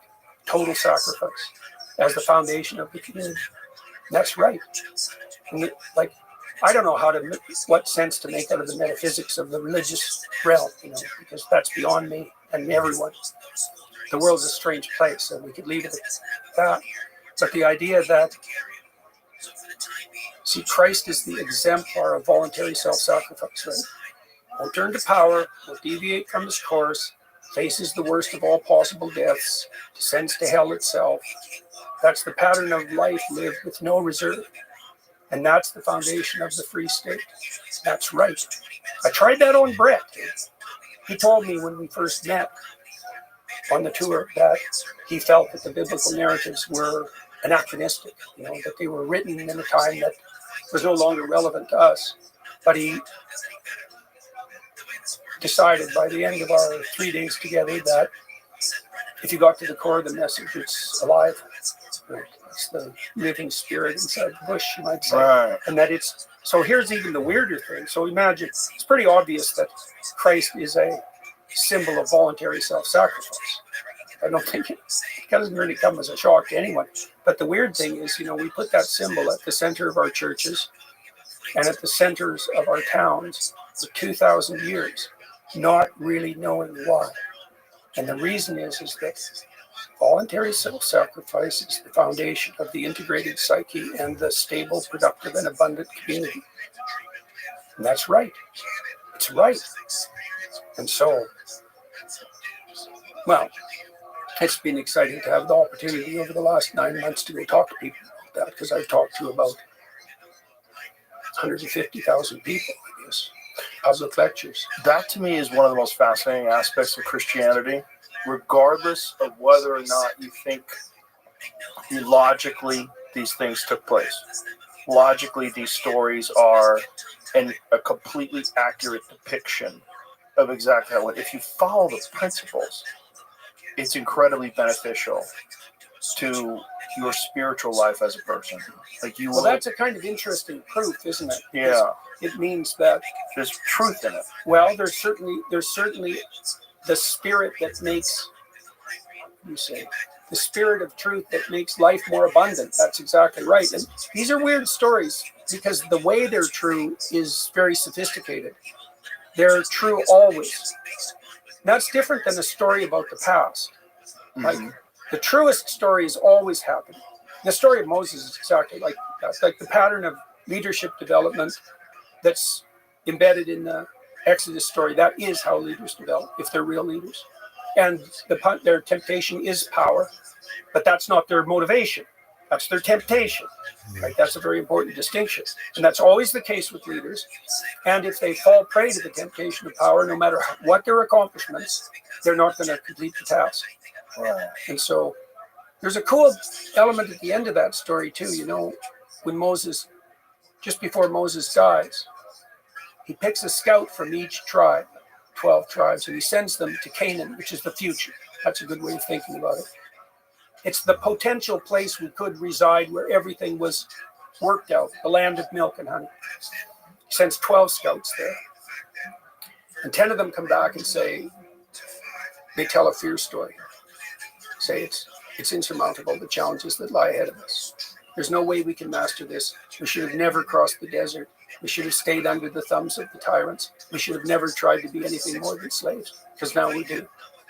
And 2 of them say, no, if we maintain our upward orientation and our covenant, nothing can stand in our way. We can make the deserts bloom. Moses dies, those 2 scouts, and so do all the Israelites who are convinced by the unfaithful scouts. And the scouts die, and the 2 people who go on to Promised Land are Caleb and Joshua. And they lead the Israelites, the faithful Israelites, into the Promised Land. Those are the people who have the courage to confront the future in a faithful,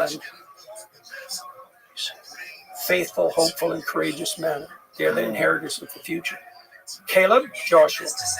Joshua's name is the same as Christ's name. It's the same name. And that's not fluke.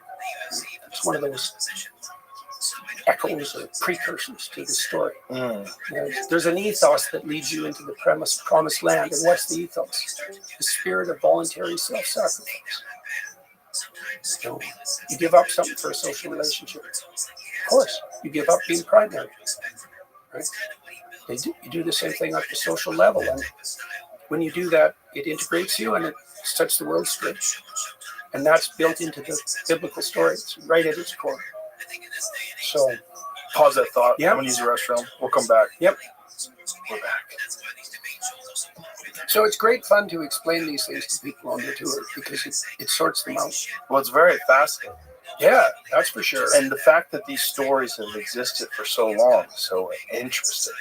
That's what gets really weird. Yeah. Well, they've adapted to the contours of our memory and our imagination. Yeah. So you find them compelling and they stick to your memory. So I'm going to tell you what else I'm up to. Okay. What are you up to? Well, the first thing I want to do is thank you. So we launched Peterson Academy in September, and we talked about it, and it's been a stunning success. We have 40,000 students. That's amazing. We think we're the most rapidly capitalized. We're one of the most rapidly capitalized companies ever, especially with our degree of investment, because we run a lean show. We have great professors. We have a great social media site. We had to kick 10 people off it. We have 15,000 active users. 10 people were dragging it sideways. What were they doing? They were causing trouble, Joe. They were Sociopaths. causing trouble. Yeah. Well, or immature, or or out for, or didn't know how to conduct themselves. Or, that's all it took. And now everyone is sharing ideas, and Mick, my daughter and her husband, they keep a close eye on this. That's great. We have secured funding to the point where we are dropping the price from $5.99 to $3.99 a year as of today. Right. So that should make it accessible to a lot more people. And we're even more convinced than we were that this has to be the future of higher education. So when we were doing our due diligence for the fundraising, we discovered that 40% of courses at university are now online. And we've investigated some of those courses. Many of them are PowerPoint presentations, and that's all. And so that's the university experience for full tuition. And we literally have the best professors in the world and unmatched production quality. So, and we're filling in the social element too, because we want people to be able to meet. The social media platform does that. It's a very positive platform. We've already had our first couple announce themselves, which was quite fun. And we're going to do in-person events. Our first plan, we're going to do a cruise. Can I ask you this? Yeah. What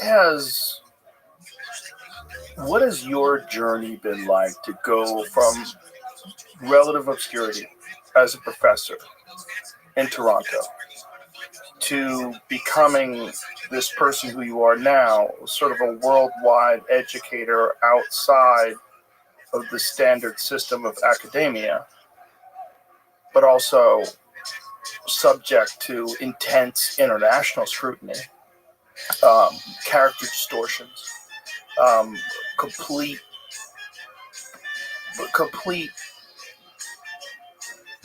like what they've done to change your position, something like you are probably the most intentionally misrepresented person I know. Intentionally misrepresented. You see it with a lot of other people too, but with you, it's malicious. I've seen it, but yet you have this desire inside of you to spread information and to educate and learn. I'm learning on the stage. What has it been like? How old were you when I first met you? It was like 2015, right? Somewhere around 10 that? years ago, 53. Yeah. You were just encountering notoriety, just encountering attention, and what all the trappings that come with that. What has that been like navigating that? It's very unusual. Well, the first that a part person of it becomes world famous, at 50. For ideas. Yes. Yeah, that's for sure. Well, first, it was exhilarating and painful to begin with. It was exhilarating because I knew the ideas that I was teaching at Harvard and at the U of T were revolutionary. I never could get over the fact that they allowed me to teach. Like, it was but the students loved my courses, and I was very diligent, so I stayed in my traces, so to speak. And I wasn't a revolutionary for the sake of revolutionary argumentation, and I was teaching about totalitarianism and great evil, and so it was hard to make a moral case against me, and no one was really inclined to, they were happy with my teaching, and as were the students. And I had a clinical practice, which was quite extensive. But then when I first started to lecture much more broadly, we rented a theater and I did a series on Genesis. That was the first foray out into the public space. And it sold out. Well, that was when I started to encounter pain, I would say, at a crowd level. And that was rough, Joe. Because I'm pretty good at getting people to open up to me right away. I mean, I learned that as a clinician, you know. I'd have thousands of people do that. That's pretty rough. Now, it was good. It was a good thing, like all things considered, because people would tell me how miserable they were, how discouraged, and how sidelined, and often how bitter, how addicted, how imprisoned, rough stories, and then tell me how much they had improved. But that was also, there was a tragic element to that because it didn't take that much, you know, to tap them into the right orientation. And so there was sadness in that, to see all these people who were demoralized, thousands of them, and then to see how that could be rectified and yet hadn't been. That was rough. I'm sure that was what, there's many things that made me sick. I had a pre-existing condition that was autoimmune, but seeing all that, that was pretty rough. But knowing that it was possible to rectify it, well, there's nothing better than that. You know, wherever I go now, it's so interesting. Wherever I go now, I'm among friends. It's very strange. And I have security people, and they keep an eye on me, and all the interactions I have with people are positive. And I always take time for people, you know, because, well,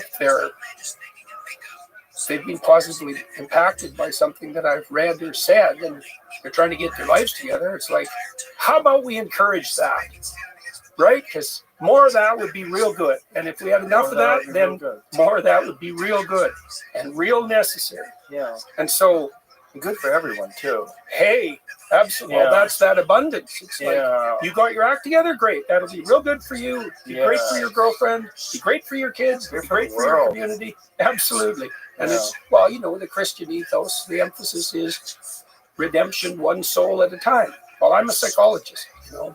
That's what I think. One person at a time. Because everyone's connected way more intensely than we think. And so there's no such thing as a trivial person.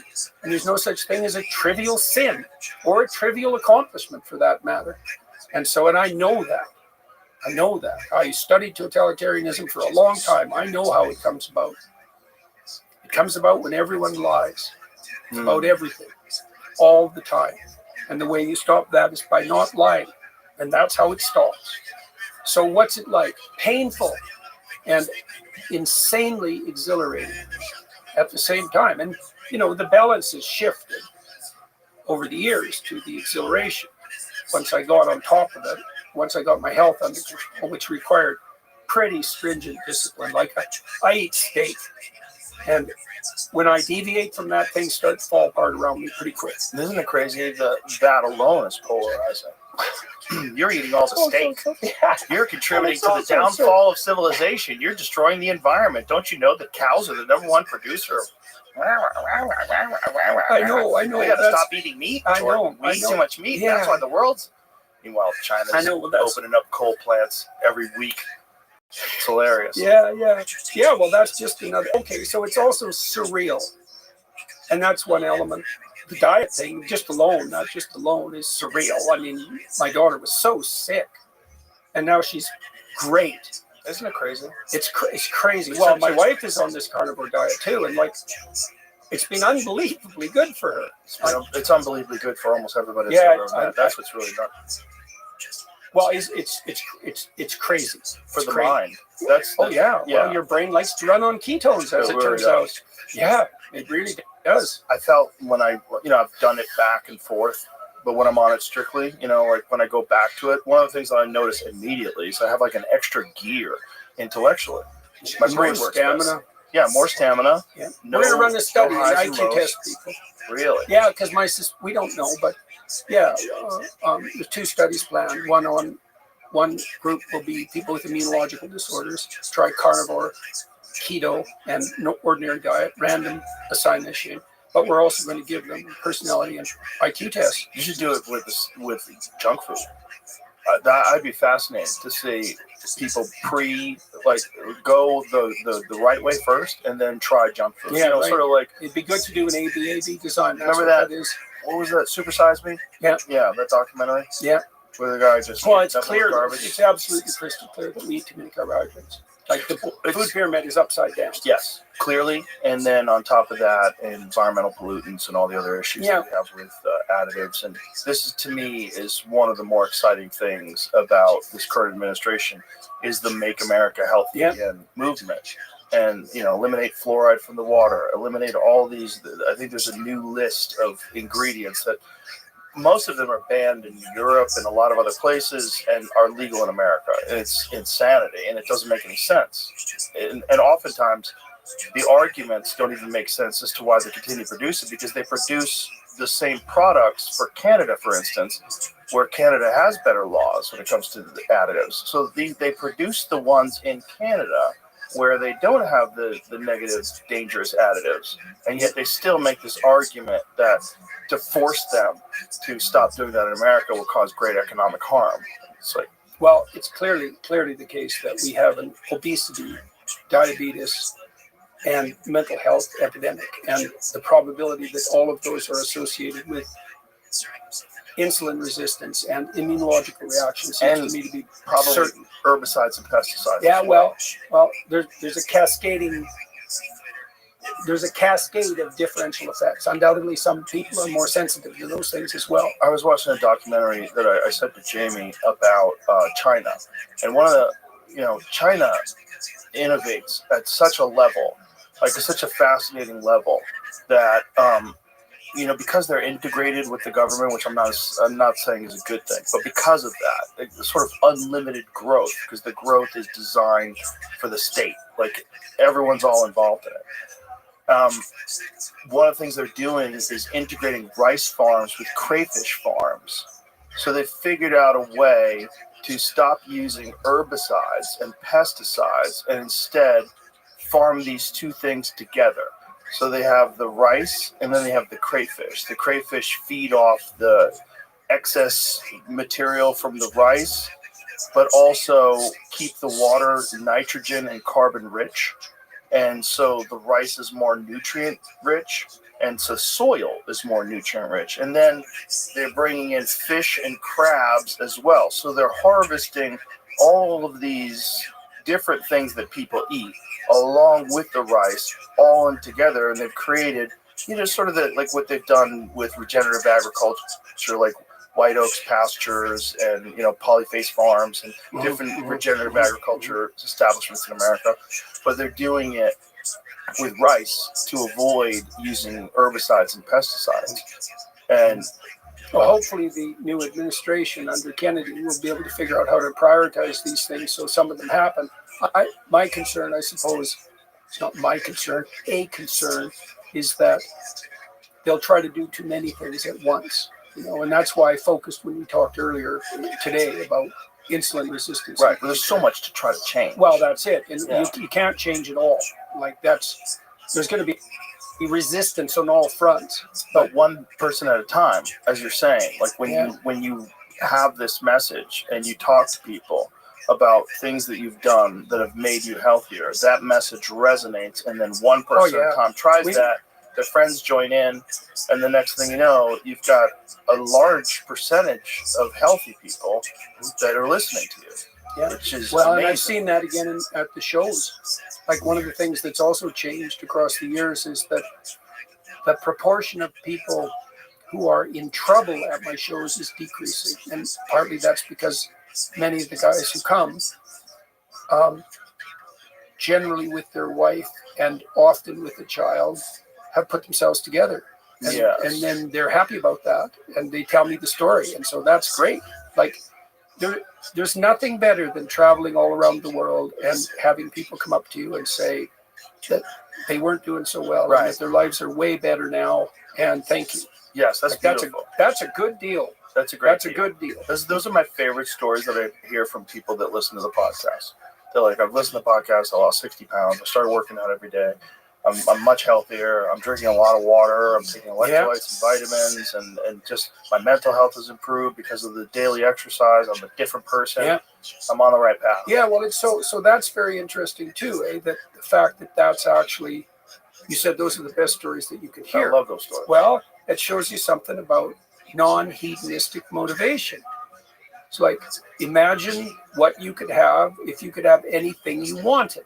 Well, maybe, your imagination would drift first to the hedonistic side, or maybe the power side for that matter. It's like, no, how about you can wander around anywhere in the world, some isolated field with a castle on it in Serbia, and people that you've never seen will come up to you and say, I was having a pretty damn dismal time of it, all things considered, and I listened to what you wrote and said, and in consequence I put my life together. And their wife just standing beside them going, yeah, he's really in a lot better shape, thank you a lot. It's like, yeah, no, those are great that's stories. a good deal. That's a great deal. So when you ask what it's like, well, it's like a lot of that. Yeah. And do you feel a burden? Do you feel like a sense of responsibility that is at times overwhelming because of this responsibility that you have? I think I felt more for a good while the pain of it. It wasn't the responsibility.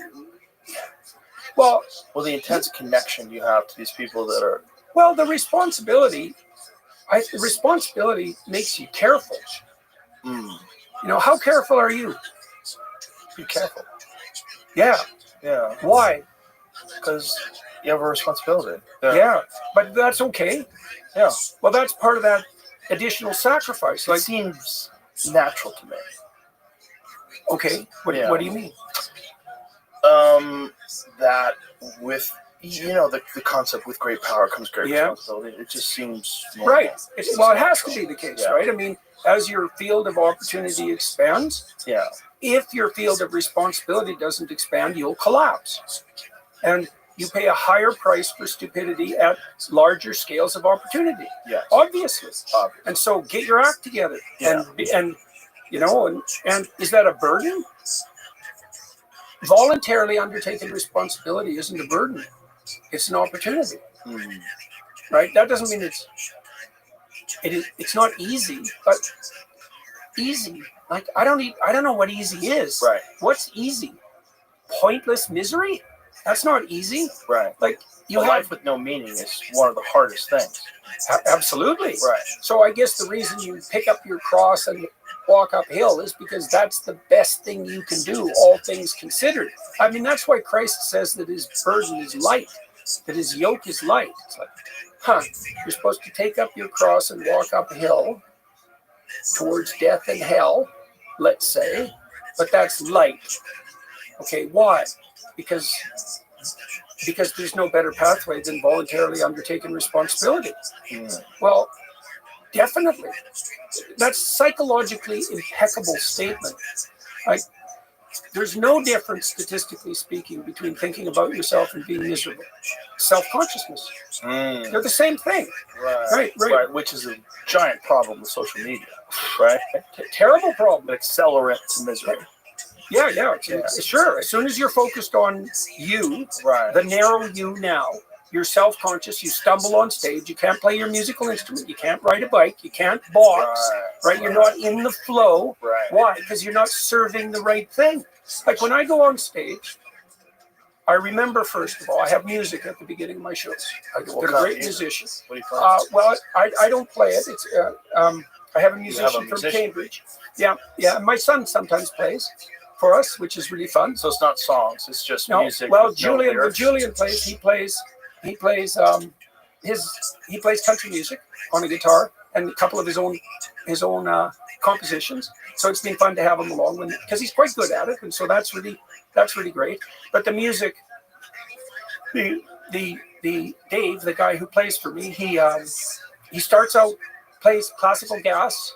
He's kind of like a one-man band. He plays classical guitar, but he's got electronic instruments around him, and he can fill up the theater or the stadium. He likes to play stadiums. And he ends with Inception on electric guitar, which is pretty hardcore rock, all things considered, and it gets everybody focus, you know. And then when I'm lecturing, I have a question, and I know that's a quest, and it's real because I pick something important that I would like the answer to, and then I explore that with the audience. And I'm not self-conscious. And the reason for that is it's not about me. It's about trying to answer the question. Well, and even more importantly, trying to get the damn question right to begin with, right? Because you got to get the question right, man. That's the crucial issue. Then the words come to you. What did I figure out? The spirit of your aim is what answers your prayers. There's a brutal idea for you. Right. So if you want to defeat your wife, the spirit of power will tell you what to say. Right. Yeah, right is right, man. Right. There's a terrifying thing to know. So if you aim upward, high enough, then the spirit of upward aim reveals itself to you in words. That's right, in words and intent, and that's exactly right. So it's great. Like, it's a lot. You know that it's a lot. Yeah, I had a different journey though. My journey was like a slow drip of fame, which I think is very healthy. It's a good way to do it so you can adjust to it. Yeah, well, you also mostly escaped from reputation savaging, right? I mean, I'm not saying completely because people have gone after you, but I got a real flurry of early hate around Bill C-16, which I was 100% right about, by the way. But you were a lightning rod. You were the patriarchy. You were the one to point to that was going to reinforce these established norms that are not supportive of the minimalized and marginalized communities. Right, you were cruelty, right? You were the cruel white man. What did that guy call you? Mean white man. Yeah. Which is, by the way, you've already lost. You're throwing pejoratives out there like that in a debate. Like, that's the thing that I was talking about. Like, when someone tries to establish insults and get you on your back, it's offense. It's offense to put you in a defensive position so that you cannot do your best. Yeah, well, it's also to pull the rug out from underneath you, so you collapse your reputation permanently, and that redounds to the person's credit. Also, to establish a narrative to the audience that's listening to you. Now you have to look at this person under this light, because I've done so eloquently, described him as his thing. Yeah. And then he will be defensive about that. Yeah, because right. he does, well, I am not. And then you look even more like that thing. Yeah. It's a very underhanded way of progressing. Which is, luckily, I don't like that. Not only do I not like that, I don't think that's necessary. I don't think it's necessary as the person doing it. I certainly don't think it's necessary to respond to that. I don't think it does anyone any good. I don't think it's good for society as a whole, and it's definitely not good for exploring ideas. I wonder what you do with the psychopaths. But it's also, you're trying to win versus trying to express your perspective with as much clarity and as much thought as possible.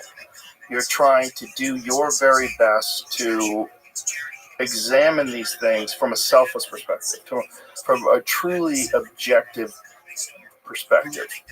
Well, it's a truly quest perspective, I think.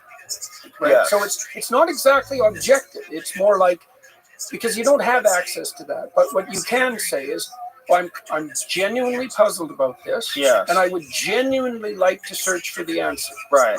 Wouldn't it be ideal if you were having a debate where someone said something that you agreed with, and you're like, wow, he's got a really good point, and you, instead of refuting that person, exploring that with them, which is one of the reasons I don't like debates. Yeah, I don't like debates either. I like conversations. Yeah. Because in conversations, if you don't have a predetermined narrative that you want to enforce, instead you have your thoughts, you have your ideas, and you're not married to them. Yeah. And these are just thoughts, and you put them out there, and then you can encounter a very unique human being who has a way of describing and thinking about things that will open your mind to new possibilities, which is what we all should strive for.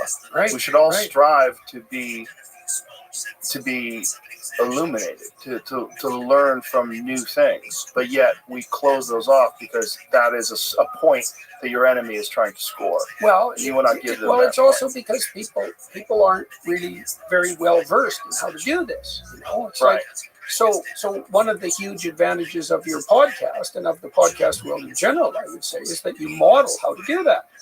You know, it's like, and there's an intense religious ethos under that. So okay, so what does it mean? You start without pride in humility. It's like, what the hell do I know, right? Or maybe more precisely, there's probably some things I could still learn that would be beneficial. Okay. You note your interest in a topic and your desire to know more. So that's the quest elements, like you're after something, right? You don't know what it is, but it's more development, it's more wisdom, it's more information, right? Right. You're not sure where it's going to be.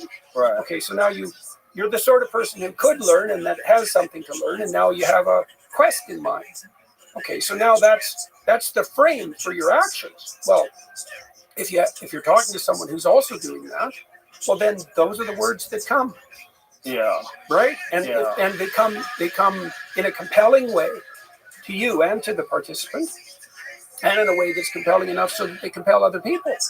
That's the Holy Spirit, by the way. That's that phenomenon from a religious perspective. That's exactly what it is. And it's not like you sit before the talk and rehearse what words you're going to say. They just, it's Right. here. Right? No, I never do. Right? I don't think I should. No. I don't. Well, sometimes it's a problem because you breach subjects that you weren't really prepared to talk about, and you might not have a fully formed idea about it. Yeah. You know, you're not exact. Oh, if I thought about that, what would I have said differently? You know. Like, Yeah, but you kind of have to find that out along the way. Yes. Right. You know, and that way you have a right to stumble over your own ignorance. For sure. How the hell do you know it's there before you reveal it? Well, not only that, I don't think the audience truly trusts you unless they feel authenticity in that quest, as it were, that desire to try to understand, like, what is it that you believe and why do you believe what you believe? And where did you come to these conclusions? How? What journey did you go on? What ideas did you dismiss? What ideas were holding you back? What ideas did you realize were just a personal weakness, that you were protecting yourself from reality? Protecting yourself from the reality of bad choices and past mistakes. What are you doing to stop that from entering into your current state of mind? You know, and that kind of thinking people can mirror, and they can listen to you talk about these things and say, I do that. Okay, I gotta stop doing that. Okay, this is how I can clarify the way I view things, and this is why I'm tripping myself up, because I keep trying to win conversations. I keep trying to be right all the time, which is impossible. Especially that's right. It's as a way human.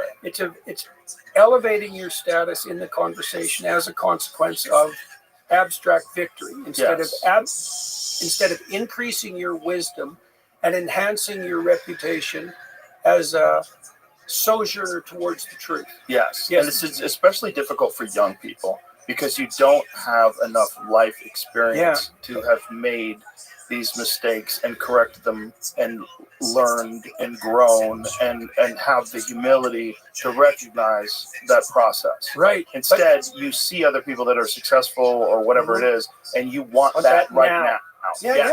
Right now. And that's wrong too, because you don't want that right now. You want to learn how to have that so that when you want to win the get lottery, but you don't. No, definitely not. You don't, right? Because everybody wants to win the lottery. Yeah, it's one of the worst things that can happen to them. Well, and what do young people have? They can listen and they can ask questions. Right. And, you know, they say when the student is ready, the teacher will come.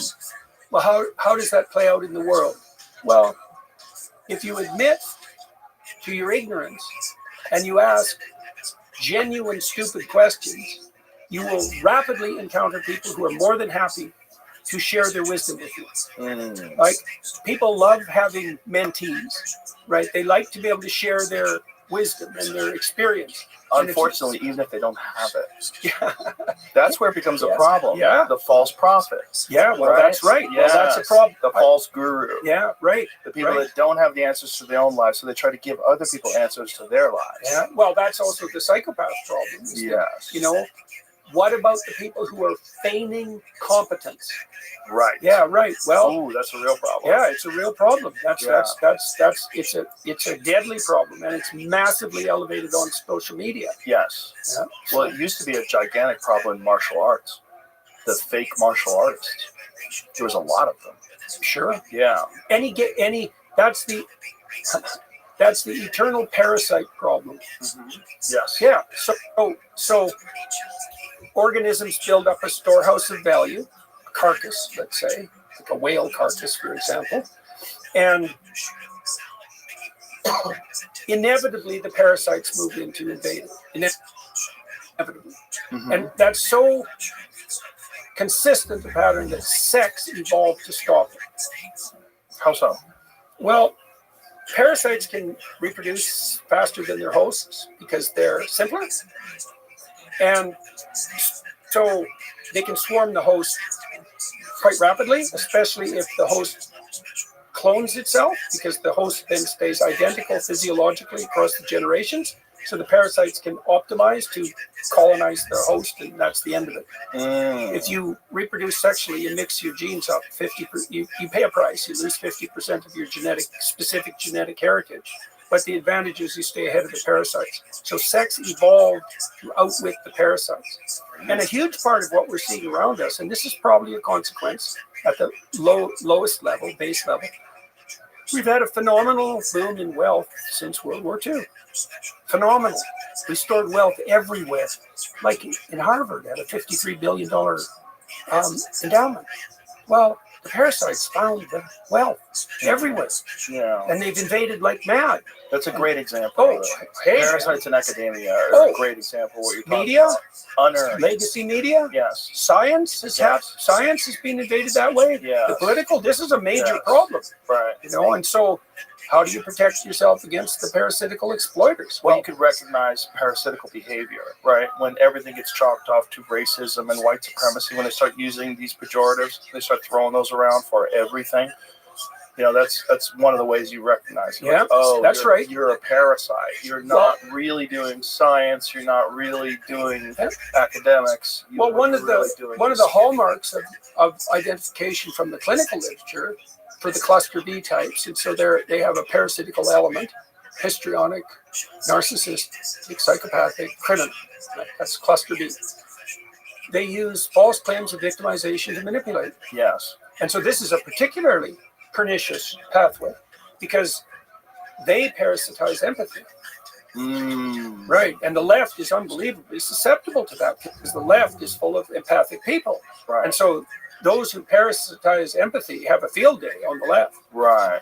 Because the left is generally thought to be more educated, more compassionate, kinder, looking out for marginalized people. That's part of the ethics. The ethic is pretty straightforward. Anything that cries is a baby. It's like, no, some things that cry are monsters. Right. Well, let's take the case of Nicola Sturgeon, the Scottish Prime Minister, the previous Scottish Prime Minister. Any man who wants to can be a woman. It's like, okay, any man. You mean any man, do you? Yeah. Have you encountered the nightmare men? Oh, they don't exist. They're all victims. Yeah. You just bloody well wait till you encounter one.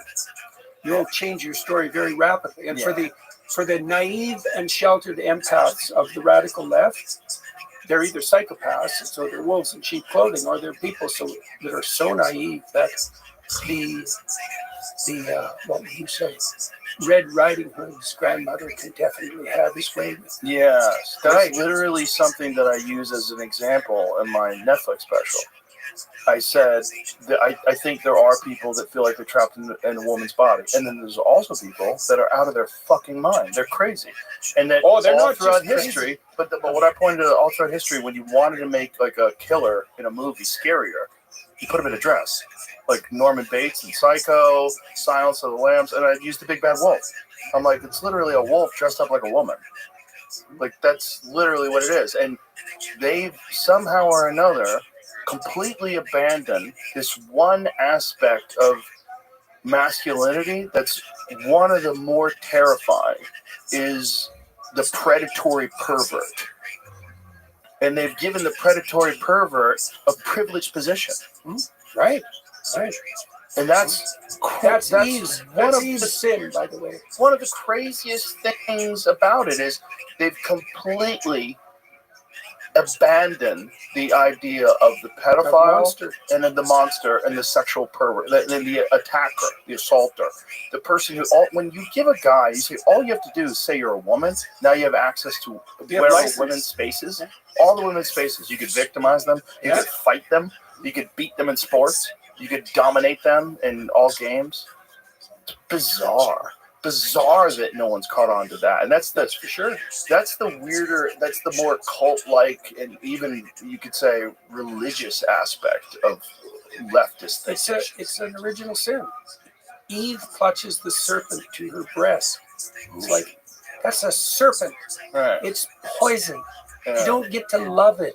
Right. Right. It's a monster. Right. Right. It's a guy wearing a dress with an erection in the women's room. Right. Yeah. Or worse. Yeah, or worse. Or worse. Or a lot worse. Yeah. Well, right. And you know, there are no shortage of naive people who've never really encountered a monster and have no imagination for it. But there's also people that are willing to justify the monster's behavior because the monster's a part of a protected class now. Yeah, well, that's part of that. Which is crazy.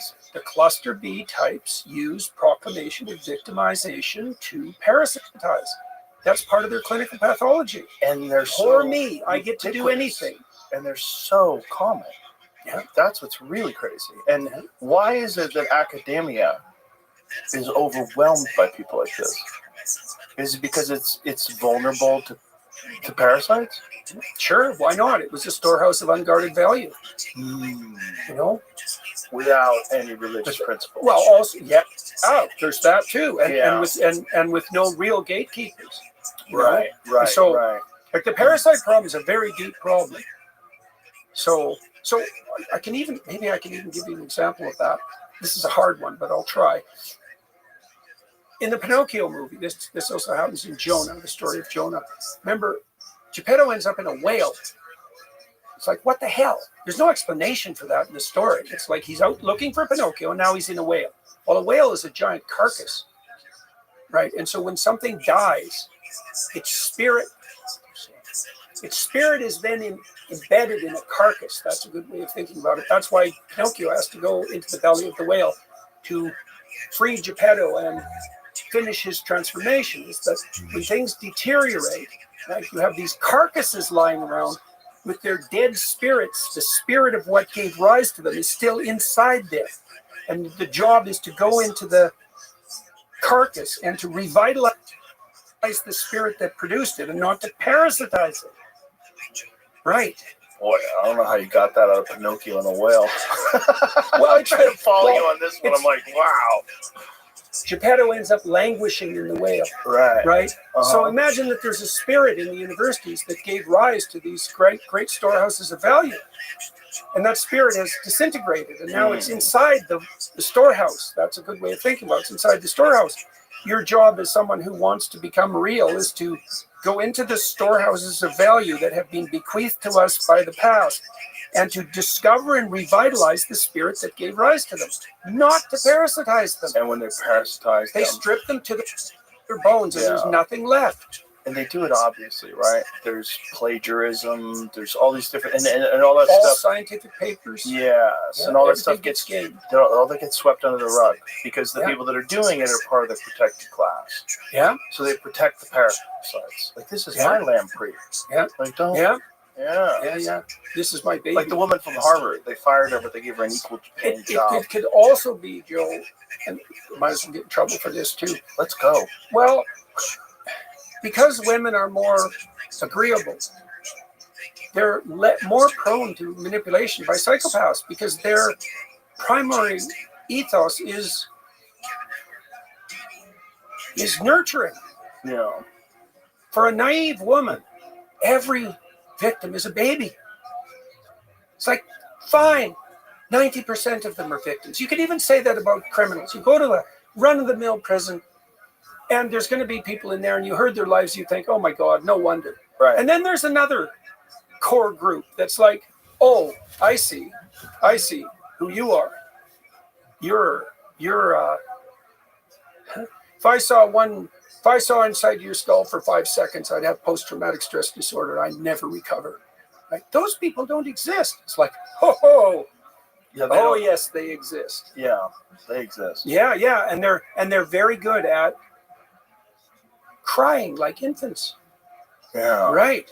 And then the naive mothers, come flooding out. The women dominated the universities from the 1960s onward. It's like, in come the parasites, and they're enabled. And what are they enabled by? Fascinating things to me is when parasites are confronted and they laugh. Like one of the things about academic parasites, when you challenge their beliefs, That's contempt. You don't know what you're talking about. I saw this with the anti-Semitism on campus thing, when these women were confronted by these statements like "death to the Jews" on campus, and whether or not this is hate speech.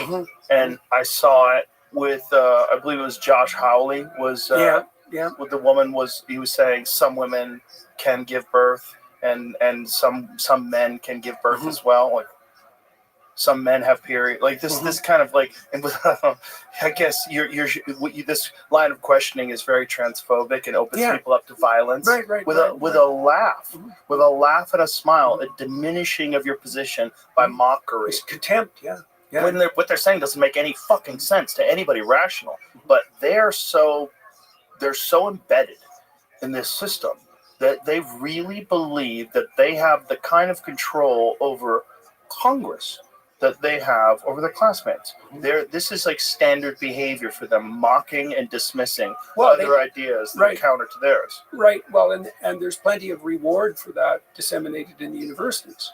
Yes. Right? And so that's part of their... How do you fix that? Or can you? Academy. Nah. No, I'm being serious, I believe man. you. I believe you. It's not like I'm thrilled about the fact that Harvard is having a war with Donald Trump.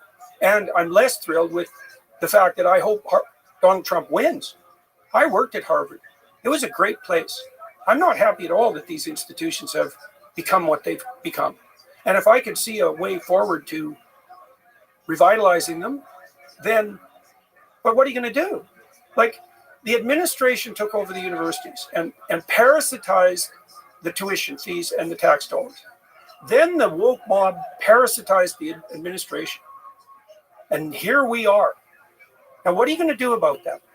All these tenured professors who are progressive, and they're way less progressive than the administrators. You're going to fix that?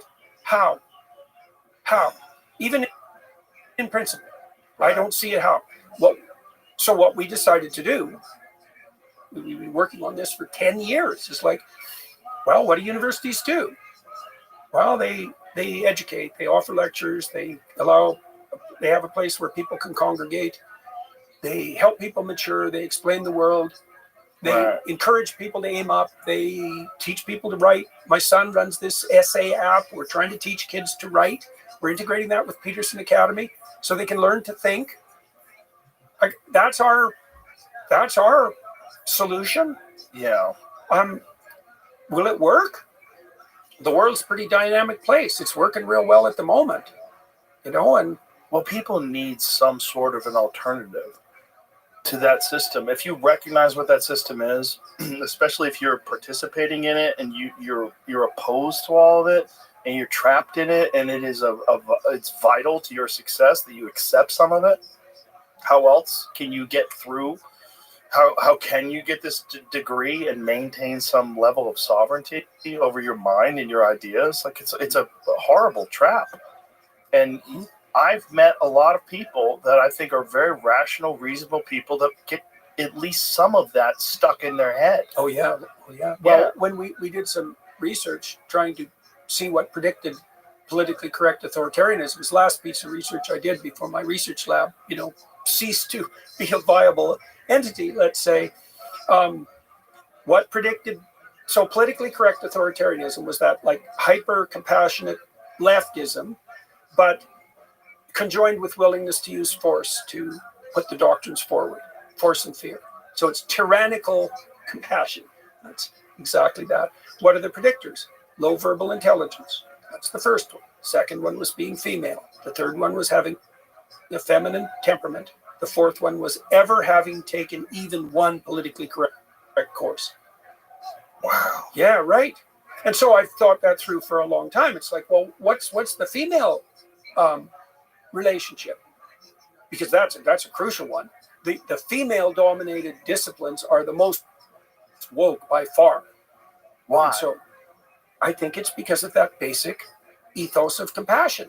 All who cry are babies. Well, look, that's the right default for women. Yeah.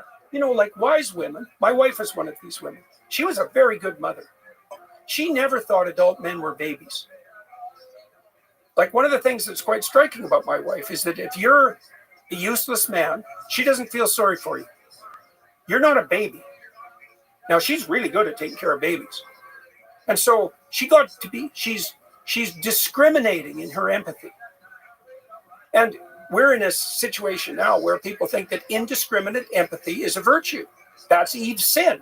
Right. See, Eve, literally, Eve wants to put the feminine ethos at the top of the hierarchy of value. That replaces God, right? And that causes the fall. And then Adam, he's such a cock. That's exactly it. Is that he goes along with her. He doesn't stand up and tell her that maybe she shouldn't be listening to poisonous serpents. He doesn't. He consumes with her what she delivers so that she'll be his friend. Because you know how useful men like that are. And then when the fall happens, he complains to God that God made Eve and cursed him with her. That's the story. So it's not just women. And we got to get this straight. Women with their drive towards indiscriminate compassion so that even the serpents are their children. It's men too who won't say, they always say, yes, dear, whatever you want. Yes, dear. Weak men who who don't help the women set boundaries. Now, you got to do that as a man, you know, like when you and your wife have a baby, for the first 9 months, every time the baby cries, it's right. Right? You respond to a baby's cries as if it's right 100% of the time, because human infants are so dependent and utterly unable to fend for themselves. So that sets up a very powerful feminine dynamic. It's like, if it cries, take care of it. Okay, so what are the men for? It's like, if it cries, take care of it, except that. That's a false cry. And you see that with kids. They'll start playing with that by the time they're 9 or 10 months old, right? Yes, of course. And so you differentiate. It's like, oh, no, that's not a baby. That's a snake. Well, are you sure it's not a baby? It's like, no, snake, for sure. Snake, poisonous snake, in fact. Right. Well, I'm feeling pretty sorry for it. It's like, save your compassion for the truly needy and leave the snakes to me. Right. And Adam doesn't do that. Is it a function of a society that's almost, I don't want to say too successful and empathetic, and there's too much abundance that you have more of this crying? Look, no, but you have more parasitical behavior. Right. Why? Well, everyone's got pretty comfortable because we've been in a high trust society for a long time. It's like, oh, everybody's trustworthy. It's like, no, a few people in a few countries are trustworthy most of the time, and that's really hard. Right. And there's stringent preconditions. Right. So everyone's trustworthy.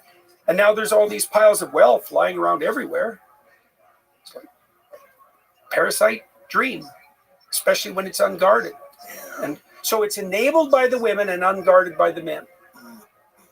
And both are at fault, right? And that you see that in the Genesis account too. It's like Eve clutches the serpent to her breast, but Adam fails to help her distinguish. Plenty of these parasitic men as well. Oh yeah, they're the worst. They're the worst. Men cry victim and look for sympathy from women. Yeah. There was a famous a serial killer who did that. The lawyer, Ted Bundy. You know what his trick was? He had a VW, if I remember correctly. He had a cast that he could take on and off. So he put his hood up. Maybe it wasn't a VW. He put his hood up because his car didn't work. And he did it around places where he knew there were young women. And then he'd entice them to stop because, well, poor Ted, he's crippled and his car doesn't work. And then, and then the woman learned very painfully the difference between a monster and a baby. Right, brutal. He was a bad guy. There are some bad people. And a fair number of them like to dress in women's clothing, let's say. Yeah. Yeah. That's really uncomfortable for people if they have this idea that's embedded in their consciousness about what's going on, to accept that. Of course. It's, in fact, accepting that when that reality is thrust upon you unawares, you develop post-traumatic stress disorder, right? Because it's naive people who encounter malevolence develop PTSD. That's the pathway. Yeah. So if you want to make your children susceptible to PTSD, like all these kids that are triggered by everything, right, make them extremely naive and then let them encounter malevolence, right? Because you're supposed to teach them to handle serpents, right? To identify them and handle them. And that means they have to learn about the nature of the world, and the girls to differentiate between snakes and babies. Yeah. Right, and babies and men. And the man who worms his way into your dreams because he's a dependent infant, he's a snake. Yeah. And your sympathy is wasted on him. Yes, there certainly are. Man, I tell you, those riots that used to gather around me, you know, when that was mostly 2017, before I stopped speaking at universities mostly. The women were pretty bad. Harpy City, man. And this self-righteous, feminine, toxic compassion just screeching at the top of its lungs. But the men that were with them, oh my God, I didn't want to be within 3 feet of them. You know, it's like, I'll be your friend. Yeah. You know, you see those people on the net talking to children. I'll be your friend. When your family abandons you, I'm here for you. You know, they don't understand. Not like me. We could be closer than anybody has been with you. Yo, that just barely scrapes the surface of awful. Like awful is a long, long ways down. Yeah. So part of what's happened in universities, and you know, it's a terrible thing to say. Well, there's a lot of things. Storehouse of wealth, radical increase in the number of students served, radical feminization of the institutions, and weakness on the part of the men who should have been guardian of the gates. All of that. And is it repairable? I don't think so. Jesus. I think once the parasites have the corpse, what are you going to do? Are you going to you're going to bring Lazarus back from the dead? You know, I don't think so. I think it's time for something new. You need academic dewormer. Yeah. Yeah. Well, that's what critical thinking was supposed to be, Joe. So you think it needs to, so something needs to emerge, like your academy, as an alternative? Well, the thing is, it already is emerging, right? Because the universities, of course they're going to do this. As they spiral downward, they're going to turn to cost cutting. Well, they're not going to cut the administration, obviously, because they make the decisions about who's going to be cut. Right. So they're going to turn to low-cost alternatives to having courses. And so they're already doing that. Let's put our courses online. Well, fair enough, except they're terrible. They're terrible. We got the best professors and the best production quality. And so you've designed it for online versus just 100%, having a PowerPoint. 100%. Right, we have a plan mapped out. You know, we'll have the full equivalent of a 4-year distribution of courses. We'll have that within, we think, 2 years, something like that. 4 new courses a month at the moment. We're putting out 32 hours of original content a month. It's very, well, people can go look. It looks great, and that's because it's great. Michaela and her husband, they're unbelievably picky about the professors and about everything. They watch the social media, they watch the look, they watch the images, they watch the ads. You know, we're trying to do everything 100%, and then we're trying to make it as inexpensive as possible. So we're raising money because we want to translate it into multiple languages, because wouldn't it be lovely to offer that to the developing world? Sure. With free market economics instead of Marxist economics, so that people could learn to be entrepreneurs. That'd be great for Africa, especially if we could get energy prices down. Then maybe everybody could be rich. And not just materially rich, right? Because that's not enough. If you're materially rich and you're spiritually poor, your money just serves to destroy you, and fast. So that's not wealth. Right. And yeah, right. You know that. You met people that's happened to. Oh, yeah, a lot. Money is not the cure for poverty. No, you're naive if you think that. No. That's not the cure for being discontent either. But it does offer you freedom if you use it correctly. And opportunity. And opportunity. So it gives you some relief from stress, which can give you some kind of happiness, but it's not the goal. No. Well, it has to be put in an ethical framework, or it'll just look. Money's opportunity. That's a way of thinking about it. And if you're going to the devil and you have money, you just go to the devil faster. I saw that lots of times in my clinical practice. Yeah. And maybe if you're aiming upward, then money can be a force multiplier. And it can be. You can make you can establish a solid institution that's provides mentorship and opportunity for people. And actually that's the most fun to do that. It's by far the most fun to do that. To make something of genuine value. Yes. Why wouldn't you do that? Right. Only if you were cynical and unable, why not make something that works? That's much more entertaining, all things considered. And we're trying to do this with art, and it's going real well, And you were very helpful there too. That podcast that we did, there were lots of reasons that the climate apocalypse narrative has been falling radically apart. But that podcast that you and I did was definitely one of them. And I've interviewed a lot of good scientists who, they're not climate skeptics. That's a stupid term. And Lomberg's a good example of that. It's like climate denier. Yeah, it's right up there with vaccine. God, that's such a manipulative phrase. Yeah, it's like, you're like the Nazis who object to Jews being baked. That's your argument, is it? Really? That's your argument, you scum rat. You're going to use that as a moral lever.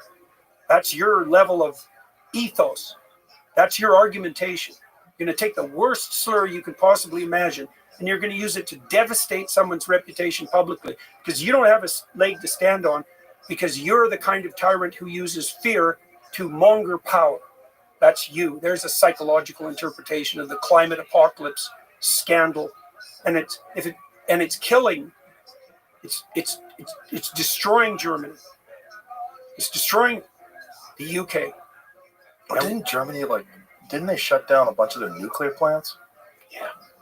Yeah, and they replaced them with lignite coal. Right, the dirtiest burning coal. So they're in a situation where they pollute more for more unstable energy that's delivered by tyrants. Well, outsourcing their industry to China, it's a very bad idea, right? Who's building coal plants at a rate that is so fast that everything the West does to ameliorate carbon is utterly irrelevant.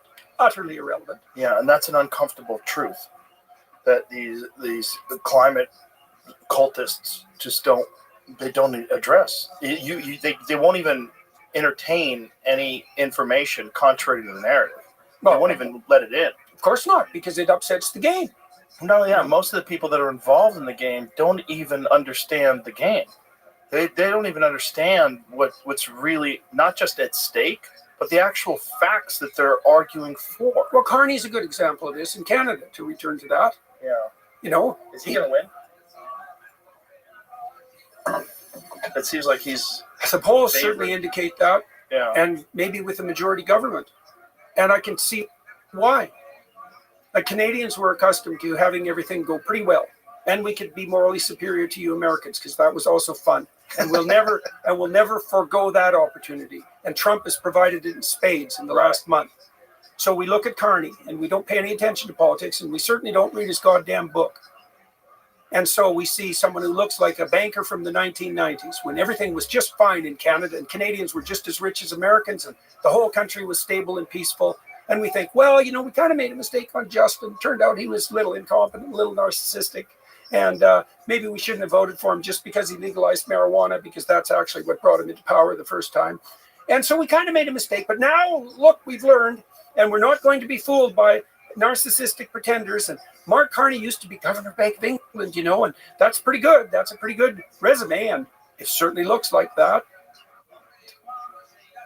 And yet, he believes that 75% of the fossil fuels in the world should be left in the ground, and that there's nothing that should guide your purchasing decision by force other than decarbonization. But it seemed to me, at least from an observer from afar, that Pierre was gaining steam, and it looked like he was going to win. Oh, and they seem to have taken the win right out of his sails. Well, two things happened.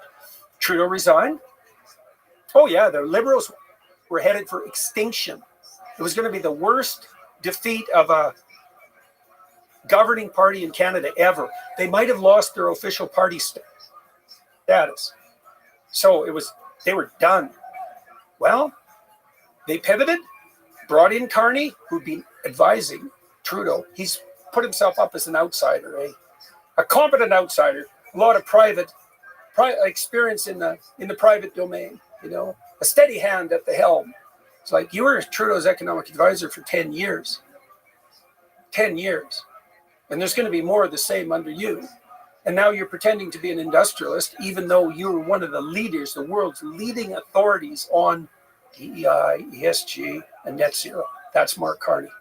All you have to do is read his book, which people don't, of course, because it's a book. The first 3 chapters will do the trick. Well, now, either he's decided that every single thing he ever believed was wrong right to the core and hasn't apologized or let anyone know that, and now he's actually Mr. Industry, which is how he's presenting himself to Canadians, or he believes what he's always believed. Or he's a wolf wearing grandma's dress. Yeah, he's a benevolent wolf. Well, that's why the wolf wears grandma's dress, isn't it? It's like, there's no one nicer than me. So how does Canada correct course? People either correct course by waking up or by experiencing severe pain. And it looks to me like we've chosen the severe pain route. We already make 60 cents. We already produce 60 cents to every dollar you Americans produce, even though we were at parity 10 years ago. And so after 4 more years of Carney, we could easily have that down to 50 cents. Spiraling housing prices, a lot of social instability in Canada, especially since after October 7th. Do you think that's all my Jewish friends in Toronto are terrified? Yeah. That's not fun. I don't like seeing that. No. It's awful. It's awful. And all those psychopaths who've been parading around their moral virtue since October 7th, they're plenty emboldened. Plenty. I'll give you a little example of Canada. So we had the English leadership debate a week ago, and the powers that be who organized the debate, the legacy media types, with CBC radically involved, couldn't figure out how to exclude rebel media. That right-wing news, kind of tabloidy news group from Canada, Ezra Levant, who's been buzzing about for 10 years, causing trouble like a right-wing tabloid journalist, which is what he is. Well, they didn't want him in the press scrum for the leaders after the debate. So they canceled it. They canceled the journalists' interviews of the 4 leading contenders for Prime Minister in Canada. Because some right-wing tabloid journalists, they've had a newspaper or a media empire for 10 years. I don't care what you think of it. It's not the point. The point is they canceled the journalist scrum after the English language debate. That's so and no one complained. But that doesn't even make sense. Like, if you're a presidential candidate and or prime minister candidate and you're encountering someone that has an opposing perspective, you should have really good answers. Look, if your guy's leading, why ask questions? That's the legacy media in Canada. It's the CBC. Right. It's state funded, right? right to the core. 1.4 think about this, Joe. This is our bloody state media. It's so funny. $1.4 billion in direct government subsidy and $600 million in federal advertising per year. $2 billion. Go to the CBC website on YouTube. You look at their last 20 videos. I'll guarantee that not a single one of them has more than 200 views. Right, which means the people who made the video clips didn't watch them. Right. That's what you get for $2 billion. Now, everyone in Canada who's older than 55 watches legacy media. Right. And Polyev said he defunded the CBC. So you can imagine they're not exactly covering him in a positive way. I watched the debate where he kept getting talked over. Yeah. Yeah. Jagmeet Singh. Fascinating. He's such fun with his pink turban. Yeah. He's such a fashion icon. Luckily, he's going to lose his own seat, and his party's going to be devastated. That's the socialists. They're going to be devastated so badly that they won't have official party status. But it's incredible to watch that in Canada, where I've always thought at least your discourse is much more polite. Yeah, was. Yeah. Parasites. We've got there's a lot of mopping up to do in Canada. Well, in the country, and you know. The man who started the Reform Party in Canada, so that was the populist end of the conservative movement 20 years ago, maybe a little longer, eventually reunited with the Conservatives. Ernest Manning, or Preston Manning, son of an Alberta premier, he was premier of Alberta for like 40 years. He wrote an article in the Globe and Mail, which was it's the Canadian liberal establishment newspaper. And I mean liberal by the classic, old school, small L liberal, centrist sort of newspaper, saying that Manitoba, Alberta, and Saskatchewan should have an immediate constitutional convention immediately on Carney's ascension to the throne. Quebec doesn't want pipelines traversing its territory. And Quebec, I don't know if you noticed this, but one of the participants in the debate was a Canadian separatist. We literally have a Canadian federal party, localized in Quebec, whose stated intent is to break up the country.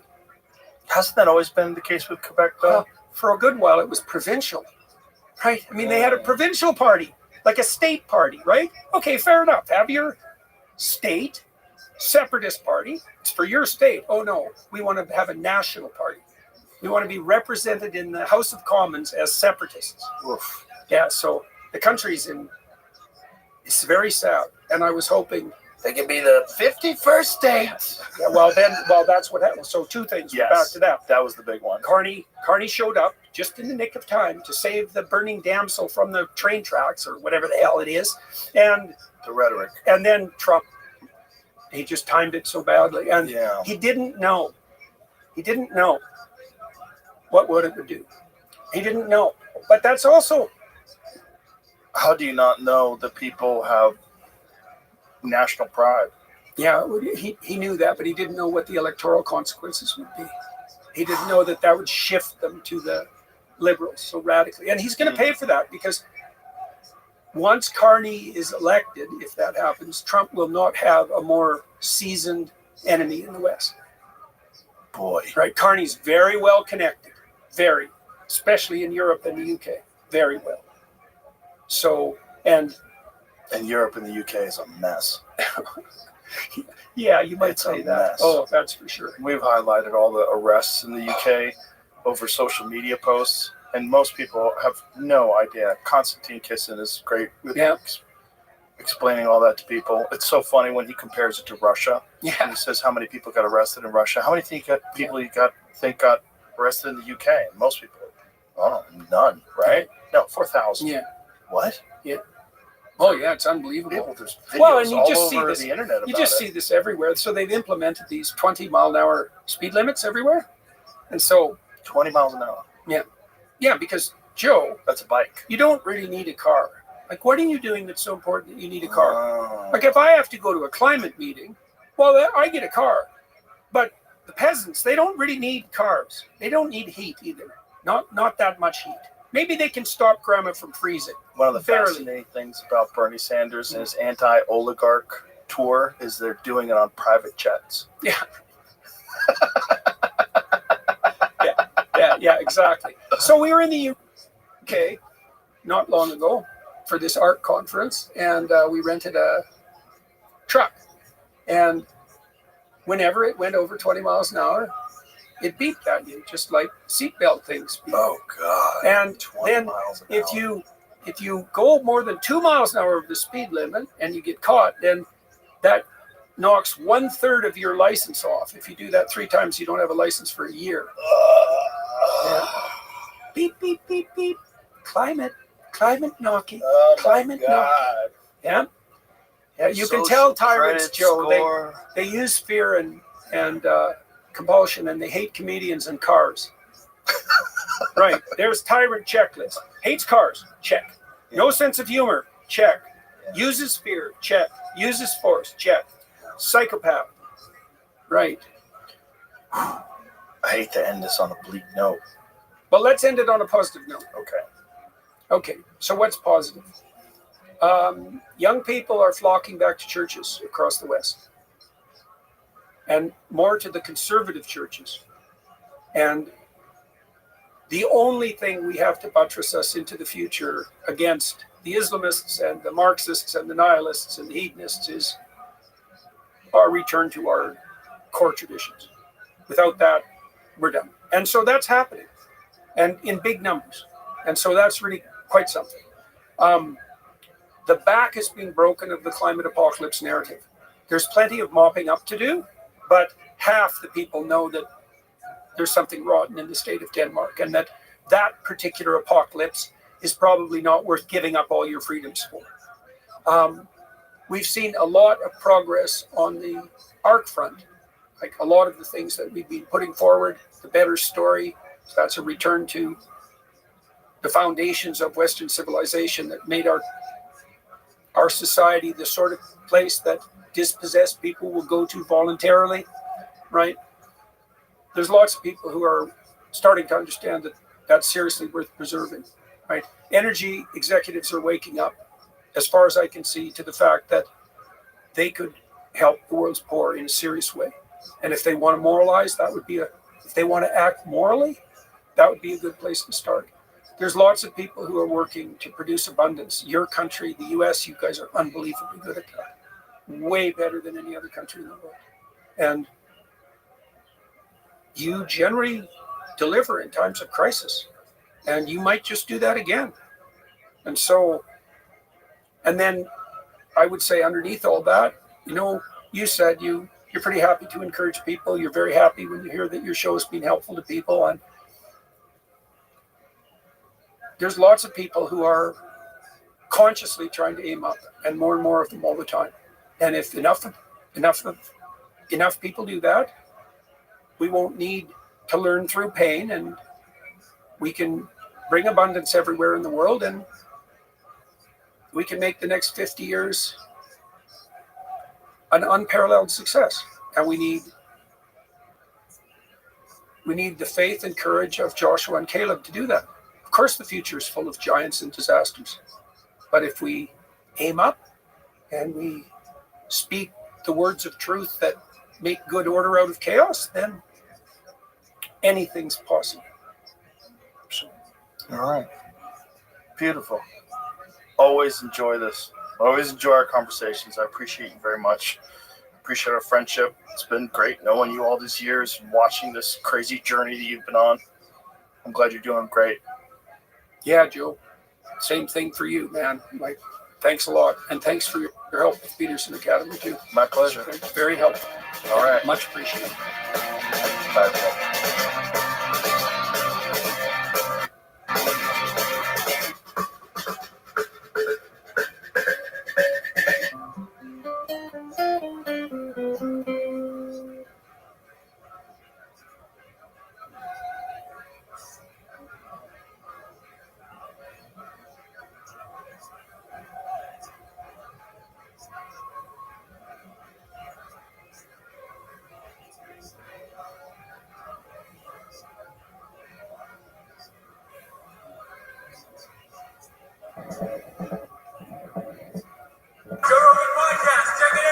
The Joe Rogan Experience. Train by day, Joe Rogan podcast by night, all day. Hey, Hey, Tim Dillon. How are you? I'm much better now that the ladies are back from space. Thank you for having me. What were they up there, 10 minutes? Well, it was very profound. I don't know if Yeah. you've seen Katy Perry talk about it, but she's basically a guru now. Yeah. What were her findings? That's my question. Well, What did brought she a learn? daisy, which is super important. It shows you how quick the flight was. The dead daisy that's like snipped from its life source was still alive or still vibrant. Yeah, and it's look at her. always, Shout out Daisy. Wow. Look at her nails. So pretty.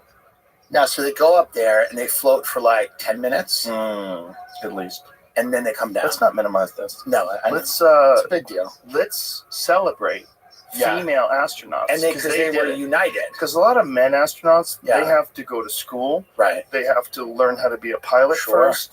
Then they have to join the Air Force or the Navy, and then they get appointed by NASA. That's right. And then they go to space. You know. And there has been, that's the other thing, there has been female astronauts. Let's not minimize this. Let's not minimize this.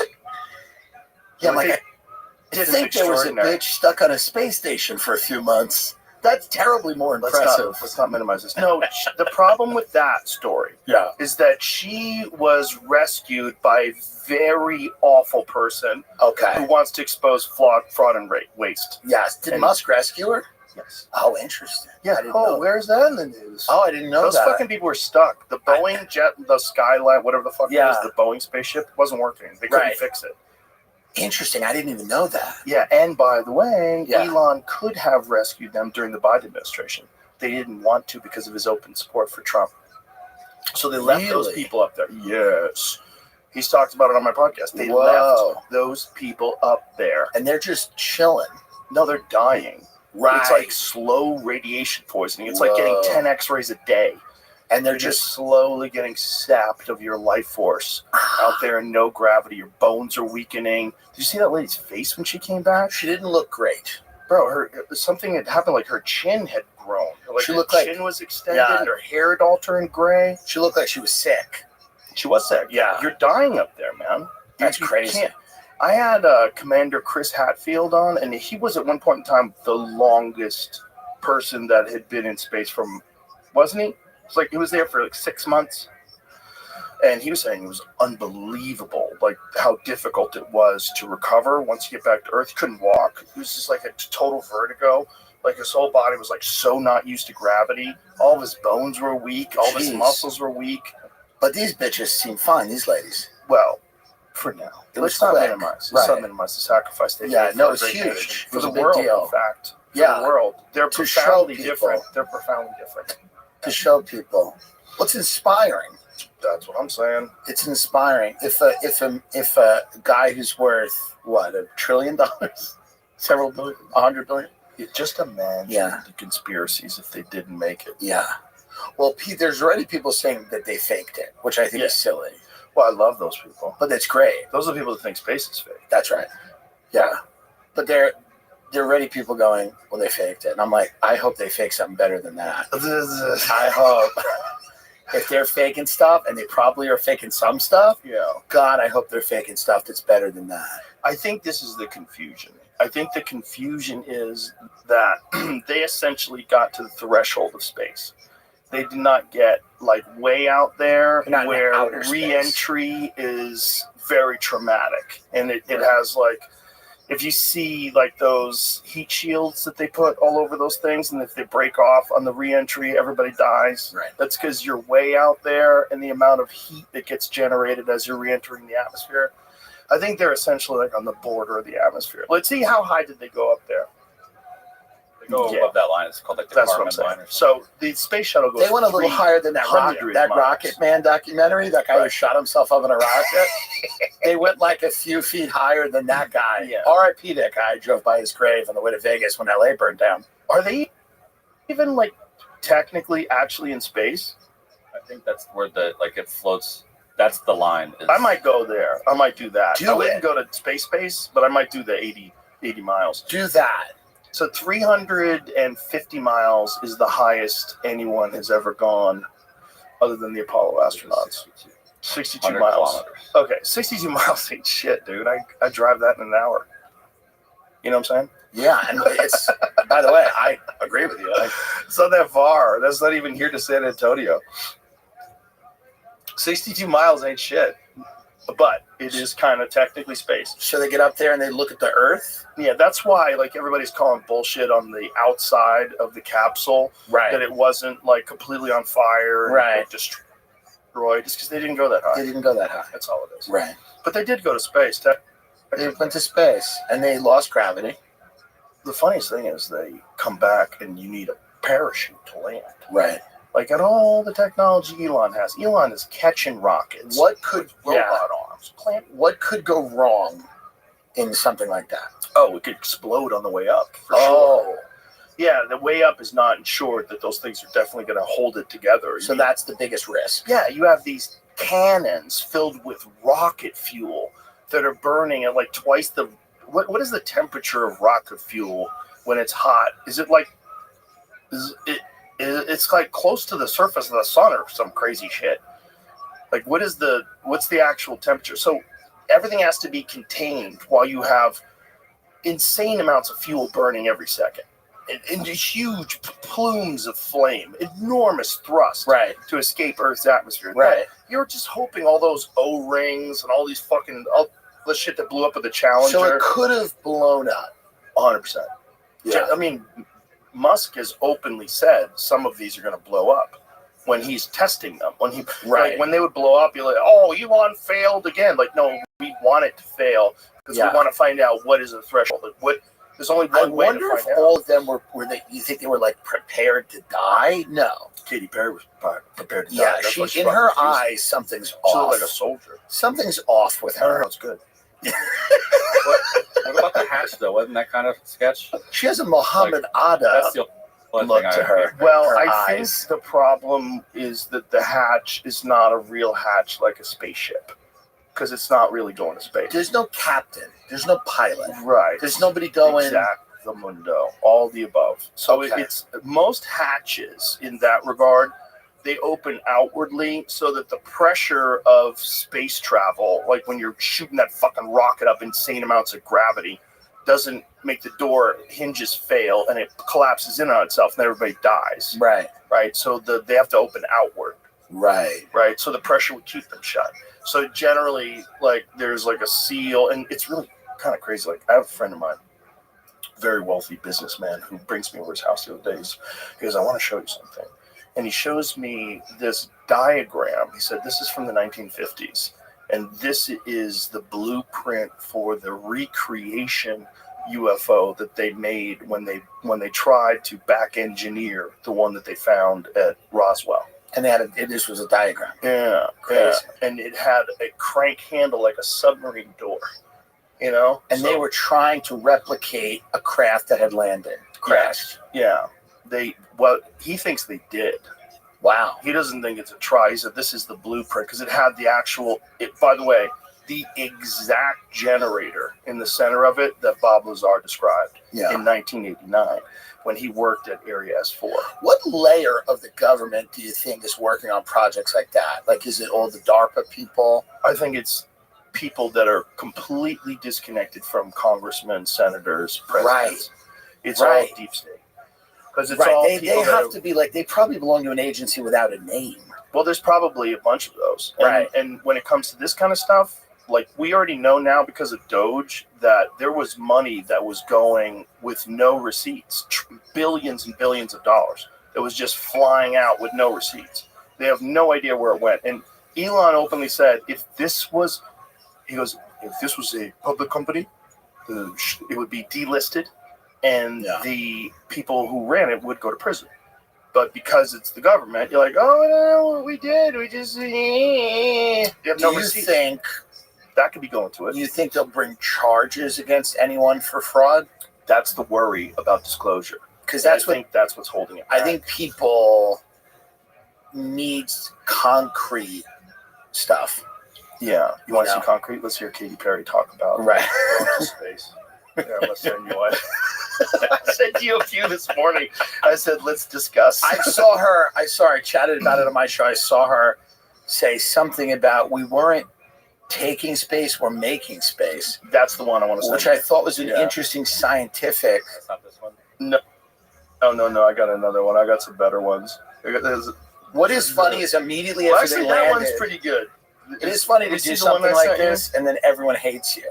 Like everyone hates them. They now. shouldn't hate her. Oh no, that's not the chain. I'll send it to you. I have so many of them. I don't think that one has the making space. Try this one. It's so fun when people. Why is it so fun when people get pretentious? Because because you're terrified that you would ever do it. Well, yeah, and I also think it's fun to see somebody who has no self-awareness. Yeah. They're always the most fun. I will never be the same. I mean, when you get up there and you see the earth, and it's so beautiful, and it just fills the screen, and it's not just your window. It's like everybody's window, and there's no boundaries, there's no border. There's just earth, and it just fills the screen. And when you get up there and you see the earth, and it's so beautiful, and it just fills the screen. Is it what you expected? No. Better. Oh, yeah. I don't think you can describe it because, what I was saying, it was like quiet, but then also really alive. And you look at it and you're like, we're all in this together. You mentioned just prior to going up, you said that you needed to go to space to heal. I know you're only a few minutes removed from this incredible experience. Do you feel healed? Now you are officially an astronaut. Thank you so much. How do you feel? I feel super connected to love. Goodness. I will never be the same. I mean, when you get up No, there. that's it. There's another one. She said making space. But no, it's how just so great funny. is it that they just get called astronauts? It's now? funny to hear the richest guy in the world's wife go, "We're all in it together." Oh boy. Yeah, I don't know if people feel that. Yeah, we're definitely not all I in don't it with feel you. like we're all Can we in come it to your together yacht? with you. Can we get on your jet? How in it together are we? Yeah, what does that mean? It feels like you hand selected a couple of friends to go do this. Yeah. Yeah, I mean, it should have been a lottery system like Willy Wonka, where just 7 random people should have been able to go in this. I would do it just to change my. fun. That would be good. Just 7 random people. Just pull out some guy who's not supposed to be here. Just a cashier at HEB, someone from MS-13. Yeah, that was, I was thinking. Get him in. Someone from Trendiagua and Lauren Sanchez and Gail King, and Oh, you see, they released the footage, dash cam footage or police footage of the guy who they're saying was just a father. The Maryland father. Yeah, as he got pulled over with 8 undocumented people in his truck. They were all supposedly staying at his house. Yeah, I didn't see that. Yeah, the wife had a restraining order against him, a protection order. I saw that there was a restraining order. I saw that he was hanging out with 2 guys that were in MS-13. Yeah, they released the. Yeah, he's definitely sketchy. They But have it's made a few he's not this mistakes. Maryland father. No. The guy that scares me is the hairdresser. The gay hairstylist? Yeah. Or there's a guy with a tattoo. And his That's him. The hairdresser is the mom, autism. dad. Oh no, there was a guy with an autism awareness tattoo, and they thought it was like an MS-13 tattoo, but it doesn't look like an MS-13 tattoo. It's a literal. The problem is everybody's a liar. You don't So know. the liberals are liars and the Republicans are liars. Everyone's lying. They're all lying. And if they did ship some Ironically, hairdresser- the only people I trust are MS-13s because they'll tell you. And podcasters. Podcasters and MS-13. That's all I trust. I would love if you just had MS-13 on, just 3 guys with tattoos, because, by the way, there would be no outrage. That's what. It's hilarious. Right. If you had 3 MS-13 gang members, not one person would go, "Why did he have that?" Why them do you on? platform them? Nobody would. But if I have Ian Carroll on. If you have anyone else on, it'll be a horrible thing. But if it was 3 guys, MS-13 with head-to-toe tattoos, who admitted to killing multiple people, and you said, now tell me about what it's like to grow up in San Pedro Sula or whatever, and it would be okay. Well, That the would reason be why okay. that's good is because I think it's important to learn about other cultures. Well, And everybody 1,000%, and they does. should have their chance to talk. And what's not cool is talking about maybe Israel did something wrong. Should really not do that. I think it's criminal of you to even discuss I know. anything. Well, it's not right. Apparently, I've been co-opted by what's called the woke right. The woke right. That's what there's a woke right now. Yes, and they're fascinating. They're co-opting. I still haven't accepted the fact that I've left the left. I did a CNN interview for an hour because I'm promoting my special, and then my God, did you really? And they Who asked did me. you talk to? This girl, Elle Reeves. Was she cool? Elle, she was cool. She does all the, when you see the Vice documentaries where she talks to the Nazis and the incels? Oh, Jesus, she does It was that chick, and they sent her in. Oh, that's a good move. I was like, this is hilarious. So I'm sitting there, and she sits down, she's like, are there any left-wing comedians? And I named 10 of them that are all in arenas. And she goes, oh, because their whole thing now is that podcasts are the most powerful people in the world. And she goes, do you think you're friends of the new establishment? I said, well, there's 22 intelligence agencies, an entire legacy media. There's lots of Ivy League schools. There's this, there's that. Do I think Theo Von's the new establishment? No. I don't think so. I think you ran a really unpopular candidate. I don't think Americans like child sex changes, and I don't think they want an open border. And I think if you co-opted some of those issues, you might have won. They said to me at CNN, they're like, we're editing the interview. I said, put the hour out. I sat there for an hour, and we had a nice conversation.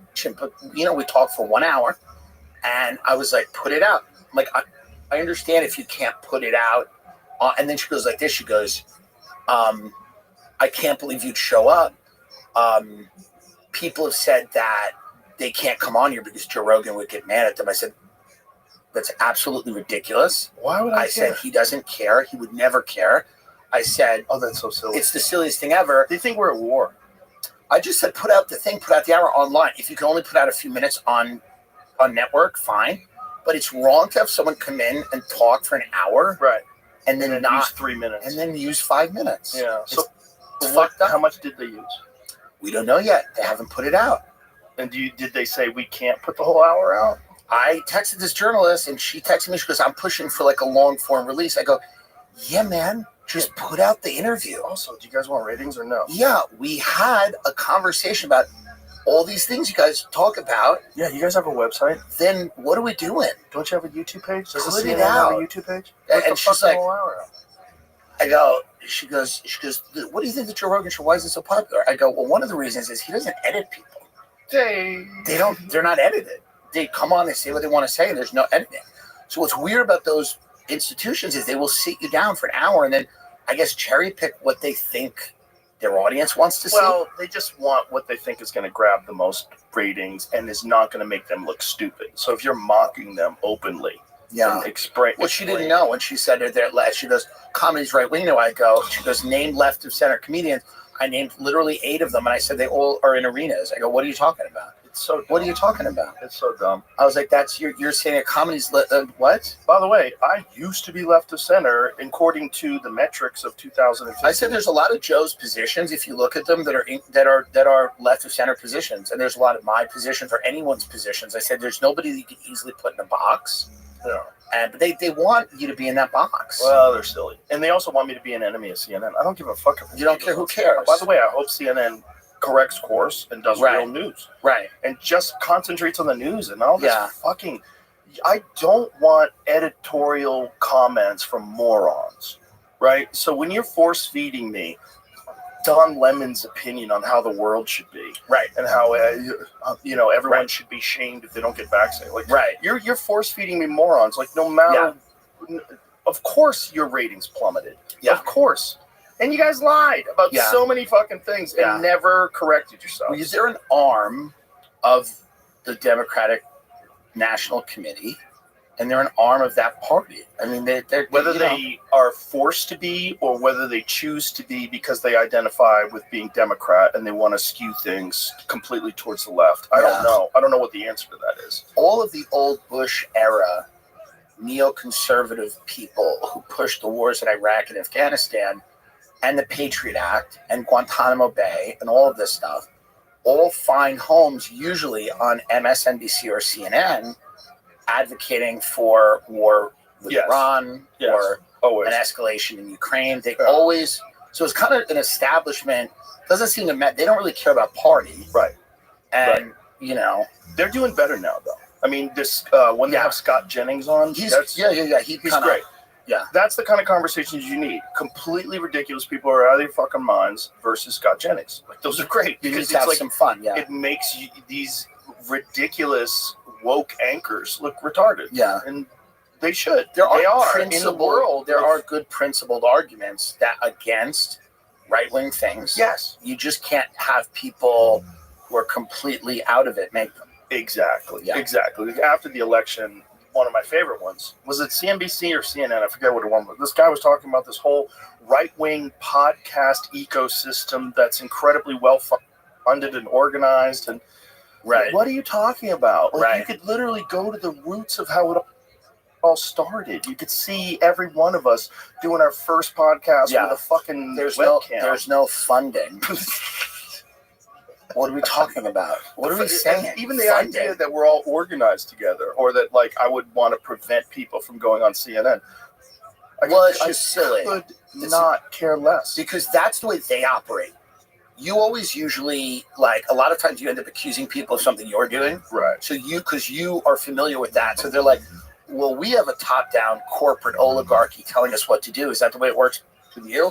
Like, no, Joe Rogan doesn't email people at the beginning of the week and go, hey guys, this is where you can't go. This is the most insane thing ever. Well, not only that, like, I want them to do well. I really don't care. They obviously don't want me to do well. Right. But I don't care. I hope if they turned it around and CNN became great, I'd watch it all the time. It used to be great. It used to have parts unknown on it. The new thing they're doing, this is a very interesting thing that's happening.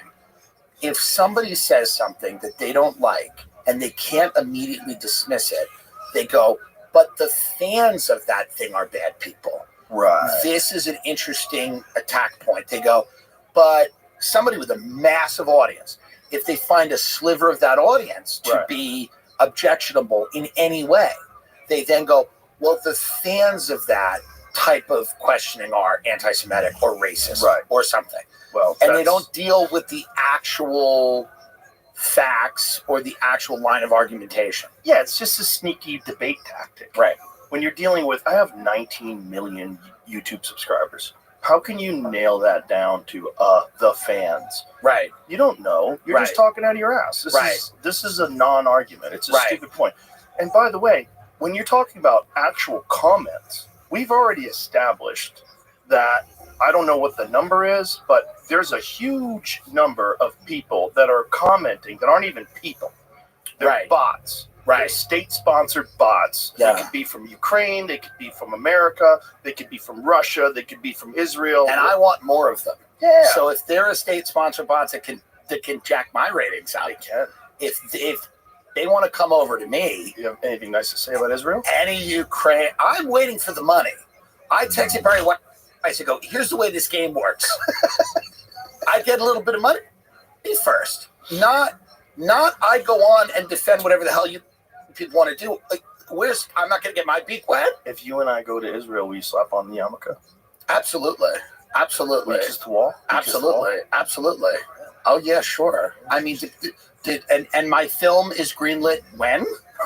You have to kiss the wall. Is that the word? No, I don't know anything. The wall is is that the Wailing Wall? I don't know, but Mike Huckabee's over there like a good Christian. Oh, well, he loves it over Easter there. Sunday. He loves it over there because the fundamentalist Christians go hard with the Israel thing.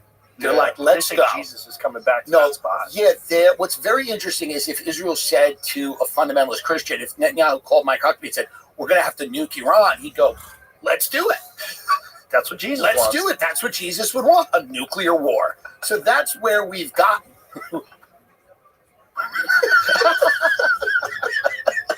We've got Jesus wants us to use the nukes. Where we have fundamentalist Christians and fundamentalist Israelis and fundamentalist Muslims on the other side, and everybody's playing this weird game. And yeah, there he is. Boy, he looks old. Jesus. This is just hilarious that this is the freeze frame from the episode that These we guys released. Watching them. They stop dyeing their hair at some point in time. Just say, oh, fuck it. You know, like Stallone did. The best hat they have is the Schreimel. They wear it in Brooklyn. It's that big furry Russian hat. Oh, I love that hat. Looks sick. That is a sick hat. It looks like something out of Game of Thrones. Yeah, that's a hat. Like, I don't give a fuck what you think. Doesn't I'm a member matter. of the tribe, bitch. I got strings hanging from my belt. And I'm rocking I got a hat. A bear dick hat. Yeah, I mean, that's a pretty sick hat. Yeah, I like that hat. I think people can't get past the fact that, like, Yeah, I mean, it's just look at that hat. That has the shit. What's that made out of? Why? Let's answer the question. Why do Orthodox Jewish men? Where's Ari when you need him? That's a great point. Ari never had to wear one of those hats, though. No, but he looked good. Yeah, I got a ton of hats from different UFC fighters. Yeah, from like Dagestan and from Kazakhstan. I got a cool Kazakhstan hat from Shavkat Rama. It's a sick hat. That is pretty dope. It's an objectively Why do they wear it, sick hat. Jamie? There was an article that just said it before that. The fur one. If you go back up in the upper left corner, yeah. Jew in the City is the name of the website. God, I hope a Jewish person's running that website. Otherwise, they're going to get assassinated. The fur hat is known by the Yiddish name. How do you say that? Shtreimel? Shtreimel. Yeah. The Shtreimel was adopted by Eastern European Jewish communities in the 18th century, coincided with the rise of Hasidic Judaism. Technically, a Shtreimel is one particular style of hat. There are others. One that might be familiar on site is the Spodek. Oh, you fucking pop-up ad, cocksucker. Enter your email, which is taller and more cylindrical than a Shtreimel. A Spodek is the style generally favored by Hasidic sects of Polish descent. To the casual observer, however, they're all Shtreimels. Shtreimels made from a large piece of velvet surrounded by fur. Fur usually comes from the tips of the tails of sable, martens, or fox. Nice. Synthetic Shtreimels do exist. They are more common in Israel than elsewhere. Interesting. Shtreimel can cost thousands of dollars, so it's not uncommon for a Hasidic man to own a second, cheaper Shtreimel, so that his main Shtreimel would not be battered by the elements. Interesting. Yeah, interesting. It's cool that. Let everybody know you're part of the tribe. It's a fun hat. Maybe comedians need like a thing that we wear. A hat? Yeah, like a thing. That's very good. We don't give a fuck. Yeah. I like that Kanye West black Klan suit. That's dope. How about his giant swastika in diamonds? Have you seen that? What's funny is a jeweler made that. Oh yeah, and a Jewish jeweler. Yeah, an Israeli Jewish guy give him made a that significant markup. Yeah, of course. I gotta give you a swastika. I would. It's only fair. Yeah, you need a tax. I think it's only fair. If you want a Jewish man to make a swastika, you people got to separate. And I think this is not. I think people got to separate like governments from people, intelligence agencies from people.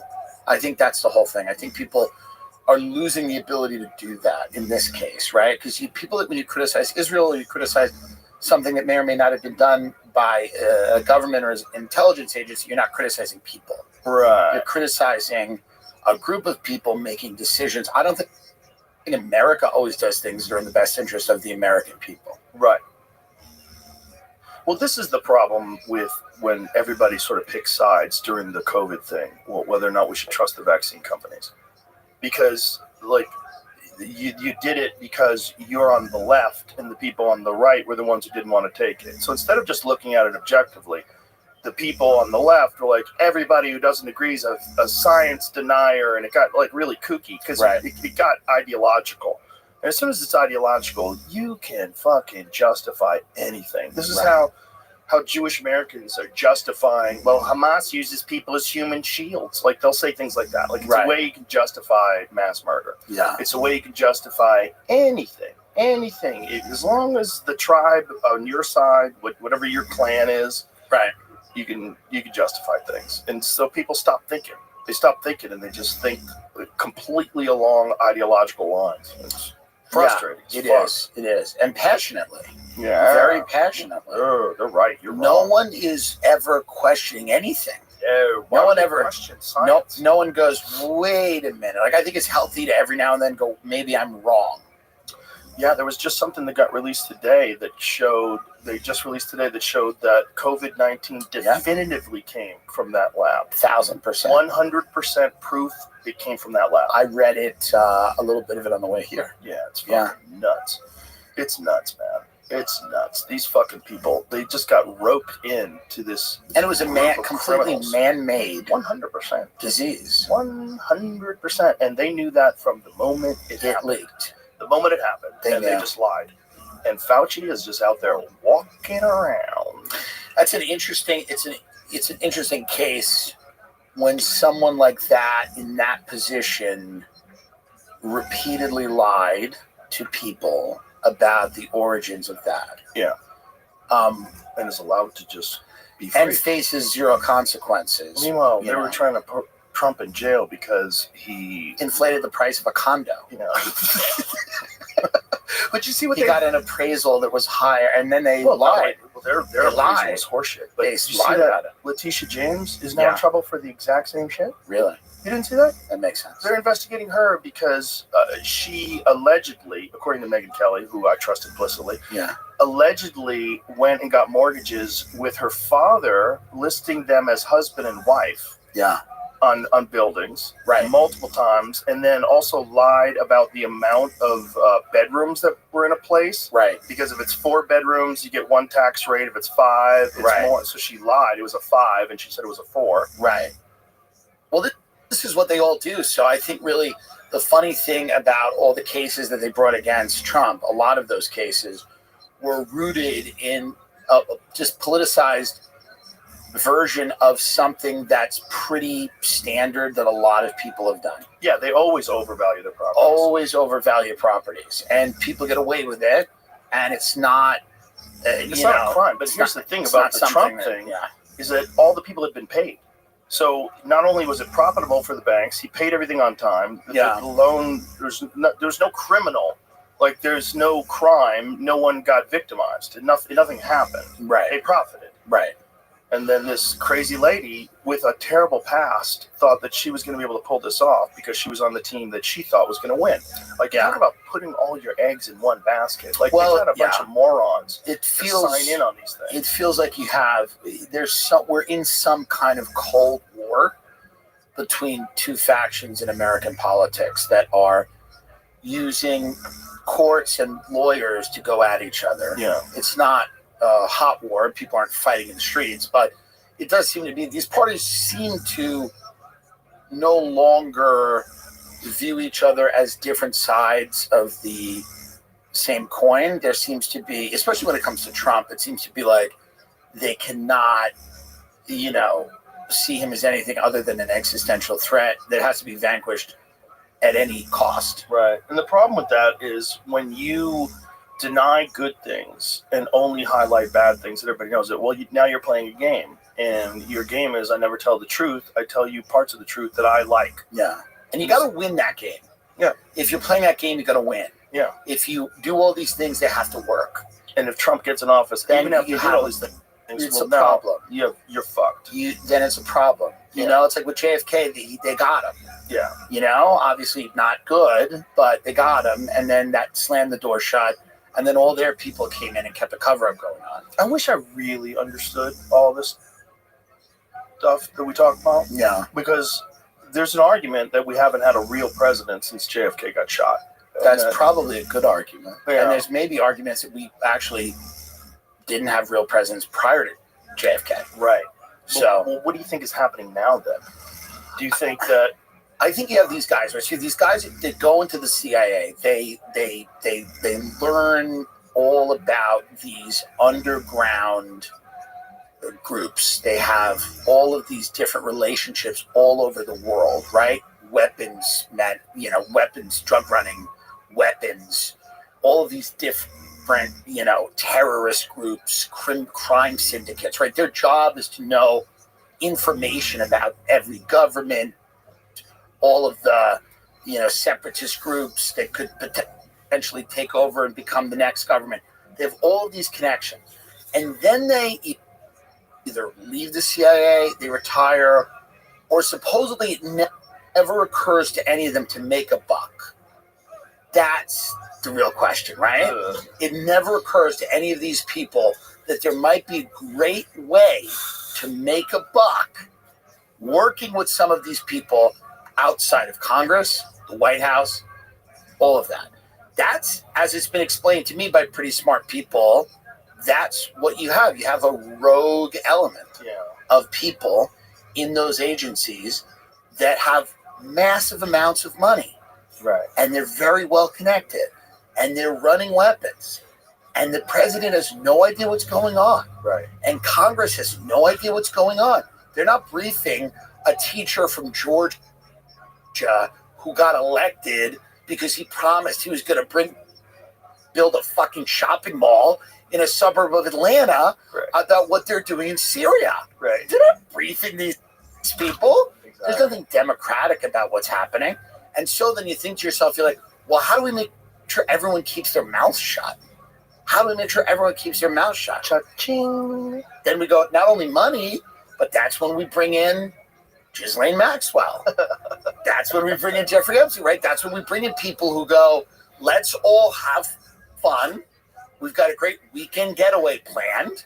And then we can all be on camera doing something that would get us thrown in jail, have people rightly disgusted and want to kill us. And the worst things ever are now on camera somewhere. Those tapes are somewhere.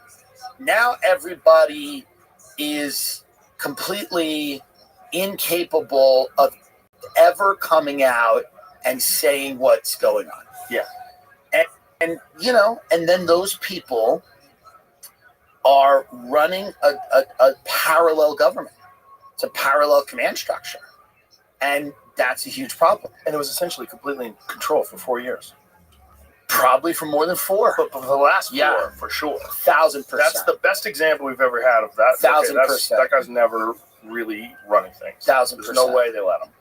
And it's probably still in control to a certain degree now, because it's very hard to, when you have something like that happening, it is very difficult to completely shut it down. Well, it's very well, here's a perfect example that we know it's definitely running things, because Trump is still trying to figure out why he got shot. Like, he was like, I want more information. Yeah. Like there's no information. There's not going to be him. There's not going to be information. Yeah, there's not going to be information. That's a crazy story. That story, you should try to connect. Like, if it's not America that did it, if it's not us, it's not intelligence agencies that did it, then it means a foreign government that hijacked this kid's brain and got him to climb on top of that roof. Like, somebody tried to get someone to assassinate a guy who's running for president, and no one seems to be interested in finding who that person or that group who influenced this kid is. So many of these ex-intelligence chiefs pop up all over the world. They pop up in Dubai. They pop up on MSNBC. They like to travel. They love traveling. They're having meetings with people. They're all over the place. They love people. And they love people. They love cultures. They love meeting different cultures. Yeah, food's great. And supposedly I heard from someone who's, again, smart and I consider trustworthy, that there's actually large sectors of the global economy that are moved more in this direction than you think. Like there are tentacles into very large investment banks and private equity companies that a lot of these guys have. Let's put it that way. Obviously, it's not a shocking thing. Why would the government let a private equity company operate with impunity? Right. So especially if they're controlling regulations and let's work together. Right. There doesn't seem to be a good answer to any of this. That becomes the real issue. You ever get invited to these like fucking Illuminati conferences or any of these crazy things? No, they wanted me to do stand-up at one conference, and it wasn't like an Illuminati kind of thing. It was like I don't know. It was like some type of like low-grade Illuminati. Yeah, that's like how kind they of start. faux Illuminati. It's like the minor leagues. Yeah, and then eventually you go to some weird ranch in the mountains of Wyoming. Well, that sounds nice. It actually does sound nice. No, I think that like it does seem weird that a lot of once you get to a certain level, people take an interest in you that never were interested. Mm-hmm. You know, for sure. Yeah, people are interested. Welcome to my world. Yeah, it is strange that people seem to care about you, or what you're saying, or people going, I think your read on that is wrong, and you're like, why do you care what it is? I'm fucking guy with a microphone once or twice a week. Yeah, but they don't like that. They don't like people having influence that haven't been sanctioned. They don't like that. Yeah, they want all influence to be top down. All influence to be a part of a giant corporation. Yeah. That's what they want. They don't want influence to be just regular people. Regular people are fringe. They're far this or far that. They're problematic. They spew misinformation and disinformation. There's no one who spews more misinformation than CNN. Over the years, how many times you guys, just what you guys did over COVID, if you were a podcaster, you'd be shut down. Right. Like if the podcasters were the one telling everybody to get vaxxed, you get it, you won't spread it, you want this, you want that. There's no side effects. If Podcasters are saying that, but the establishment news was saying, hold on, this is an experimental vaccine. We should not be asking women who are pregnant to take this. We should be not asking kids who are in no danger to take this. We do not know the long-term consequences. If podcasters were saying that, you know, podcasters were on the government side instead of CNN. If CNN was the wise ones that told everybody to be cautious, they would want us prosecuted. Yeah. They would be going after us for all the side effects that people are experiencing. Yeah. You have blood on your hands. You're responsible for strokes and heart attacks and myocarditis and all sorts of autoimmune Well, you issues. also have to think about how much easier it is for, let's say, an intelligence community to manipulate them than it is to come in here. Like an intelligence community is not going to go, all right, let's find. All they have to do is bring me to the UFOs. No, that's all I ask. For sure. You keep telling them that. Yes. That's all you have to do. What do you want me to do? It's very easy. We're going to go to war with Kosovo? I don't even know where Kosovo is on a map, but if you tell me where the UFOs are, I'll have a guy in here that explains why it's super important. But it is funny. It's like, what they'd have to do is pick somebody, have them become a comedian, start a podcast, get an audit. Like, it is difficult, right? Yes. Whereas if you work at a media company, it's very easy to just some new guys there. Yeah. Who's this? Right. Oh, you know what I mean? Yeah, that's Mike. Somebody just shows up. Hey, Suzanne, run everything by Suzanne. Hey, how does this guy, Bob Woodward, how does he get the most important? This is his first case. Lucky guy. He gets Watergate. Lucky guy. Wait a minute. What did he do for Navy intelligence? Right. Lucky guy. That Watergate thing's so funny. But I've been here for 30 years, Mike. Yeah, I haven't gotten anything. Shut the fuck up. Bob's taking this case. Bob's taking down Nixon, who keeps asking questions about what happened to Kennedy. Did you see when Bill Murray was here? I did, yeah. Did you see the thing that he said about Wired, the book? Yeah. Wait, which one? Wired is the book on John Belushi. He said, I read the first 5 pages and I was like, oh my God. They set up Nixon. Oh, that's hilarious. They framed Nixon. That's so funny. This is what he said. Yeah. He's like, if this is what they say, this is what the same guy said about John Belushi, which is 100% not true. Right. Do you know John Belushi was a lightweight? Right. He would drink a couple of beers and he'd be fucked up. Right. Like, he didn't have tolerance. He wasn't this maniacal coach. No. It was all lies. They don't care at all about getting any accurate information. That time that he died, it was probably the first time he ever did a speedball, according to Bill Murray. Wow. Yeah. And Bill Murray was one of his best friends. Bill Murray knew. Bill Murray's like, I've known this guy most of my life. Right. And then he goes, they framed Nixon. Right. And then I told him the whole story that Tucker Carlson had told me. Yeah. Which I was like, what? That it was all FBI agents. Yeah. And the whole thing was a complete sting. It was a sloppy burglary where they wanted to get caught. They traced it back to Nixon because Nixon was doing things they hated. Well, this is the thing that got Nixon on. I don't know if you know, but what they said to Nixon, if Nixon was not guilty of the crime, but they told Nixon about the crime and then he helped them cover it up. That's how they got him. Right. But I mean, what is he going to do? Of course. He thinks this is on the legit. Of course. And you come to him with the crime, like, oh, Jesus Christ. Well, don't fucking tell anybody, Tim. Jesus Christ, Tim. What did you do? You bugged Cap City? Yeah. Come on. Fuck. They had to get rid of. They had to get rid of him. Well, this is what we're gonna do. We're gonna throw our phones in the river. Yeah. Right. Here's what happens now. Okay. How do we get out of this? Yeah. Where'd you put the bugs? Can we break in and take the bugs back? That's so funny. Yeah. They'd be so flattered if we bug Cap City. I heard that's hate awesome. Us. Somebody told me last night that they hate us. I'm like, how do you hate me? I love you. I used to love the old Cap City. If you got Cap City. If you got headliners and you need them, I'll promote it. I'll promote it on Twitter. And same thing with Moon Tower. They're mad at me too because I wouldn't have them at the club. I'm happy to help you. I would happy to help you. I just don't want you to book my club. That's all it is. My club is sold out every night. Yeah. And it's guys like you and Shane and Ari and all these. I don't want anybody else booking it. It doesn't mean that I don't support your cause. Of course. I just don't want you coming into my establishment. That's all it is. I want everybody to do well. There's 5 comedy clubs on my street. What you've done, I think, ultimately is good for the town. You bring people into the town. The problem is when people used to be in control of comedy in the town and then all of a sudden they're not. And they used to be like the person that people would go to and now they're insignificant. Right. You know. Yeah, I think a lot of people struggle with that. The idea of that they're losing control. I think that seems to be the most The angriest I've seen people online since the election that have railed against podcasts and they've railed against, they seem to be angry that they no longer have a monopoly on what people can hear. Exactly. And they still continue to lie and misrepresent people that do podcasts, or people that are have a different opinion, say. And that's where it gets really stupid. You know, like they keep saying that, you know, I had that Daryl Cooper guy on, that I'm bringing on a Nazi apologist and a Holocaust denier. Like, that is, neither of those things are true. Yeah. It's not true. And the guy doesn't just talk about that. By the way, his stuff about Jim Jones is fucking sensational.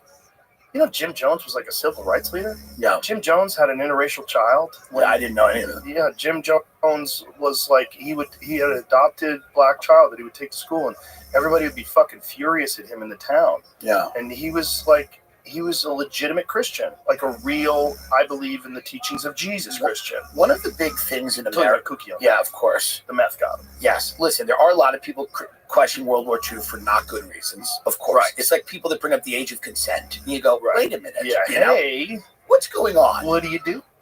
There are people, there are people I think that do launder not great reasons for questioning World War II. Through whatever. However, no doubt. No doubt. There is a very interesting, the teeth really come out, the gnashing of teeth come out in this country when you question at all the American war machine. Yes. And the pageantry of war and the, you know, iconography of the state and of war and of how important it is and how just it always is and how we're always on the right side of it and we're always doing the right thing. And in World War II, we 100% were, but there are a lot of other times when we've made grave errors with our military. Yes. And I feel like it's not good enough for, you can't just point to World War II, which is, again, we were correct. Yes. But I think there is this idea that if you do, it's not an accident there's a million movies made about World War II. Yeah. It's not an accident that there is a lot of pageantry surrounding World War II. Well, also that the World War II movies have heroes. Of whereas course. the Vietnam movies are a buck. That's right. Everything's complicated and it's all chaos. So I think that inspires the idea that a military solution is always correct and that the use of force is always the right way to do it. And that coincidentally makes people lots and lots of money and their children never end up fighting those wars. That seems to be a lot of it. Now, that doesn't mean that there aren't people with bad motivations that are genuinely anti-Semitic or that genuinely have fascist inclinations. There absolutely are. But I think there needs to be space to criticize the mythologizing of war in general and the justification for endless wars all the time. Yes. Like Iran. I hope Trump does not go into Iran. Yeah. That seems like a very bad idea. It also seems like a very bad idea for Iran to get nuclear weapons. That seems bad too. Yes, but I think there's ways to prevent that without a regime change war. Right. This is what we have to do. This is what Tulsi Gabbard, I think, was very attractive about a lot of what she said during her confirmation hearing. She goes, I understand that there are terrorists out there that are dangerous, but we got to find a way to deal with them without committing troops to stand there in an Islamic country. We've done this. Yeah. We saw this movie. Yeah. It doesn't work out. Yeah. You know, and I think we have to stop thinking that it's going to be better this time. If we decapitate the head of a foreign government and with American soldiers in an Islamic country trying to set up a provisional government, the nightmare of that during Iraq, Paul Bremer, this weird British-looking guy that they sent to stand on that rubble with his boots and, you know, the mission accomplished on the aircraft carrier. Like, it brings back, like, you know, to me, it's like I get flashbacks from it. Do you remember the guy who was the Iraqi public relations guy who was saying that they're winning the war? Was it Ahmed Chalabi? Well, no, that was the guy that fed us all the bullshit to get us in. No. Yeah. It was the guy that people openly mocked. I believe he had glasses, and he was the guy that was always saying that Iraq is kicking ass. Oh, interesting. No. Yeah, Baghdad something or another they called him. And he was saying that we were doing good? No. that we were No. He's saying that Iraq is kicking our ass. Yeah. Well, do you remember hilarious. No, I don't remember that. Baghdad, something or another they called him. By the way, does anyone know what's going on in Iraq right now?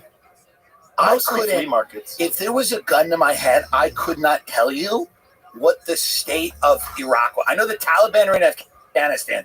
What's going on in Iraq? Listen. Hear that? Ready? That's a gay guy that threw off a roof. Right.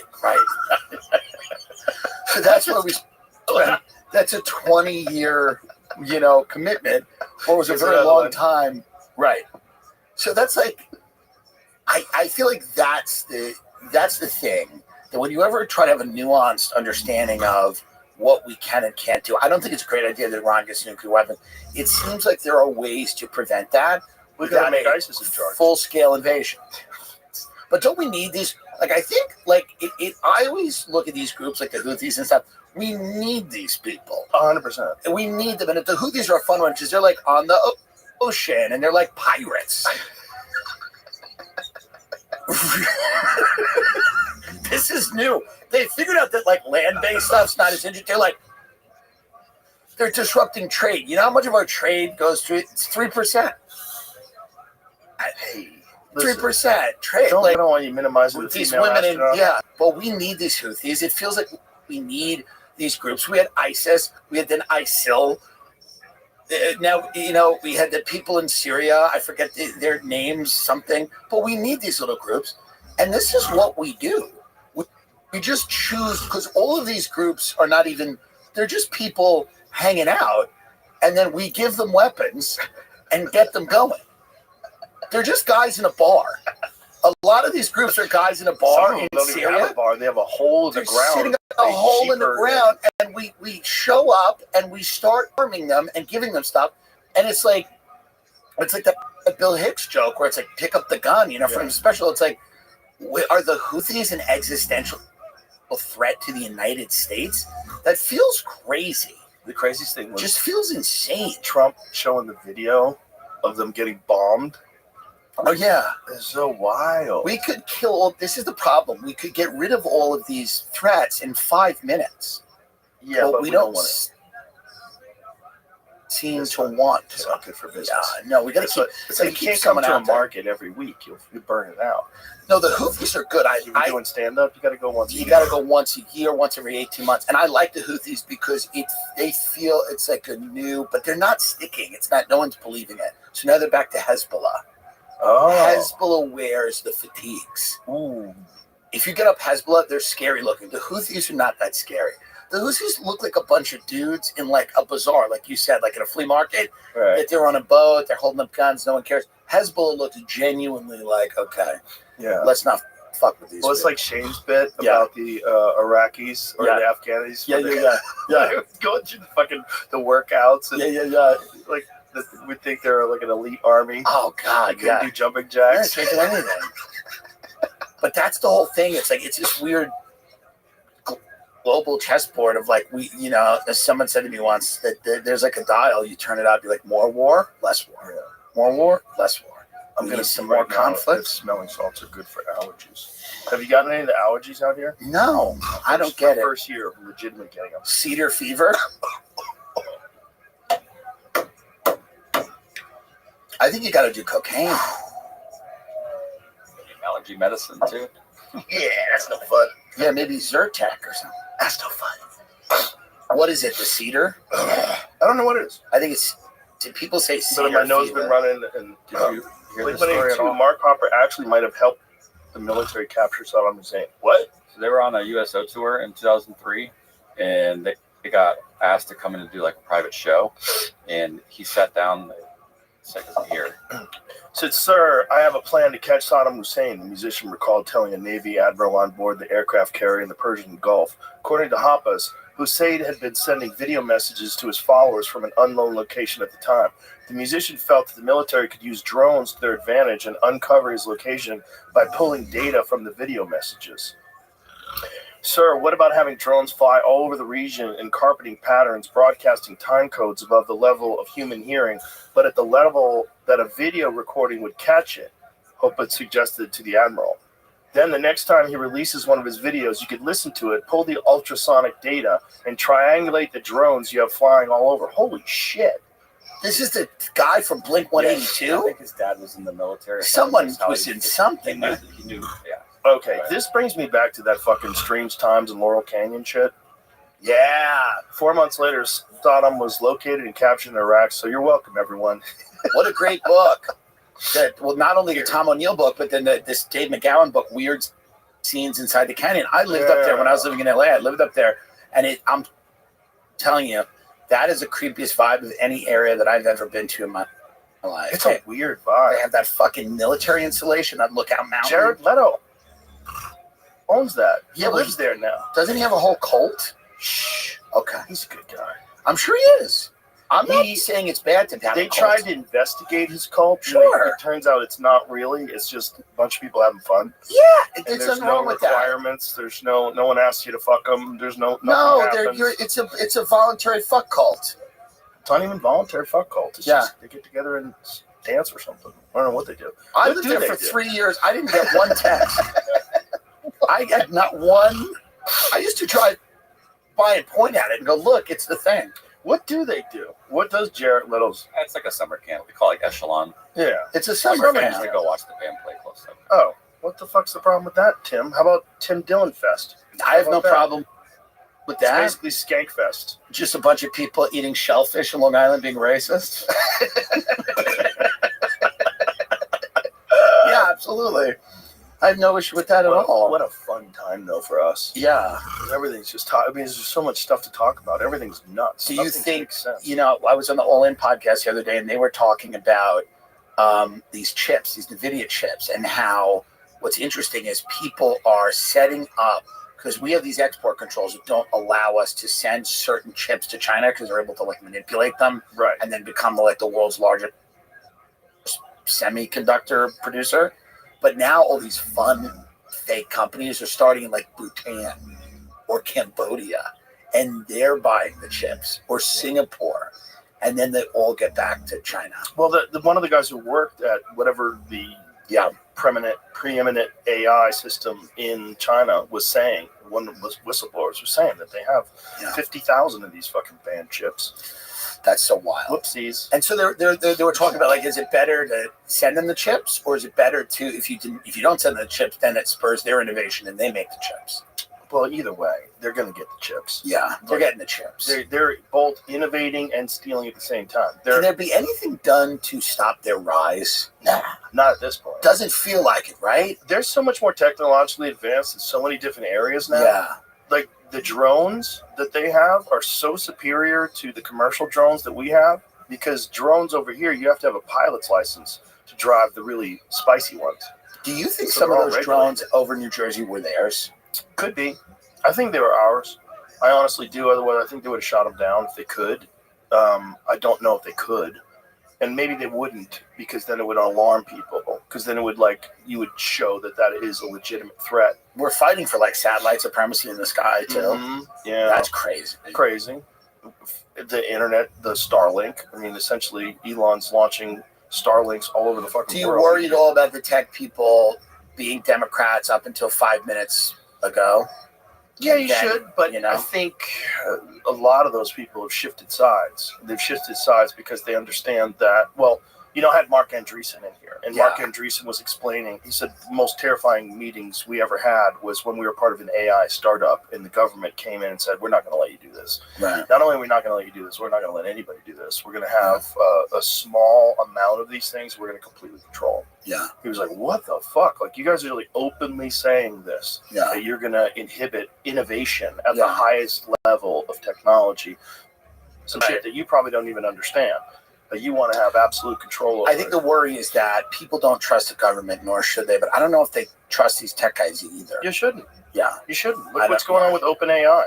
That's the whole You thing. know? I think that people are wary of the tech people because these were the same people that were censoring and kicking people off the internet when the people in the White House were blue. Right. And now that the people in the White House are red, it's swung back the other way. Exactly. So I think people are a little wary of that. Yeah. They don't know where that goes. It's just power. It's just, I mean, like Bernie Sanders is right in that you should be scared of oligarchs, and oligarchs shouldn't be running our government.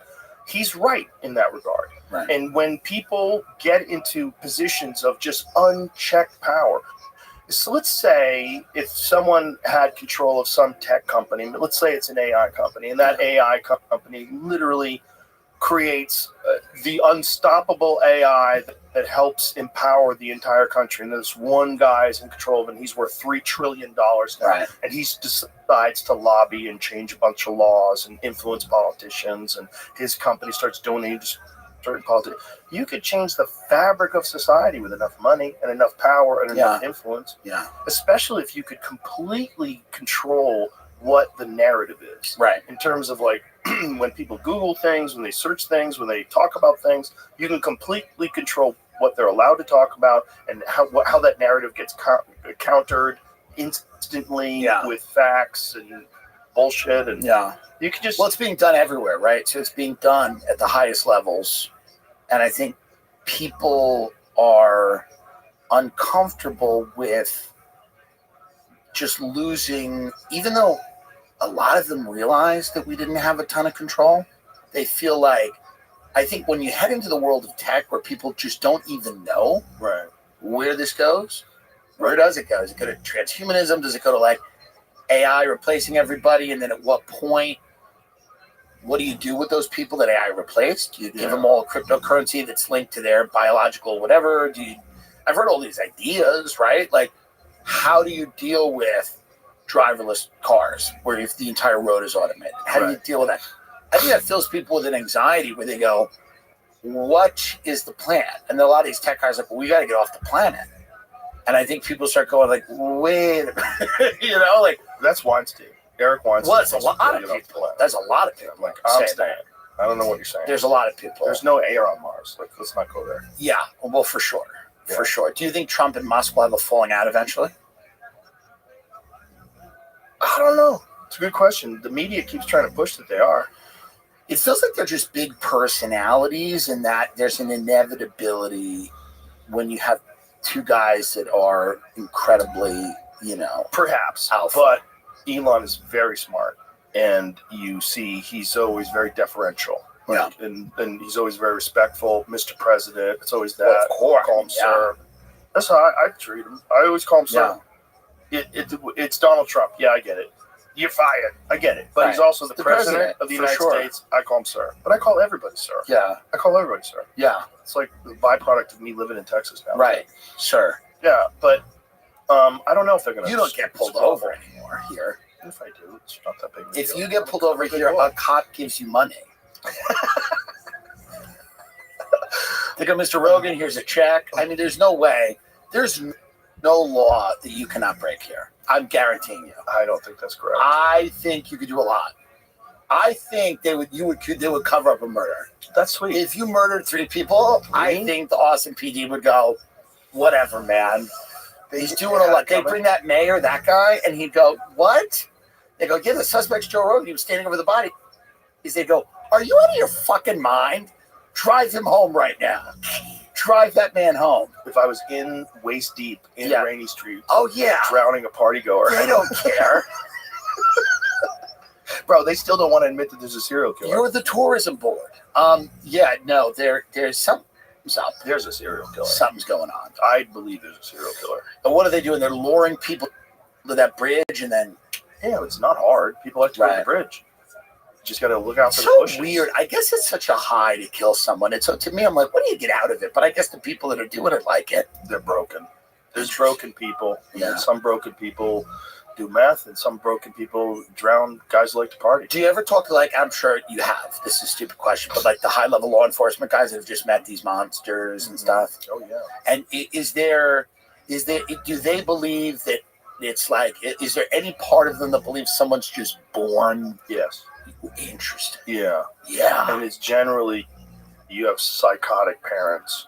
And so whether it's nature or nurture is hard to separate because you're probably abused.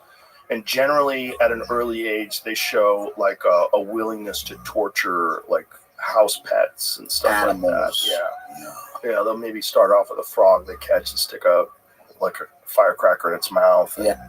stuff like that, and then they eventually work their way up to humans. Now it seems so much harder to do it because of these phones, surveillance. It is, but you can still do it. Not in Austin. You can get away with drowning folks. You can drown people. Why don't you think they'll admit it? They don't want people getting spooked. That's a good question. It's a good question. Maybe I'm wrong. I mean, one of the biggest things ever in Austin were those crazy yogurt shop murders. HBO just came out with a documentary about. When was that? It was many years ago. This crazy yogurt shop murder thing. HBO just did a doc. Happened in Austin. It was like a famous case, and it's completely unsolved. Except they put some people in jail for it, but then later let one of them out. Like it was just one of those things where nobody was sure about what happened. So they were murdering people that went to the yogurt place? It was 1991, and it just South by Southwest. They just did a huge. Oh, it was one homicide, a quadruple homicide, which took place at I can't believe it's yogurt shop in Austin. That could have been me in 1991. Wow, it's 34 years ago. 34 years ago. It's an underbelly. 14 girls were murdered in Austin. Wow. 14, yeah. Wow. And it's puzzled. They don't know. It's an unsolved murder. I checked the boyfriends. And there's many different theories about it. Wow. That's crazy. 4 men were arrested and charged of capital murder in 99, but 2 of their cases were overturned. The other 2 never went to trial. Wow. Interesting. So there are these things that happen. Oh, yeah. Well, that's what they say, that if you just randomly shoot someone and kill them, like if you're a real, like, rando, like, did you ever see that movie, Henry, Portrait of a Serial Killer? No. It was about a guy named Henry Lee Lucas. Oh, wow. Yeah, and Henry Lee Lucas they attributed like 62 murders to him. The problem is, I think one of the things cops do is they go, did you kill this guy? Yeah, I killed him too. Where'd you bury him? Where was he buried? Oh, that's where I buried him. Right. That kind of thing. Now you got a case solved.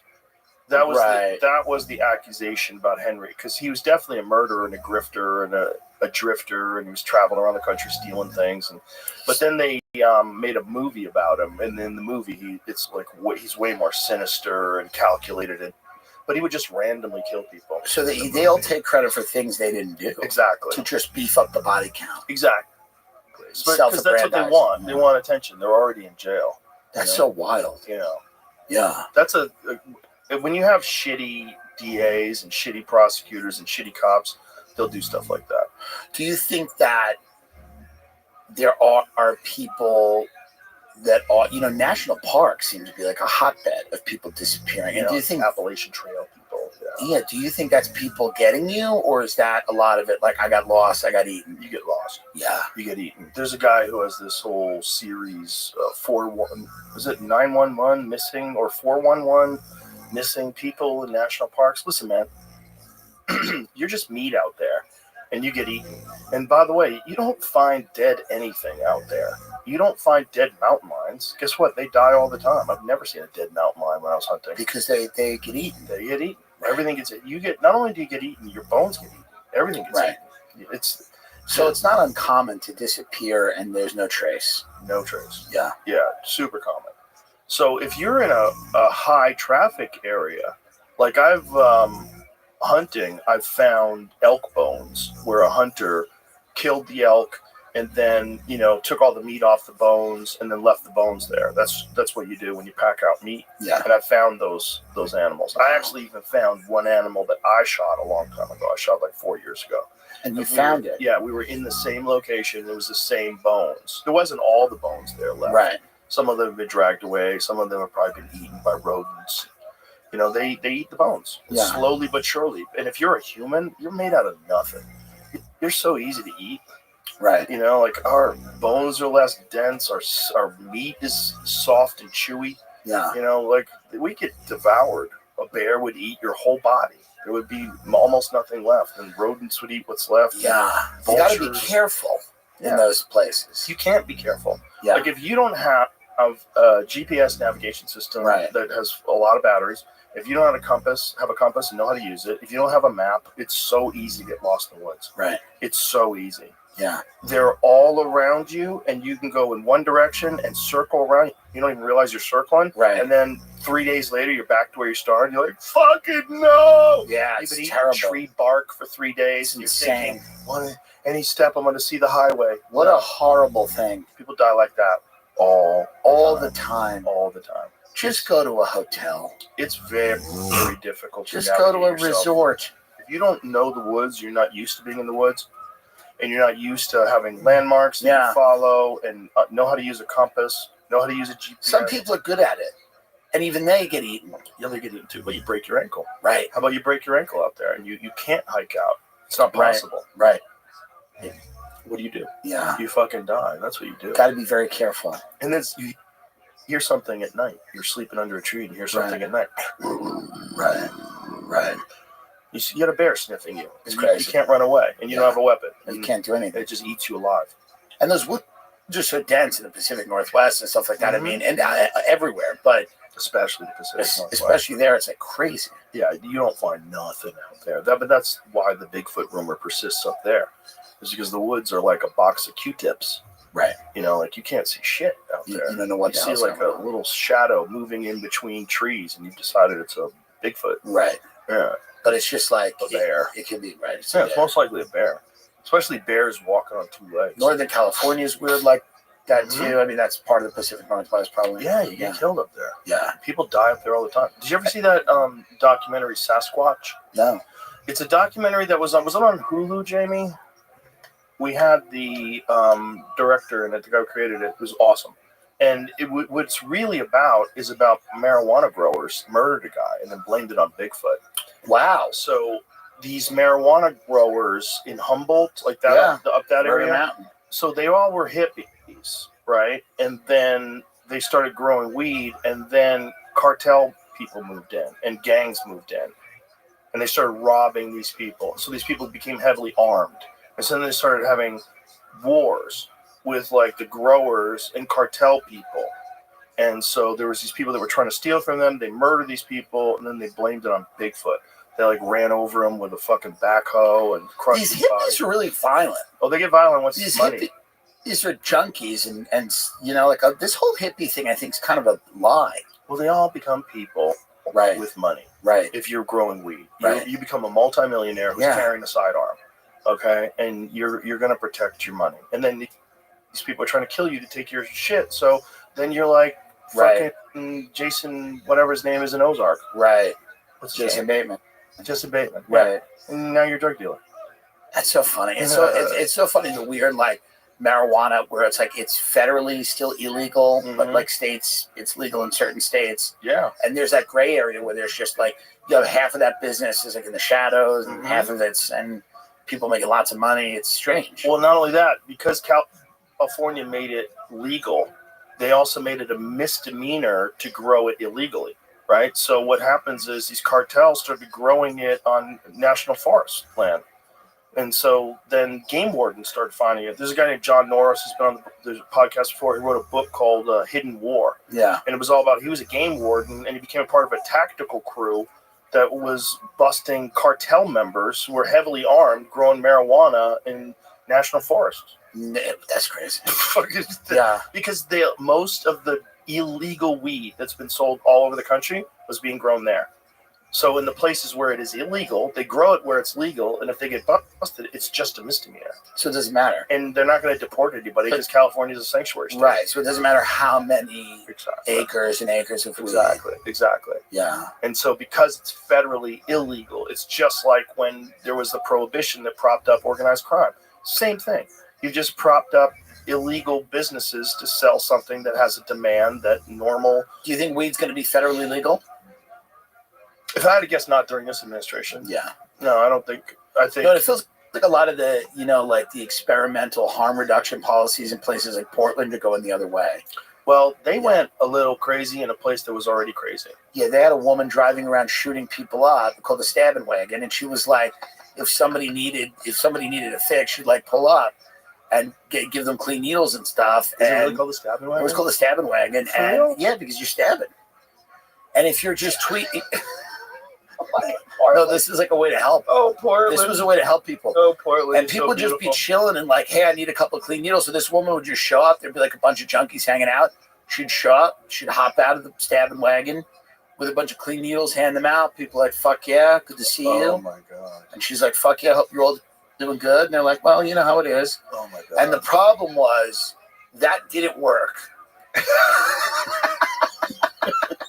Not only did it not work, it encouraged people to move there. Yeah, actually, that's true. So people started moving there because they're like, this is actually a pretty good deal. They don't care if you live on the street. And there's this bitch in a van that shows up with clean needles. And they give you money. Yeah, and whatever you need. They give you free money and food. Yeah. Yeah, here it is. The stabbing wagon. Stabbing wagon. Harm reduction. No, I mean, it's real. She only has 4,000 followers. That's fucked. Hit that follow, Jamie. Hit a little follow on her. There you go. Look at the step. There's a stabbing wagon. Well, at least she's healthy. It's the stabbing wagon. Okay, makes so sense. At the end of the day, it's like that Christ. seems like a good way to combat drug use is to have a van of drugs. That van got a $1.5 million grant. Did you see that? Yeah. See that in the previous Of course. $1.5 million grant. Well, because they're trying to help people get high. They're trying to help people get high in a safe way. Bro, where's she parked that van? That's what I need to know. I mean, it's a good question. She probably lived in the burbs and then came in and then did what she needed to do. Look like a burbs lady. Well, that's a good point. Well, you know those weird those Pacific Northwest suburbs. A lot of them aren't my burbs. The ones that I like. Very odd. Those people are. It's different. They're like people that live outside of Chernobyl. Yeah, they're forever changed. It's different. There's not a lot of sun up there. Something's going on. Bad DNA damage. What was funny is like there's a big article where they were like, yeah, this is actually like what's crazy is like you read about those cities, right? Like Portland, San Francisco. They'll do the craziest thing ever, and then like 2 years later, they'll start going like, yeah, this just is not having the results that we thought it would have. Like drug use is up, crime is up. Violence is up. So Santa Monica now is doing a curfew because there's been violent crimes at night. No way. They're thinking about doing a curfew in Santa Monica. So again, Santa Monica's thinking about doing a curfew because there's like violent crimes. So instead of just going like, hey, we got to throw these people in jail. Oh, like it's 9 o'clock. Go home. This is California. This is the biggest economy in our country. And they're thinking of having a curfew because they're all out of ideas on how to like stop people from like being victims of violent crime. Bro, I got friends who can't sell their houses there. No, it's bad. I'm glad I sold my house when it did. Nobody wants to buy houses there anymore. Nobody wants to buy houses there. They're like, we're getting out. Everybody who's not out is at least thinking about it. Uber rich people are, a lot of them are just keeping their houses because they can't get the money they want. So like, people that are like in Bel Air, those crazy things, right? Right. Beverly Hills, Bel Air, these behemoths. They're just kind of like, just leave it. You gotta hope that like there's some crazy celebrity rapper guy, like Kendrick Lamar, decides to buy a mansion. Well, you also, know what I mean? Like if you're selling a $70 million house, you have like 5 people that will buy it. You also gotta hope that they elect Rick Caruso and he goes around California in a tank. With a bunch of guys in bazookas, and it's like the craziest thing you've ever seen. That's all you can hope for. You need like a Rudy Giuliani type character. Yeah, I mean, you need Sergeant Slaughter from the old WWF.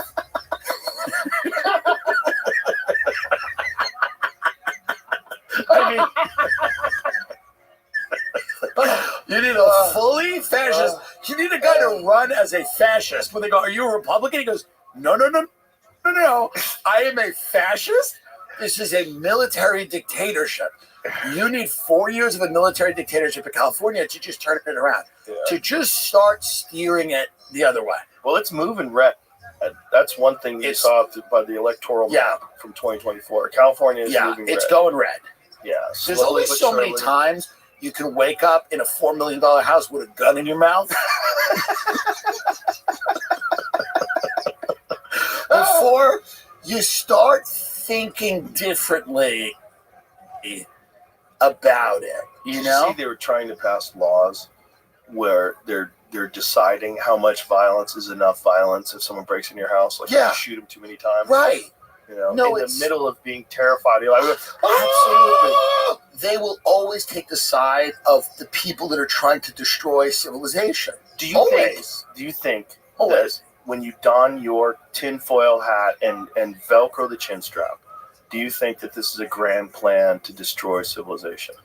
I think what you have, I don't know if it's a grand plan, but I think what you have is you have two things that are happening simultaneously. You have the people, the last people that seem to want to be in politics are people that believe in like nothing. They're like empty suit, Gavin Newsom types who just really don't seem. They just whatever room they're in. Wait a minute, have you seen his podcast? Yeah, well that proves my point. That proves my point now, right? He's a believer. So now he's like, oh, things are going right, I'll go to the right. Things are going to the left, I'll go to the left. So you have like these people that just don't. They will not, like a Sanders or Trump, whatever you think about them, they're not going to, like, quote, stand on business. They're not going to tell people, here's where I'm at. This is the way I feel. They're just empty vessels. And then at the same time, you have that happening. You have the craziest people in the world that somehow have gotten hold of a ton of money and a ton of influence on social media. And those empty suit politicians are like scared of these lunatics that believe the craziest things you've ever heard. So these politicians are just like taking edicts from these crazy people online who tell them that we need the stab and wagon and we need all this stuff. I don't know how that happened. That somebody should look at that, how that happened, and study it. And I think it's a lot of these politicians are deeply corrupt, and I think they're terribly afraid of whatever corruption they're involved with coming to the surface. And it could be personal in their personal life. It could be with the state. I think, the mismanagement of money, of resources, all of that stuff. So if I was a really corrupt politician, I would just do the craziest left-wing shit so that I could never be accused of anything. Good move. And I would just let them do whatever the hell they want. I go, yeah, well, fucking whatever. We got a new law that says they got to draw blood in your house from you before you can defend yourself. We need a rapper. Yeah. Rappers are the last people in this country that can kind of get away with almost anything. Well, rappers are honest. A lot of them, even though they might lie about how much money they have and stuff, they do. There's a certain honesty to that genre of music. Clearly, you go too far, like P. Diddy. You can go too far. But he wasn't super honest. He seemed to be concealing a bit. He seemed to be. Yeah. Do you think he was working for somebody? Or working with somebody? Or do you think it was all his own personal? If the CIA was like, we don't really know anything about like this world of like, that's not what we do. We're like a bunch of Harvard guys and we have these fucking weirdos that we know about how to get in with like our people, but we need someone who was like a black guy to do it. It could have been P. Diddy. But didn't all the accusations come out after he was involved in a lawsuit with Ciroc? Like he was trying. That's what people said. Yeah. That's where it gets interesting, right? Yeah. I mean, it's going to be very careful when you start fucking around with people's billions. Big, powerful billionaires are probably their own governments. Yeah. So, I mean, when you run afoul of them, I think there's many ways in which they can get you. Also, they feel like they pay so much money for taxes. I think that's a lot of these intelligence agencies are working for those people. They're not, I think, on their own. There's big money to be made, and there's a lot the people that own these companies and have been rich for a very long time and who aren't, on reality TV, and you don't really know who they are, but they some of them are on the Forbes list, some of them aren't. Some of them are just incredibly wealthy, and they've made their money in ways that you can barely understand. And those are people that, are the reason historically that the CIA is going into Latin America and overthrowing government so that United Fruit can, it's true. Have a monopoly, right? It's like, so they're doing things at the behest of these ultra wealthy families that control huge industries. Sure, and they always have. I mean, that's back to Smedley Butler's That's War right. is a Racket. 1000%. Yeah, and that was 1933. He wrote that or something. And that's the way the whole thing seems to be organized. Yeah, and always has been. We're just learning it now. You know, that's all the difference. But it is falling apart now because some of their kids are doing stand-up comedy. No, Like literally. who? I mean, there are people, they're young in New York, and they're just like, their parents are some of the wealthiest people in the world, and these kids are like doing stand-up, which is terrible sign for the empire. That's not a great sign for the empire, is that like a guy that would have taken over his dad's business is like doing dick jokes. Well, he probably has a trust fund, so he probably Yeah. has a safety blanket and sees we're having fun. It's like, I want to have fun. For I want to sure. be like my dad. Yeah, Have a fucking heart attack when I'm 49. that's right. But we need them doing that. Some of them. Having heart attacks. Yes. Everyone can't be a clown. Like Right. there is something deeply unhealthy about the Illuminati doing stand-up. I don't love that idea. Well, unless they're using ChatGPT, how good could the material be? It's not ideal. It can't be. It's a lot of crowd work. And even if they do Nothing use wrong with that, ChatGPT, but yeah. ChatGPT has not shown any ability to really craft a good joke yet. It's just funny to meet some of these people, and then you talk to them, and they'll just like casually drop that they're like, you know, the parents like billionaires, and you're like, that's awesome, man. And they're just doing bar shows. It's kind of interesting. And they're nice people, but just to pull out and look at it from a sociological standpoint, it says something about people's idea of the future that these people just like want to be famous now. Or How many of them are there? There's some more than you'd think. Really? Is Yeah. it a New York thing? It's a lot of rich people live there, and I'm talking about mega rich, like not like, hey, my dad's a successful whatever. I'm talking about like, whoa, billions, big money. Yeah. Where you go, interesting. And then the kids don't have any pressure to do anything. The so kids they don't kind want of a real float job. around, and they're doing stage. It's just very funny. It's something that makes me laugh. It's just like a billionaire kid on stage, looking at someone in the audience, going, "What do you do for a living?" A lot of crowd work, huh? Yeah, what do you do for a living? This is the first time they've met people that aren't billionaires. Well, that could also be a thing. This might be a way to just socialize Illuminati kids. They've met their housekeepers before. Maybe they asked them, like, what should I talk about on stage? Well, yeah, I mean, they have, and what's funny is like they have parties in their big houses and bring their other comic friends who are bums. You know, young comics, I mean, we're all bums. So then, like, the parents are like, hello. And they bring in, like, a bum, and they go, this is my buddy. And then, He's stealing from the buffet. he's just, like, staring at them going, whoa, this place rocks. It's like a sitcom. Yeah. And they're like, these are my friends. And I think the parents are kind of like, oh, well, isn't that nice? Yeah. So and maybe it's a phase. I think the parents look at it like they're going through a phase. That's interesting. It's That very there's interesting. more than one of them doing stand-up. It says something about that group of people that used to run everything. They have a dearth of purpose in their life. They're kind of aimless and they float around. I don't mean specifically, you know, rich comedian kids. I just mean like that ruling class. What are they doing now? They don't really have a purpose. They kind of float around. They try to this new age spirituality bullshit. They travel all over the place. You look at any of these rich kids' Instagrams, all they're doing is traveling. It's all the same shit. Right. Anguilla, go here, go there. There's no purpose. You know, I think they don't feel like America's has a defining mission. And like if you look at families like the Kennedys, the Bushes, whatever, you think about those families, they served in the military. They believed that there was some type of arc of history that they were a part of.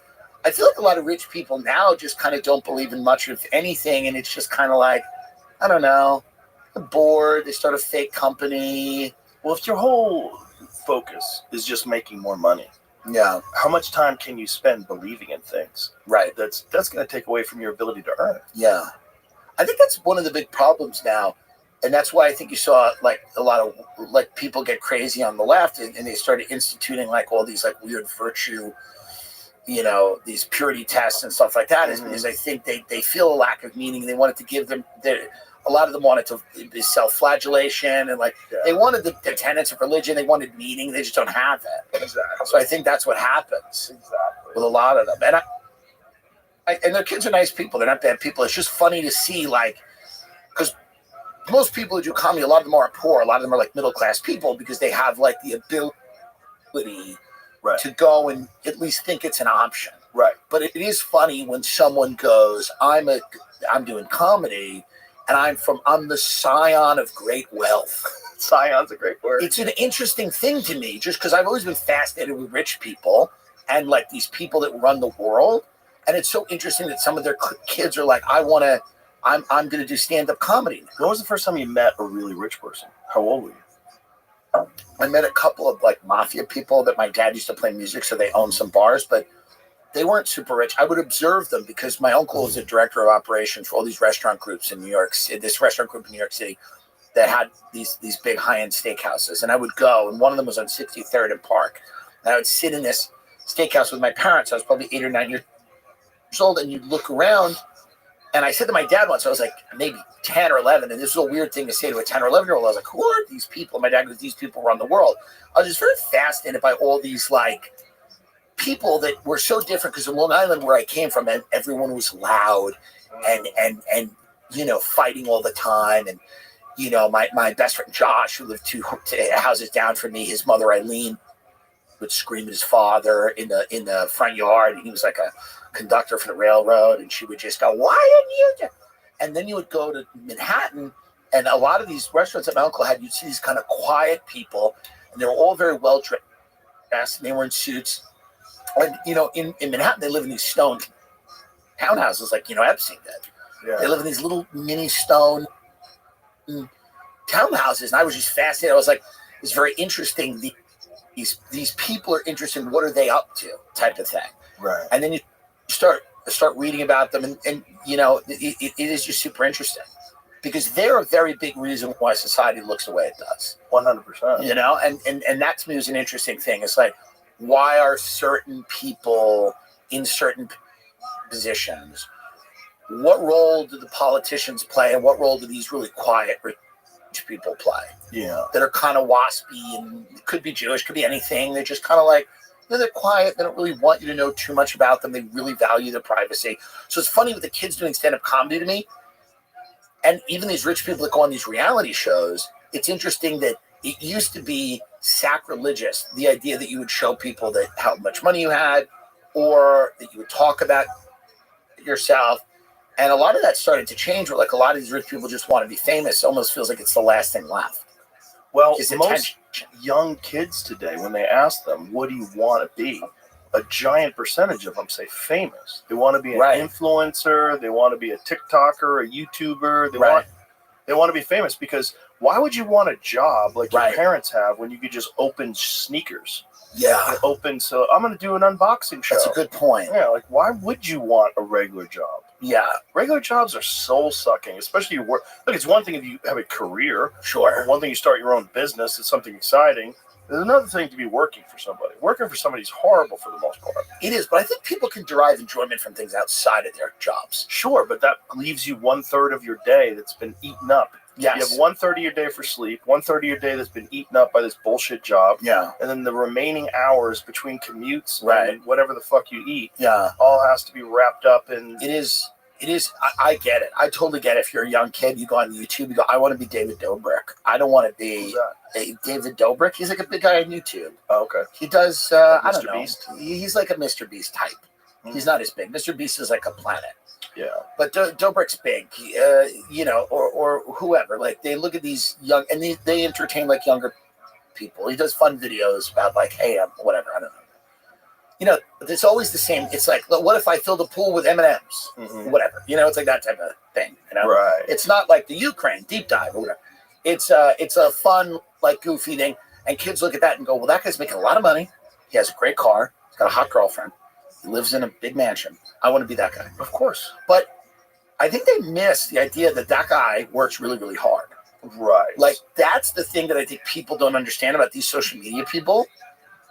They do have a crazy constitution in terms of like how much they post, how hard their work. Now you might say, okay, the stuff they do is ridiculous or silly or not valuable, and I might agree on a lot of those things, but they are always putting it out. Yeah, they're showing up. They're always showing up. Yeah, if you want to compete in any market, anything, no matter what you do, there's a certain amount of work you have to put in. The idea that it's easy. Like, there's got to be some reason why most of them don't rise to the top. Right. What is it? How do you feel about, can you teach people to work hard? I'm sure you can. What do you think?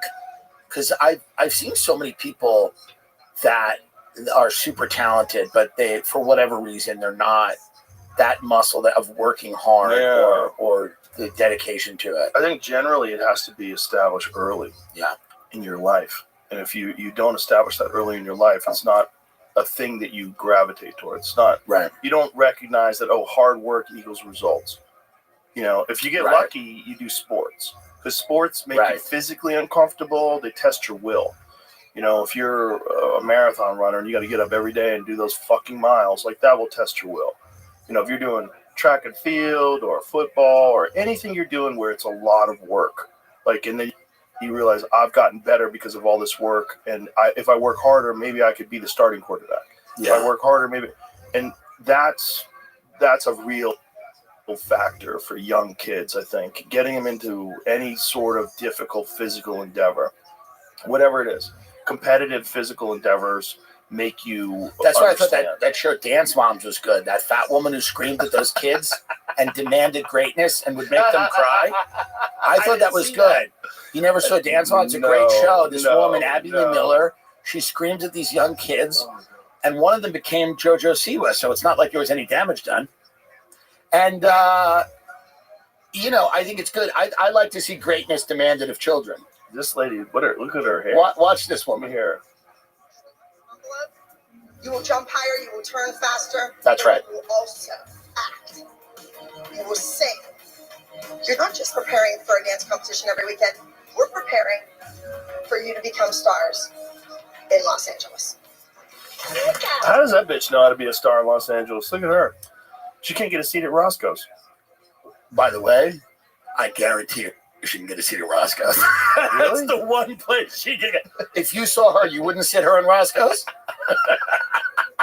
The first thing, I would kick someone out for her in Roscoe's. But yeah, it is interesting that a lot of these kids now, they just look at, you know, the followers. And sure. How do you feel about, you're a parent, do you when the Jonathan Haidt book comes out and he goes, we should get rid of phones for kids until they're 16.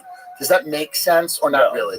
No, because then you alienate your kids. Look, it's a new world that they have to learn how to navigate. And if they don't learn how to navigate until they're 18, they're at a huge disadvantage. They got to understand that it's just people talking.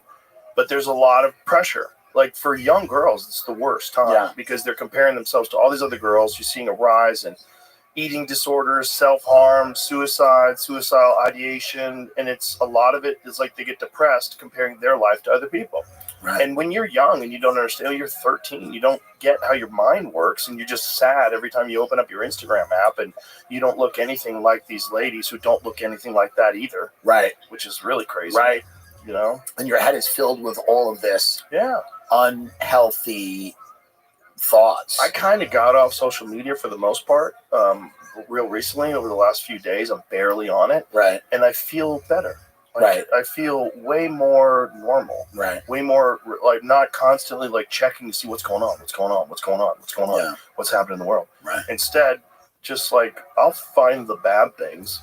They'll come to me for sure. They'll get it. They'll figure it out. So I check in the morning, like, make sure there's no war going on, and then I go about my day, the whole day. And then maybe I check again in the afternoon, real quick. No, I'm not spending like massive amounts of time anymore. No. And because of that, I feel better. And I'm like, okay. People that give up their phones always talk about that, and they hear birds and all this bullshit, you know? Well, you feel better. You feel like there's not this low hum of wondering what's going on in the world all the time, wondering who's saying this and why are they doing that, and what's the new thing, what's this, what's that.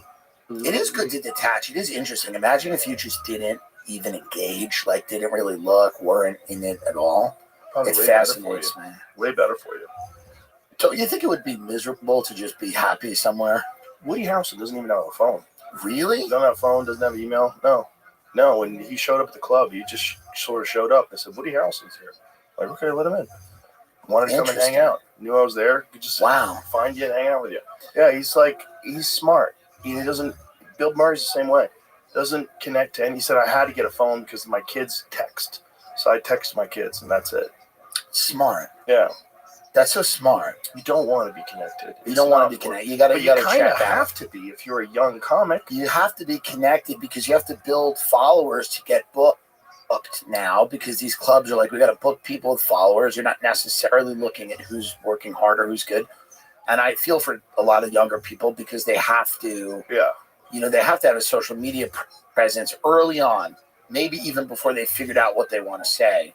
Maybe, before they figured out how to say it the right way. For sure. They have to have this social media presence. And I think people become, and it's a dopamine hit, right? To do things. I get it. Like, you get followers, you get rewarded. It's a whole system.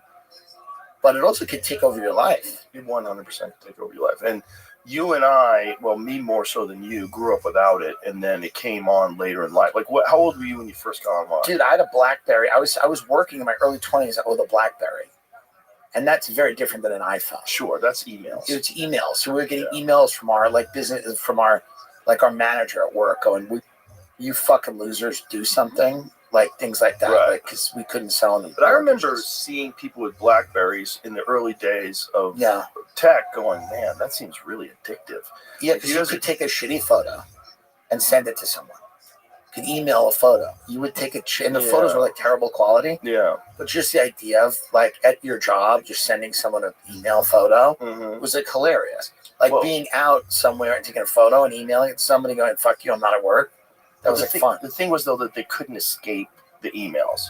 The emails, they were constantly checking. And I was like, oh, well, this is like super addictive. Like these guys that I work with on Fear Factor were always on their BlackBerries. There was a New York City realtor, this lady, Dolly Lenz, was like the top realtor in New York City. She did a BlackBerry commercial. She famously had like 8 BlackBerries because she would just get all these contracts and stuff. She would like hand them out to her assistants and stuff. They respond to she would get over 700 emails a day at the height of her thing. She was selling all this real estate. So that was the first time I didn't have a smartphone in junior high or high school. Oh, that's nice. I had like a flip phone. People had Razor phones. I didn't even have that. I had like a Sprint LG or some bullshit. And then I got BlackBerries. And I think my first iPhone was like in my mid-20s. Yeah, that's good. I wasn't like connected like that. Yeah, these kids are connected from the time they're 6 years old. And I mean, my godson, he's like 4 years old and he has an iPad. They just give him an iPad. Yeah, they just sit in front of the pad. If they go to a restaurant, they set it up in front of the kids. They set it up and he just sits there and he does, I don't know what he's watching. Maybe, I don't know what he's doing. No one knows either. They just, I don't know what he's found, That's the other thing. You hope, like best case, he's playing some game, but. Well, for boys, they immediately start jerking off. Interesting. The moment they could find porn sites, right? They tell their friends. Well, that's the other thing. Like, I feel like that's also damaged people's. No doubt. That damaged people's ability to no doubt, go out and meet a woman. Oh, 100%. And that's why they're not meeting women. Yeah. Like the number of incels today is off the charts. The number of men that don't have sex at all is some crazy. It's like 50%. And the porn is not even regular porn anymore. A lot of it's like hyper violent, sadistic, crazy porn. Really? That's what they Tell say. me what you're searching for. People whose heads are going through glass tables. No, but that's what when you have these articles that are written about this, they say it's not only that they're watching porn, it's the type of porn. It's not like regular porn. Oh God. It's like crazy shit, and it warps their fucking brain. I heard the dumbest argument on Twitter the other day. Someone was saying that they should create CGI child porn to protect real children from child porn. You should probably search that person's search history. I was like, that's an interesting argument. Yeah. We should have AI child porn.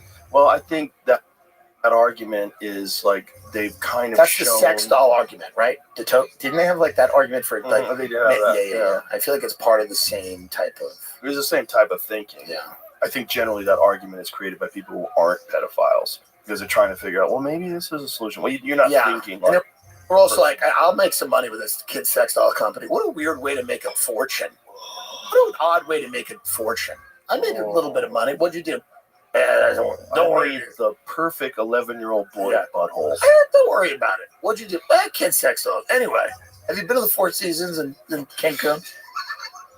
Jesus Christ. It's crazy. Yeah. Well, we're getting to a point where the world is really scary, but also equally unbelievable and absurd.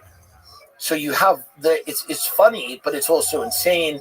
And I think people are like, we don't know what's real anymore. These AI videos come out, and you don't know what's real and what's not. The deep fakes are getting better. Right.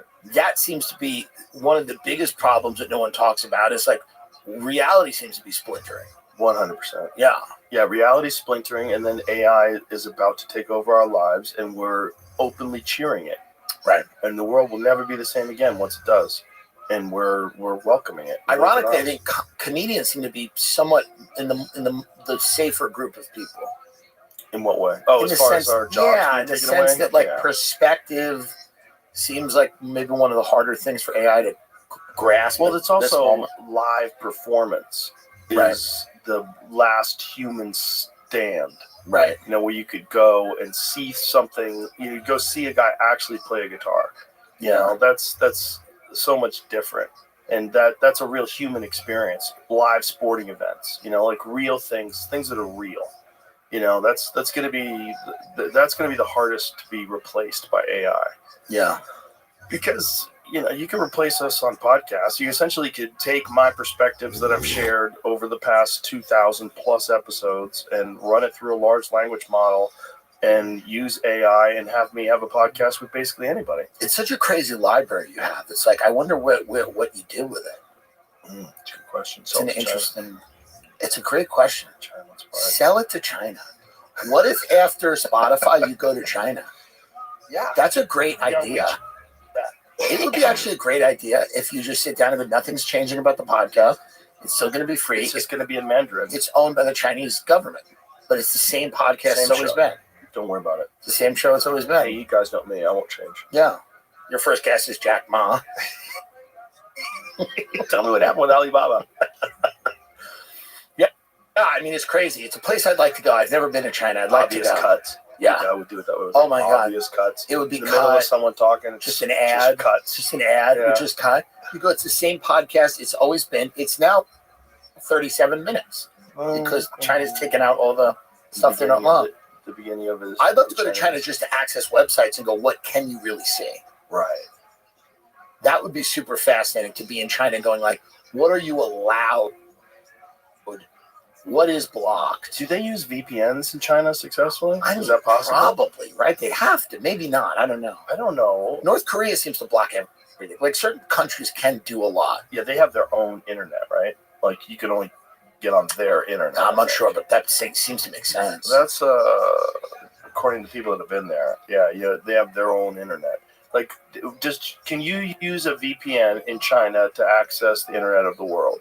Let's search that. Yeah, that'd be interesting. I need to know. Because so many people, I believe, are very limited with what they can access there. Many people in the world are very limited. Well, look at the UK. They're just arresting people for Facebook posts. That's one of the crazier things in modern life is that people are getting arrested over social media. And not really bad stuff. It's saying things that someone finds to stop these immigrants. Yeah, that kind of stuff. Yes, some VPNs work in China, but their effectiveness varies due to the country's strict internet censorship known as the Great Firewall. Chinese government actively blocks many VPN services, and only a few reliable ones consistently bypass restrictions. VPNs like ExpressVPN, NordVPN, Surfshark are often cited as effective, but they require specific configuration, e.g. obfuscated servers or protocols like OpenVPN to evade detection. Performance can be inconsistent with slowdowns or temporary blocks being heightened censorship during heightened censorship periods such as political events. China occasionally cracks down on VPN uses, targeting both the providers and individual users, though enforcement against foreigners is typically lenient, focusing on warnings rather than severe penalties. Using a VPN is technically illegal for accessing blocked content, but millions, including expats and locals, use them daily. Boy, that's a risky move. I think they're banning this stuff in the UK because I don't think they want people to persist in this idea that, you know, that they have any ability to challenge this prevailing narrative that any critique of immigration is an inherently racist thing. And I think the people that are sponsoring this kind of an odious thing, and it's because what they're doing is they're basically immiserating these people. They're making the quality of their life much worse. They're losing ground, and if they speak up about it, they're called, horrible names, and then they're arrested. Yeah. So it's crazy, and they don't understand why it's happening. They're not completely. They're very confused about why. A lot of these countries didn't take any Syrian refugees, but Europe did, and Scandinavia did, the Netherlands did, and they're confused about that, and they're asking questions and going, "Why is that the case?" And they're confused about why, when any disruption happens, and it's clearly the result of bringing in large numbers of people who are not familiar with the laws of the country, the culture of the country. When anything happens and they bring it up, they're again called a racist or an extremist, or they're arrested. So it's and then who's doing it, right? So you have the people the people clearly that are in the government and these incredibly wealthy business interests that want people to work for a lot less money, and they want to destroy people's social bonds, because I think they really do want people to eventually just accept this kind of totalitarian surveillance state. And the way to get them there is by breaking the spirit of these countries, by destroying any social bonds that people have, and destroying any economic power, and destroying their belief in the democratic process. And if they can do that, they can break people, they can get them to do anything they want. Do you think they're doing this in preparation for AI? I think they're doing it in preparation for not only technological advancements, I think they're doing it in preparation for world wars. I think they are doing it in preparation for a lot of things. I think they'll conscript a lot of these people into the military. I believe that. I believe they'll conscript a lot of these people into the military. I think they're looking at populations. I think they're looking at people not having enough children. I think they're saying, who's going to fight these wars? Who's going to do these really shitty jobs? And we're going to go build houses in bunkers and all of this stuff. We're going to fly private, and we're going to have our kids go to completely separate schools, and we're going to have our own water aquifer and have a compound. But why do you need all these low-wage people in your country that are illegal and don't have any power? Has anyone asked that question?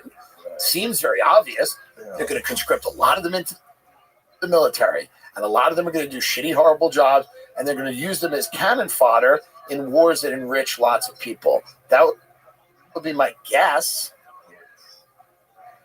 Jesus Christ. Yeah. I might be wrong, but... And if AI does become the governing factor of the world, which it probably will, it doesn't really make sense that you let humans, with all their corruption and emotions, govern things when you can let super intelligence. Yeah, but who's making that intelligence? That becomes the problem. Exactly. But once you've already gotten people locked into compliance, and you've already got people where they're terrified to protest against anything, immigration, whatever it is, then you can get away with a lot more. There was a decision made because the populist Democrats during the 90s, which was like Bill Clinton, critical of immigration. Barack Obama, critical of immigration, deported a lot of people. Hillary Clinton. What started to happen, though, is there was a decision made that the world was going to kind of be a borderless place where countries were interchangeable, and that nation states mattered a lot less than the financial architecture of global capital and where it could go. And you need a world government. And you need a government that is a world government, or the closest world order. The closest thing you can get to it, which is having an EU, right? And then having a government between the UK and the US that's pretty on the same page about everything. And then you have Israel in the Middle East, and then you have, all of these, disparate areas that we kind of control through economic means or military means and stuff like that. And then you have outliers. You have China, Iran, Russia, whatever, people that haven't gotten the memo for whatever reason. I don't want to live in any of those places. That's the argument. They'll go, well, do you want to live in it? Shut up. What are we, idiots? I don't want to live in any of those places, but they didn't get the memo. So, and then in all of these countries, by the way, in Europe, in America, not so much Israel, they don't love the immigration, as we can see. They're kind of big on the borders, Israel. They like the borders. But in America and Europe and Scandinavia and all these countries, the populations were just told to accept massively high levels of immigration over a very short period of time. That's odd. That doesn't make any sense. And if you point that out, you're called a racist and extremist. And that's a very strange thing. What are you doing with all these people? The Biden administration brought in 10 million people over 4 years. What are they here for? There's not enough jobs for the people that are here. We have vast chasms of wealth and equality. We have AI coming. We have automation coming. Why would you bring in all of these people? What are you trying to do? What do you think you're trying to do? I think that exactly what I said. I think they need bodies. I think they need cannon fodder.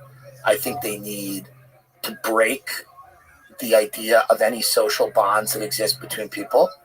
Listen. And they need a little chaos. They need a little chaos. I think you bring more laws. Yeah, you bring in people, more surveillance, more dependence on the government. Yeah. You get people out of the idea. They got people out of the idea years ago that it's very hard to have your own business now. They pretty much extinguished that in people's heads, even though there are people that still do it. Now I think they're going to start to extinguish the idea that you can have a home, that you can own property, that you could drive a car, that you can do all of these things. They're going to extinguish that idea, and they're going to do that because why not control everybody? It'd be all Waymos. Yeah, that's the thing. Why not control everybody? Yeah, why would you let everybody just go run rampant and fuck up your business? Yeah, so they're basically like, we got to pacify these people. The conflicts seem inevitable, and we're going to have to fight these wars. The good news is, a lot of the people who are doing this, their children are now doing stand-up comedy. So if they're are any of them any good? I think some of them.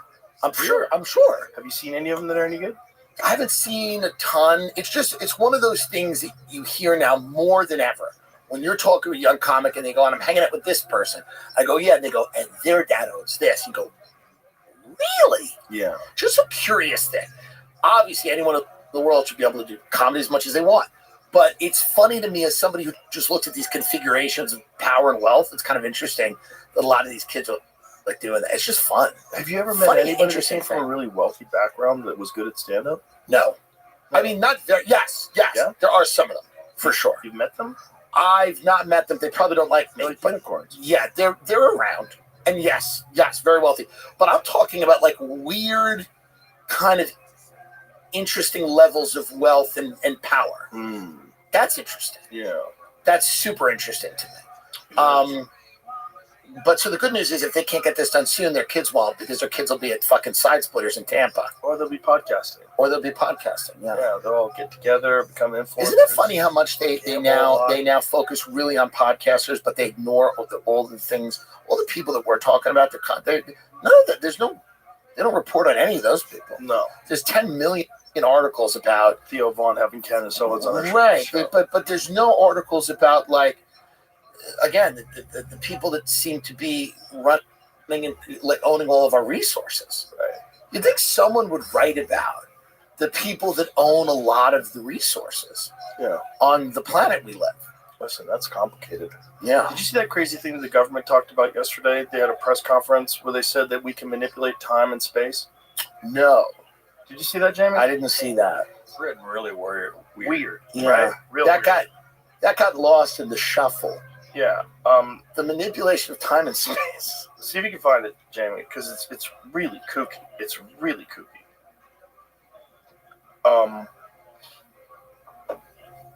Can you?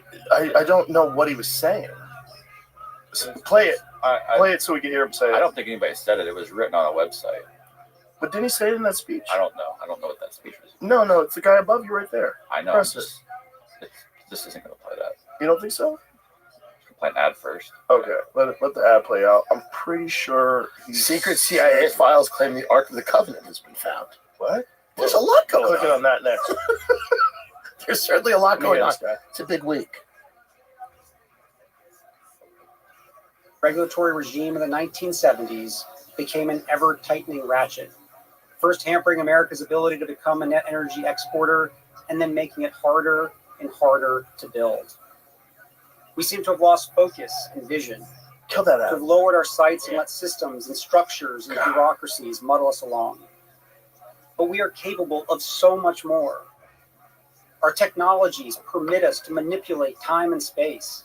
They leave distance annihilated, cause things to grow and improve productivity. Okay, that's not what he's saying. Well, you know what I think does that even make sense? Manipulate time and space. I don't think that's what he's saying. No, I think he's saying like that you're able to do things instantaneously. Yeah, instantly. Yeah, I think people are reading into that too much. Yeah, I don't think he's time machines. No, but do you believe that time machines had ever at any point worked? No. Yeah. No, I do not. I do not think that anyone is currently in possession of a time machine, but I do think they're in possession of some sort of a gravity drive. Now, what is a gravity drive? I think during the 1940s they started working on this stuff. During the 1950s, there was papers written about it that they were working on gravity propulsion systems. They were working on something that harnesses, what do they call it, background energy? I forget what but the idea is, and I actually had a conversation with Hal Puthoff about this, who's a legitimate scientist who worked for NASA with the UFO program. And he believes that they're capable of developing some sort of a warp drive. And there was something written about this. There's some breakthrough about warp drives recently, right? We talked about this. I think they have something. I think that's what a lot of these people are seeing when they're seeing these transmedium crafts that are going through the air at high rates of speed, going into the water, not losing any speed, coming out of the water, not making any splashes. I think it creates a gravity distortion around whatever these things are that allows it to move in a way that's very different than any other propulsion system that we are currently aware of. And I think the government has been probably secretly working on this stuff for decades. That's what I think. I could 100% be wrong. But that's the DARPA angle of like having a really underground weapon system, futuristic technologies. Yeah, and space travel systems. And ideally they would be able to use this to mine asteroids. Have something instantaneously port to an asteroid, scoop up rare earth minerals and expensive things that they need on Earth, shoot it back to Earth. Right. Yeah. So it's interesting. So the people that work in that type of arena are just so many layers above top secret, levels above top secret. Exactly. They barely exist. This guy was telling me that in 2015 they had landed something on an asteroid, extracted something from that asteroid, and then had that thing leave the asteroid and return to Earth, and then pinpointed the location where it was going to crash land within 1 mile. And that somehow or another they figured this out a decade ago, and that we don't know about it, but there's footage of this stuff, and that they've been able to achieve this, and that there's what you hear and what you see on television and what they're actually capable of. And because of national security interests, because a fill in the blank, a misallocation of funds in order to acquire this technology, which is 100% what they're all talking about. Right. Jamie and I, what is that documentary we saw? It's not released yet because it was South by Southwest. We saw it South by Southwest, this documentary that's all about that subject. And it's all about how there's a lot of issues because these people have all misappropriated funds. So they've lied to Congress. And then on top of that, if you do have this sort of a program and it is based on back engineering UFOs that have crashed, who gets that? Well, it's probably a weapons manufacturing company. So if it's a weapons manufacturing company, which company gets access to that? And the other ones could probably sue you, because why did not? That's a huge competitive advantage to have fucking alien technology that you can Do these things not land in China? Age of Disclosure is the unprecedented and revelatory documentary featuring 34 senior members of the U.S. government, military, and intelligence community reveals that an 80-year-old cover-up the existence of non-human intelligent life and a secret war amongst major nations to reverse engineer technology of non-human origin. See, I don't even know if that part is true. Yeah. I don't know. Who is the most credible person that you've had on the show over the years who has talked the most convincingly? Was it Bob Lazar about? Bob Lazar is one of them, but he's, technically speaking, you could kind of discredit a lot of the stuff that he said. Jacques Vallée is probably the most reasonable, and he's the guy that they patterned that French scientist in Close Encounters of the Third Kind on. And he's been studying this since the 60s. True believer. Yeah, he believes. He thinks most of it's bullshit, though. He thinks most of it is people misunderstanding what they're looking at, people seeing, some sort of a test vehicle. Does he have any theory on where these crafts are coming from, or is that just completely beyond the scope of what he... They do theorize. They theorize that these things have always been here, and that they're probably interdimensional travelers. That it's not as simple as they're coming from another planet. Right. They might be coming from a whole other reality. And then they might have shaped our reality. That this might be a farm. This might be a giant ant farm. Really? This might be also how intelligent life gets sort of seeded throughout the universe. And this would also explain why we're so different from every other animal on this planet. Right. We're so it's not like there's a competition. We're so eons, advanced. We're eons ahead. And yet we carry the same. We didn't evolve socially the way we evolved technologically. We still have tribal notions, and we're still territorial. We still act like animals. So if they know, what always weirded me out or interested me is like the aliens. They're if you believe any of these things, they're testing us all the time. Mm-hmm. And is that because they're curious? Is that because they don't know? Well, they probably just got to keep track, see what's going on with people. I mean, you do that if you're collecting samples of bugs in other countries. Right. They go there and they do what we would do. I mean, if you're from another planet and you want to visit humans, we talked about this yesterday. Like, if you could find a planet where cave people were, wouldn't you go? Oh my God, they're just starting to figure out how to make stone spear tips. Of course, people would go. It is interesting thinking about the planet as a farm. Yeah. Yeah. That's one of the things that Bob Lazar said. There was a big folder that he found when he was working Area 51, Site 4, where supposedly they're back engineering that thing. He said they had a large folder that was just on religion. And he said, essentially, they viewed us as containers. That human beings were containers. And that religion and all these things were created in order to protect the container. And that the way to keep people from doing things that are ethical, unethical, and immoral and horrendous is to try to instill as much religious, ethical structure as possible. Try to minimize. And a container, what are we carrying that's important? Is it DNA? Is it the cell? Well, you could say the soul, right? You could say a container of souls. But if you wanted to be more cynical, you would say, well, what creates artificial life? A human's curiosity and innovation, the lust for innovation, and also materialism. Because if you're keeping up with the Joneses, you want newer and better stuff all the time. So that fuels economic growth, that fuels technological growth, because you want the newest stuff. Like these TVs, they don't need to make a better TV than that. It looks great. You can watch the Super Bowl, it looks crystal clear. Why are they making better TVs every year? Well, because we demand them. I want the better one. My computer has the same chip as last year. Fuck out of here. I want the new one.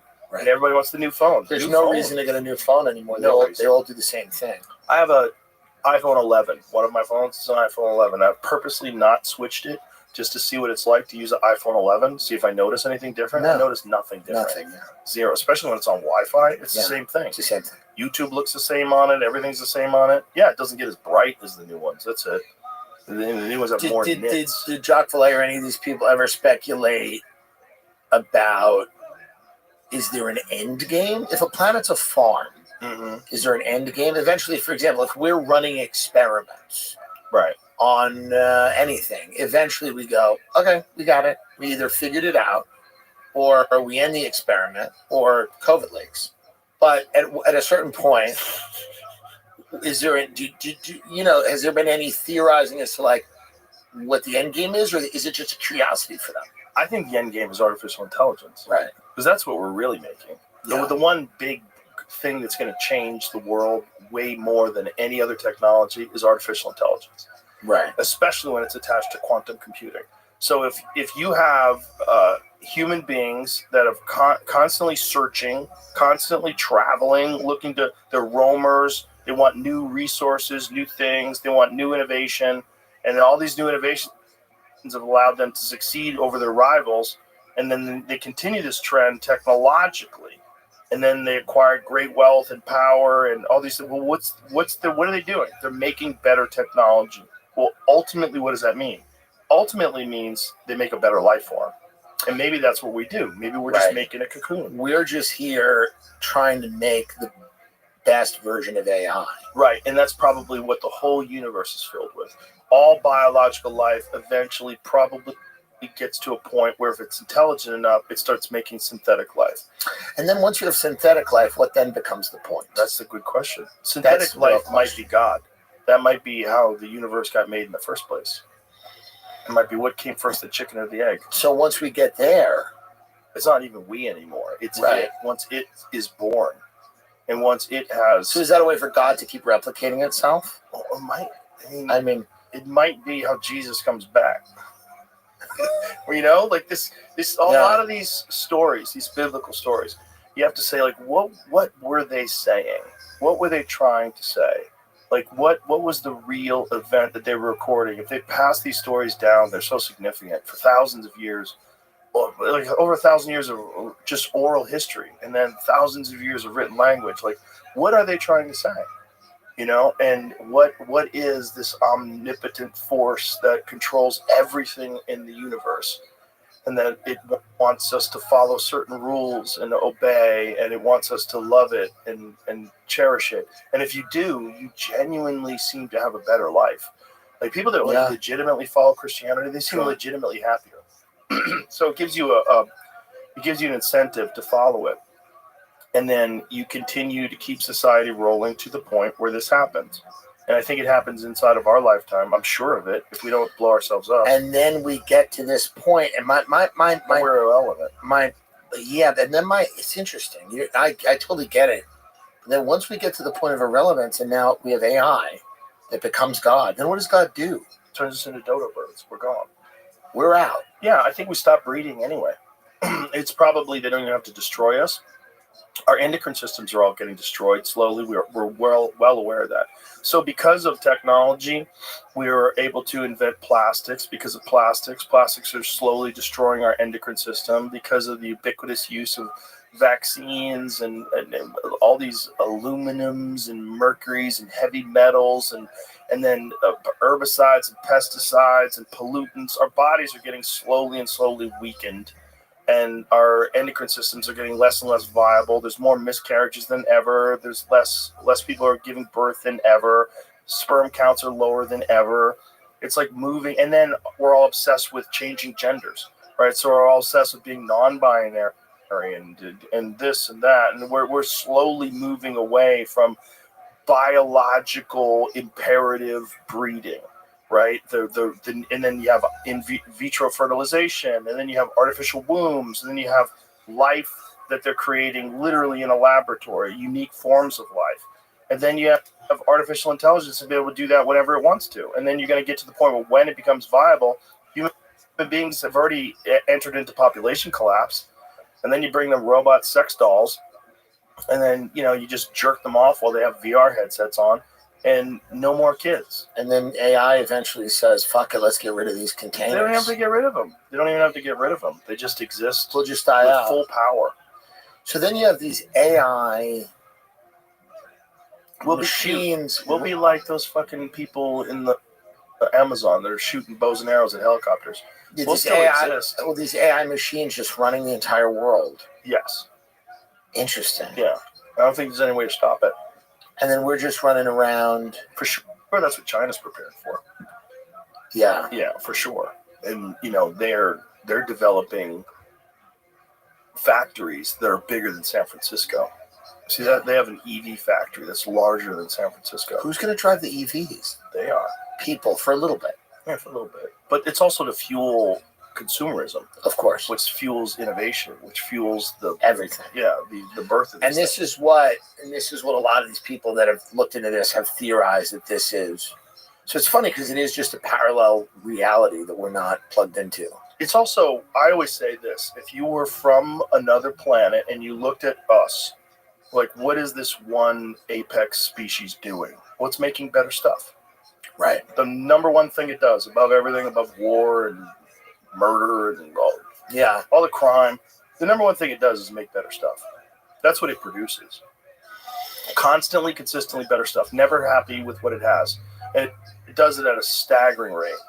Where it's like, it's even a question that your phone from my iPhone 11 from a few years back is like, is that still good? Like, it's a question of whether or not so. For 5 years, that's crazy. If you have a gun from 5 years ago, it's perfect. There's nothing wrong. You don't need a new gun. Right. It's the same technology. Imagine a factory larger than San Francisco. It's happening in China's BYD's Zhengzhou branch, which will be 10 times larger than Tesla's Gigafactory in Nevada. Crazy stuff, dude. It's crazy. It's going to be a factory that's bigger than an American It's a really city. interesting time to be alive. It's great. You know? But, I don't think anybody knows what the final chapter of this book is going to be. I don't think anybody. I don't think these people that are, like, accelerating towards this technological supremacy. And all the people that are theorizing, they're theorizing. Yeah. And then do we get visited when that happens? When AI becomes sentient and where our job is done, do we then get visited by the Galactic Empire? I would hate if it all came down to just AI doing stand-up comedy. If they all just decided to do stand-up comedy. What if AI decided to do podcasts and it's just a bunch of hyper, brilliant machines talking to each other? Maybe that's the way the world just ends, with like artificial intelligence just blabbing. I don't think the world ends. I think we end. Right. And I think that would be a terrifying thought to Australopithecus. If you told Australopithecus, like, one day you're going to be in a self-driving Tesla and you're not going to need your spears. What? Right. You'd be terrified. But how am I going to get to buffalo? Yeah. Like, how am I going to eat? How am I going to feed my children raw meat? It's like, no, you guys are going to have fire, and you're going to be able to turn on a switch. Instead of, like, rubbing sticks together for half an hour, you're just going to be able to turn on a switch, and fire's going to be instantly. You're going to have this thing in your hand. Look at this. Yeah. Right. Imagine if I brought this to a cave person. Check it out, bro. You need a fire? It's crazy. I'm your huckleberry. It's crazy. That's technology. Right. You show a cell phone to someone from the 14th century, they burn you at the stake. You're a wizard. Right. Yeah, and it's all moving in this very weird direction that no one can predict because it's exponential, because it's so staggering how much technological innovation they have. Just with quantum computing. Like, I've got someone coming on soon that's going to supposedly explain that to me, but, like, what are you even saying? Right. It's operating in the multiverse, and it's accessing infinite universes. Who explains that type of stuff? Like, is it a scientist? You have to get someone who's actually working in the field. Okay. Because even a regular scientist, they're just going to give you theoretical shit. You got to get someone who's actually working on quantum computing systems and can explain how it works and why it's able to crack calculations that would take. Mark Andreessen said it best. This has already happened. But they have taken calculations that if you turn the entire universe, every atom in the universe, into a supercomputer, the universe would die of heat death before it could solve this equation. And these quantum computers that already exist, that we've already done, can solve it in a matter of minutes. And they don't know how it's doing that. And so they think it's doing that by accessing the multiverse. They think it's proof of the multiverse. But again, this is just like the sound of gay guys falling off a roof. It's like so far away. Yeah. It's so weird. It's like, is that really happening? Right. Like, what's going on over there? What are they doing over there? Right. It's almost like it's almost abstract. Like, what you hear someone say that they can currently solve equations that they're like, is that real? Right. When is, like, to you and I, it's like we don't understand the technology at all. We don't understand all the steps that have been put place. All the work that's been done to get the technology to this point. These chips are like the size of this fucking mint tin. Yeah. That's how big they are. And then they're Right. surrounded by these super cooling units. Right. And that's like, it has to be cooled at these insane temperatures, cooler than deep space in order for it to even function. It's unreal. Fucking nuts, dude. That's and crazy. that's real, and that's happening right now. So God only knows what's coming. Yeah, they're already building nuclear reactors just to power AI plants. Right. Multiple nuclear reactors just to power AI plants, because the amount of electricity that's going to be required is tremendous. Tremendous. Yeah. And they're just all on this wild scramble between us and China to try to get there first. It's such a strange thing that we know it's coming, but we can't. The pace of it is going to be, and there's no way to figure it out. Like, like when Wilbur and Orville Wright flew that stupid fucking shitty airplane, who would imagine that 50 years later someone would drop a nuclear bomb out of one of those? Right. They didn't have jets back then. They were propeller planes, right? The Enola Gay, wasn't that a propeller plane? Yeah. Dropping the most sophisticated of weapons. Yeah. No one knows what's going to happen when a new invention happens, and then everyone builds on that invention. No one would have ever imagined hypersonic jets back when Wilbur and Orville were floating around that stupid fucking wooden thing they invented. Right. And so no one understands, like, what's the 50-year quantum computing thing? If it's 50 years from making the airplane to dropping a bomb out of it, how many years is it from quantum computing to God? How many years is it until this thing starts making better versions of itself to the point where it literally can manipulate everything in the universe at will? It can create new universes. It's unbelievable to think about it. It's almost beyond the grasp of our mind to consider. It is. It is fully, and it's terrifying. Think of those stupid cars that people used to drive around in. Like 1823, ever what's that? Or Yeah, of course. Drive around those stupid cars, and now they have electric cars like a Tesla that can go 0 to 60 in under 2 seconds. Right. Nobody saw any of this shit come. Waymos. Nobody saw Waymos when they saw Model T, but yet they're all here. Right. And no one knows where this is going. It's all just speculation and guessing, and I would imagine that even the most creative minds are not going to be able to see where this is going. No. It's insane. And we're living through it. And most people, unlike you and I that like have to talk about shit constantly, most people probably aren't even paying attention. Yeah. Yeah. Why would you? It's almost pointless. Yeah. Yeah. Why would you? You gotta work, and you gotta, your kid needs hormone therapy. 1,000%. So it's like we create AI. AI creates quantum computing. Quantum computing creates God. God creates the Jews.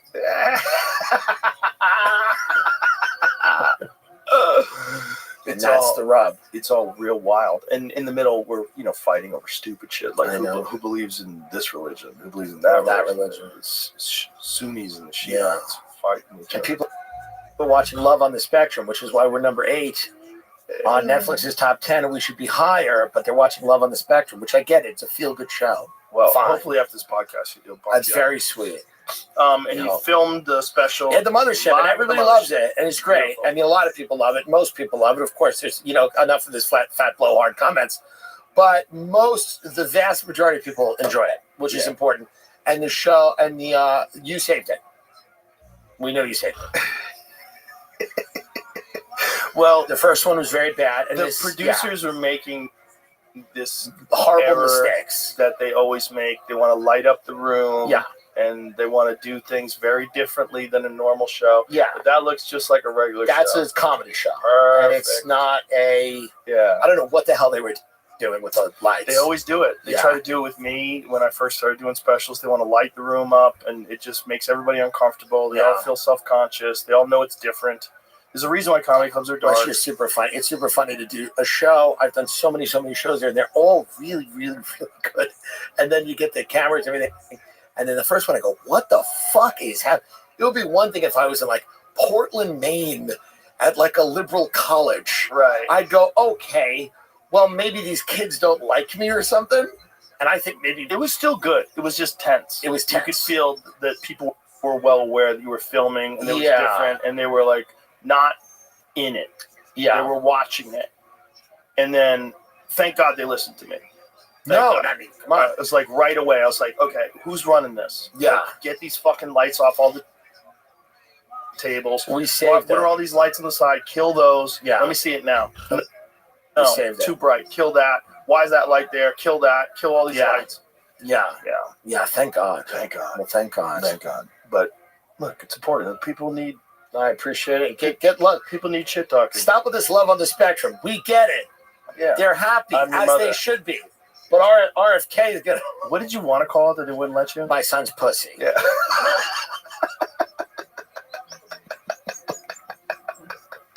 I don't understand why they said no to that. There was negative feedback. You got to get negative feedback. No They matter also what. didn't know about the Kevin Spacey promo until the day it came out. I think My Son's Kept Pussy would that. have made it number one. I think My Son's Pussy would have been a great move. It would have been number one out Hopefully of the next time. gate. Out of the gate. Oh, It would be like, I'm clicking on this. That's right. What is he saying? That's right. Fuck you, Lonesome Canyon. The soap opera they got. Well, That's so Netflix funny. has almost too much content. I think it's A lot of great. content. I love Netflix. Don't get me wrong. And I think the UFC might be going to Netflix soon. Wild. Yeah. Wild. Yeah, because Netflix is international. It's everywhere. It's Whereas everything, yeah. I was in Italy and on vacation, and I tried to access a UFC fight through my Couldn't get it. ESPN app, and it said not available in this area. I was like, what are these people watching now? Right. Can't even watch the fights. No, I mean, they've won the stream. Whatever the streaming war was, they won. They won. They won. Yeah. They did it.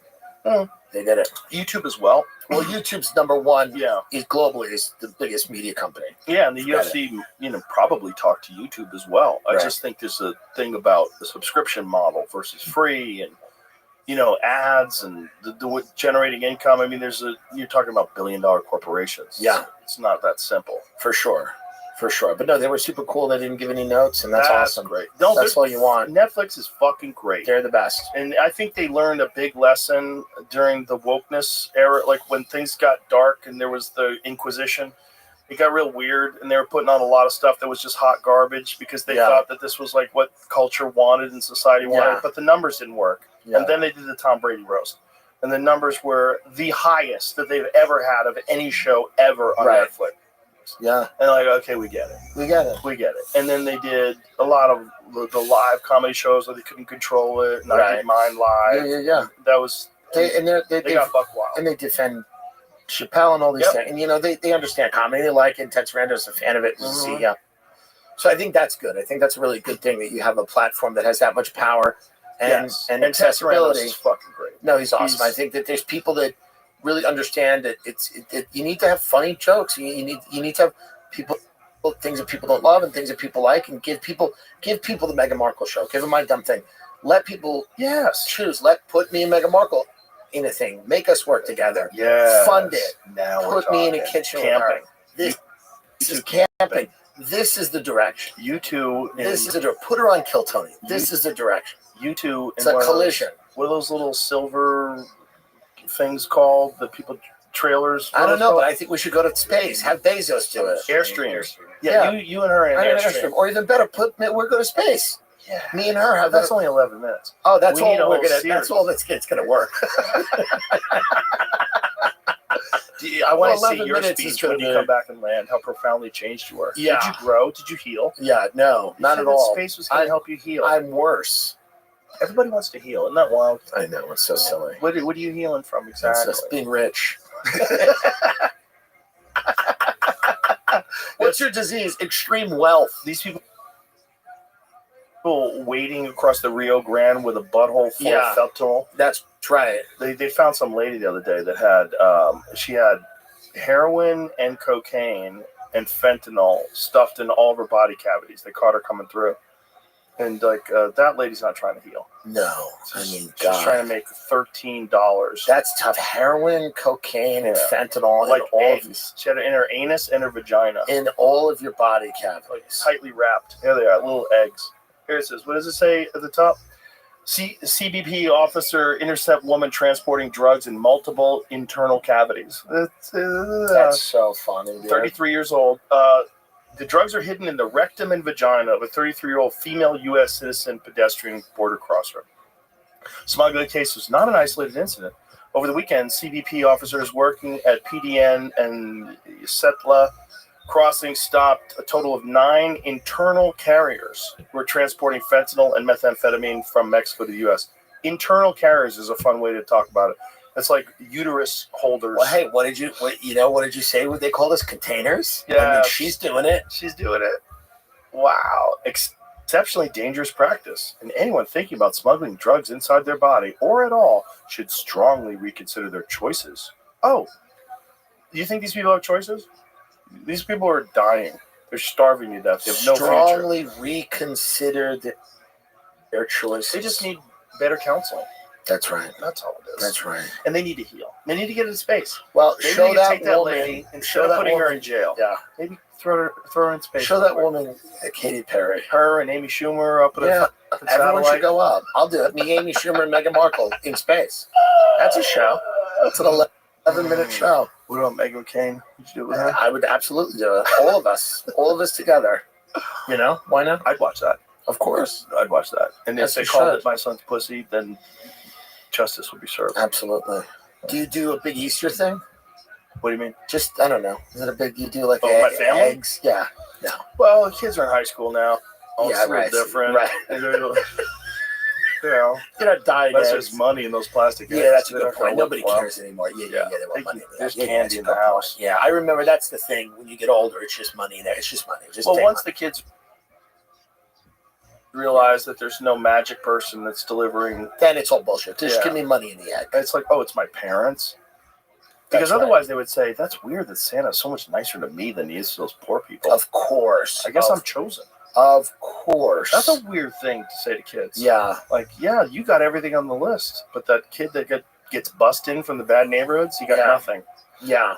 That's true. That's a good point. Uh, But, you know, kids go, Santa's fickle. Santa likes what he likes. He likes the suburbs. Santa likes landing his sled in the burbs. he does. He feels better about it. He feels And, really you know, good visiting rich people. Yeah. And he doesn't even talk to the Jews. No. He's not. He knows. Weird. He knows. He does his thing. But, you know, if they're the chosen people, why don't they get Santa Claus visits? Well, they have other things. Yeah, but their other thing, like, it wasn't really supposed to be a bunch of gifts until the Yeah. Christians started getting all the Santa Claus gifts, and the Jewish kids are going, what the fuck is going on, Mom? And some of them cheat. Some of them do a little Christmas too. Some of them have a tree. Some of them do a little Christmas. Yeah. Absolutely. Yeah. Some of them Why do. not? Hopefully they do this It's peace. fun. This peace in the Middle East. Hopefully. They keep talking about all this, you know, these deals they're all making. Hopefully that the Hamas and the Israel, whatever it is, they get, you know, because. Well, that's hey, one thing that Trump said. If I get in there 24 hours, the Yeah, war's over. that's a tough one. 24 is tough. That's obviously. But hopefully they figure it out because it is, it's unfortunate. Yeah, it's fucking crazy.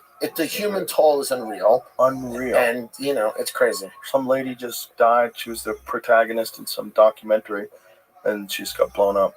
There is an argument to be made that level of devastation and death is worse than you talking to someone on your podcast. Allegedly. There is an argument to be made. It's probably not a good one, The amount but there of is damage an you can do argument. with just talking.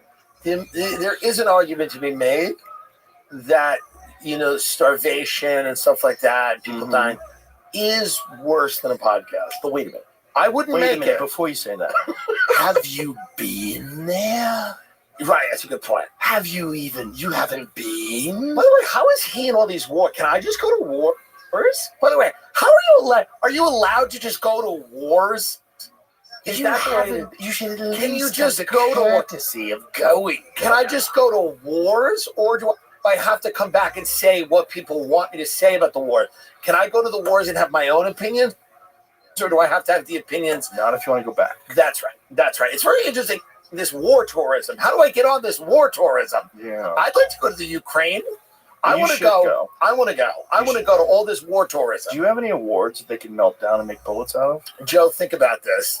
Do I seem like a guy that has a lot of awards? Didn't you get one of those YouTube plaques when you hit 100,000? I don't even know where they send it. I don't know where they're sent to those YouTube plaques. We've got a few of those. But I like this idea We'll of give you war one of ours. tourism. I like the idea of going to a war and then coming back having a very black and white view. Yes. Been there. I get it, and I know, and interesting. Okay, I like that. Yeah. I like that. I love that. You feel better than the other people. Well, of course, there's a lot of people. It gets very murky. Most people I know that have been to war have a very, very murky, complex view of things.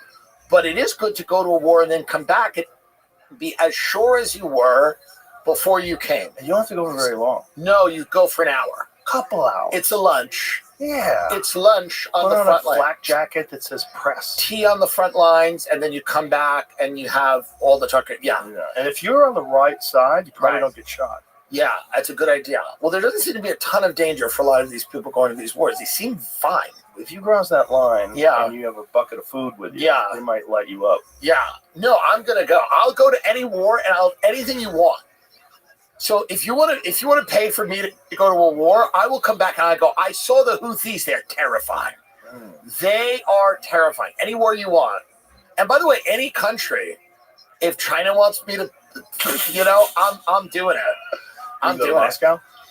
I would love to go to Moscow. And I said to my friend, Anna Hoshford from the Red Scare podcast, I said, should I go to Russia? She goes, you're spiritually Russian, and the maybe you won't leave. She says, the oligarch lifestyle might be for you. I can see the sweat caviar, with the flip smoked flops. fish. She goes, it might smoking a cigarette on a yacht. She goes, it might be for you. Listening to people's moral justifications for all kinds of things, going, well, I see. I get it. I get it. Yeah. I mean, what else are you gonna do? Yeah, for sure. Yeah. What happened to all those yachts that got confiscated? I don't know. It's a great gets question. those? I bet it's some high level version of like a police auto auction, right? Right. Yeah, for sure. That's what I'm thinking. Exactly. Like if Maybe the cops, those are the ones you sail to the war. I don't know. yeah, when they raid drug dealers' houses and they get those Maseratis, you could buy that Maserati online. Right. Yeah. Yeah, I don't know what those yachts are. It's a great question. What happens to those yachts? Yeah, those very luxurious. That was the first problem I had. Obviously, it's a tragedy, the whole Ukraine war. But I thought, frankly, going around and taking these oligarchs' boats, I was against that. What's weird? You work hard for a boat like that. Also, how do you know how much they had involved in the Russian government's decision? They probably had nothing. A lot of them had nothing to do. They just earned money in Russia, and they're like, all right, we're going to sanction everybody. We're going to confiscate everything. And it's like, okay. But do you think that it was done so that they could make some sort of a rebellion amongst the oligarchs against Putin? Like show them that they're getting hurt? It could be. I think that there was a decision made at some point to not try to end this. They did not. I don't think they wanted to end this quickly. There was a decision made to bleed the Russian military and isolate Russia and try to use this as a way to drain the power and resources of Russia. And you think that by capturing these yachts, it creates like internal turmoil? Not only internal turmoil, but you're now limiting, the ability of these incredibly wealthy people to earn money in countries. You're destroying economic realities and then you're saying to these people, okay, go figure it out. It's what we said to Russia, but they did, right? They got closer to China. They got closer to Brazil. They traded with India. They started an industrial economy. They started producing their own, munitions and things like that. So they were able to kind of start to weirdly build out this middle class. This was the worst. I think it's the worst thing. If you don't want a country to keep invading other countries, you certainly wouldn't put them in the position to be stronger while they were doing it. Yeah, it's all very weird too with like the killing of that pipeline. Yeah. Like aren't more people reliant now on Russian energy because of that? All of this seems to have had the opposite effect. Yeah. All of it seems to have had the opposite opposite from intended effect. The whole thing is fucking crazy. It seems odd. It's just crazy that it's going on so long. I was reading this thing about the amount of money foreign countries that have captured these yachts have to pay to maintain them. Why do they have to maintain them? Why can't they just let them sink? Well, because if you let it go, then you can't sell it, and you can't use it. You can't use that money. Right. So they're definitely selling them. That's what one of them says. That the money for one would have gone to Ukraine right here. Okay, seizure Can you get came deals? as That's the Washington question. ramped up sanction enforcement against people close to the Russian president, pressure Moscow to halt its war against Ukraine. So how many more? It got sanctioned because the guy apparently paid $1 million to keep it maintained, and they caught him for doing that. So now he lost his boat back in San Diego. I mean, this is insane. Jesus Christ. We should He give them. violated U.S. sanctions by making more than $1 million in maintenance payments. We should have a day where if the Russia-Ukraine wars ended, we give all the oligarchs back their boats, and they do like a regatta, like a thing where they all, with their boats down in Florida or Palm Beach, and they all just are reunited with their boats. Look at this. Seized It's a beautiful yacht boat. cost $7 million a year to maintain. That one was being held in Fiji, so the U.S. took it over because Fiji couldn't afford Look how to pretty take it care is. of It's a money pit. How much can you get it for right now? Well, that's the question. $300 million. That's tough. Listen, That's a tough one. maybe if this YouTube thing really takes off. $600K a month to maintain. That's a tough one. Whoa! It said it's been excessive, justifying an auction. They also said talks to have, how do you say his name? Kudainatov pay for the yacht's upkeep have broken down. Prosecutor, yeah, why would he pay for the upkeep when you're going to fucking steal it from him anyway? Prosecutors say in previous court filings that Kudainatov is acting as the Almeida's straw owner to disguise Kermenov's role, and that maintenance payments are essential to preserving a yacht's value. Me and Sam Talent walked around Monaco. We were performing in the UK, and we took a little break to go down to France for 2 days. And we're walking around Monaco, and we said to the guy, there's all these yachts in Monaco, and we said, who owns these yachts? And he goes, if you look up online the names of these yachts, you can trace them back to businesses, and you trace that business back to a person. And I said, so that person owns the yacht? He goes, no, you'll never find out who owns this yacht. He goes, no, there's absolutely. He goes, good luck with that. Yeah, it's a He goes, shell. it's very hard to find out who owns the yachts. And he goes, even if you think you know, you may not know, or it might be more complicated than you think. There it is. There's Monaco. Wow. They like a super yacht. I mean, it's just such an interesting, just a haven of international crime. So how many people Just have something that fun kind of about money? it. That's what's crazy. Is like these are all $300 million houses It's a that are on haven. wheels. This is a or haven of on the water. Yeah, this is a haven of international criminality. And look how close they park to each other. Just no income tax, no property tax. Yeah. Fun. Yeah, Monaco's fascinating.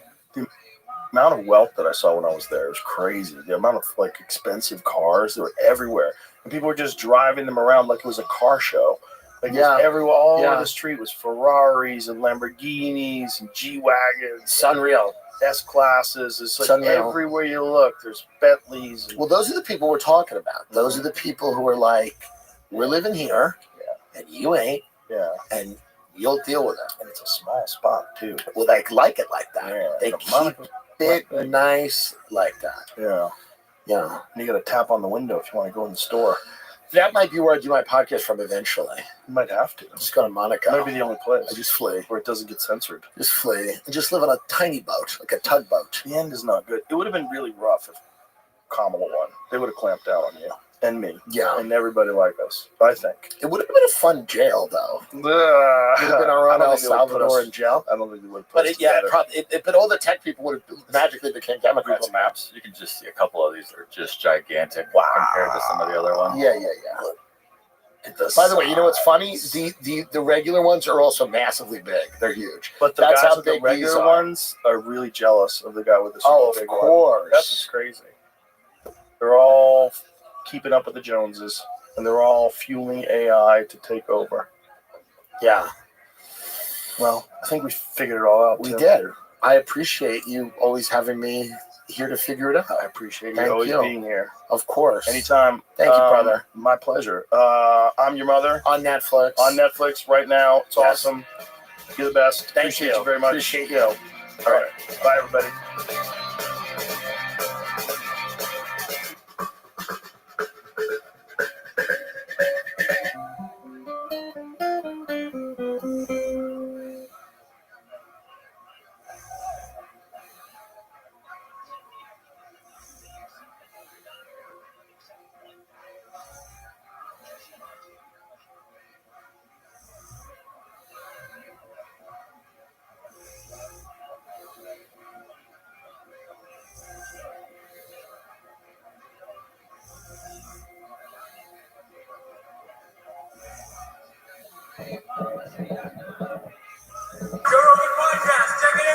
The Joe Rogan Experience.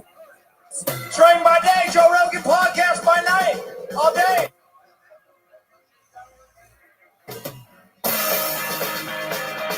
So we're just looking at this in security cameras in the fucking gym with a stupid haircut. Why is he doing? He looks so crazy. Hilarious dude. One of the best. One of the best. Fantastic. Yeah. And getting better, man. All the time. He's a guy who's always working. Nobody writes more new stuff. He writes that guy puts me on my ass because I always, we've been best friends for the last 12 years, so I've been watching this whole time. And since we met, him and Brian Simpson, they put you to work. Yeah, that's important because if your friends are slacking, you're like, I get slack off too. Yeah, or you feel like, oh man, I'm better than my friends. But when your friends are like, every time I see them, I'm like, dude, I saw you yesterday. You have 2 new bits, and they're good. Yeah. How the fuck? But one of his bits is his fucking hair. It's Hinchcliffe. So Hinchcliffe fucking keeps encouraging, keep it going, keep it going. He does encourage it. And I told you, he's getting mad pussy with the hair. Shh, don't say that. Oh, he's single. Fuck up his pussy. No, you're right. Hey, you're funny. You're getting mad pussy. Really? I thought we were having a wonderful. There's nothing funnier than when your friends pull you aside to complain about a girl that's like putting the cuffs on them. It's the best. Why don't you do this? I heard the haircut. Why don't you cut your hair better so you don't get mad? You take comedy serious. You don't take me serious. Look at him. Oh my God. Look how smooth he looks, though. He looks dressed nice. Smooth. He's headlining La Jolla this weekend with you, right? Yeah. We're doing it next week, next Thursday. Yeah. Oh, next Thursday. Yeah, going back. And then we're doing the belly room too. Headline the belly room the next night. Nice. Fucking La Jolla is one of the best rooms in the world. Yeah. That La Jolla room is fire. If you get it crushing in there, it's a box. It's a literal box. It's a kill box. And he's cheating with his hair. He's cheating. I won't say the jokes, but these hair jokes are just too good. Well, people lose their mind. It's unfortunate because they think he looks way better with his head shaved. He's a good-looking guy. And since you got him in the gym, his chest is filled out. His back straighter. I love when I come here and you two guys are in the gym and you're by yourselves. No one's pushing you. I love it.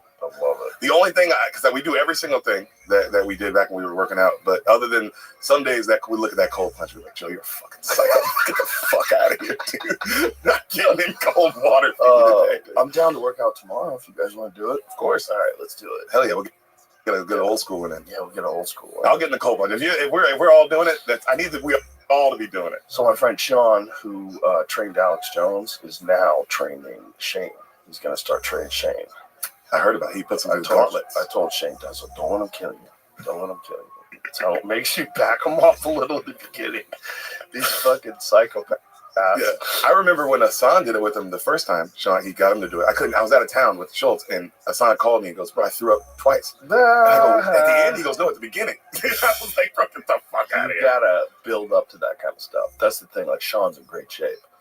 And if you're used to like coaching Navy SEALs and you're like, come on, pussy, we gotta go, like carry the fucking log. Yeah. Who's gonna carry the boats? That's one thing.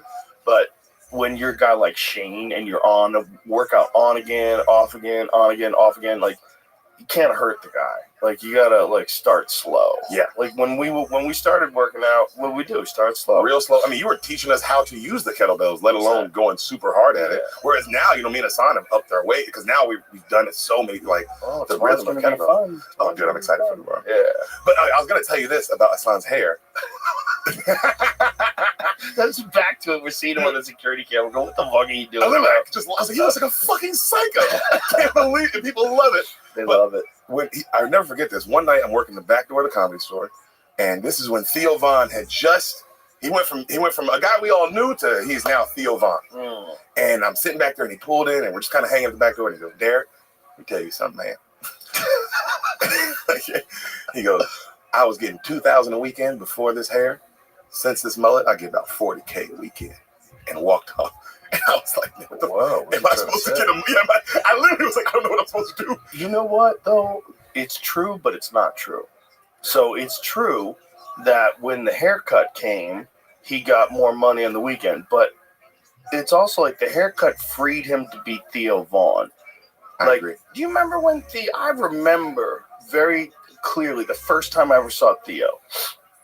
And he was doing a bit about being on, not even a bit, he was telling a story, a true story about when he was young, his father was really old. Like his father had him when he was like 70. Yes. Yeah, something crazy. And he said he remembers being on acid, lying next to his father, and realized his father's just dying. You know what I mean? That's like, have you ever been around someone who's like really 100 years old? Oh, yeah.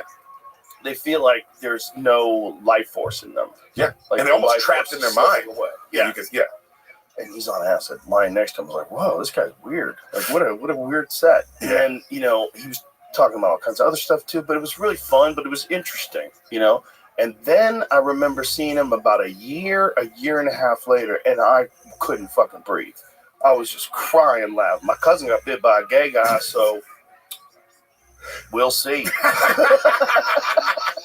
I was just like, what the fuck are you saying? What the fuck are you saying? It was the timing and the just the materials like all over the place this weird way.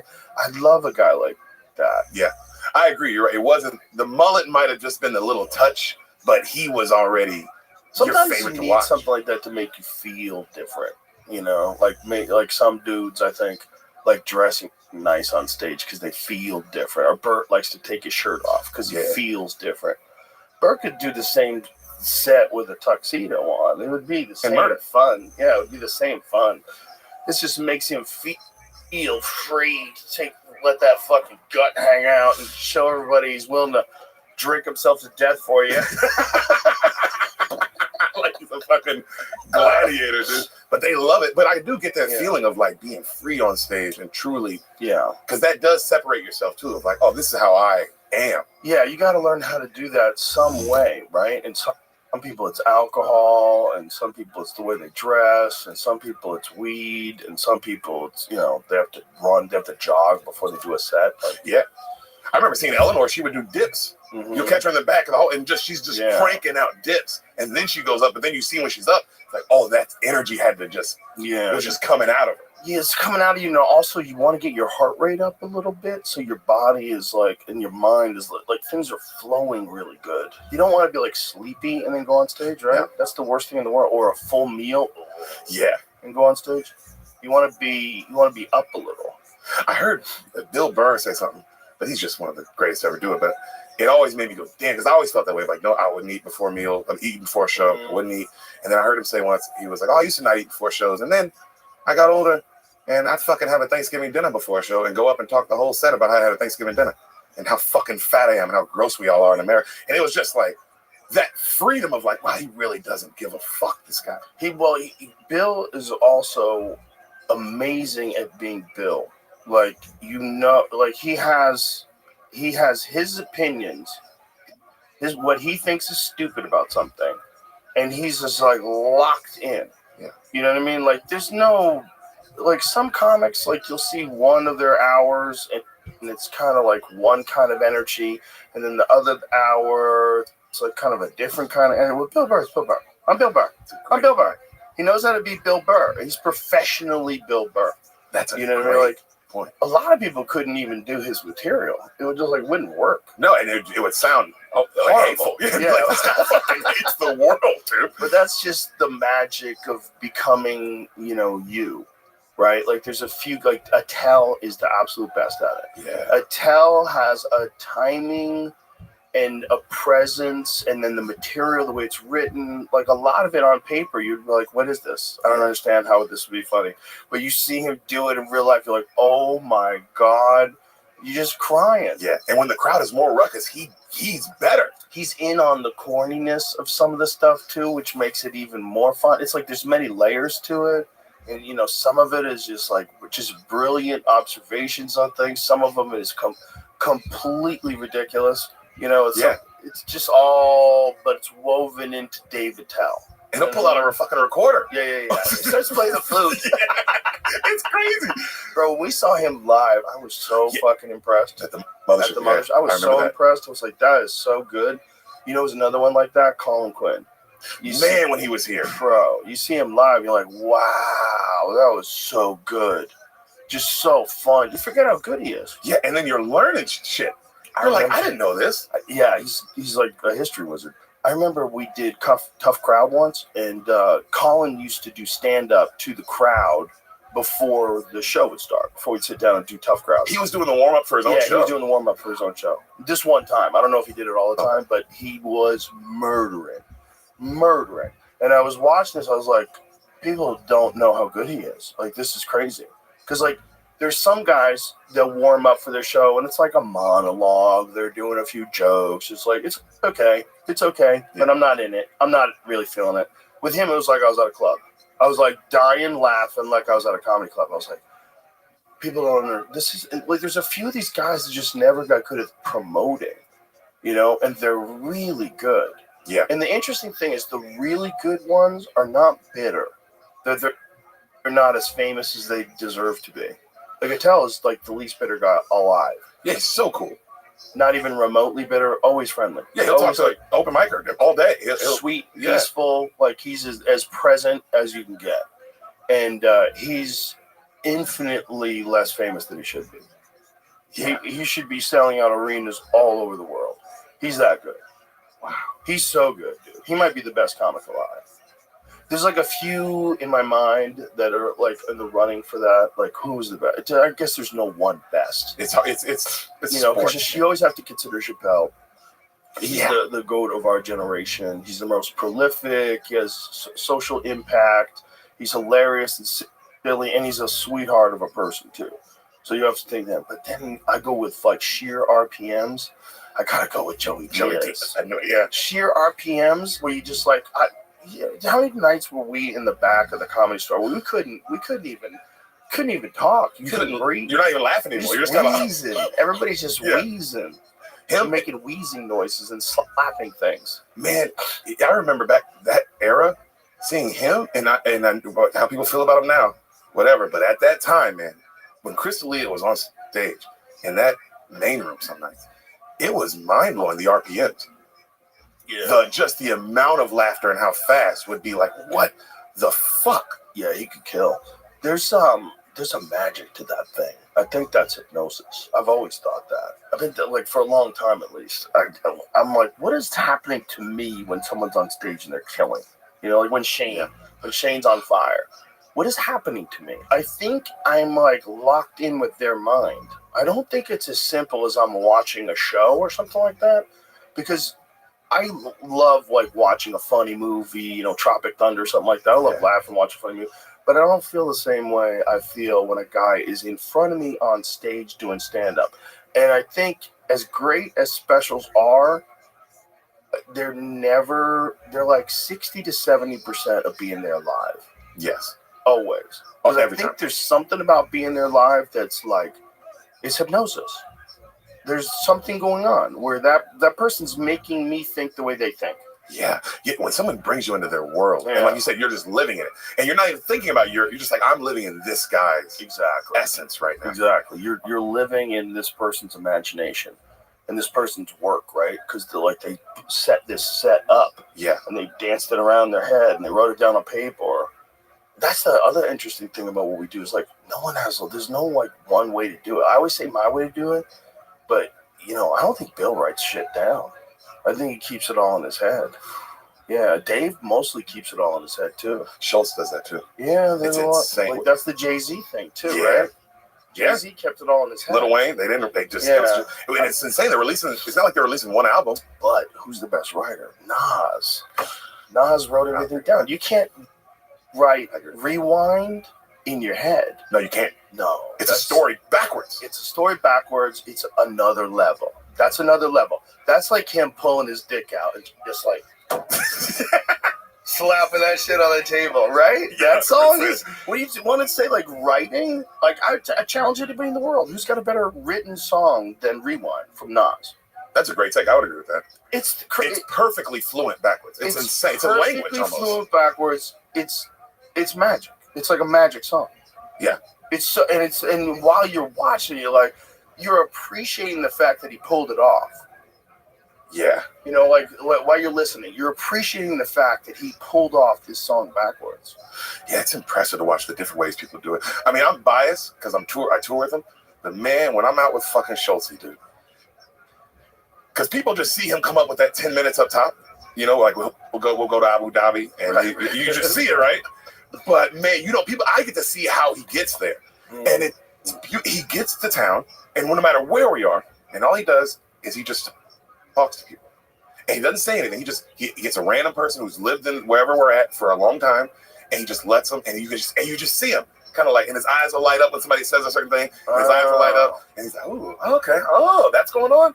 Oh, then what do they think of this? So what are the time?" And he'll ask a couple questions. Yeah, and he'll do it. And I'm not talking about 30 minutes, Joe. He'll talk to somebody for 3-4 hours before the show, and just soak in all the culture and all the information.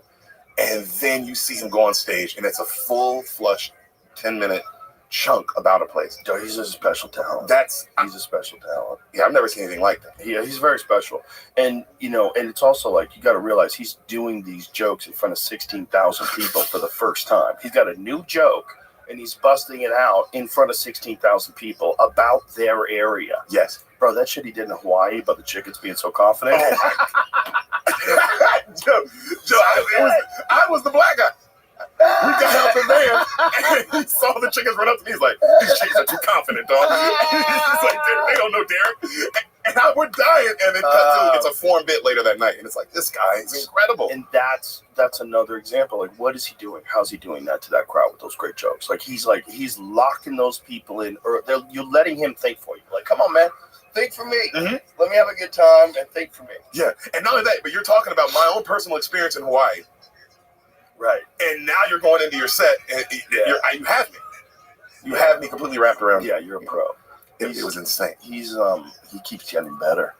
He was good when I first saw him a few years back. Man, he just keeps getting better. Well, like you said earlier, how to see people do different hours. I know what else he did too, though? It's different. People forget he was like the first guy to really capitalize on the pandemic with his videos, where he essentially created a completely new kind of stand-up, right? So it's stand-up without the pauses that you would require if an audience was laughing. So it's more rapid paced. Yeah. Like, he thought this through, dude. This is like a genius thing. Those things turn your phone sideways. Yes, man. So that's what you used to have to do back in the day. Hey, kids. Back 5 years ago, all you fucking 15-year-olds, when you were 10, you didn't know about this. But when you turn your phone sideways, and then it would play out in wide format. And he would kind of do stand-up with images and with punchlines, and it was fucking great. But it was a way faster pace than he does stand-up on stage. Yeah. It was like the punchlines, and then you this and that, and I'm like, oh my God, he figured it out. Yeah. He figured out how to make like really compelling stand-up for someone who's not there. Well, it's like a late night monologue from one of those late night hosts, but like a real motherfucker doing it and really giving their actual opinion. Exactly. It's genius because like that was an example of someone innovating in like a crisis. Like, there's a situation that happened. You're forced to everyone. Some like during the pandemic, some people just curled up in a shell and decided, I'm not leaving my house anymore. Yeah. And then some people are like, okay, what can we do? Okay, I'm going to figure out how to do stand-up in this little video format, turn your phone sideways. Yeah. And then everybody started sharing them, and then Netflix does a thing, Andrew Schultz Saves America. Andrew Schultz Saves America. Yeah. Which I don't think they should get the money back. Save America. How dare you? Some of those people are still trapped in the house. It's crazier than ever right now. But yeah, he did. I mean, even with clips, it's him. I give him that credit. He does it all the time, and he also, because his stuff is local, and a lot of it, like these opening bits that he comes up with, are you kind of have to get them out now. Yeah. Right. So you can just release them on like the fucking when we did the P Diddy thing when we went to LA. That's just at P Diddy's house, brother. He wrote that shit 10 minutes before he walked up into the forum. 20,000 people. 20,000 people. He wrote it 10 minutes, and it was me and Mark Gagnon are sitting there like, holy fuck! How did he come up with this? We were just hanging with him. That's so funny. He's in the groove. It's sort of like when you have a muscle to do something and you do that thing all the time, then you just get better and better and better at doing that thing, and then you get in the groove. Like we were talking about, like Attell, like Theo, like when someone gets in the groove of who they are, like Tony is on Kill Tony. Perfect example. That's it. Unreal. He's locked in. He's in the groove. He's been doing it so long. He knows when to dance, when to pause, when to ask a serious question, when to get goofy, when to let the panel know. It's pretty impressive. If you can find something like that to do in your life, you will have a much better life than if you just get a job. And I know that's not everybody can, but if you can, you definitely should. Yeah, dude. Yeah, you definitely should do that. Being excited for every day and nervous and anxious and it's just that feeling. I mean, to not have it, I can't believe people go. I get having you got to go to work, you got to make money, but the idea of like, man, never that feeling of anxiety and looking forward to something and it not going the way you plan, and so you got to go the next day and figure out what went wrong, and I love that. That's what I love about stand up, the figuring it out, the math of it all. Yeah, it's a great job, man. We're so fucking lucky. Yeah, dude. We're so lucky. God, you've been in it long enough to see everybody. Did you see this thing Damon Wayans said about you? Yeah, he said he stole one of my jokes. Yeah, I wanted to talk to you about that. But the way he said it, I've never seen someone say I stole a joke, and he was like, man, he said I saw it, and then I actually realized I stole Joe's joke, and I was like, oh, I gotta stop watching motherfuckers. Yeah. It just stuck in the back of his head. But I know you give him his flowers, so it's like, I know that guy's not a joke for you. No. That happens, man. Sometimes you think you came up with it, but somebody else did, and you heard it, and you forgot. That can definitely, especially if it's a subject that you never cover, and time has passed, and then the subject comes up, like something comes up, and you like, it almost like David tells the best at that. He'll call you up because you have to check sometimes. Like, hey, have you heard this? You know, like you have he's the best at that. Dave does that all the time. Like, you got to check every now and then. Like, this one seems too easy because the memory is weird. Memory is weird. You ever go back to, like, your old neighborhood where you grew up and you're like, this house is way smaller than I thought it was. It was a mansion. It's all different. Yeah. The driveway's different. Everything's different. Looks weird. Your memory's shitty. It's good. I mean, it keeps you from fucking picking up the wrong spider. But you know what I mean? It's not a photographic representation of reality. And that's a problem. And you guys have been doing stand-up 20 years. So how many bits have you seen? Just seen too many bits. Yeah. So you can, and then, there's parallel thinking. There's a lot. But when someone's a thief, and Damon's not a thief. I always said that Damon, he might be one of the most underappreciated comics ever. Because, like, when he was in his prime, you got to realize he was like, if you're looking at today, he was like Chappelle. He was like in that same level of recognition as being like one of the best guys alive.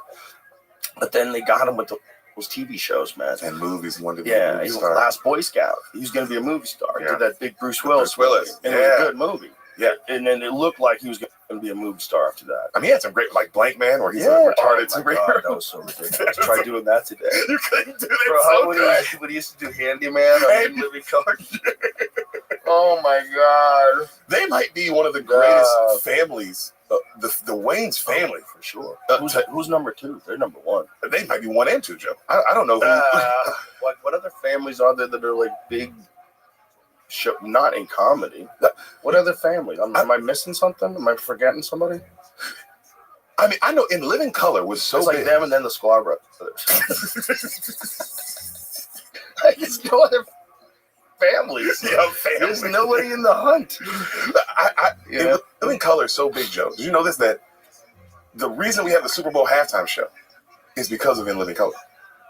That's crazy. So In Living Color, that's true. That's true. So before Michael Jackson, the year they brought Michael Jackson was because the year before that, In Living Color aired during the Super Bowl. Wow. And they lost so many viewers. They lost like a not half, but a big number where that they were like, we can't let people leave during the halftime show because this show is too big. What year was that? I want to say Michael Jackson was 95, maybe. It had to be earlier than that. Maybe 94? It had to be earlier than that because I remember watching it on TV at a pool hall. 93. Yeah. 93. So I was just moving to New York, to LA from New York then. So I was in New York at a pool hall watching it. And I remember watching Fire Marshal Bill. And I would be like, how can you do this? How is this allowed? I'm like, this show's crazy. You have to realize for 93, there was nothing like if you think about the internet today and all the crazy videos that people put together and the years of Mad TV and SNL. Yeah. But back then, man, there was nothing like this show. This show was crazy.